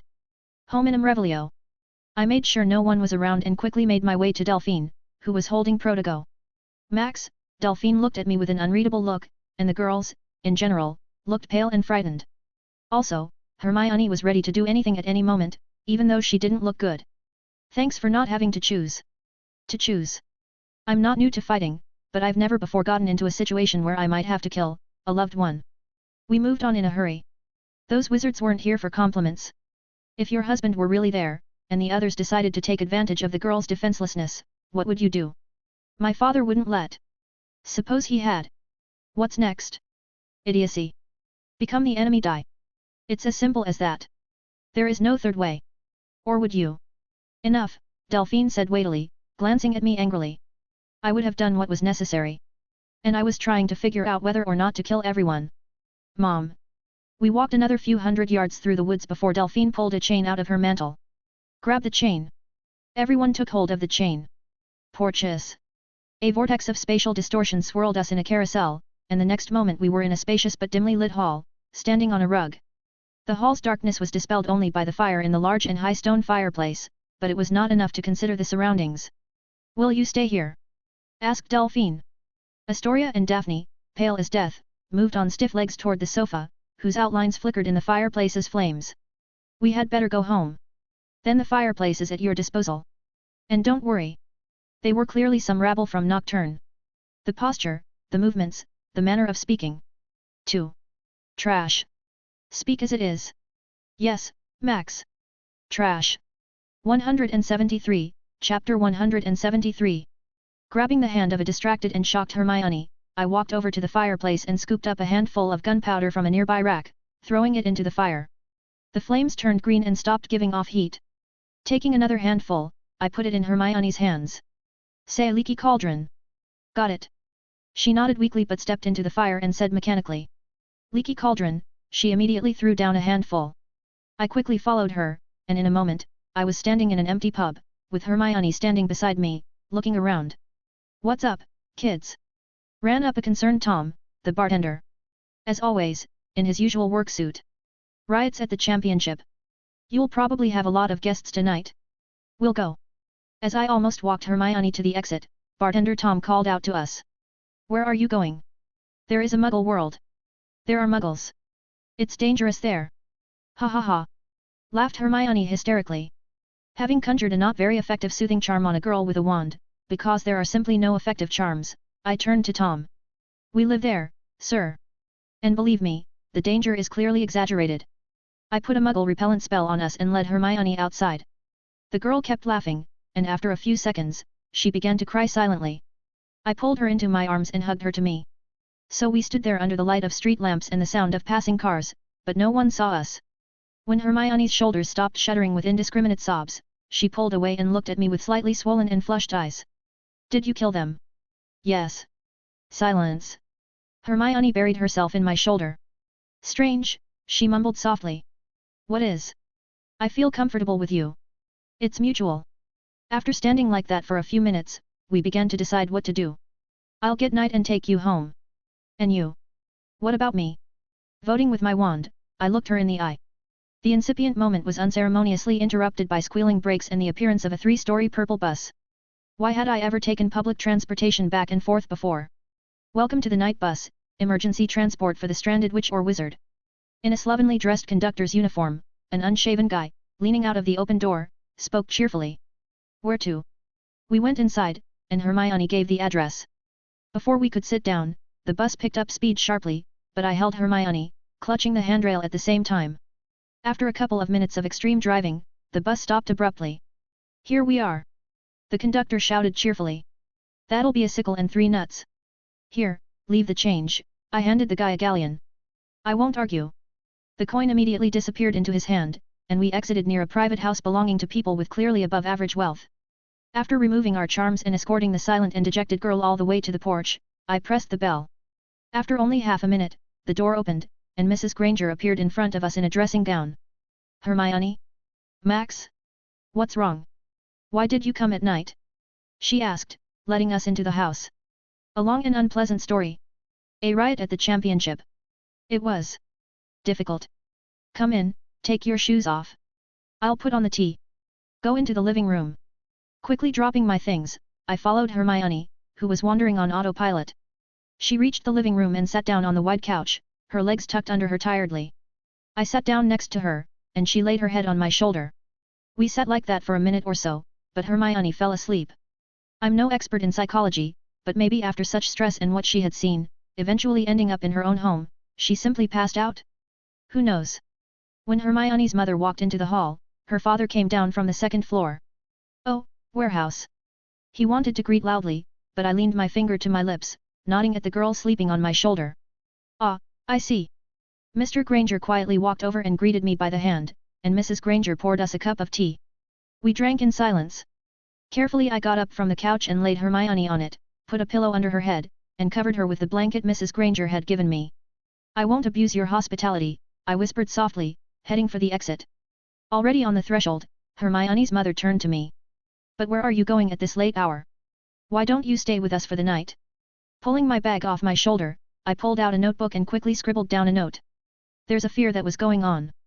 Try to make sure that when she wakes up, she sees you in the note. All right, Mrs. Granger accepted the note. But no need to worry. We wizards have ways of fast travel. Do as you like, Max. Good night. Leaving the Granger family's house, I walked down the street for a while, thinking about what had happened. I turned the occlumency to maximum, and as always, I felt nothing. Do I need to loosen it now in order to feel the fact of killing people? I loosened it. No change. But I did feel a little more worried about Hermione. Shit. I stepped into the dark alley and called out to Kriaker. With a quiet clap, the house elf appeared in front of me, bowing his head in greeting. Old Kriaker. Decency aside, I'm tired. Take me to the house on Grimald Place. I held out my hand to the house elf. He touched me, and an extremely soft vortex of apparition literally shifted the scenery around me. A fraction of a second, and I was standing in front of Walburga's portrait. Max? I didn't expect you to show up in the middle of the night. All tomorrow, Lady Walburga. I'm tired. Kriaker. Take me to my room. When I got to my bed, I collapsed face down into my pillow and fell asleep almost immediately. 174, Chapter 174. In the morning after the Quidditch match, the first thing I did was tell the portrait of Walburga about what had happened at the championship. I told her about my lucky bet and that I was on my way to collect the money. I complained about Delphine's somewhat incomprehensible behavior during the attack. There could be all sorts of reasons, said Walburga while we were drinking tea. She, of course, drank drawn, as she always did. But take my word for it, since Delphine didn't start killing them right away, there must have been reasons for it, some purpose of hers, and she wasn't worried about the girl's safety for a reason, either. What did she say herself? That she was trying to determine if her husband was among the attackers and to act on that knowledge. Is the disguise of those hoodies and masks that good? They seemed exactly the same until they started moving. There already, yes, there was an obvious difference between the wizards. So, Max, take for granted her explanation. At least for now. She was probably ready to use magic at any moment, but if she did, those Death Eaters would have responded right away, and then it was just a matter of crushing them to victory, not figuring out who was who. Maybe she wanted them to start moving, take a few steps, and then determine who to kill and who not to kill. Good theory, but I don't like that she didn't start defending the girls right away. What do you know about her defense methods? Maybe they've already been protected. Like I say, for now, it's worth taking Delphine's words as given but not closing yourself off to other theories and possibilities. Better tell me, what are you going to do with the money? I don't know, honestly. I was thinking of investing some of it in something, but I don't know what at all. The money must work, certainly, nodded Lady Walburga, lighting a cigarette. However, I believe it requires knowledge of how the economy of magical England works. You can find promising students at Hogwarts and fund their projects, but youth. It is like that. One minute a student wants something, the next month they don't. Not everyone is able to withstand the pressure and competition. Almost the entire service sector is occupied by the ministry, so individuals develop either production or cultivation of something. Or selling and reselling. While you're at Hogwarts this year, try researching wizards' needs for finished goods, ingredients, or services. During the First Magical War, many industries suffered. They belonged mostly to those who didn't want to join any faction. Well, the Dark Lord's methods of negotiation are extremely radical. It's unlikely that many have been able to get back on their feet now. You didn't grow up in the wizarding world, and you may have a fresh perspective on things. After this short but informative conversation, I went to Gringotts Bank to receive my due. The goblins were not particularly happy about my winnings. They took me to a separate room to get it, and we put stacks of galleons into a small purse for an hour and a half. I exchanged some of the money for pounds, about 1,000 galleons. As it turned out, there are restrictions on exchange only for Muggle-borns, at least according to the documents, and with an annual maximum of 10,000 pounds. That is, in 1 year, you can let 10,000 pounds into the swap.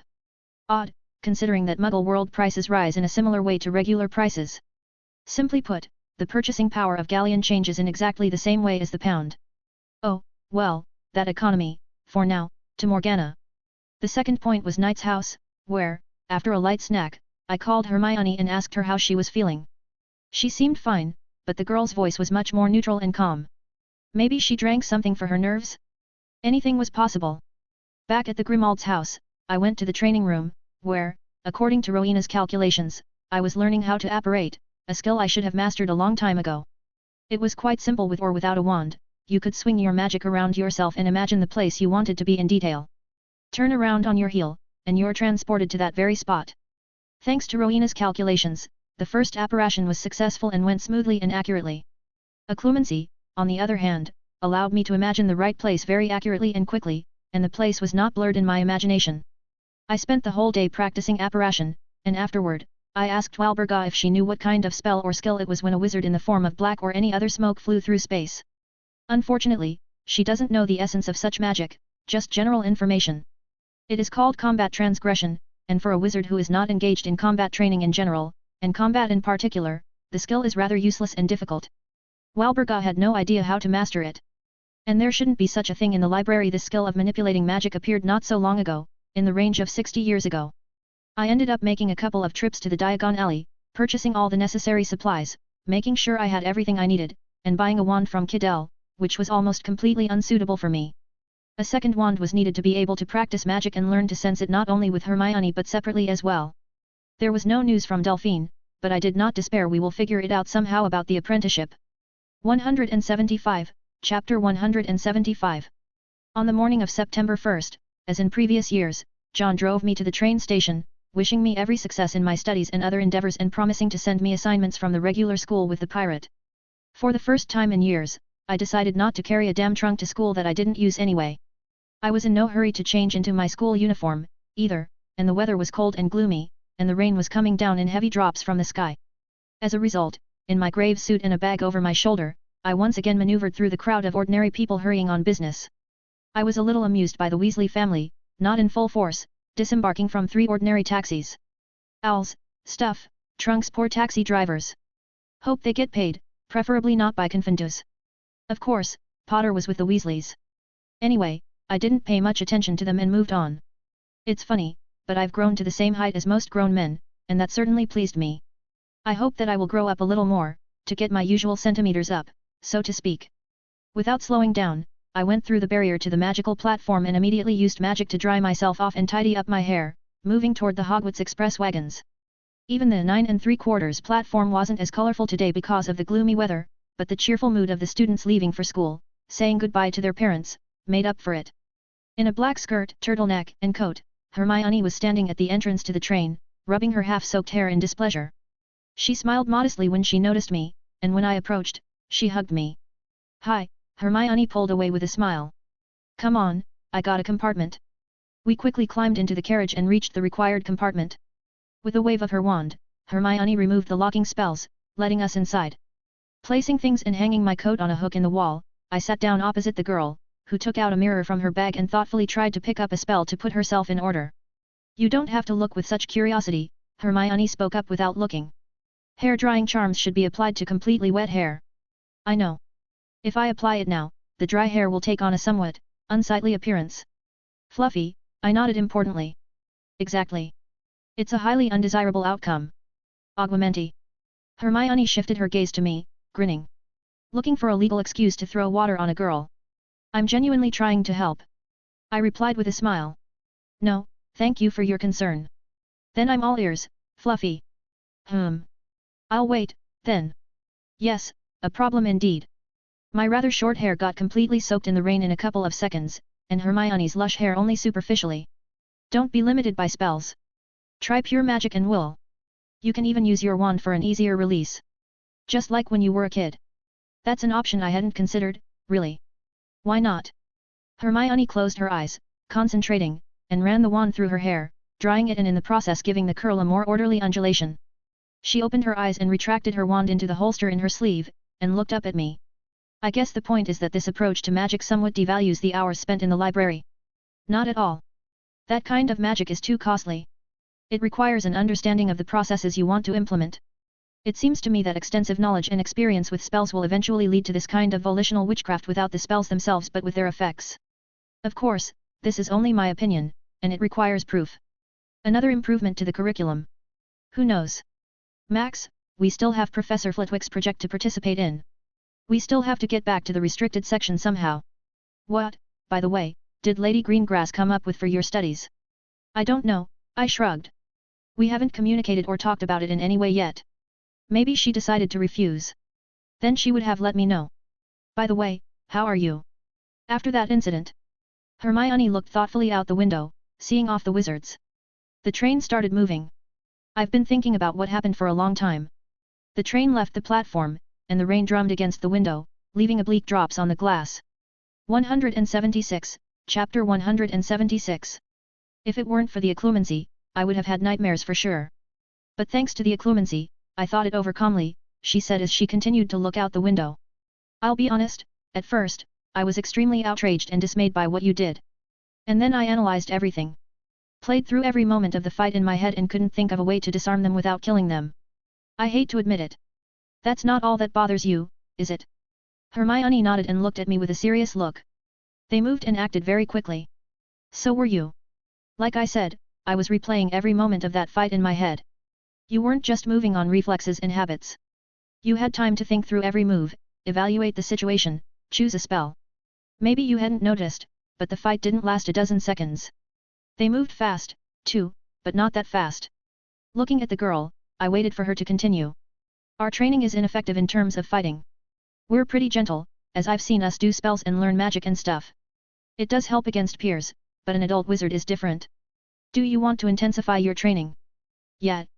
You know, in the regular world, the ones who reach heights are the ones who almost go over the edge of their capabilities. I don't want to become a real fighter, no.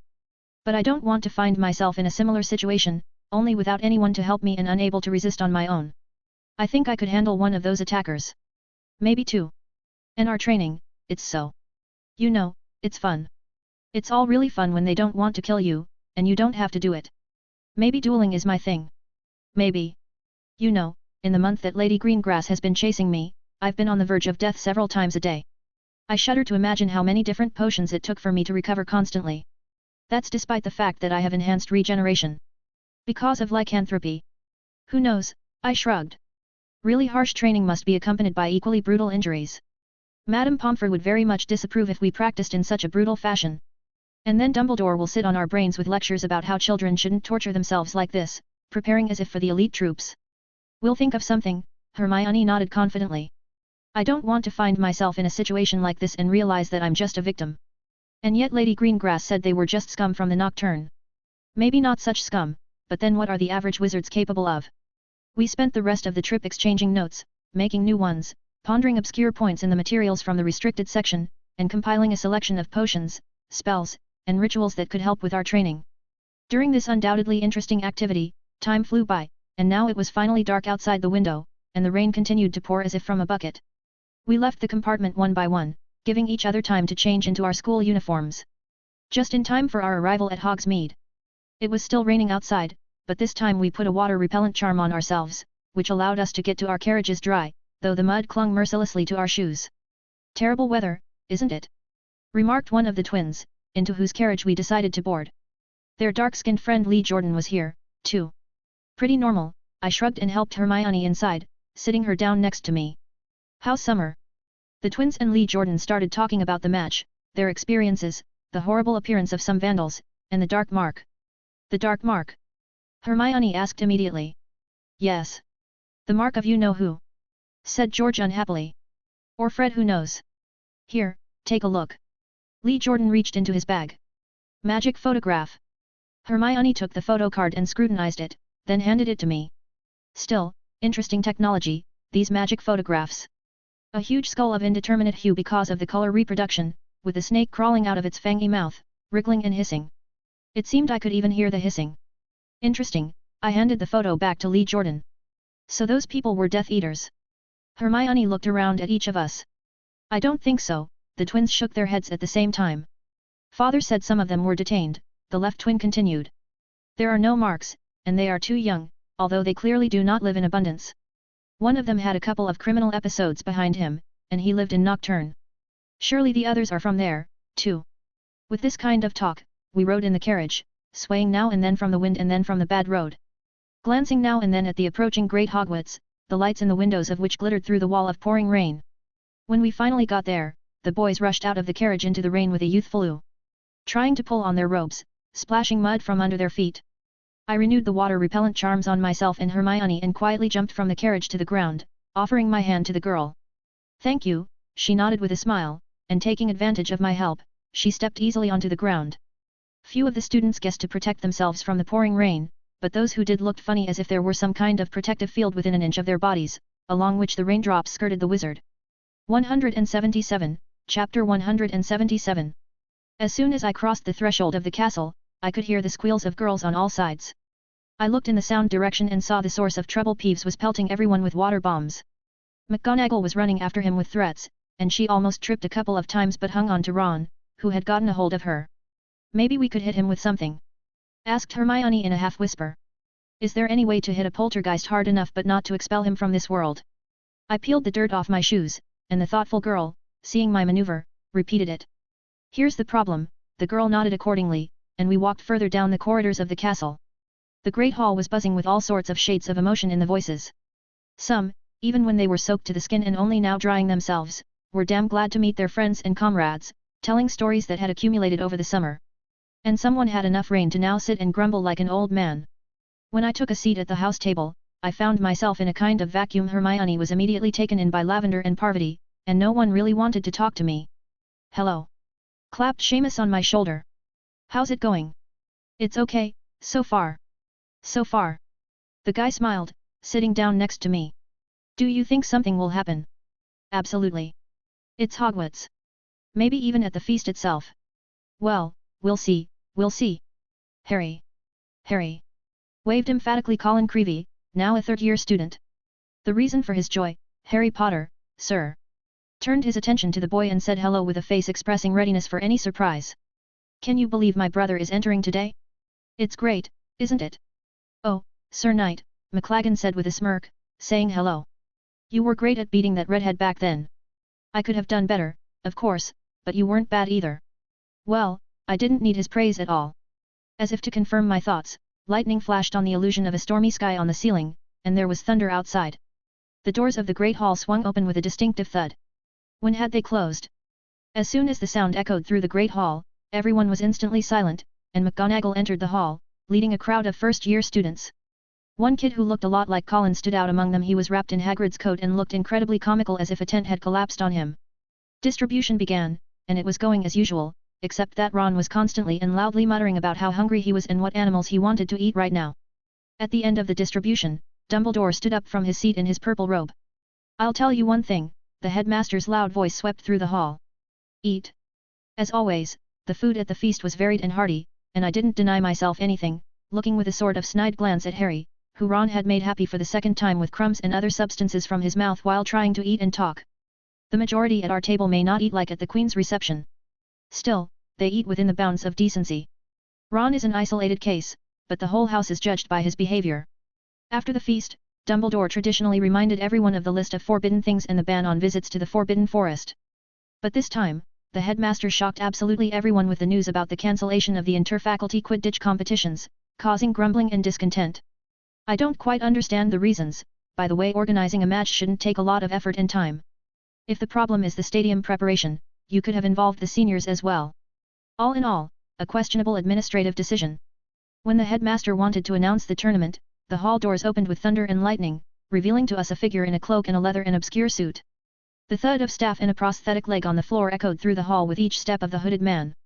Another flash of lightning on the illusory sky revealed a very harsh, scarred face, and in place of one of his eyes was a prosthesis, spinning freely in all directions, even peering as if inside his head. Moody. Or not moody, who knows now. But with Wormtail's death, the chain of events might take a very different course. In the silence of the crowd, the man got to Dumbledore, and they shook hands and talked quietly about something. Eventually, the man walked to the empty seat at the teacher's table, moved a plate of sausages to him, and, taking a large knife from his belt sheath, cut off a piece. He put the piece on the tip of the knife, held it up to his face, sniffed it, and then ate it. Allow me to introduce you to our new defense against the dark arts teacher, the headmaster spoke cheerfully amidst the general silence. Professor Moody. There was quiet talk and whispers in the hall, discussing this odious figure. After everyone's dismay at the cancellation of the Quidditch matches, Dumbledore surprised and delighted everyone by announcing that Hogwarts would be hosting the Triwizard Tournament. There were exclamations of disbelief and surprise, the laughter of those who were sure it was a prank, but no, not a joke. When the headmaster spoke of eternal glory and 1,000 galleons to go with it, the students' spirit flared. But Dumbledore again broke the mood, saying, "Not until you're 17. The Weasley twins promised themselves and each other to bypass this restriction because they were almost 17, and it wasn't fair." On that note, the feast finally came to an end, and we all headed for the common rooms. 178, Chapter 178. As before, Hermione and I took the inconspicuous couch, watching the students hustle and bustle, listening faintly to the speech of the prefect, who turned out to be Lee Jordan, who had kept it a secret until the end. After he'd told the first years about the house, he told Katie Bell to escort the girls to the girls' wing, and he himself settled the boys. The common room, of course, was buzzing. Ron was the loudest, telling everyone, both willing and unwilling, how he would have won the tournament if he hadn't been restrained. Or Harry, with his help, of course. "You're too thoughtful," Hermione remarked, leaning against my shoulder, drawing diagrams with a pencil in her notebook. She turned her head toward me for a second. "Yes, I know that look.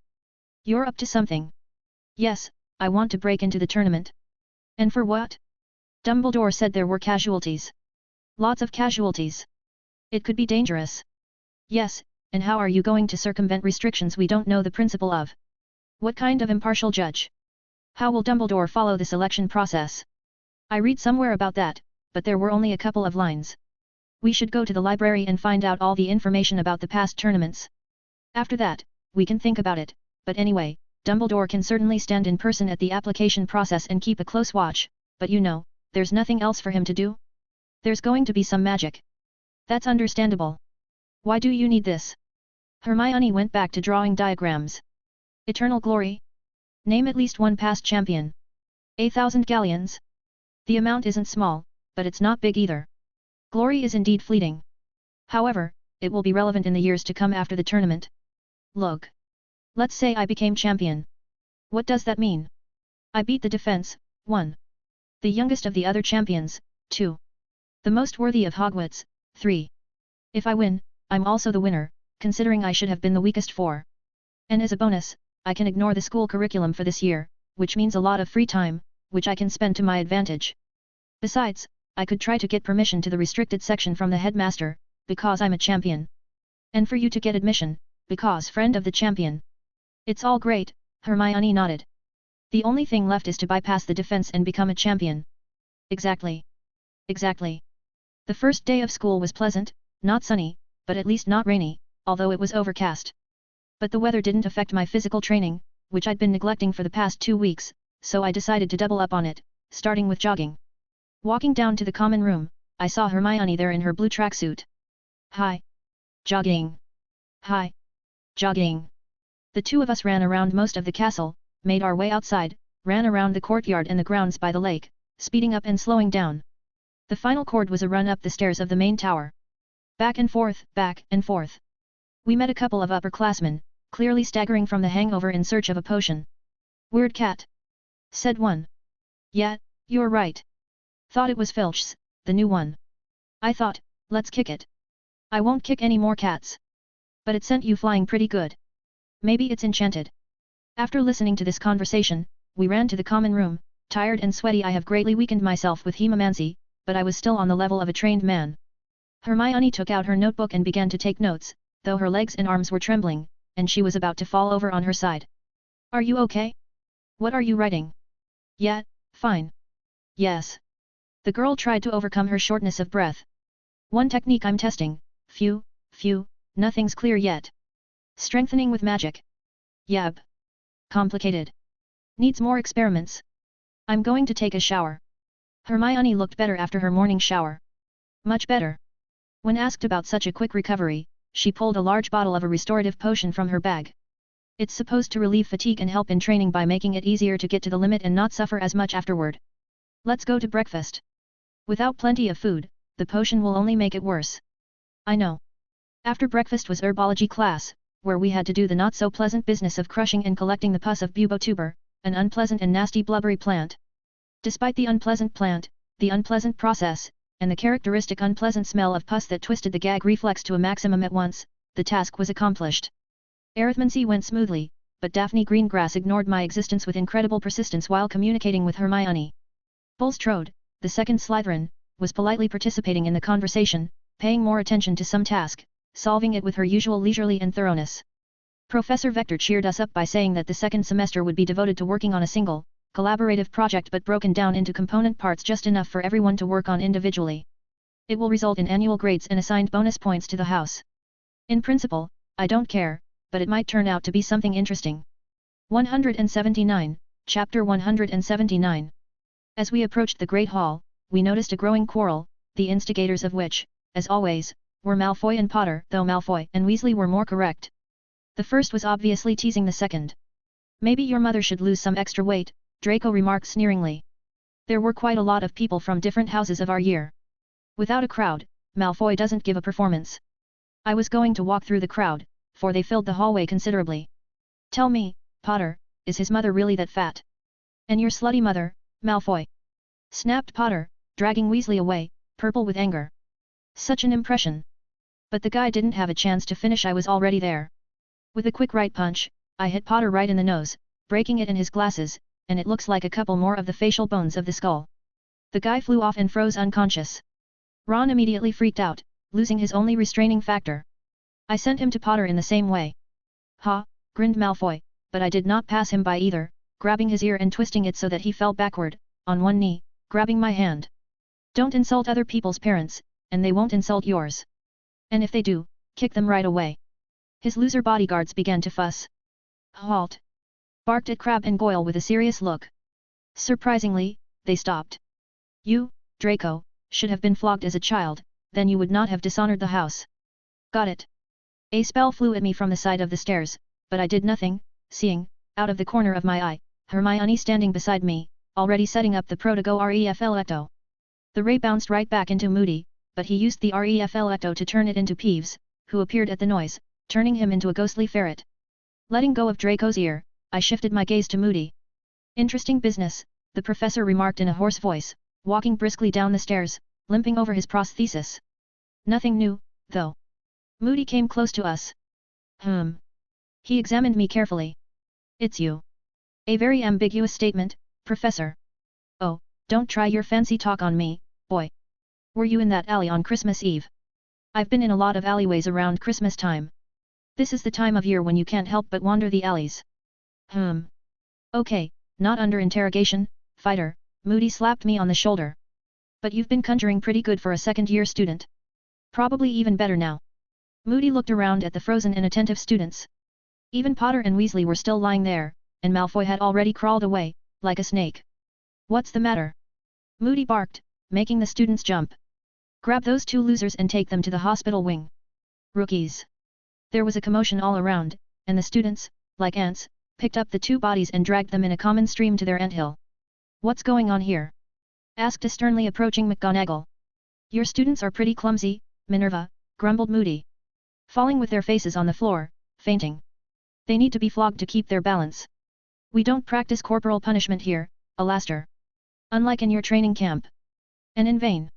Isn't it time for dinner? Leaving the topic, Moody marched into the Great Hall, tapping either his staff or his prosthesis on the floor. We also went to the large hall where Seamus and the twins sat down next to me. You shouldn't have slapped Harry like that, Finnegan remarked as he began to serve himself the meat dishes that had appeared with side dishes. He didn't mean to insult you, did he? But he did. He has to think. If I wanted to insult Ron and talk about his parents like that, not only would I insult him, but I'd insult all the Weasleys. Right. I glanced at the twins. Well, that's true. And Ronnie got hurt again. Even a little pathetic. And when will he learn to hold back? I wouldn't have touched him if he hadn't come at me with his fists. Shall we have lunch? Looked at us, Hermione. We could have a debriefing later tonight. By the way, George, Fred, any information on the tournament and how it's going? I don't want to spend too much time in the library. You've come to the right place, young knight. Brothers Gret and Forge will share their great and inscrutable knowledge. Following your example, obtained from the library. Listen up. 180, Chapter 180. The twins told us the history and rules of the Triwizard Tournament while we young Padawans were satisfying our first, second, and third hunger. The idea and concept have been very simple for God knows how many years. The selection is made with a goblet sheets with names and school affiliation are thrown into it. The goblet is enchanted so that it considers candidates from only 3 schools: Hogwarts, Beauxbatons, Durmstrang. If someone particularly gifted decides to make up his or her own school or sign up for another existing school, his or her application will not be considered at all. The goblet chooses the best candidate from each school, although the selection criteria are unclear and are not specified anywhere. The chosen champion must participate in every stage of the tournament because the goblet works on the principle of the blood contract, the consequences of failing to comply with which can easily drive you into the coffin. The tasks can be very different, but there are always monster and mystery. Monster. No lower than the 5th class of danger. 500 years ago, they were fighting a basilisk, nodded the left twin. And in 1792, they were catching cockatrice. A lot of people got hurt. Yet.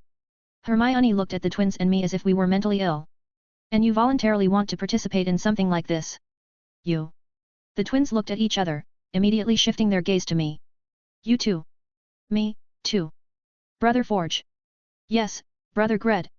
Do you think the Book Knight will find a way? Not before us, brother. Let's hurry up and get to work. Food first. Right. Gradually, those who had so briskly scattered away from Moody returned to the hall. Ron and Potter came back as well, glancing in my direction grudgingly. To hell with them. The days flew by rather quickly. Rumors swirled around the school about how cool or cruel Moody was in class or about the strange new cat that had discouraged half of Hogwarts from kicking animals in 2 days. Some had cats as pets, by the way, and there were 2 theories. Someone decided to protect their pet with amulets and artifacts.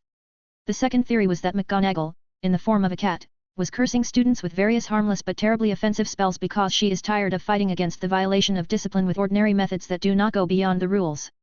Professor Flitwick somewhat dampened my and Hermione's enthusiasm, complaining that he hadn't yet received all the tools and ingredients he needed.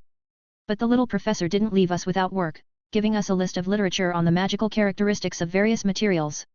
He told us to learn, study, and figure it out, and, if anything, to ask for advice. He was ready to help at any time. The rest of the school lessons were just school lessons. Hermione and I spent a lot of time in personal training, still swapping wands to learn magic and dueling more fiercely more than once or twice. We had to use various wound-closing spells, healing spells, and suffer from Skelgro. Yes, we didn't use maleficism and dark magic, the basics of which we already understood from the restricted section. The reason wasn't fear or anything else. We didn't want to use negative emotions in magic because as the mind affects magic, so magic affects the mind. And traces of such magic are either extremely hard to remove, like scars, or simply impossible. Not at our level. In class, Moody was furious. A pseudo-Moody, I should point out. He was sipping something from a flask now and then, and if you passed by at that moment, with my sense of smell, you could detect the distinctive scent of a polyjuice potion. It's strange because Wormtail is dead, the Ministry employee wasn't missing, Voldemort had no one to put him in the homunculus and nurse him.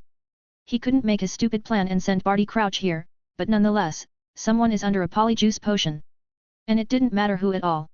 Anyway, Moody was scaring the students with the unforgivables by demonstrating them on a spider. After that class, not without a hint from Dumbledore, Moody calmed down, but he explained everything clearly, showed a couple of simple spells, countermeasures, protego of the 3 basic types, and things like that. He was a good teacher. To tell the truth, he followed the textbook and had time to add something from himself. Snape remained Snape. He developed in us the ability to ignore irritants, but no one wants to learn this amidst the dislike of the potion master. Charms, runes, arithmetic, nothing special. Independent theoretical study of the books on Flitwick's list went on its own and was just put off in my head. I hope this will come in handy soon. A week before the end of October, there was an announcement in the Great Hall about the imminent arrival of guests from other schools, the 30th of October, to be exact. This served as the starting point, the beginning of an instant buzz in the castle. The students began discussing the tournament and the other schools again. The teachers, along with Filch, were tidying up the castle and even, for once, insulated everything, restored the windows, polished the armor, and renewed the portraits with the tapestries. I even thought for a second that I was home again, in a previous life. Until they get stung in the ass, they won't move. 181, Chapter 181. On the 30th, the boys' enthusiasm reached its peak. In the evening, we all crawled out onto the broad plain between the castle and Black Lake to meet the guests.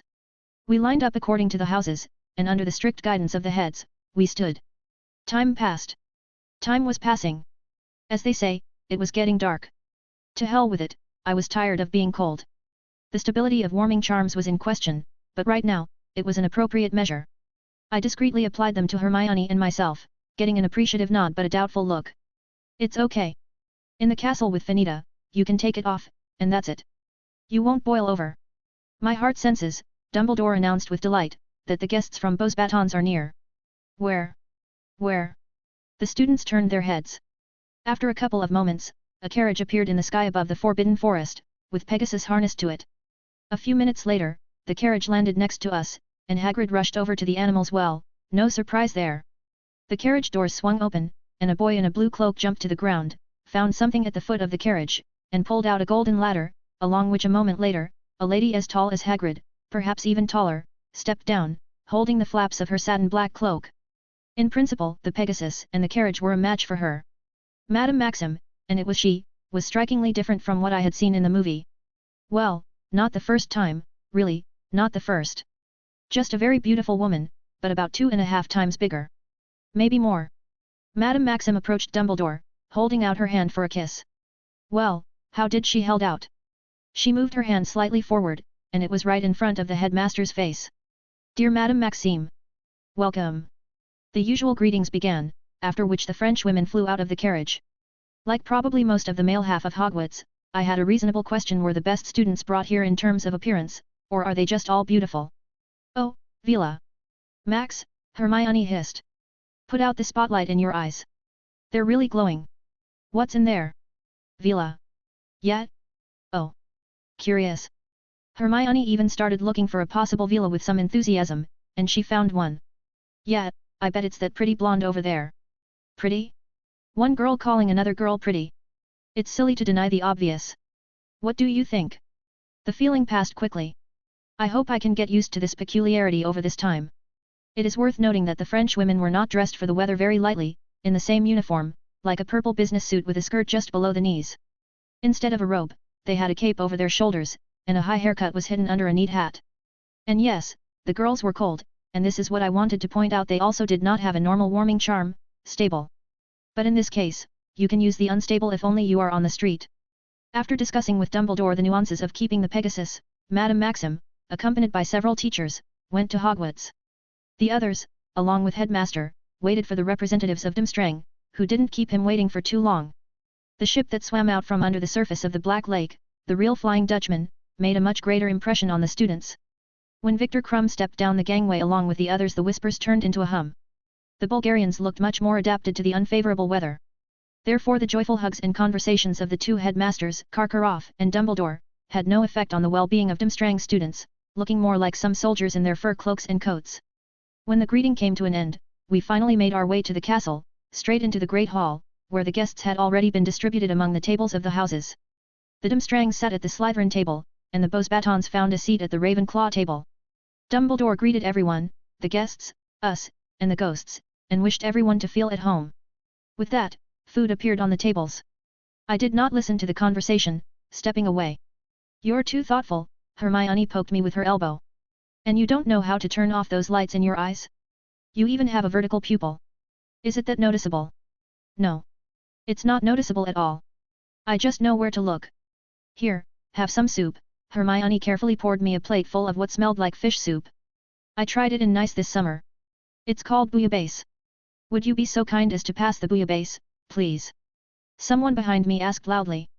Turning around, I saw Avila standing nearby. Her long blonde hair fell in a wave almost to her waist. Tricky little bird man. I'm afraid, mademoiselle, I smiled, but judging by the fact that Hermione didn't know whether to laugh or worry, it didn't go well, because once the eyes showed, so did the fangs. Even this wonderful saucepan will not be enough for me. I've worked up quite an appetite, and the Marseille's fish soup is so good these days. She didn't seem to expect such an answer, and she was even a little embarrassed. The boys around her were staring at her, and Weasley was drooling. Harry, on the other hand, was doing all right. I can't feel the charm on me, and the hot chicken effect, as I call it myself, is almost gone. Will you refuse the dear lady? Smiled the Veela, showing off her smooth white teeth. The charm seemed to hit with a new dose of power, and what amused me was that some of the girls began to look at the Veela not with distaste but somehow thoughtfully. For the sake of interest, I checked Hermione, waiting for the denouement. In a whole pot? Absolutely, I nodded back. But I can offer to join us for dinner, at this table, and then at least one portion will surely go to the lovely mademoiselle. If, of course, someone stops depriving the mind of the people around them. Veela shot a glance, snubbed her nose, and with a smile letting it be known that the fish soup is not worth sitting among the droolers, withdrew. So you asked Veela to join us? Are you sure the charm doesn't work on you? Hermione asked with a smile, returning to her food. That's what I wanted to find out in a relatively safe atmosphere. 182, Chapter 182. After a few minutes, the boys more or less came to their senses. Like many of the boys, Ron was dreaming with a goofy smile, picking at his food aimlessly. The girls glanced disgruntledly at the boys, at the Veela, and with surprise at those of their friends who suddenly realized a sudden interest in the Veela. I guess, Hermione smirked, glancing at girls like that. Veela's charm doesn't affect people by gender. Yet, I see it's a day of discovery for a lot of people. Barty Crouch Sr. and Ludo Bagman joined the professors during dinner. When the plates were empty, Dumbledore spoke again, introduced Crouch and Bagman to everyone, and Filch finally brought out the casket with the goblet in it. It was placed on a separate pedestal next to the high table. Dumbledore talked about how to apply throwing a piece of paper with your name and school into the goblet. The headmaster promised to shield the goblet with some sort of forbidden line from encroachment by those under 17. Anyway, that was the end of the feast, and we all went to our common rooms. For the usual discussion of the day's results, Hermione and I settled down on an inconspicuous sofa in the common room, where everyone else was doing exactly the same thing, discussing the results. But I didn't feel much like talking, so I rested my head on Hermione's lap, and we just listened to the others talk. Are you still thinking about trying it? The girl started stroking my hair. Absolutely. It would be an interesting experience. Very dangerous. We do not know what the trials will be and what will await the champions there. That's no reason to say no, especially not the fact that I can get around the defense.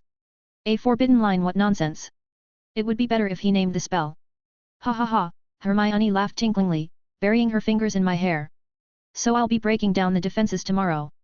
Do you know how? I have no idea. From early in the morning until late in the evening, students of the 3 schools who came and went from the Great Hall could observe a curious scene. A young blonde boy in black pants and a turtleneck with the sleeves rolled up and a wand sheath on both forearms, spinning around the goblet of fire with unwavering tenacity and enthusiasm, with a wand in each hand. He sometimes sent faintly visible jets of magic from the wand in his left hand, which immediately spread over the dome of the invisible protection. Only a blue, glowing line on the floor signaled its existence. Sometimes the boy would make passes with the wand in his right hand, drawing symbols, piercing the invisible dome, causing various light and noise reactions in it. Sometimes the guy would walk around the protection, swiping along with one wand, making the protection visible. Sometimes he would stand still for half an hour, pondering. It was a day off, and some of the students sat at the tables, watching the guy, some even placing bets. Those who came to throw their name watched the action with a chuckle for a few seconds, went through the defense, and threw a piece of paper into the goblet, causing a little flash of already burning blue flame in it. So the whole day passed, and in the evening, when all the students and the teachers began to gather in the hall for the announcement of the results, Headmaster Dumbledore came up to the guy. If you're going to continue, Mr. Knight, the grey-bearded, tall man in the purple robe said with a smile. Then you have 20 minutes left. Got it, the guy replied without taking his eyes off his actions, and the headmaster sat down at the high table, reaching for the sliced fruit that immediately appeared. We did it! Came a shout from the entrance, and the joyful twins ran into the hall. We made a potion.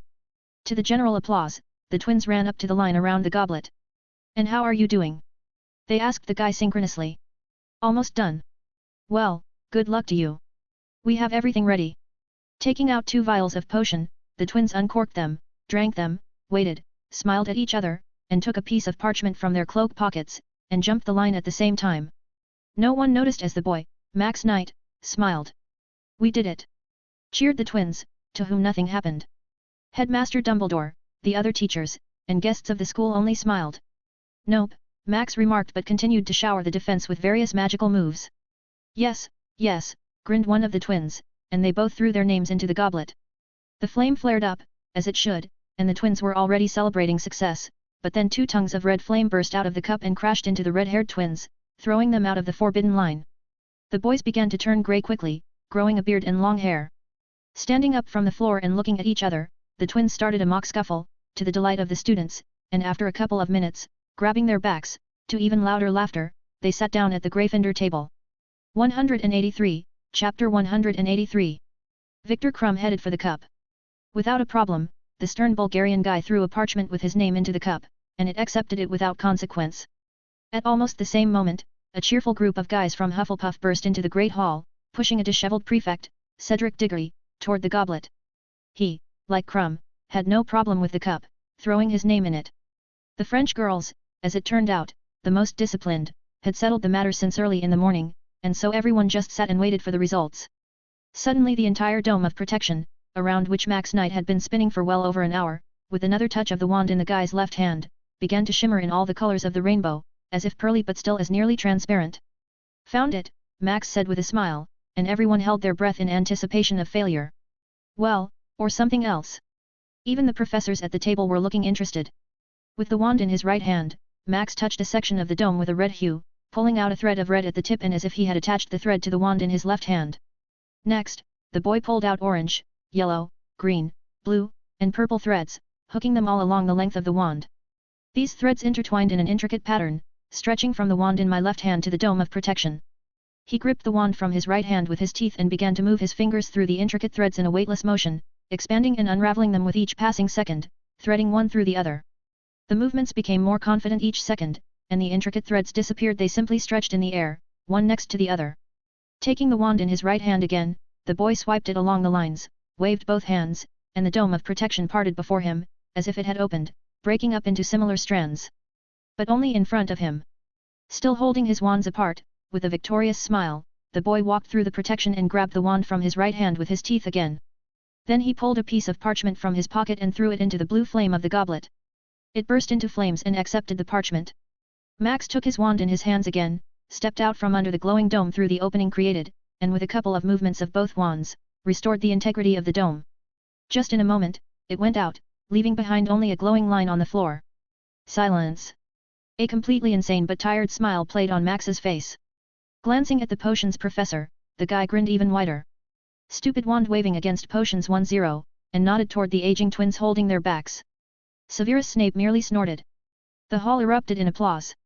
Even Dumbledore rose from his seat and clapped his hands with a satisfied, smiling face.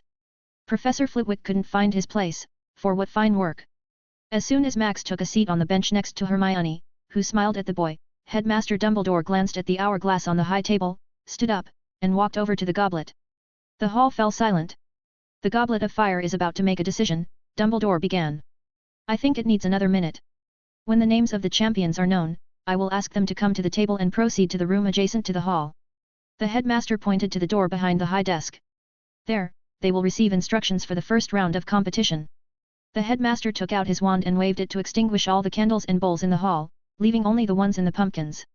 The hall was plunged into semi-darkness, the Goblet of Fire glowed brighter, and sparkling bluish flashes of fire struck the eyes. But the eyes of the students of the three schools were fixed on the cup. The flame suddenly turned red, a column of sparks erupted, and a slightly charred piece of parchment flew out of the goblet, deftly intercepted by Dumbledore. The flame of the goblet turned a bluish-white again. The champion of Durmstrang is Viktor Krum. Dumbledore read the words on the parchment loud and clear. To the general thunder of admiration and applause, Viktor rose from his seat and approached the headmaster with a confident but slouching gait. I knew it! Exclaimed Karkaroff from the high table. You have courage. Krum and Dumbledore shook hands, and Viktor walked on toward the door, eventually disappearing behind it. The noise in the hall gradually died down, and the students' attention was once again drawn to the cup. Suddenly, just like the last time, the flame flared red, and another piece of parchment flew out of the cup. The champion of Beaux Batons is Fleur Delacour, announced Dumbledore. The blonde girl, who looked so much like Avila, rose easily from her seat and, with a flying gait, approached Dumbledore, sat down in a curtsy, and after receiving a rather respectful nod from the old man, disappeared behind the same door. The hall fell silent again in tense anticipation.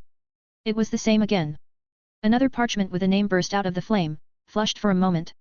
The headmaster ran a glance over it and smiled, whispering almost inaudibly, Wow! The Hogwarts champion is Maximilian Knight. Why him? Yelled Ron Weasley indignantly, jumping up from his seat. Damn it, even that Diggory would be better. The hall erupted in simultaneous laughter and applause. The grey-haired old twins wanted to pat Max on the shoulder, who got up from his seat, but clutching at their lower back, they collapsed back at the table. The guy walked over to the smiling headmaster. Glad you not only decided but were able to participate in something other than studying the library, Mr. Knight. Dumbledore shook the boy's hand with a smile. I'll tell you a secret, it's all for the sake of the library. May I have a note of permission for the champion and his friend? The headmaster smiled even wider, though his beard hid it. Dumbledore flashed his glasses and said to Max. We'll discuss it tomorrow. 184, Chapter 184. Max was about to walk through the door, and the headmaster began to speak his closing speech as the goblet flashed red again, only brighter than before. Another parchment flew out of the goblet, and the hall fell silent again. The headmaster intercepted the burnt piece of paper and stared at the text for a long time. Everyone stared at the headmaster. Coughing, he finally read. Harry Potter. A gloomy silence hung in the hall. It seemed as if from one end of the hall, one could hear the beating of a wizard's heart at the other end. Harry Potter. Is there a Harry Potter in the hall? The boy stood up uncertainly, looking at everyone around him with incomprehension. And why am I not surprised? Came Max's voice in the silence, halfway through that very door. A medium-sized cozy room with a fireplace, sofas and armchairs, tables with all sorts of snacks, and small incomprehensible artifacts turned into the epicenter of heated debate. We, three school champions, listened to the headmasters and teachers bicker with each other. There was Harry Potter, the culprit of all the confusion, and Moody, and Snape, tirelessly blaming Potter for everything, arguing very simply, it's Potter's fault, I know it is, it's always his fault. Poor Ludo Bagman, a rather simple big man with a baby face, didn't know what to do. His eternal cheerfulness had no place here, which made the wizard seem superfluous to himself. Crouch Sr., stern, prim, and businesslike, just stood by and watched. That's not fair, Dumbledore! Shouted some. What the FCK, Dumbledore, you have 2 champions, said others. It's all a setup and cheating, and this is after so many negotiations and concessions. Rebuked a third. Whoever threw Harry's name into the cup unequivocally wants him dead. No word, lied Moody. Dumbledore is God, and the rest of you are bastards. McGonagall defended the headmaster. The crowd seemed to believe the guy that he didn't throw his name by himself, didn't ask anyone to throw his name, and stuff like that. By the way, Fleur Delacour didn't call me a little boy, unlike Harry, but she did say that I was too young for the tournament. She also said that they had been preparing for 6 months. Very useful information.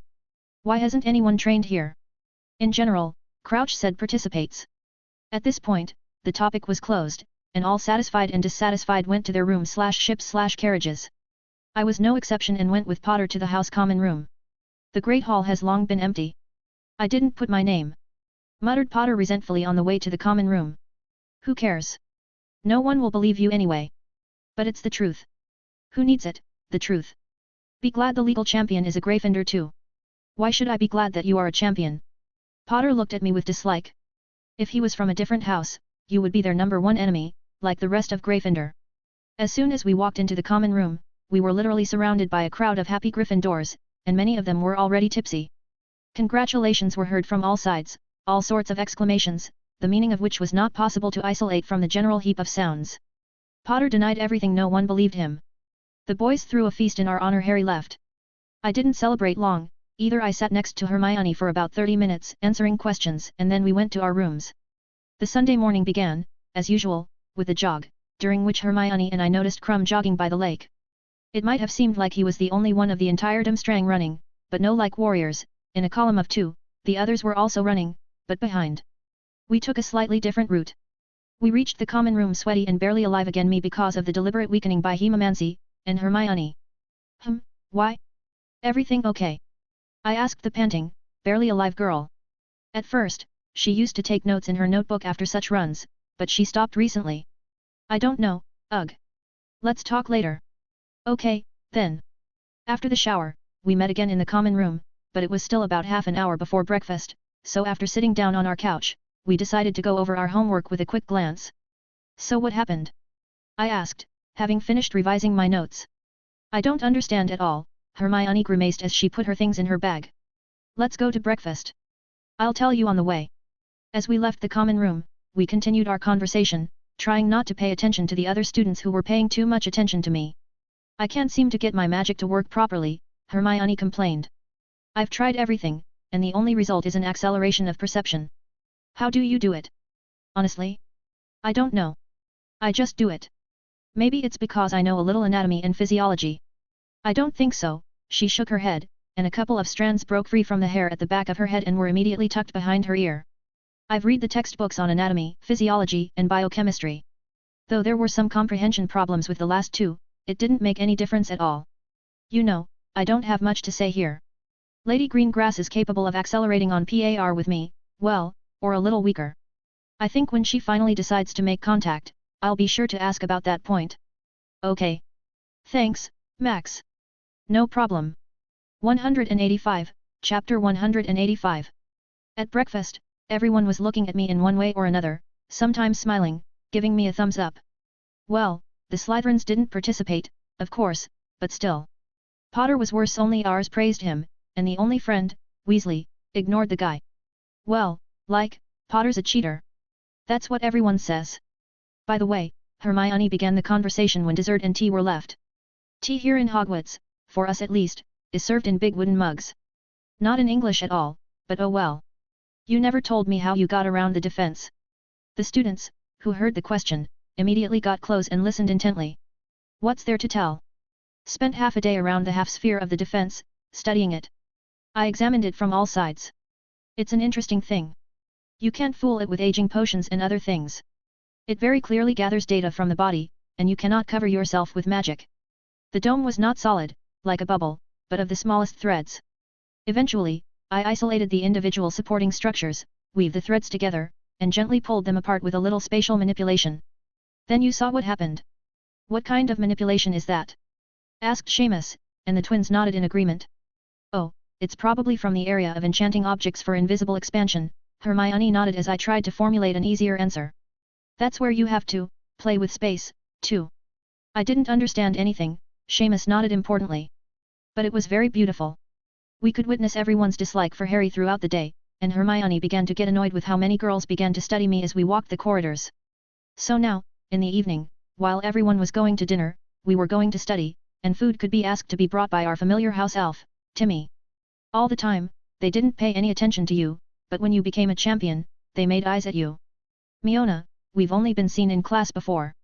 That doesn't change anything. A girl from Hufflepuff smiled coquettishly, and Hermione grabbed my hand in a proprietary manner. I had to bend her arm at the elbow. At least some benefit from them. You were kind of against relationships while you were studying. What changed? Hand in hand, we made it to one of our study rooms that way. Maybe we should move to the roar? Or the secret room? I'm beginning to question the rationality and sanity of that approach. Then let's be a couple. Opening the door, I let the girl go forward. Hermione cleared the office of dust with a couple of strokes of her wand. I haven't decided yet, frankly. Okay, according to the standard program. Yet. Then, please, give me your wand. We spent 2 hours slowly practicing creating spells with someone else's wand, practicing just releasing and feeling magic. We were trying to do things like ignitions and other stuff with underage magic, but, as always, the most effective was the practice with water levitation. Of course, I had Rowena's help in this, and my efficiency was higher, but Hermione didn't give up, and most importantly, she did not envy me. A little snack of sandwiches and tea, brought by the happy Timmy, and then I started practicing various attacking and defensive charms. However, for this and subsequent workouts because of the tournament, we decided not to kill ourselves and worked on the speed of spell creation, marksmanship, and speed of target changing. For this purpose, we transfigured simple targets. One quickly levitated them and hid them behind transfigured hiding places while practicing controlling multiple objects and dividing attention, and the other was attacking. Meow, came from behind me. Who said, meow? Glared Hermione, stepping to the side in a dancing step just in case and holding her wand to her face as she felt more comfortable. I glanced around the classroom and noticed a cat in the corner of the chair. It was white, with blue eyes. She was sitting in a typical cat pose and just staring. Oh, kitty. A slight smile appeared on Hermione's face. Isn't that the kitty they're talking about these days? Maybe. Also, it could be an animagus. It could be, Hermione nodded, quickly throwing an animagus reversal spell at the cat. The cat, however, only looked at us perplexed. It's all right. It's just a normal cat. Hermione quickly got close to the cat that was examining her closely. Before she could squeak, she was captured, on her knees, and stroked. It'll be funny if it's still an animagus but somehow protected from all sorts of magic. I crouched down next to Hermione and scratched the sluggishly resisting cat behind the ear. A couple of minutes later, the cat was majestically sprawled on the girl's lap, purring softly. Suddenly the cat raised its head and looked toward the door, jumped off Hermione's lap, and quickly disappeared in an unknown direction. Much to our puzzlement, the classroom was closed. The door opened, revealing Professor McGonagall. Mr. Knight, Miss Granger. Professor, we stood up and nodded respectfully in greeting. You are summoned by the headmaster, Mr. Knight. Do you need my presence? No, Professor. Good. The headmaster has a preference for sugar toffee today. With those words, the professor glanced around the classroom, appraised the piled targets and other transfigured junk in the corner, and left the classroom. I'll go to the common room, then. Hermione began to undo the transfiguration of the objects, tidying up the classroom at the same time. I will accompany you. Okay. 186, Chapter 186. Having quickly restored the damage caused to the class, we reached the portrait of the fat lady, from where I went alone to the headmaster's office. A statue of a gargoyle guarded the passage to the headmaster's office in an alcove. Sugar toffee, I called the password quietly, and the gargoyle began to turn, lowering itself down, thus opening the way to the spiral staircase upstairs, after climbing which I knocked on the door of the headmaster's office. Come in, came Dumbledore's muffled voice from the door, and I stepped inside. The headmaster's office hadn't changed. It's still just as spacious, with all sorts of magical things on the desks and cabinets. A little gloomy because of the dark time of day. Gloomy and dark, but every corner of this office was fairly well lit. The headmaster stood in the far corner of the office, near a bowl of water on a stone pedestal, and around the pedestal, close to him, were tall mirrors. Come in, have a seat, the headmaster indicated with his hand to a chair near his desk. As I walked to the chair and sat in it, I glanced over at the phoenix that sat on its perch next to the headmaster's chair. Fox also looked at me studying, occasionally distracted by eating peanuts in a saucer. Well, spoke Dumbledore, walking over to his chair and taking a seat. Let me tell you, Mr. Knight, you surprised the professors and me by unraveling the age line. You have shown extraordinary magical sensitivity. Let me guess that's what you need a second wand for? And it doesn't suit you at all. You're right, Headmaster. Just then, a white cat ran into the office, transforming into Lady Greengrass on the fly. Not in a dress, but in that pantsuit for training and in a rather odd cloth cloak with lots of almost invisible rune and symbol embroidery. Ah, Mrs. Greengrass, you're just in time. The headmaster moved another chair from the depths of the office with a gesture of his hand, and Delphine hurriedly took it. You don't mind if I tell Mr. Knight about some of our problems? Asked the headmaster. I'm totally for it, headmaster. Fine. Interestingly enough, the headmaster wasn't smiling. I think I'll start with some sherbet lemon. Would you like some? Tea. With pleasure, I nodded, as did Lady Greengrass. Wonderful. With another gesture of his hand, the headmaster levitated a tea service and a tall plate of sherbet lemon from somewhere. Well, let's find out. A teapot levitating through the air quickly poured tea into 3 cups, and there was a distinct scent of bergamot in the air. Classic. Always loved citrus, the headmaster smiled for the first time, taking a cup of tea from the table and inhaling the aroma. Help yourself. Taking a candy and sipping the tea, we looked intently at the headmaster, who covered his eyes for a moment. It's just candy. Somehow it's not even interesting. So, the headmaster spoke up. Mr. Knight. I can't give you admission to the restricted section just because you became a champion. However, Professor Flitwick, you know, once again conceived a grandiose breakthrough. A very complex and voluminous subject, these magic storages. But you and I understand that all new is well forgotten old. This means that you need to properly study all the different materials you can find in the restricted section. All for the professor's project, of course, but who knows what book might contain something important. I understand you, headmaster. Thank you. No need, he smiled. Now, as to Mrs. Greengrass's presence here. Several factors at once, some of them not the most pleasant, have influenced this decision. Would you like to tell it yourself? No, thank you, Professor, smiled Delphine. You're good at telling stories. I even regret that I studied with you as my professor for only a couple of years. Oh, come on, the headmaster smiled for a moment but then got serious. The situation is extremely ambiguous and incomprehensible. When Mrs. Greengrass asked about the possibility of a personal apprenticeship for you, Mr. Knight, I was extremely puzzled. A personal apprenticeship is not 1 or 2 lessons a day, but a much denser mentoring, incompatible with the school curriculum. There simply isn't enough time. I'm not even talking about the difficulty of registering Mrs. Greengrass as a member of the castle staff. There are too many rules and restrictions for outsiders, and they are not just written on a piece of parchment. Soon, however, the fact of Mr. Greengrass's disappearance became definitively clear. You may not know it, but the Greengrass family was actively involved in the organization of the tournament, along with several others, as were the ministries. We took a couple more sips of fragrant tea, and the headmaster continued. This fact has planted some misgivings in my soul. Do you remember this diary? The headmaster pulled an old black Tom Riddle diary, pierced with a basilisk fang, from his desk. Absolutely, headmaster. I personally destroyed it. Yes. Exactly, the headmaster turned the diary thoughtfully in his hands and placed it on the table. Even on that unfortunate day in October of 81, I suspected that Voldemort did not die completely, and I have received more than one confirmation of that fact in recent years. I tried for a long time to piece together the pieces of the puzzle. I went through my memories, over and over, but whenever the clues seemed to be in my hands, it slipped away. Some little detail that could explain all the horrible events that had happened. It was literally driving me crazy. 187, Chapter 187. We took another sip, but the cups managed to get empty. More tea? Yes, please. The teapot circled again, filling the cups with tea, and the headmaster, meanwhile, continued his story.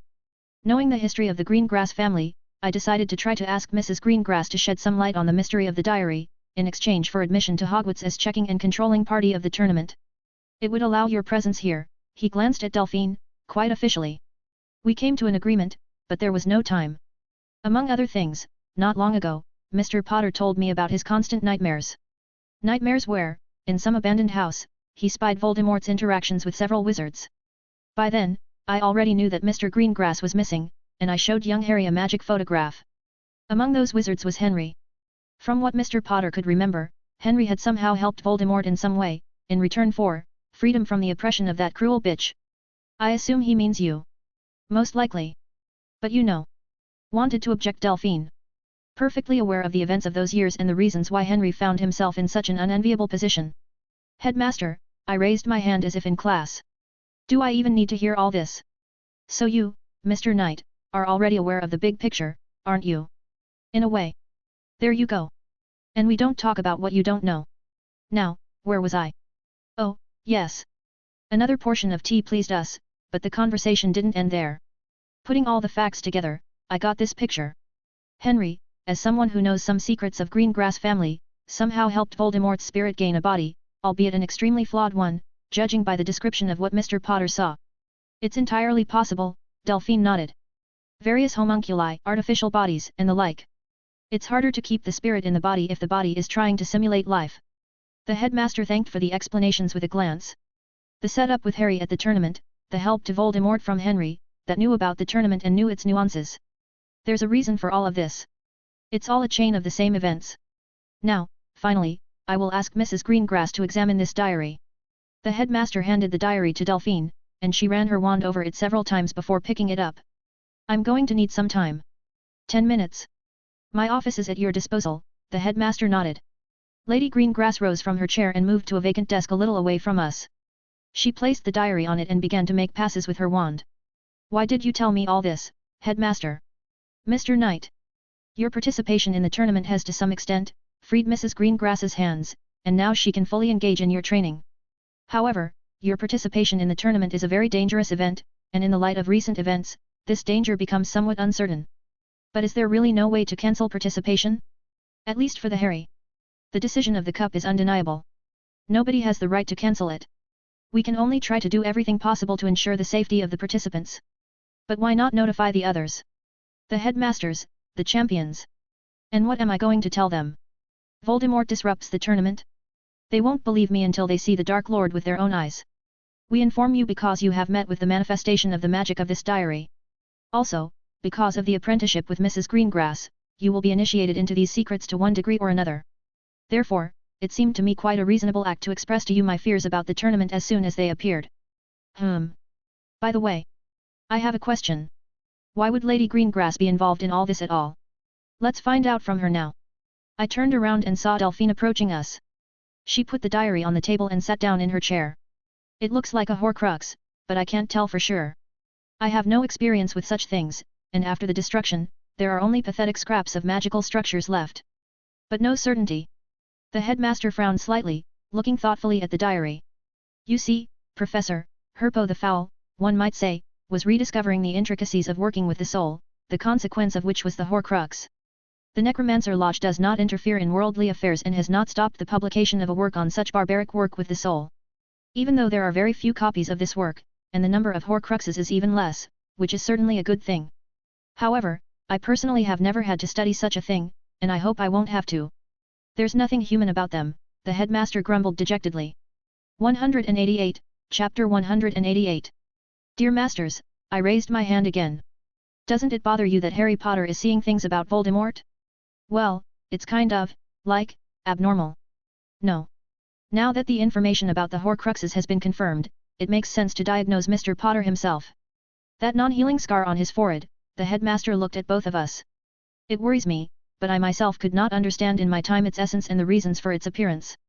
The necessary specialists, it so happened, do not make friends with me. The first rule of the Necromancer Club is not to tell Dumbledore about the Necromancer Club. Yes, Mrs. Greengrass, Mr. Knight had a question. What's the point of all this to you? It's simple. At first, I just wanted to teach Max so I could promote him to Master faster. He's strong enough and knows a lot, and promoting him to Master in a couple of disciplines won't be hard. I agree with you there, the headmaster nodded. Mastery, in general, is fairly easy to achieve with diligence and effort. Don't you know, Mr. Knight? Well, may I explain? The headmaster looked at Delphine with a question, and she nodded. Master, the headmaster continued to speak. First and foremost, a title. To achieve this title, you need several scientific works in the studied area. You need to invent something new. Also, you need to be strong enough to prove your qualifications because the exam requires you to continuously perform a rather large set of magical manipulations. And most importantly, you need someone to bring you to this exam. The examination allows not only to find out the level of practical knowledge and skills but also to reveal whether the applicant's mind is sufficiently developed.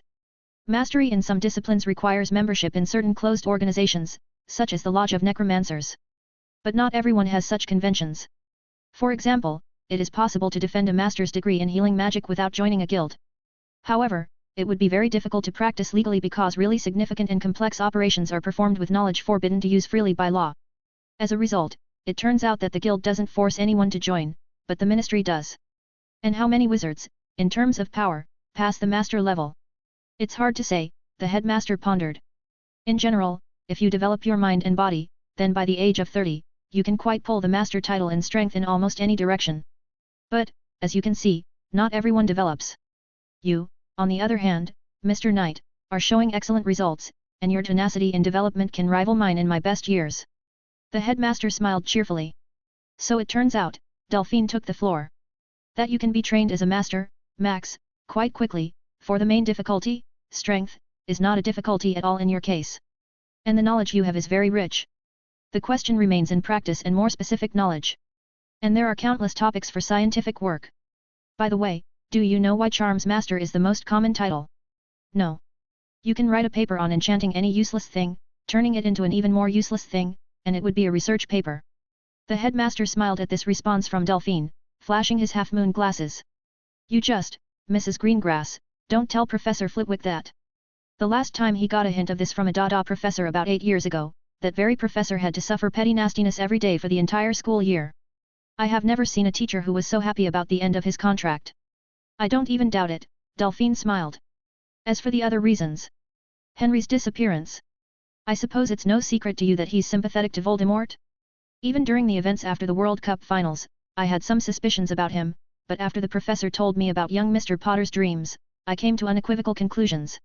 It seems that while I was engrossed in your ordeal, Max, Henry managed to pull off his own adventure and clearly helped Voldemort acquire the body of a homunculus or something like that.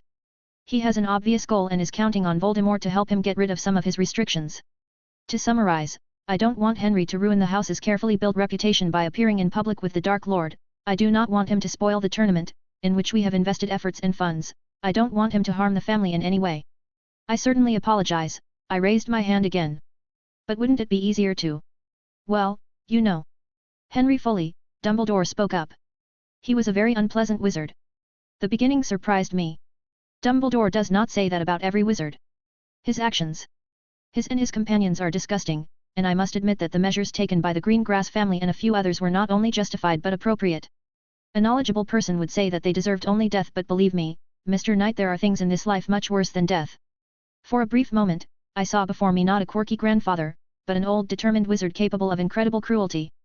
But only for a moment. Anyway, Delphine interrupted the silence. We all suddenly found ourselves in the same boat, as ordinary people say. Professor Dumbledore wants to protect the children from a sudden threat. I want to prevent the sabotage of the tournament and the rebellion of one negligent subhuman while teaching one talented young man. You, Max, want to join the restricted section, train, and win the tournament. And it all revolves around this very tournament. What's the bottom line? As a result, Dumbledore got up from his chair, and we followed suit. Everyone will do what they have to do. Before we disperse, however, I have a favor to ask of you, Mr. Knight. Don't misunderstand. You don't have to fulfill this request, but keep an eye on young Harry at the tournament. Believe me, we all need him, alive and preferably unharmed. I have already noticed that you are more of a Slytherin in character, and so, for this little request, I will not remain in debt. All right, Headmaster. If the trials will run in parallel, I'll keep an eye on him. But wouldn't it be easier to teach something to Potter himself? How can you teach something to someone who doesn't want to learn? The question was clearly rhetorical and required no answer, so I merely nodded, getting the same nod in return, and Lady Greengrass and I left the headmaster's office. On the spiral staircase, Delphine changed into a white cat, instantly climbing on my shoulder. You know, I spoke as we walked down the hall. Your presence on my shoulder is causing some cognitive dissonance. Meow. The cat jumped to the stone floor of the corridor, and a piece of parchment with lines of text appeared in the air. I deftly intercepted it and read it. Okay, tomorrow is tomorrow. I'll bring Hermione with me, too. Meow. The cat quickly disappeared into the shadows of the dark corridor, leaving me in a state of strange brooding. Somehow it all goes too well. But on the other hand, why can't two adult wizards simply negotiate for mutual benefit? After all, intrigues should not be everywhere. Although Dumbledore, as always, is hiding something. 189, Chapter 189. Tuesday was an ordinary and unremarkable day. After my conversation with the headmaster and Lady Greengrass, I still hadn't come to any conclusions about everything. The students' enthusiasm for the champions did not even think to subside after all, only a couple of days had passed. I still attended classes. I told the teachers that I would practically not attend them in connection with the tournament and took assignments for each subject. The exception was potions. Yes, you can learn them by yourself, but for that, you need ingredients and other things, and without practice, all theoretical knowledge is an empty sound. As in ordinary magic, potion recipes carry a certain individual flavor. One wizard can make a good potion, and another can make an excellent one with the same recipe. Many nuances of the preparation can be learned and realized only in practice, and I am not going to miss this practice, which is the class. Anyway, in a week, I plan to attend all the classes and take all the assignments for the semester. Or as many as they'll give me. At the end of the last class for today, I took Hermione under my arm, and together we went to the abandoned classroom where we had studied yesterday. Once inside, we immediately noticed the obvious changes. There were only 2 desks left, and they stood right up against the teacher's desk. There were 5 golem dummies, the kind of schematic people, and Delphine was sitting at the desk in her leather and obscure combat pantsuit, taking notes. Ah, already? Lady Greengrass surveyed us with a smile. Come in. With a wave of her hand, Delphine closed the door behind us, on which several different charms appeared at once. Lady Greengrass, we greeted Delphine simultaneously. It is a pleasure that you are familiar with etiquette, but I have made sure of that before. Let's save each other some time and keep it somewhat simple. Max, come here. I've prepared a contract. Take a look at it. Sitting down at my desk, I got 2 copies of the contract in my hands and began to study. Don't just stand there idly, Hermione. Why don't you change for class in the meantime or repeat some topic? The girl nodded and went into the adjoining room, which had probably belonged to the teachers before. A couple of minutes later, Hermione returned in her blue tracksuit, took the desk nearby, and started making some notes in her notebook. I, on the other hand, finished studying the documents. I agree. Fine, Delphine pulled a blood quill from her desk. Shall we sign? After signing the documents, we each took 1 copy and put it in our own bags. So. For starters, you're probably curious, why exactly are you 2 here, and not just Max? It's simple. I need an assistant. I have many limitations in this castle, one of which is the spectrum of knowledge allowed to be applied. Don't be surprised, Max. Hogwarts, after all, is a school, not a mansion in the middle of nowhere. Everything is under control here. I'm not going to involve teachers in your training, and the fewer people know about my presence here, the better for everyone. So, in the practical classes that will take place between now and bedtime, Miss Granger will be assisting me. She will, right? Yes, I will. Fine. You can learn a lot for yourself, too, in terms of practice. Lady Greengrass, I interrupted this conversation. What if there is a room beyond the administration's all-seeing eye? That would be great, but I'm not aware of any. During my time at Hogwarts, I paid attention not to its mysteries and magic, but to fashion and other girlish whims. Then, everyone, follow me. I got up from my desk, and we all headed to Moaning Myrtle's bathroom. Delphine wasn't surprised by anything. You never know where there might be a hidden passageway. Why shouldn't it be a bathroom? She wasn't surprised or gave no sign, even when I hissed at the sink and when the passage downward opened. The only problem is that I do not know how to properly go down. Pondered Delphine, not aristocratically fiddling with the braid thrown over her shoulder, deadly pale in the dim light from the moon outside the window. There's a problem with levitation charms. I remember a friend of mine wanted to make a belt based on charms, like a broomstick. But something didn't work out for her. So we jump. Exactly, I nodded and stepped into the opening. The winding, wide pipe once again brought me into a gloomy, dark hall with a floor of bones. Nearby stood the incomprehensible composition of bones that Wormtail had tried to make. I took a step to the side, waited for Hermione to fly out of the opening silently, and caught her in my arms and immediately set her down. A moment later, Lady Greengrass flew out of the pipe just as silently, allowing me to catch her. She allowed it because, judging by the look right at the exit from the pipe, she would have done an excellent job herself, but since I was catching her, why not? As soon as the lady returned to the vertical position and I hissed in Parseltongue so that the passage at the other end was closed, we silently conjured lumos, sending balls of light to fly over our heads, and went further along the large circular corridors of the dungeons. I've never been here before. As I understand it, this is Slytherin's Chamber of Secrets. Exactly. Pretty cold place. That's good. Why? It won't be hot. But won't it be uncomfortable to study in the cold? Asked Hermione a reasonable question. We'll just put up a tent, that's all, Lady Greengrass pointed out, as a matter of fact, giving me a sharp headache from my own inconsideration. Haven't you thought about it? I've only been here once. Under emergency circumstances, Hermione said defensively, and Delphine's gaze locked on me. I'm a fool. I'm allowed. Don't say that. In the magical world, words have a surprisingly nasty way of affecting reality. Ah, then I'm smart. I just wasn't paying attention. 190, Chapter 190. When I reached the huge round door with the snakes, I hissed in Parseltongue again, activating the mechanisms, and the door opened. Delphine stepped with almost imperceptible awe into the huge, gloomy hall, in the middle of which lay the remains of a basilisk, which had not yet begun to decompose. Only now I remembered that I had an unused pelt of this chimera, but then again, there was no way to test its properties at Hogwarts. The resounding echo of our footsteps echoed through the vaults of the hall. Delphine reached into the middle of where the ritual was taking place, took out her wand, and began to make passes around herself that I didn't understand, humming something softly.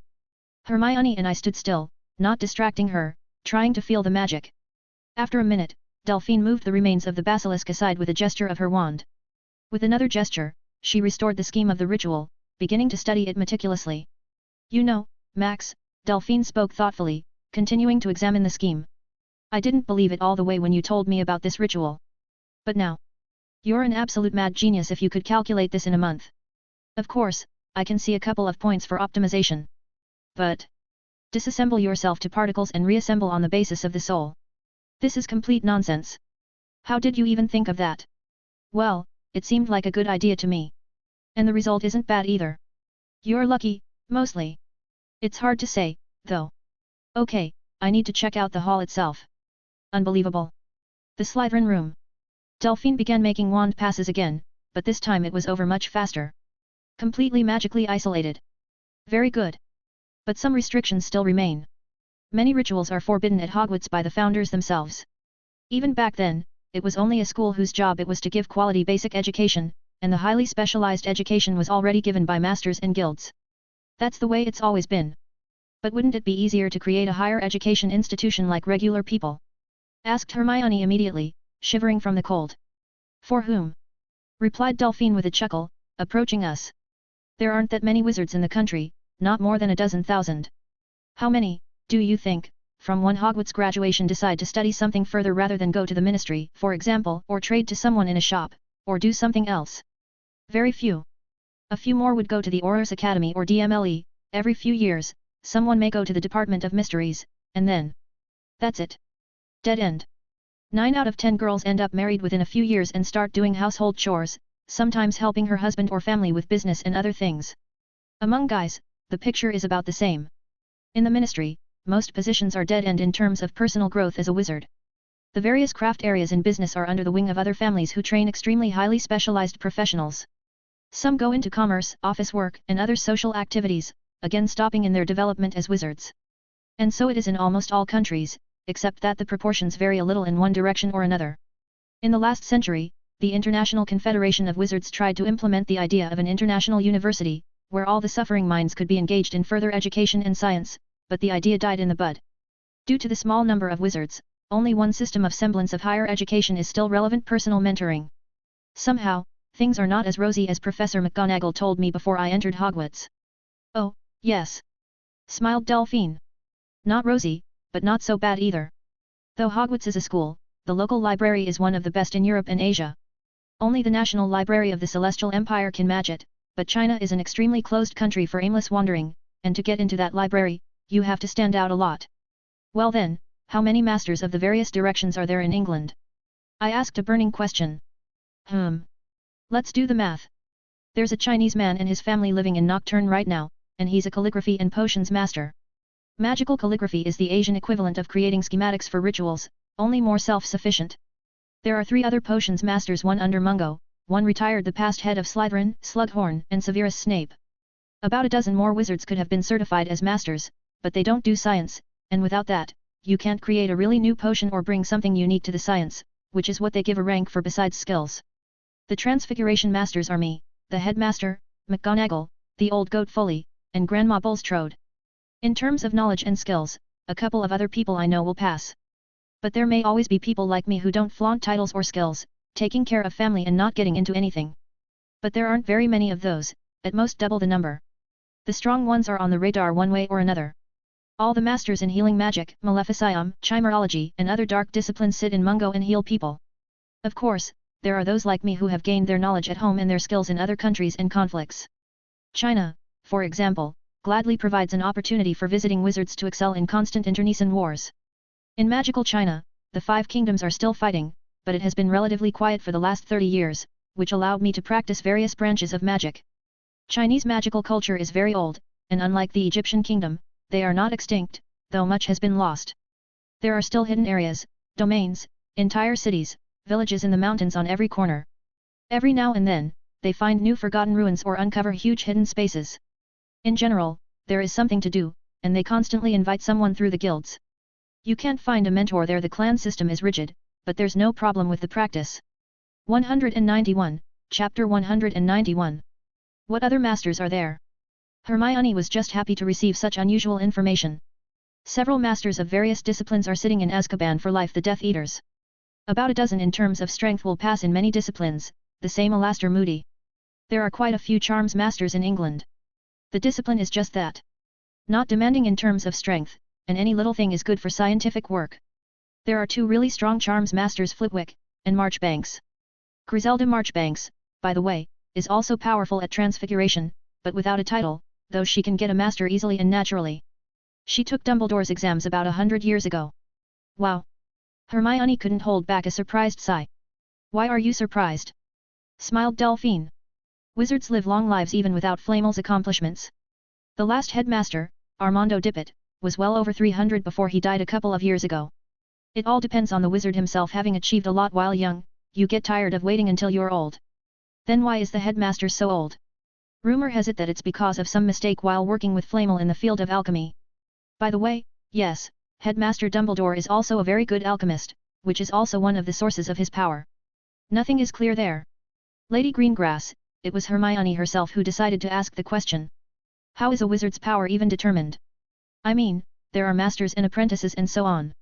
Is it possible to determine strength by these ranks? Definitely not. It's impossible.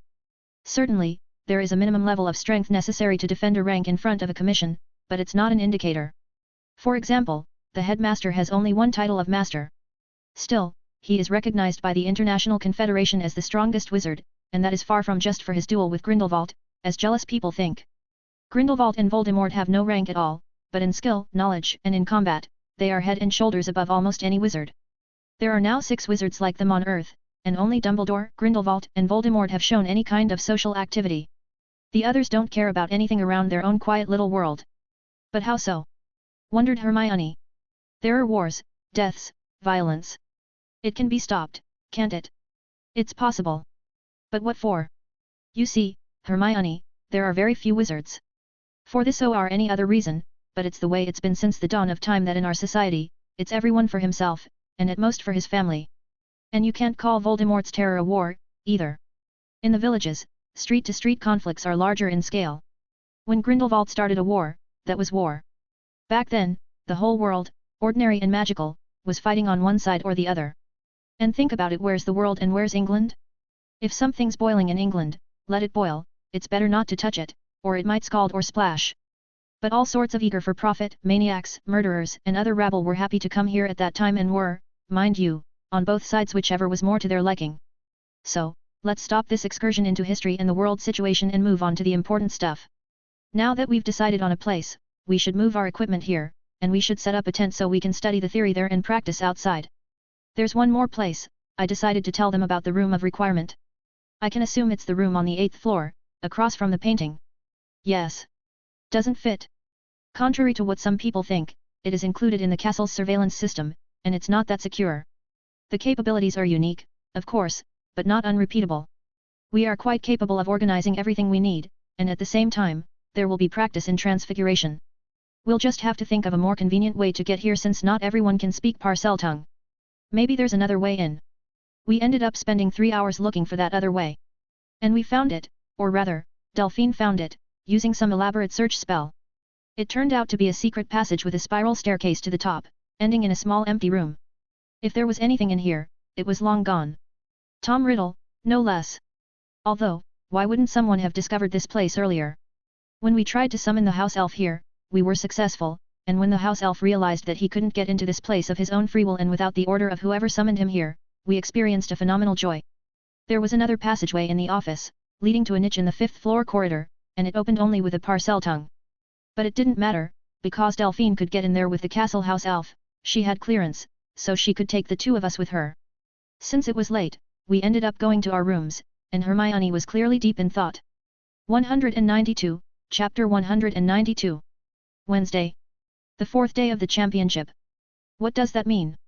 Everyone's attention, which was too much. Another training session, followed by breakfast and potions lessons. Before the class itself, there was a conflict between Potter and Malfoy, during which, oddly enough, only Crabbe and Goyle were hurt. Well, and our house points, safely removed by Snape.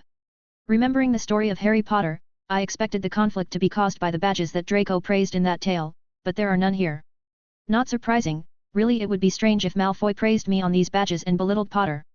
In the middle of the lesson, a breathless Colin Creevey rushed into the class and asked Snape to release Potter and me so that we would follow him because we were called.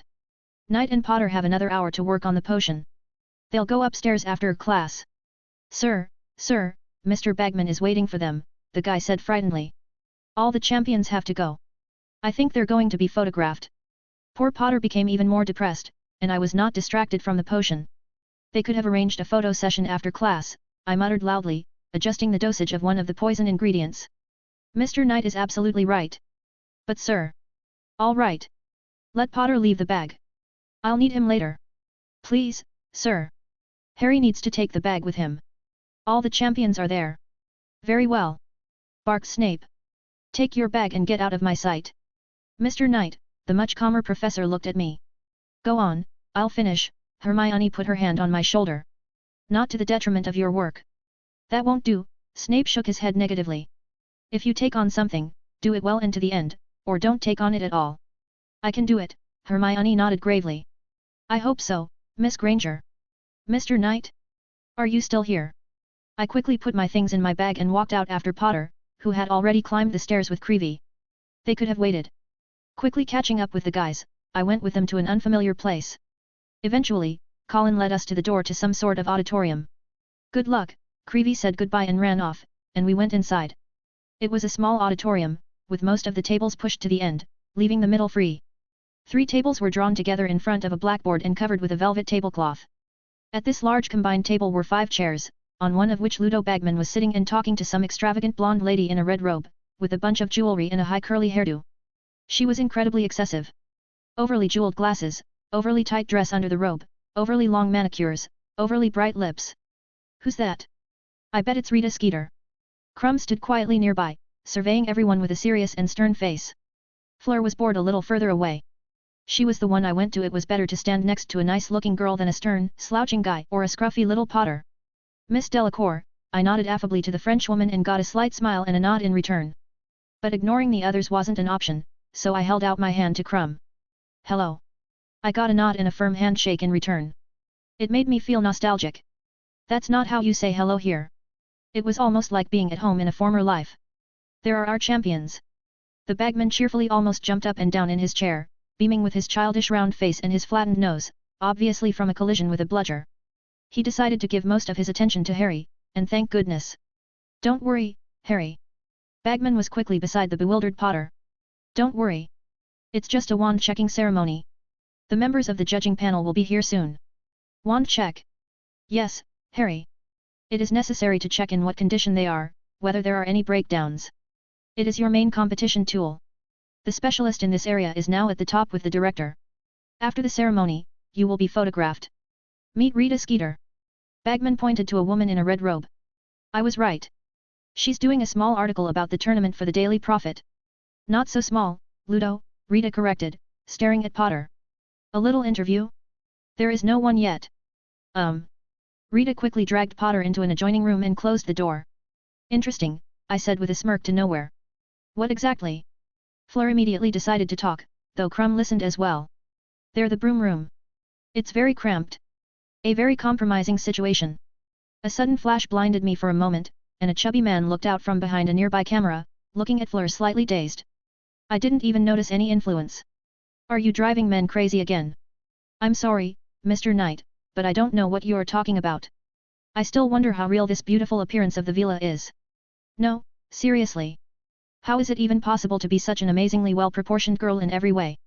Yes, not a doll's ideal, there are minor flaws, but they only make her more alive. Life must be hard for you, Miss Delacour. 193, Chapter 193. The topic of conversation died down when Dumbledore, Ollivander, and Crouch, Maxim, and Karkaroff arrived. Dumbledore looked at us all with a question, and I nodded toward the door to the adjoining room. The headmaster was quickly there, opened it, and after talking to Skeeter, got Potter out of that reporter's tenacious paws. We were seated in 4 chairs at the entrance, as if for an exam, and the rest of the judges took their seats at the big table. Let me introduce you to Mr. Ollivander, Dumbledore said to us. He will check your wands to make sure they are ready for tournament battles. Ollivander stepped out into the middle of the office and began examining the wands, starting with Fleur.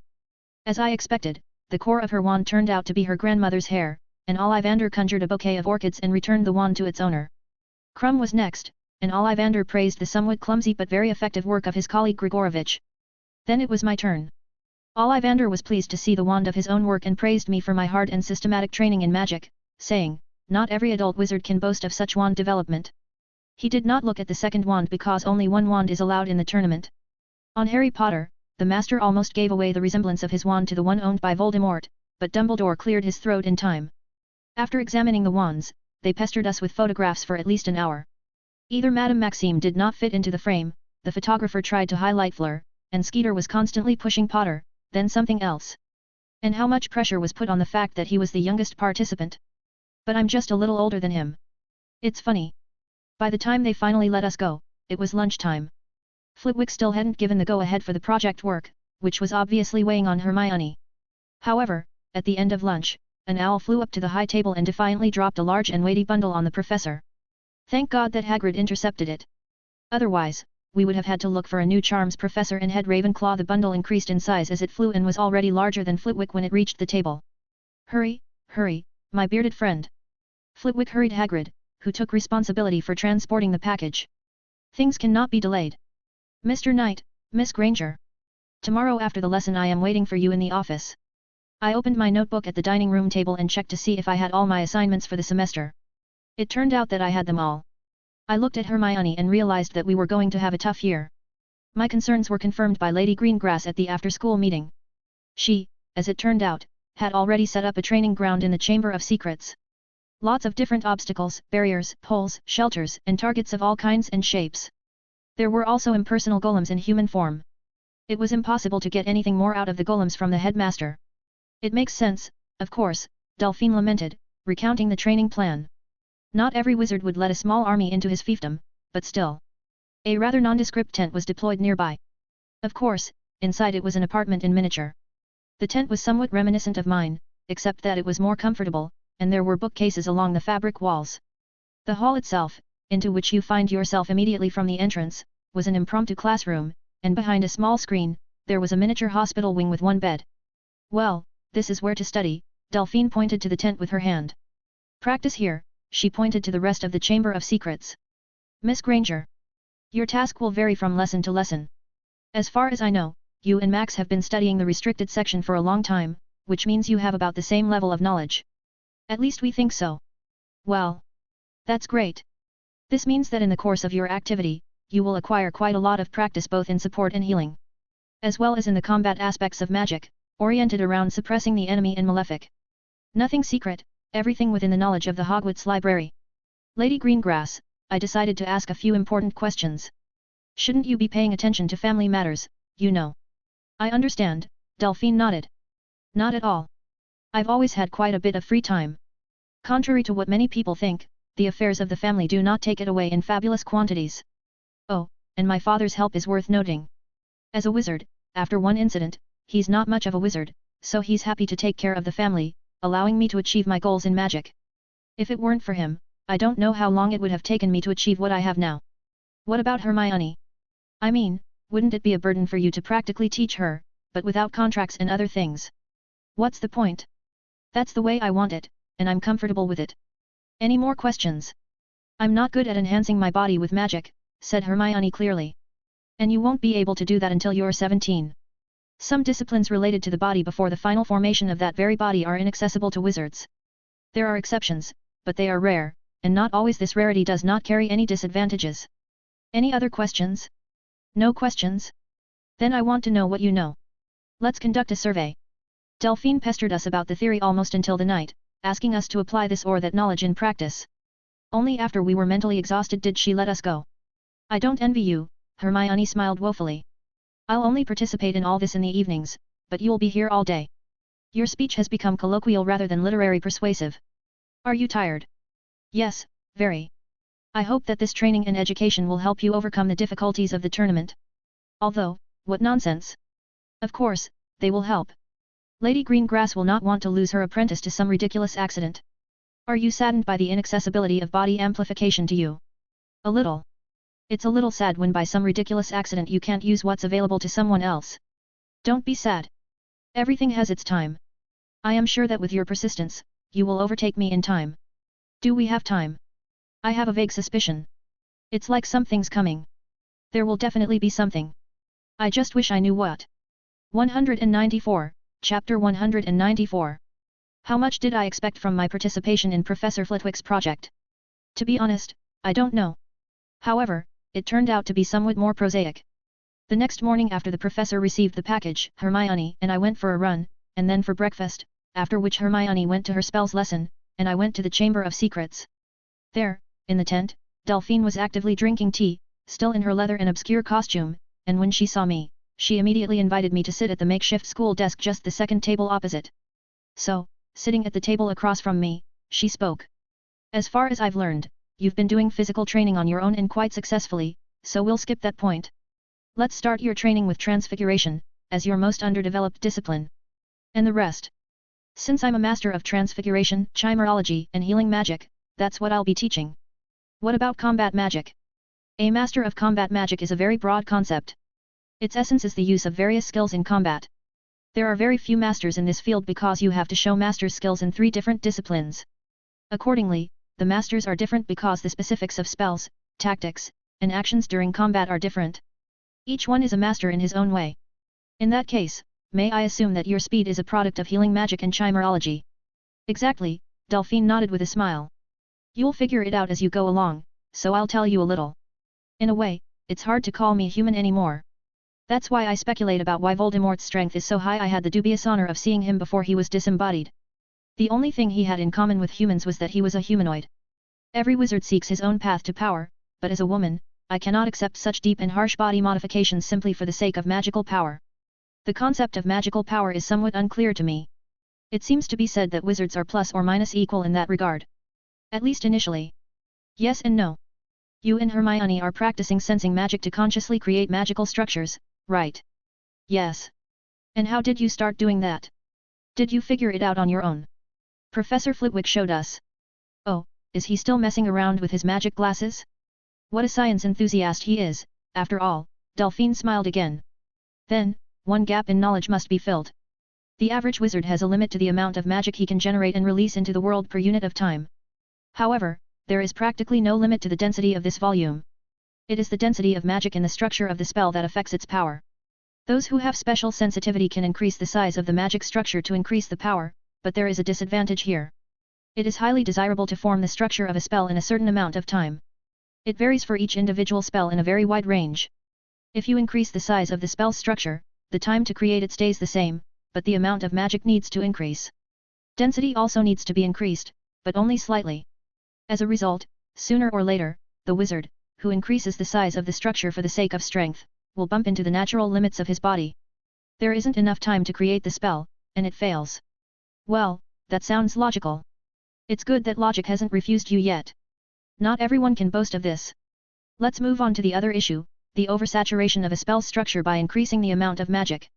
Many spells simply fail with unpredictable effects because the structure can't handle the amount of magic. Some, on the other hand, if the structure is properly formed, don't break but turn into something else. A prime example of this is your Stupefy. You're not the first who created a dozen controlled clots of Stupefy from a simple spell by trivial excess of volume. When you exceed the amount of magic in a Stupefy structure, it almost always and for everyone turns into such a thing. The only problem is that Stupefy's structure is very strong, and the average adult wizard will be pumping magic into it for a couple of seconds for this effect. You did it in combat in less than a second, giving off an amount of magic that many people don't have. To a knowledgeable person, of which there are few, this could tell you're not normal as a wizard, some kind of anomaly. It happens, but rarely. They like to call such anomalies gifts, but in fact, this is a kind of mutation. I thought I was increasing density. No. Exactly the volume. The density of magic is hard to understand and feel. Hardly anyone can describe it in words. To answer this question accurately, tell me, do you have to keep the structure of the spell from disintegrating when you amplify it with magic? Yes. So, Max, it's the amount of magic you are increasing, you are pushing more into the structure than it can take in, so you have to hold it back. When you increase the density, you don't have to hold back the structure, but you have to hold back the magic. It's hard to explain. It's different for everyone, but when you feel it, you'll understand. You'll find the key to this art. 195, Chapter 195. Let's continue. The density of the flow of magic. It depends directly on the wizard's mind. The exact connection to its various aspects is unclear, but one thing is certain: the older the wizard, the denser the magic he can give off. Something similar was said by Professor Flitwick. Great. I'm glad he told you such subtleties. I'm sure the professor is very interested in you. Well, and in his project. But not the point. Let's get back to the practicality of this knowledge. Why do I believe that Voldemort is a product of chimerology, aside from his appearance? The way his magic is felt when he casts his spells. There's too much of it rushing into space in seconds, and that's what happens with very large spell structures. At the same time, the magic is noticeably less dense than Dumbledore's. You can feel it, too. As the saying goes, it's breathtaking when there is very dense magic around. And just the feeling of magic itself, it's not quite human. Not everyone can feel that either, but because I practice necromancy, I can also boast of sensitivity. What about Hermione or me? Your magic is felt within human limits but on edge. Yes, and the density of magic is noticeably higher. Hermione's magic is within normal limits, but the density is quite high, indicating a developed mind. Perhaps it is the result of your constant wild training. Perhaps if I had started seriously practicing magic at the age of 11, I would have achieved more by now. I'm much more interested in your ability to accelerate at your age. The interesting thing is that when I examined and diagnosed your body, I could see quite clearly that your current abilities are far, far from the limit. Speaking of acceleration. Lady Greengrass. You could just say teacher. By name, I'm afraid, your upbringing won't allow it. You're right. So, teacher, what's the deal with acceleration in general? What are the limits? A normal human can accelerate to almost twice his body's current limit through magic. Magic is certainly omnipotent, but further acceleration and increase in other physical parameters without changing the body is impossible. Or spell, of course. Suppose, as I was able to understand, you are able to accelerate your perception 5 times, and the body so far only 2, but at the same time, you are physically stronger just like that, more than twice. I've achieved about the same results through chimerology, but a decision like that has consequences. Consequences? Oh, I can guess. Yes. I already have 2 wonderful girls, which is why I decided to take this step. More changes can give even more gains in various parameters. Still, as a woman, I want to be beautiful, and my vision of beauty doesn't imply various, unnecessary or inhuman nuances. It's amazing the frankness with which you talk about such things. Delphine leaned back in her chair. We signed a contract, and information about each other's secrets is safe. Also, I'm not a little girl to be shy anymore, and I prefer frankness in our collaboration. Yes, in addition to your training, I am certainly interested in the reasons for your abilities, which have entailed almost no change in your appearance. I am interested in this as a specialist, but also simply as a witch striving for power. In exchange, I can give you information about necromancy. Other ways to get it is problematic, not the most common discipline. But I can assure you, and you yourself should have understood from the contract, that such an exchange of information implies only personal use without any transfer to the side. That's understandable. Good. Then, let's begin our training with transfiguration. Unlike my other disciplines, your knowledge and skills in transfiguration are not much higher than in school. And there's not much information on it in the school library. Rising from her desk, Delphine walked over to one of the bookcases and pulled out a couple that didn't look new but were well groomed. Placing them in front of me, she went back to her desk. Let's start with the first chapter. How do you feel more comfortable studying? Memorize everything and then analyze. Go ahead. The study process went on as it always does in my case. Learned quickly, processed with Rowena's help, understood. Delphine was a little surprised, asked around cursorily, and gave me the assignment to keep learning. In the end, 2 books were finished before lunch, after which I was safely kicked out to that very lunch, where I sat next to Hermione in the Great Hall. How's your first day? Learning books. Books are good, Hermione nodded, busying herself with some round rissoles. After a silent lunch, we moved on to tea in large mugs. Do you remember that we have to go to Flitwick after Charms class today? Yes, except I forgot to tell Lady Greengrass. Be sure to tell her. How could you ever forget something when studying occlumency? Grinned Hermione with playful indignation, adding a couple of sugar cubes to her tea. Didn't give it much thought. I don't understand it myself. I guess it's no big deal. The girl took a sip of tea with sugar and nodded contentedly. Have you noticed how everyone started to dislike Harry? Yet. I wonder why someone put his name in the Goblet of Fire. Do you believe in that? Of course, Hermione nodded again and looked at Potter. It's unlikely he could bypass the protection himself, and it's unlikely the goblet would accept a parchment with his name on it from another person. Why are you so sure about the second one? I read about the magic of the name. Even not particularly advanced charms can verify a match of signature in person. And these charms are many hundreds of years old. I don't think the Goblet of Fire is the product of more primitive magic. Perhaps. Whoever threw Potter's name by tricking the goblet didn't do it for good. That's where people die. That's right, Max, Hermione looked at me. I'm really worried about you. Thanks, of course, but I'll give it my all, and I won't go into the frying pan without a guarantee of victory. That's good. Yes.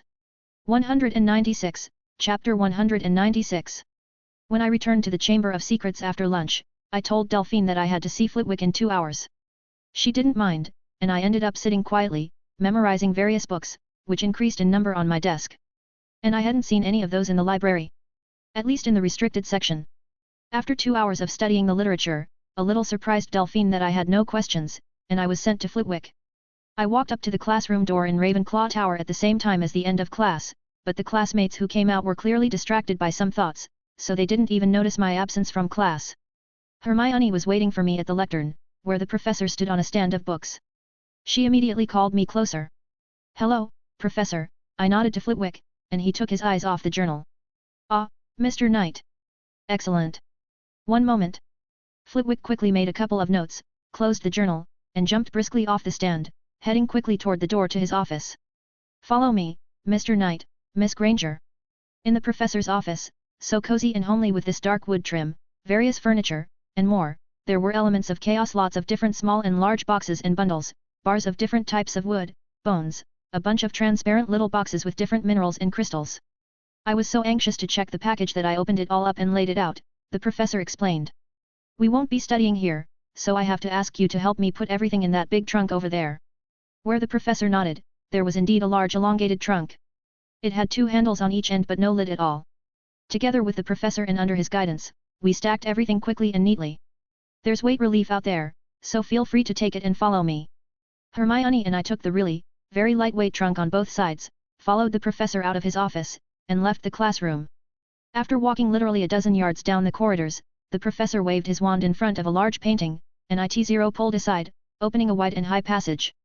Watch out for the step, the professor deftly stepped up into the passage, and we followed him. Just 2 meters and we entered a large and very spacious laboratory. Everywhere along the walls were desks and stands, simple and comfortable, without design intricacies. There were several rows of shelves with boxes, parcels, and chests at the far end of the laboratory. Everything was signed and neat. The unsophisticated visitor would say that along the right wall, under a dome of special unknown charms, was a potions laboratory with 3 tables and 3 cauldrons. Still, a pile of specific liquids, retorts, distillation flasks, and a very complex ritualistic diagram in the middle of one of the tables made it clear that it was an alchemist's lab. Lay out your things while I'll bring you up to date. Well, I will help, of course, the professor beckoned us closer to the center with a smile, and as we began to take things out of the chest, he spoke.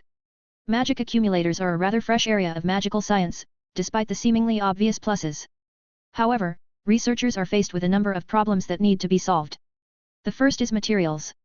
As you must have already understood from the books, the scatter of magical capacity of different materials is not so great, and this capacity itself is somewhat insignificant.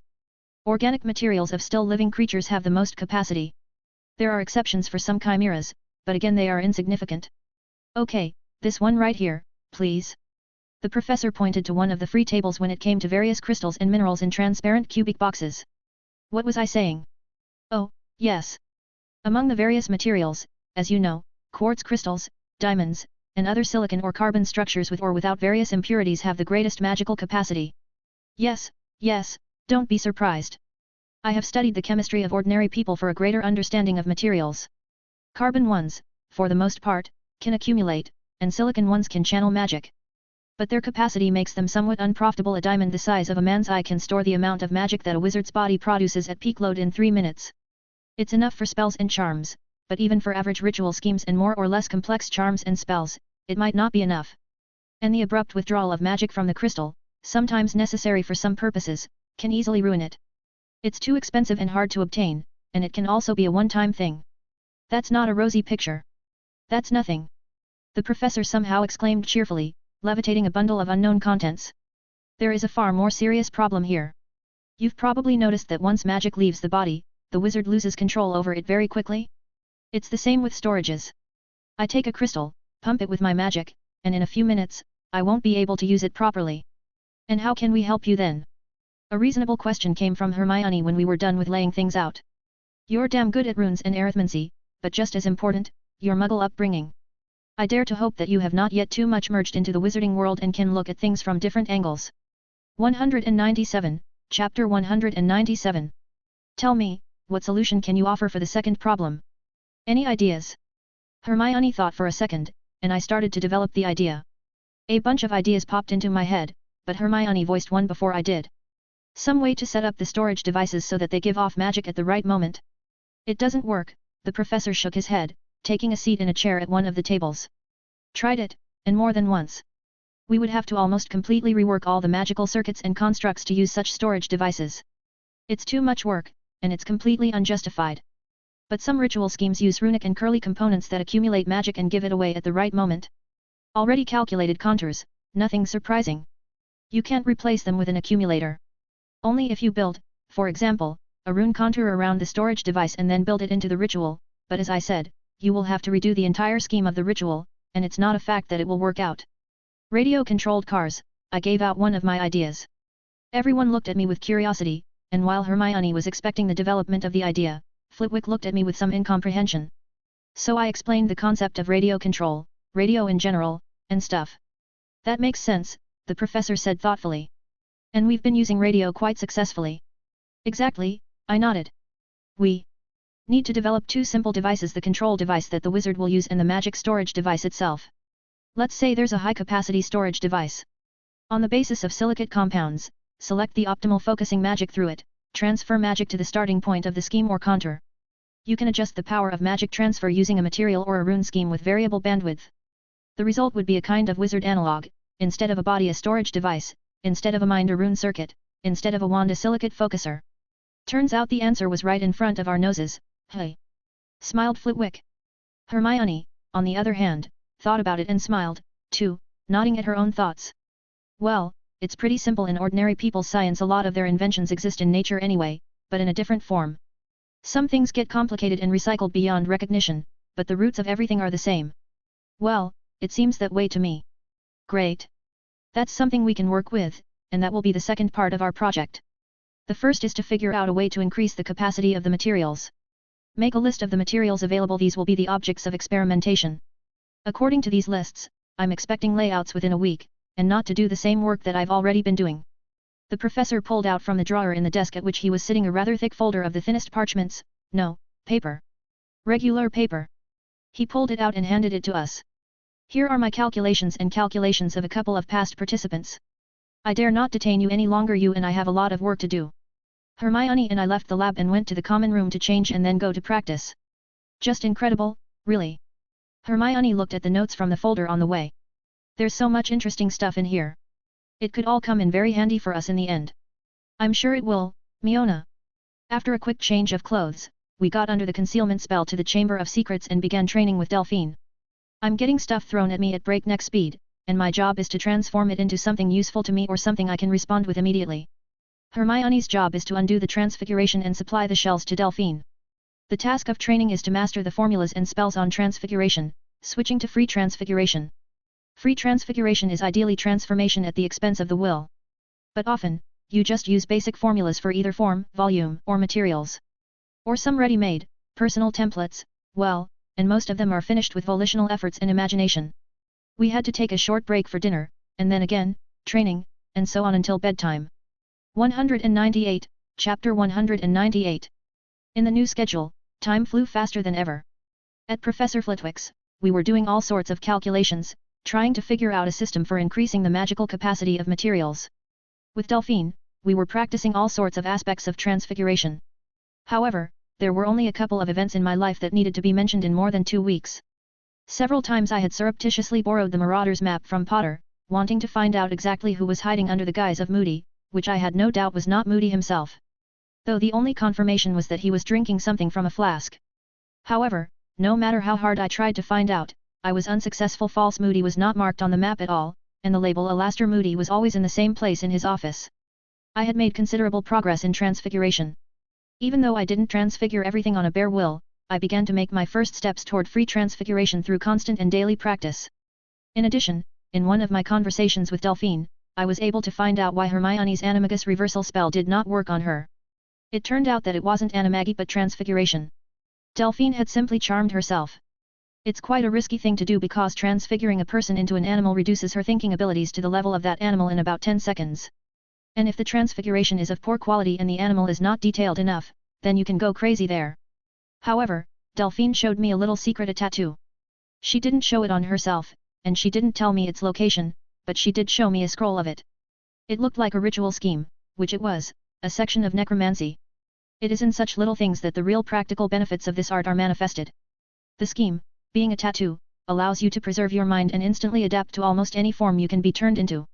It was created as a protection against forced transfiguration because no matter what you are transformed into, you nominally retain the ability to use spells.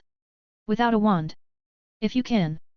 The Wandless Finito was one of the first really useful spells that Hermione and I got into our heads back in the second year. Or was it the first year?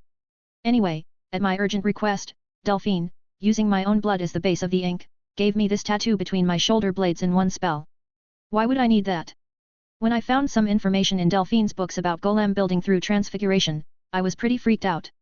No, in terms of fantasy and science fiction, there's nothing particularly new there, but some of the nuances. In general, in simple terms, everyone is aware of the inventor of self-lathering dishwashing rags, but a couple of researchers, who 300 years ago identified almost all known to science metals from different rocks, described their usual and magical properties, made a bunch of descriptions of their various alloys, and who created an arithmetic system for the constant transfiguration of what got into these metals and alloys. No one knows why. It's too narrowly specialized, unnecessary to ordinary people and most researchers. But this is an advanced golem building. Not only magical protection but also high-performance materials. A flexible alloy with a melting point above 5000 degrees easy. So, after digging into the books and plugging in Rowena, I quickly created a design for 2 golems, a huge, agile monster beast and a tiny, hummingbird-sized, small flying bird. When I told Delphine about it, she laughed a long, long time, and this laughter echoed through the dark hall of the Chamber of Secrets. It turned out that with a similar job, only with a substantial admixture of organics, chimerology skills, and professional schemes of healing magic, she had earned the title of Master of Combat Magic. Turned herself into her project. A powerful monster with the mind and abilities of a wizard and the highest combat performance. And how the wizards gnashed their teeth at the commission, given that they can't replicate it because necromancy is a very little known science. The downside to such a spell is its bulkiness and the high requirements for the amount of magic and its density. But here, Delphine is also strong due to the chimerology. Of course, there is the usual disadvantage of transfiguration: the greater the difference in mass and volume between the original and final object of influence, the more you need to invest, and given that the wizard transforms, the more you need to maintain it. But here I'm pinning my hopes on Flitwick's accumulator of magic. In general, by the way, there are some partial transfiguration spells, something not particularly radical and dangerous, allowing you to strengthen yourself. Still, these projects are just some kind of crazy peak, the peak of idiocy, absurdity, surrealism, and efficiency. Speaking of Flitwick, Hermione came up with a great idea that few people had thought of before. She suggested that since magic could change its parameters, perhaps there was a resonance effect for it. Just 1 hour of experiments, and we were able to find out that 2 absolutely identical magical flows can really strengthen each other, or rather increase their density when they come into contact. Flitwick nodded and said, "You seem to have scientifically substantiated the effect of Priori Incantatem." Hermione was excited about the idea of calculating a spell that would do just that: create a self-reinforcing flow of magic. "Yes, there was also a walk to Hogsmeade, but we walked around a bit there and ended up at the Three Broomsticks. It was crowded, but Hermione and I sat at a table with Seamus, Dean, Lavender, and Parvati. Hermione, as always, was quickly taken in by the girls, now and then ordering a butterbeer. It was non-alcoholic. Still, apparently, the cream came from a cow that ate only cannabis because I couldn't explain the improved mood and the slight unwarranted merriment any other way. We sat noisily, easily, discussing all sorts of events in the castle, people around, plans for the future, and so on. Even the Slytherins at a couple of tables away from us didn't show themselves in any way. We had a little bit of a break from the tension. All these events led to one important decision. I realized what I could show against the dragon, which, by the way, no one eventually warned me about. Although Delphine hinted that night walks in the Forbidden Forest could be very interesting nowadays. It seems she can't directly help either. Considering that early Monday morning, a completely awake Hermione, at the sight of me in the common room, the first thing she did was slip in my hands the layouts for her spell, ready to be used. I knew exactly what I would do without laying out my trump cards, and I would also benefit from it. 199, Chapter 199. All Monday, I'd been checking and rechecking my transfiguration spells, practicing Hermione's spell, and being in a real fighting excitement. Even at night, instead of sleeping, I sat in the Chamber of Secrets and, under Delphine's watchful eye, practiced using Hermione's spell and my own in turn, turning myself into a four-legged, tailed monster of different metals. Rowena helped me greatly in this matter. Since she is a full-fledged consciousness, we tried to divide the duties. I hold one spell and she the other one. It was her help that allowed me to create two spells at the same time. Delphine, as a more experienced and stronger witch, who was no stranger to amplifying her body through chimerology, could have pumped magic into such a spell without the crutches, but I couldn't do it myself. Half the night, I practiced controlling two bodies, a monster and a small bird. For this reason, on Tuesday morning, the day of the first round, I was very tired and decided to simply sleep through breakfast and the time of the first classes. What if I lacked a little concentration and focus? By noon, everyone was taken out of class, a small lunch in the Great Hall, and that's where Hermione had already shoved me out of my den. Sleeping through the first round, it would have been just phenomenal. The girl nudged me in the back with feigned indignation as she led me down the hallways from the second entrance to the Chamber of Secrets. You're pushing me into an event where people die, Miona. I woke up quickly, walking more cheerfully and confidently.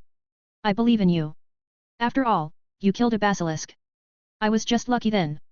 It was chasing Potter. Maybe I should transfigure a golem in the form of Potter to distract the animal? The first round is traditionally always animal. Class 5 danger. Who do you think will be brought in? Hardly anyone too dangerous. And I am sure that the security measures are more or less well thought out. Maybe it will cripple, but it will not kill. You talk about it so easily. Occlumency is at a maximum, Max. I'm trying to quell worries about things I can't change one way or another. Upon reaching the Great Hall, I met Draco and company. Specifically, this company included the unchanging Crabbe and Goyle, Knott, Daphne, and Parkinson. Parkinson, by the way, is quite a pretty girl with a bob of black hair. However, as soon as she opens her mouth, all the favorable impression is washed away down the drain. What, Knight, ready to die? Grinned Malfoy at me. I bet you'll last even less than Potter. His company immediately chuckled obsequiously, and we simply ignored them, making our way further into the hall and sitting at our empty seats at the house table. Ready for the contest? Immediately inquired Seamus. I think so. Let's see what will be there. It must be something incredible. Smiled Seamus with anticipation. I hope no one gets hurt, and the spectacle will be awesome. It's nice to hear you put no one gets hurt first. Dean Thomas shoved a comrade in the side. Just as we were about to finish our lunch, Professor McGonagall came over to our table and carefully examined me and Potter with her stern gaze over her neat glasses. Mr. Knight, Mr. Potter, the professor spoke. All the champions have already left. Time to get ready for the first round. I'm coming, Potter replied somehow huskily, rising, dropping his fork on his plate with a clink. I just nodded and stood up. Good luck, Hermione whispered. Ron looked at both me and Harry with distaste. Well, his dislike wasn't as strong in the latter case, but there was still something about the look that wasn't pleasant. We left the Great Hall with the professor, walked down the stone stairs, and out into the overcast and cold November afternoon. Here, at last, some anxiety appeared on the professor's face, and she put her hands on our shoulders. Don't be afraid, she said. There are wizards on duty in case of complications. Most importantly, do the best you can, they won't think anything bad of you. Mr. Knight. Here McGonagall noticed something amiss. Why aren't you in your Hogwarts uniform, or at the very least, a Quidditch outfit like Potter? Funny, but when the professor is outraged, all the Mr. and Miss disappear from her speech without a trace. What's the big deal? I shake off invisible dust particles from my cloak collar with surprise. It's just that I'm wearing my grave-style costume. I don't even know why. If they have to put me in a coffin, they won't even have to change my clothes. Already dressed up. Mr. Knight! Exclaimed the professor, and we had already come to the edge of the forest, to the champion's tent. There, a little farther away, a large corral with bleachers could be seen through the tree trunks. What are you talking about? No, well, you never know what. Ready for anything. The professor shook her head. Come in here with the other champions, McGonagall's voice trembled slightly. You will wait your turn. Mr. Bagman is there. He'll explain to you what to do. Good luck. 200, Chapter 200. We entered the spacious tent at the same time, without talking. In the corner, on a low wooden chair, sat Fleur, nervous and pale, her perpetually haughty smile gone. Crumb, as always, stood a little slouching but much more frowning. Oh, our young champions! Exclaimed Bagman, who had put on an old robe with black and yellow stripes. Come on in, make yourselves at home. The big, jolly, fat Bagman was totally out of place in this tense atmosphere, and his presence turned everything into some kind of theater of the absurd. All right, everybody's here. I'll tell you what to do now. The big man, who looked so much like a wasp, announced cheerfully. When the audience gathers, I'll open this bag right here. Bagman picked up a small pouch of red silk and shook it. It contains copies of those with whom you have to fight. They are all different. Each, in turn, will put down his hand and take out whomever fate has sent him. Your task is to take possession of the golden egg. No one around me moved, but they seemed to hear the wizard. Looking for a small chair, just like Fluz, I quickly rested my butt on it and waited. Potter looked as dejected as possible, and, judging by his eyes, he knew exactly what he was about to face. And he didn't say. Uh-oh. Bad Potter, bad Potter. Time passed. The atmosphere was getting more and more intense. Why is everyone so gloomy? I asked with a smile, turning to everyone at once. No one answered me, just shot disgruntled looks. Aren't you all wondering what kind of dangerous animal they have in store for us? The first round is always animal. A class 5 danger. Maybe a manticore? A chimera of some kind? Basilisk? I'd also like to meet a Lethofold. My assumptions didn't provoke any reaction from the champions, except that Fleur shook her head, saying quietly, Garçon, crazy. Interesting. I can tell by your faces and eyes that you know who you are going to have to face. Harry was somehow even embarrassed, but Crumb, on the contrary, squared his shoulders. It's not a tournament. It's a farce. Oh, come on, Mr. Knight. Smiled Bagman, still cheerful but confused. Outside, the noise of people walking by was growing. Lots of people. It was the students being led to the stands to the corral. There must be a lot of adult wizards there. 2 tickets seemed to be selling out, but that wasn't surprising. The event had to pay off. Bagman untied the silk pouch and stepped out into the middle. Lady, please, he announced, offering the pouch to Fleur. The girl approached the wizard and dipped her hand inside the pouch, a moment later pulling out a tiny model of a Welsh green with a 2 tag around its neck. Fleur didn't sound the least bit surprised, which confirmed my thoughts. The second to choose was Crumb, and he got a Chinese fireball, a red dragon with the number 3. The Bulgarian didn't blink an eye, just looked under his feet. Bagman came up to me, and I followed the example of the others. Put my hand in the bag. It turned out you could feel something in there, and it made sense now how Potter got the Hungarian horntail. It was like a hedgehog, pricking as hard as it could. That's the one I picked. Why? Because I want to fight it, although it makes no difference to me.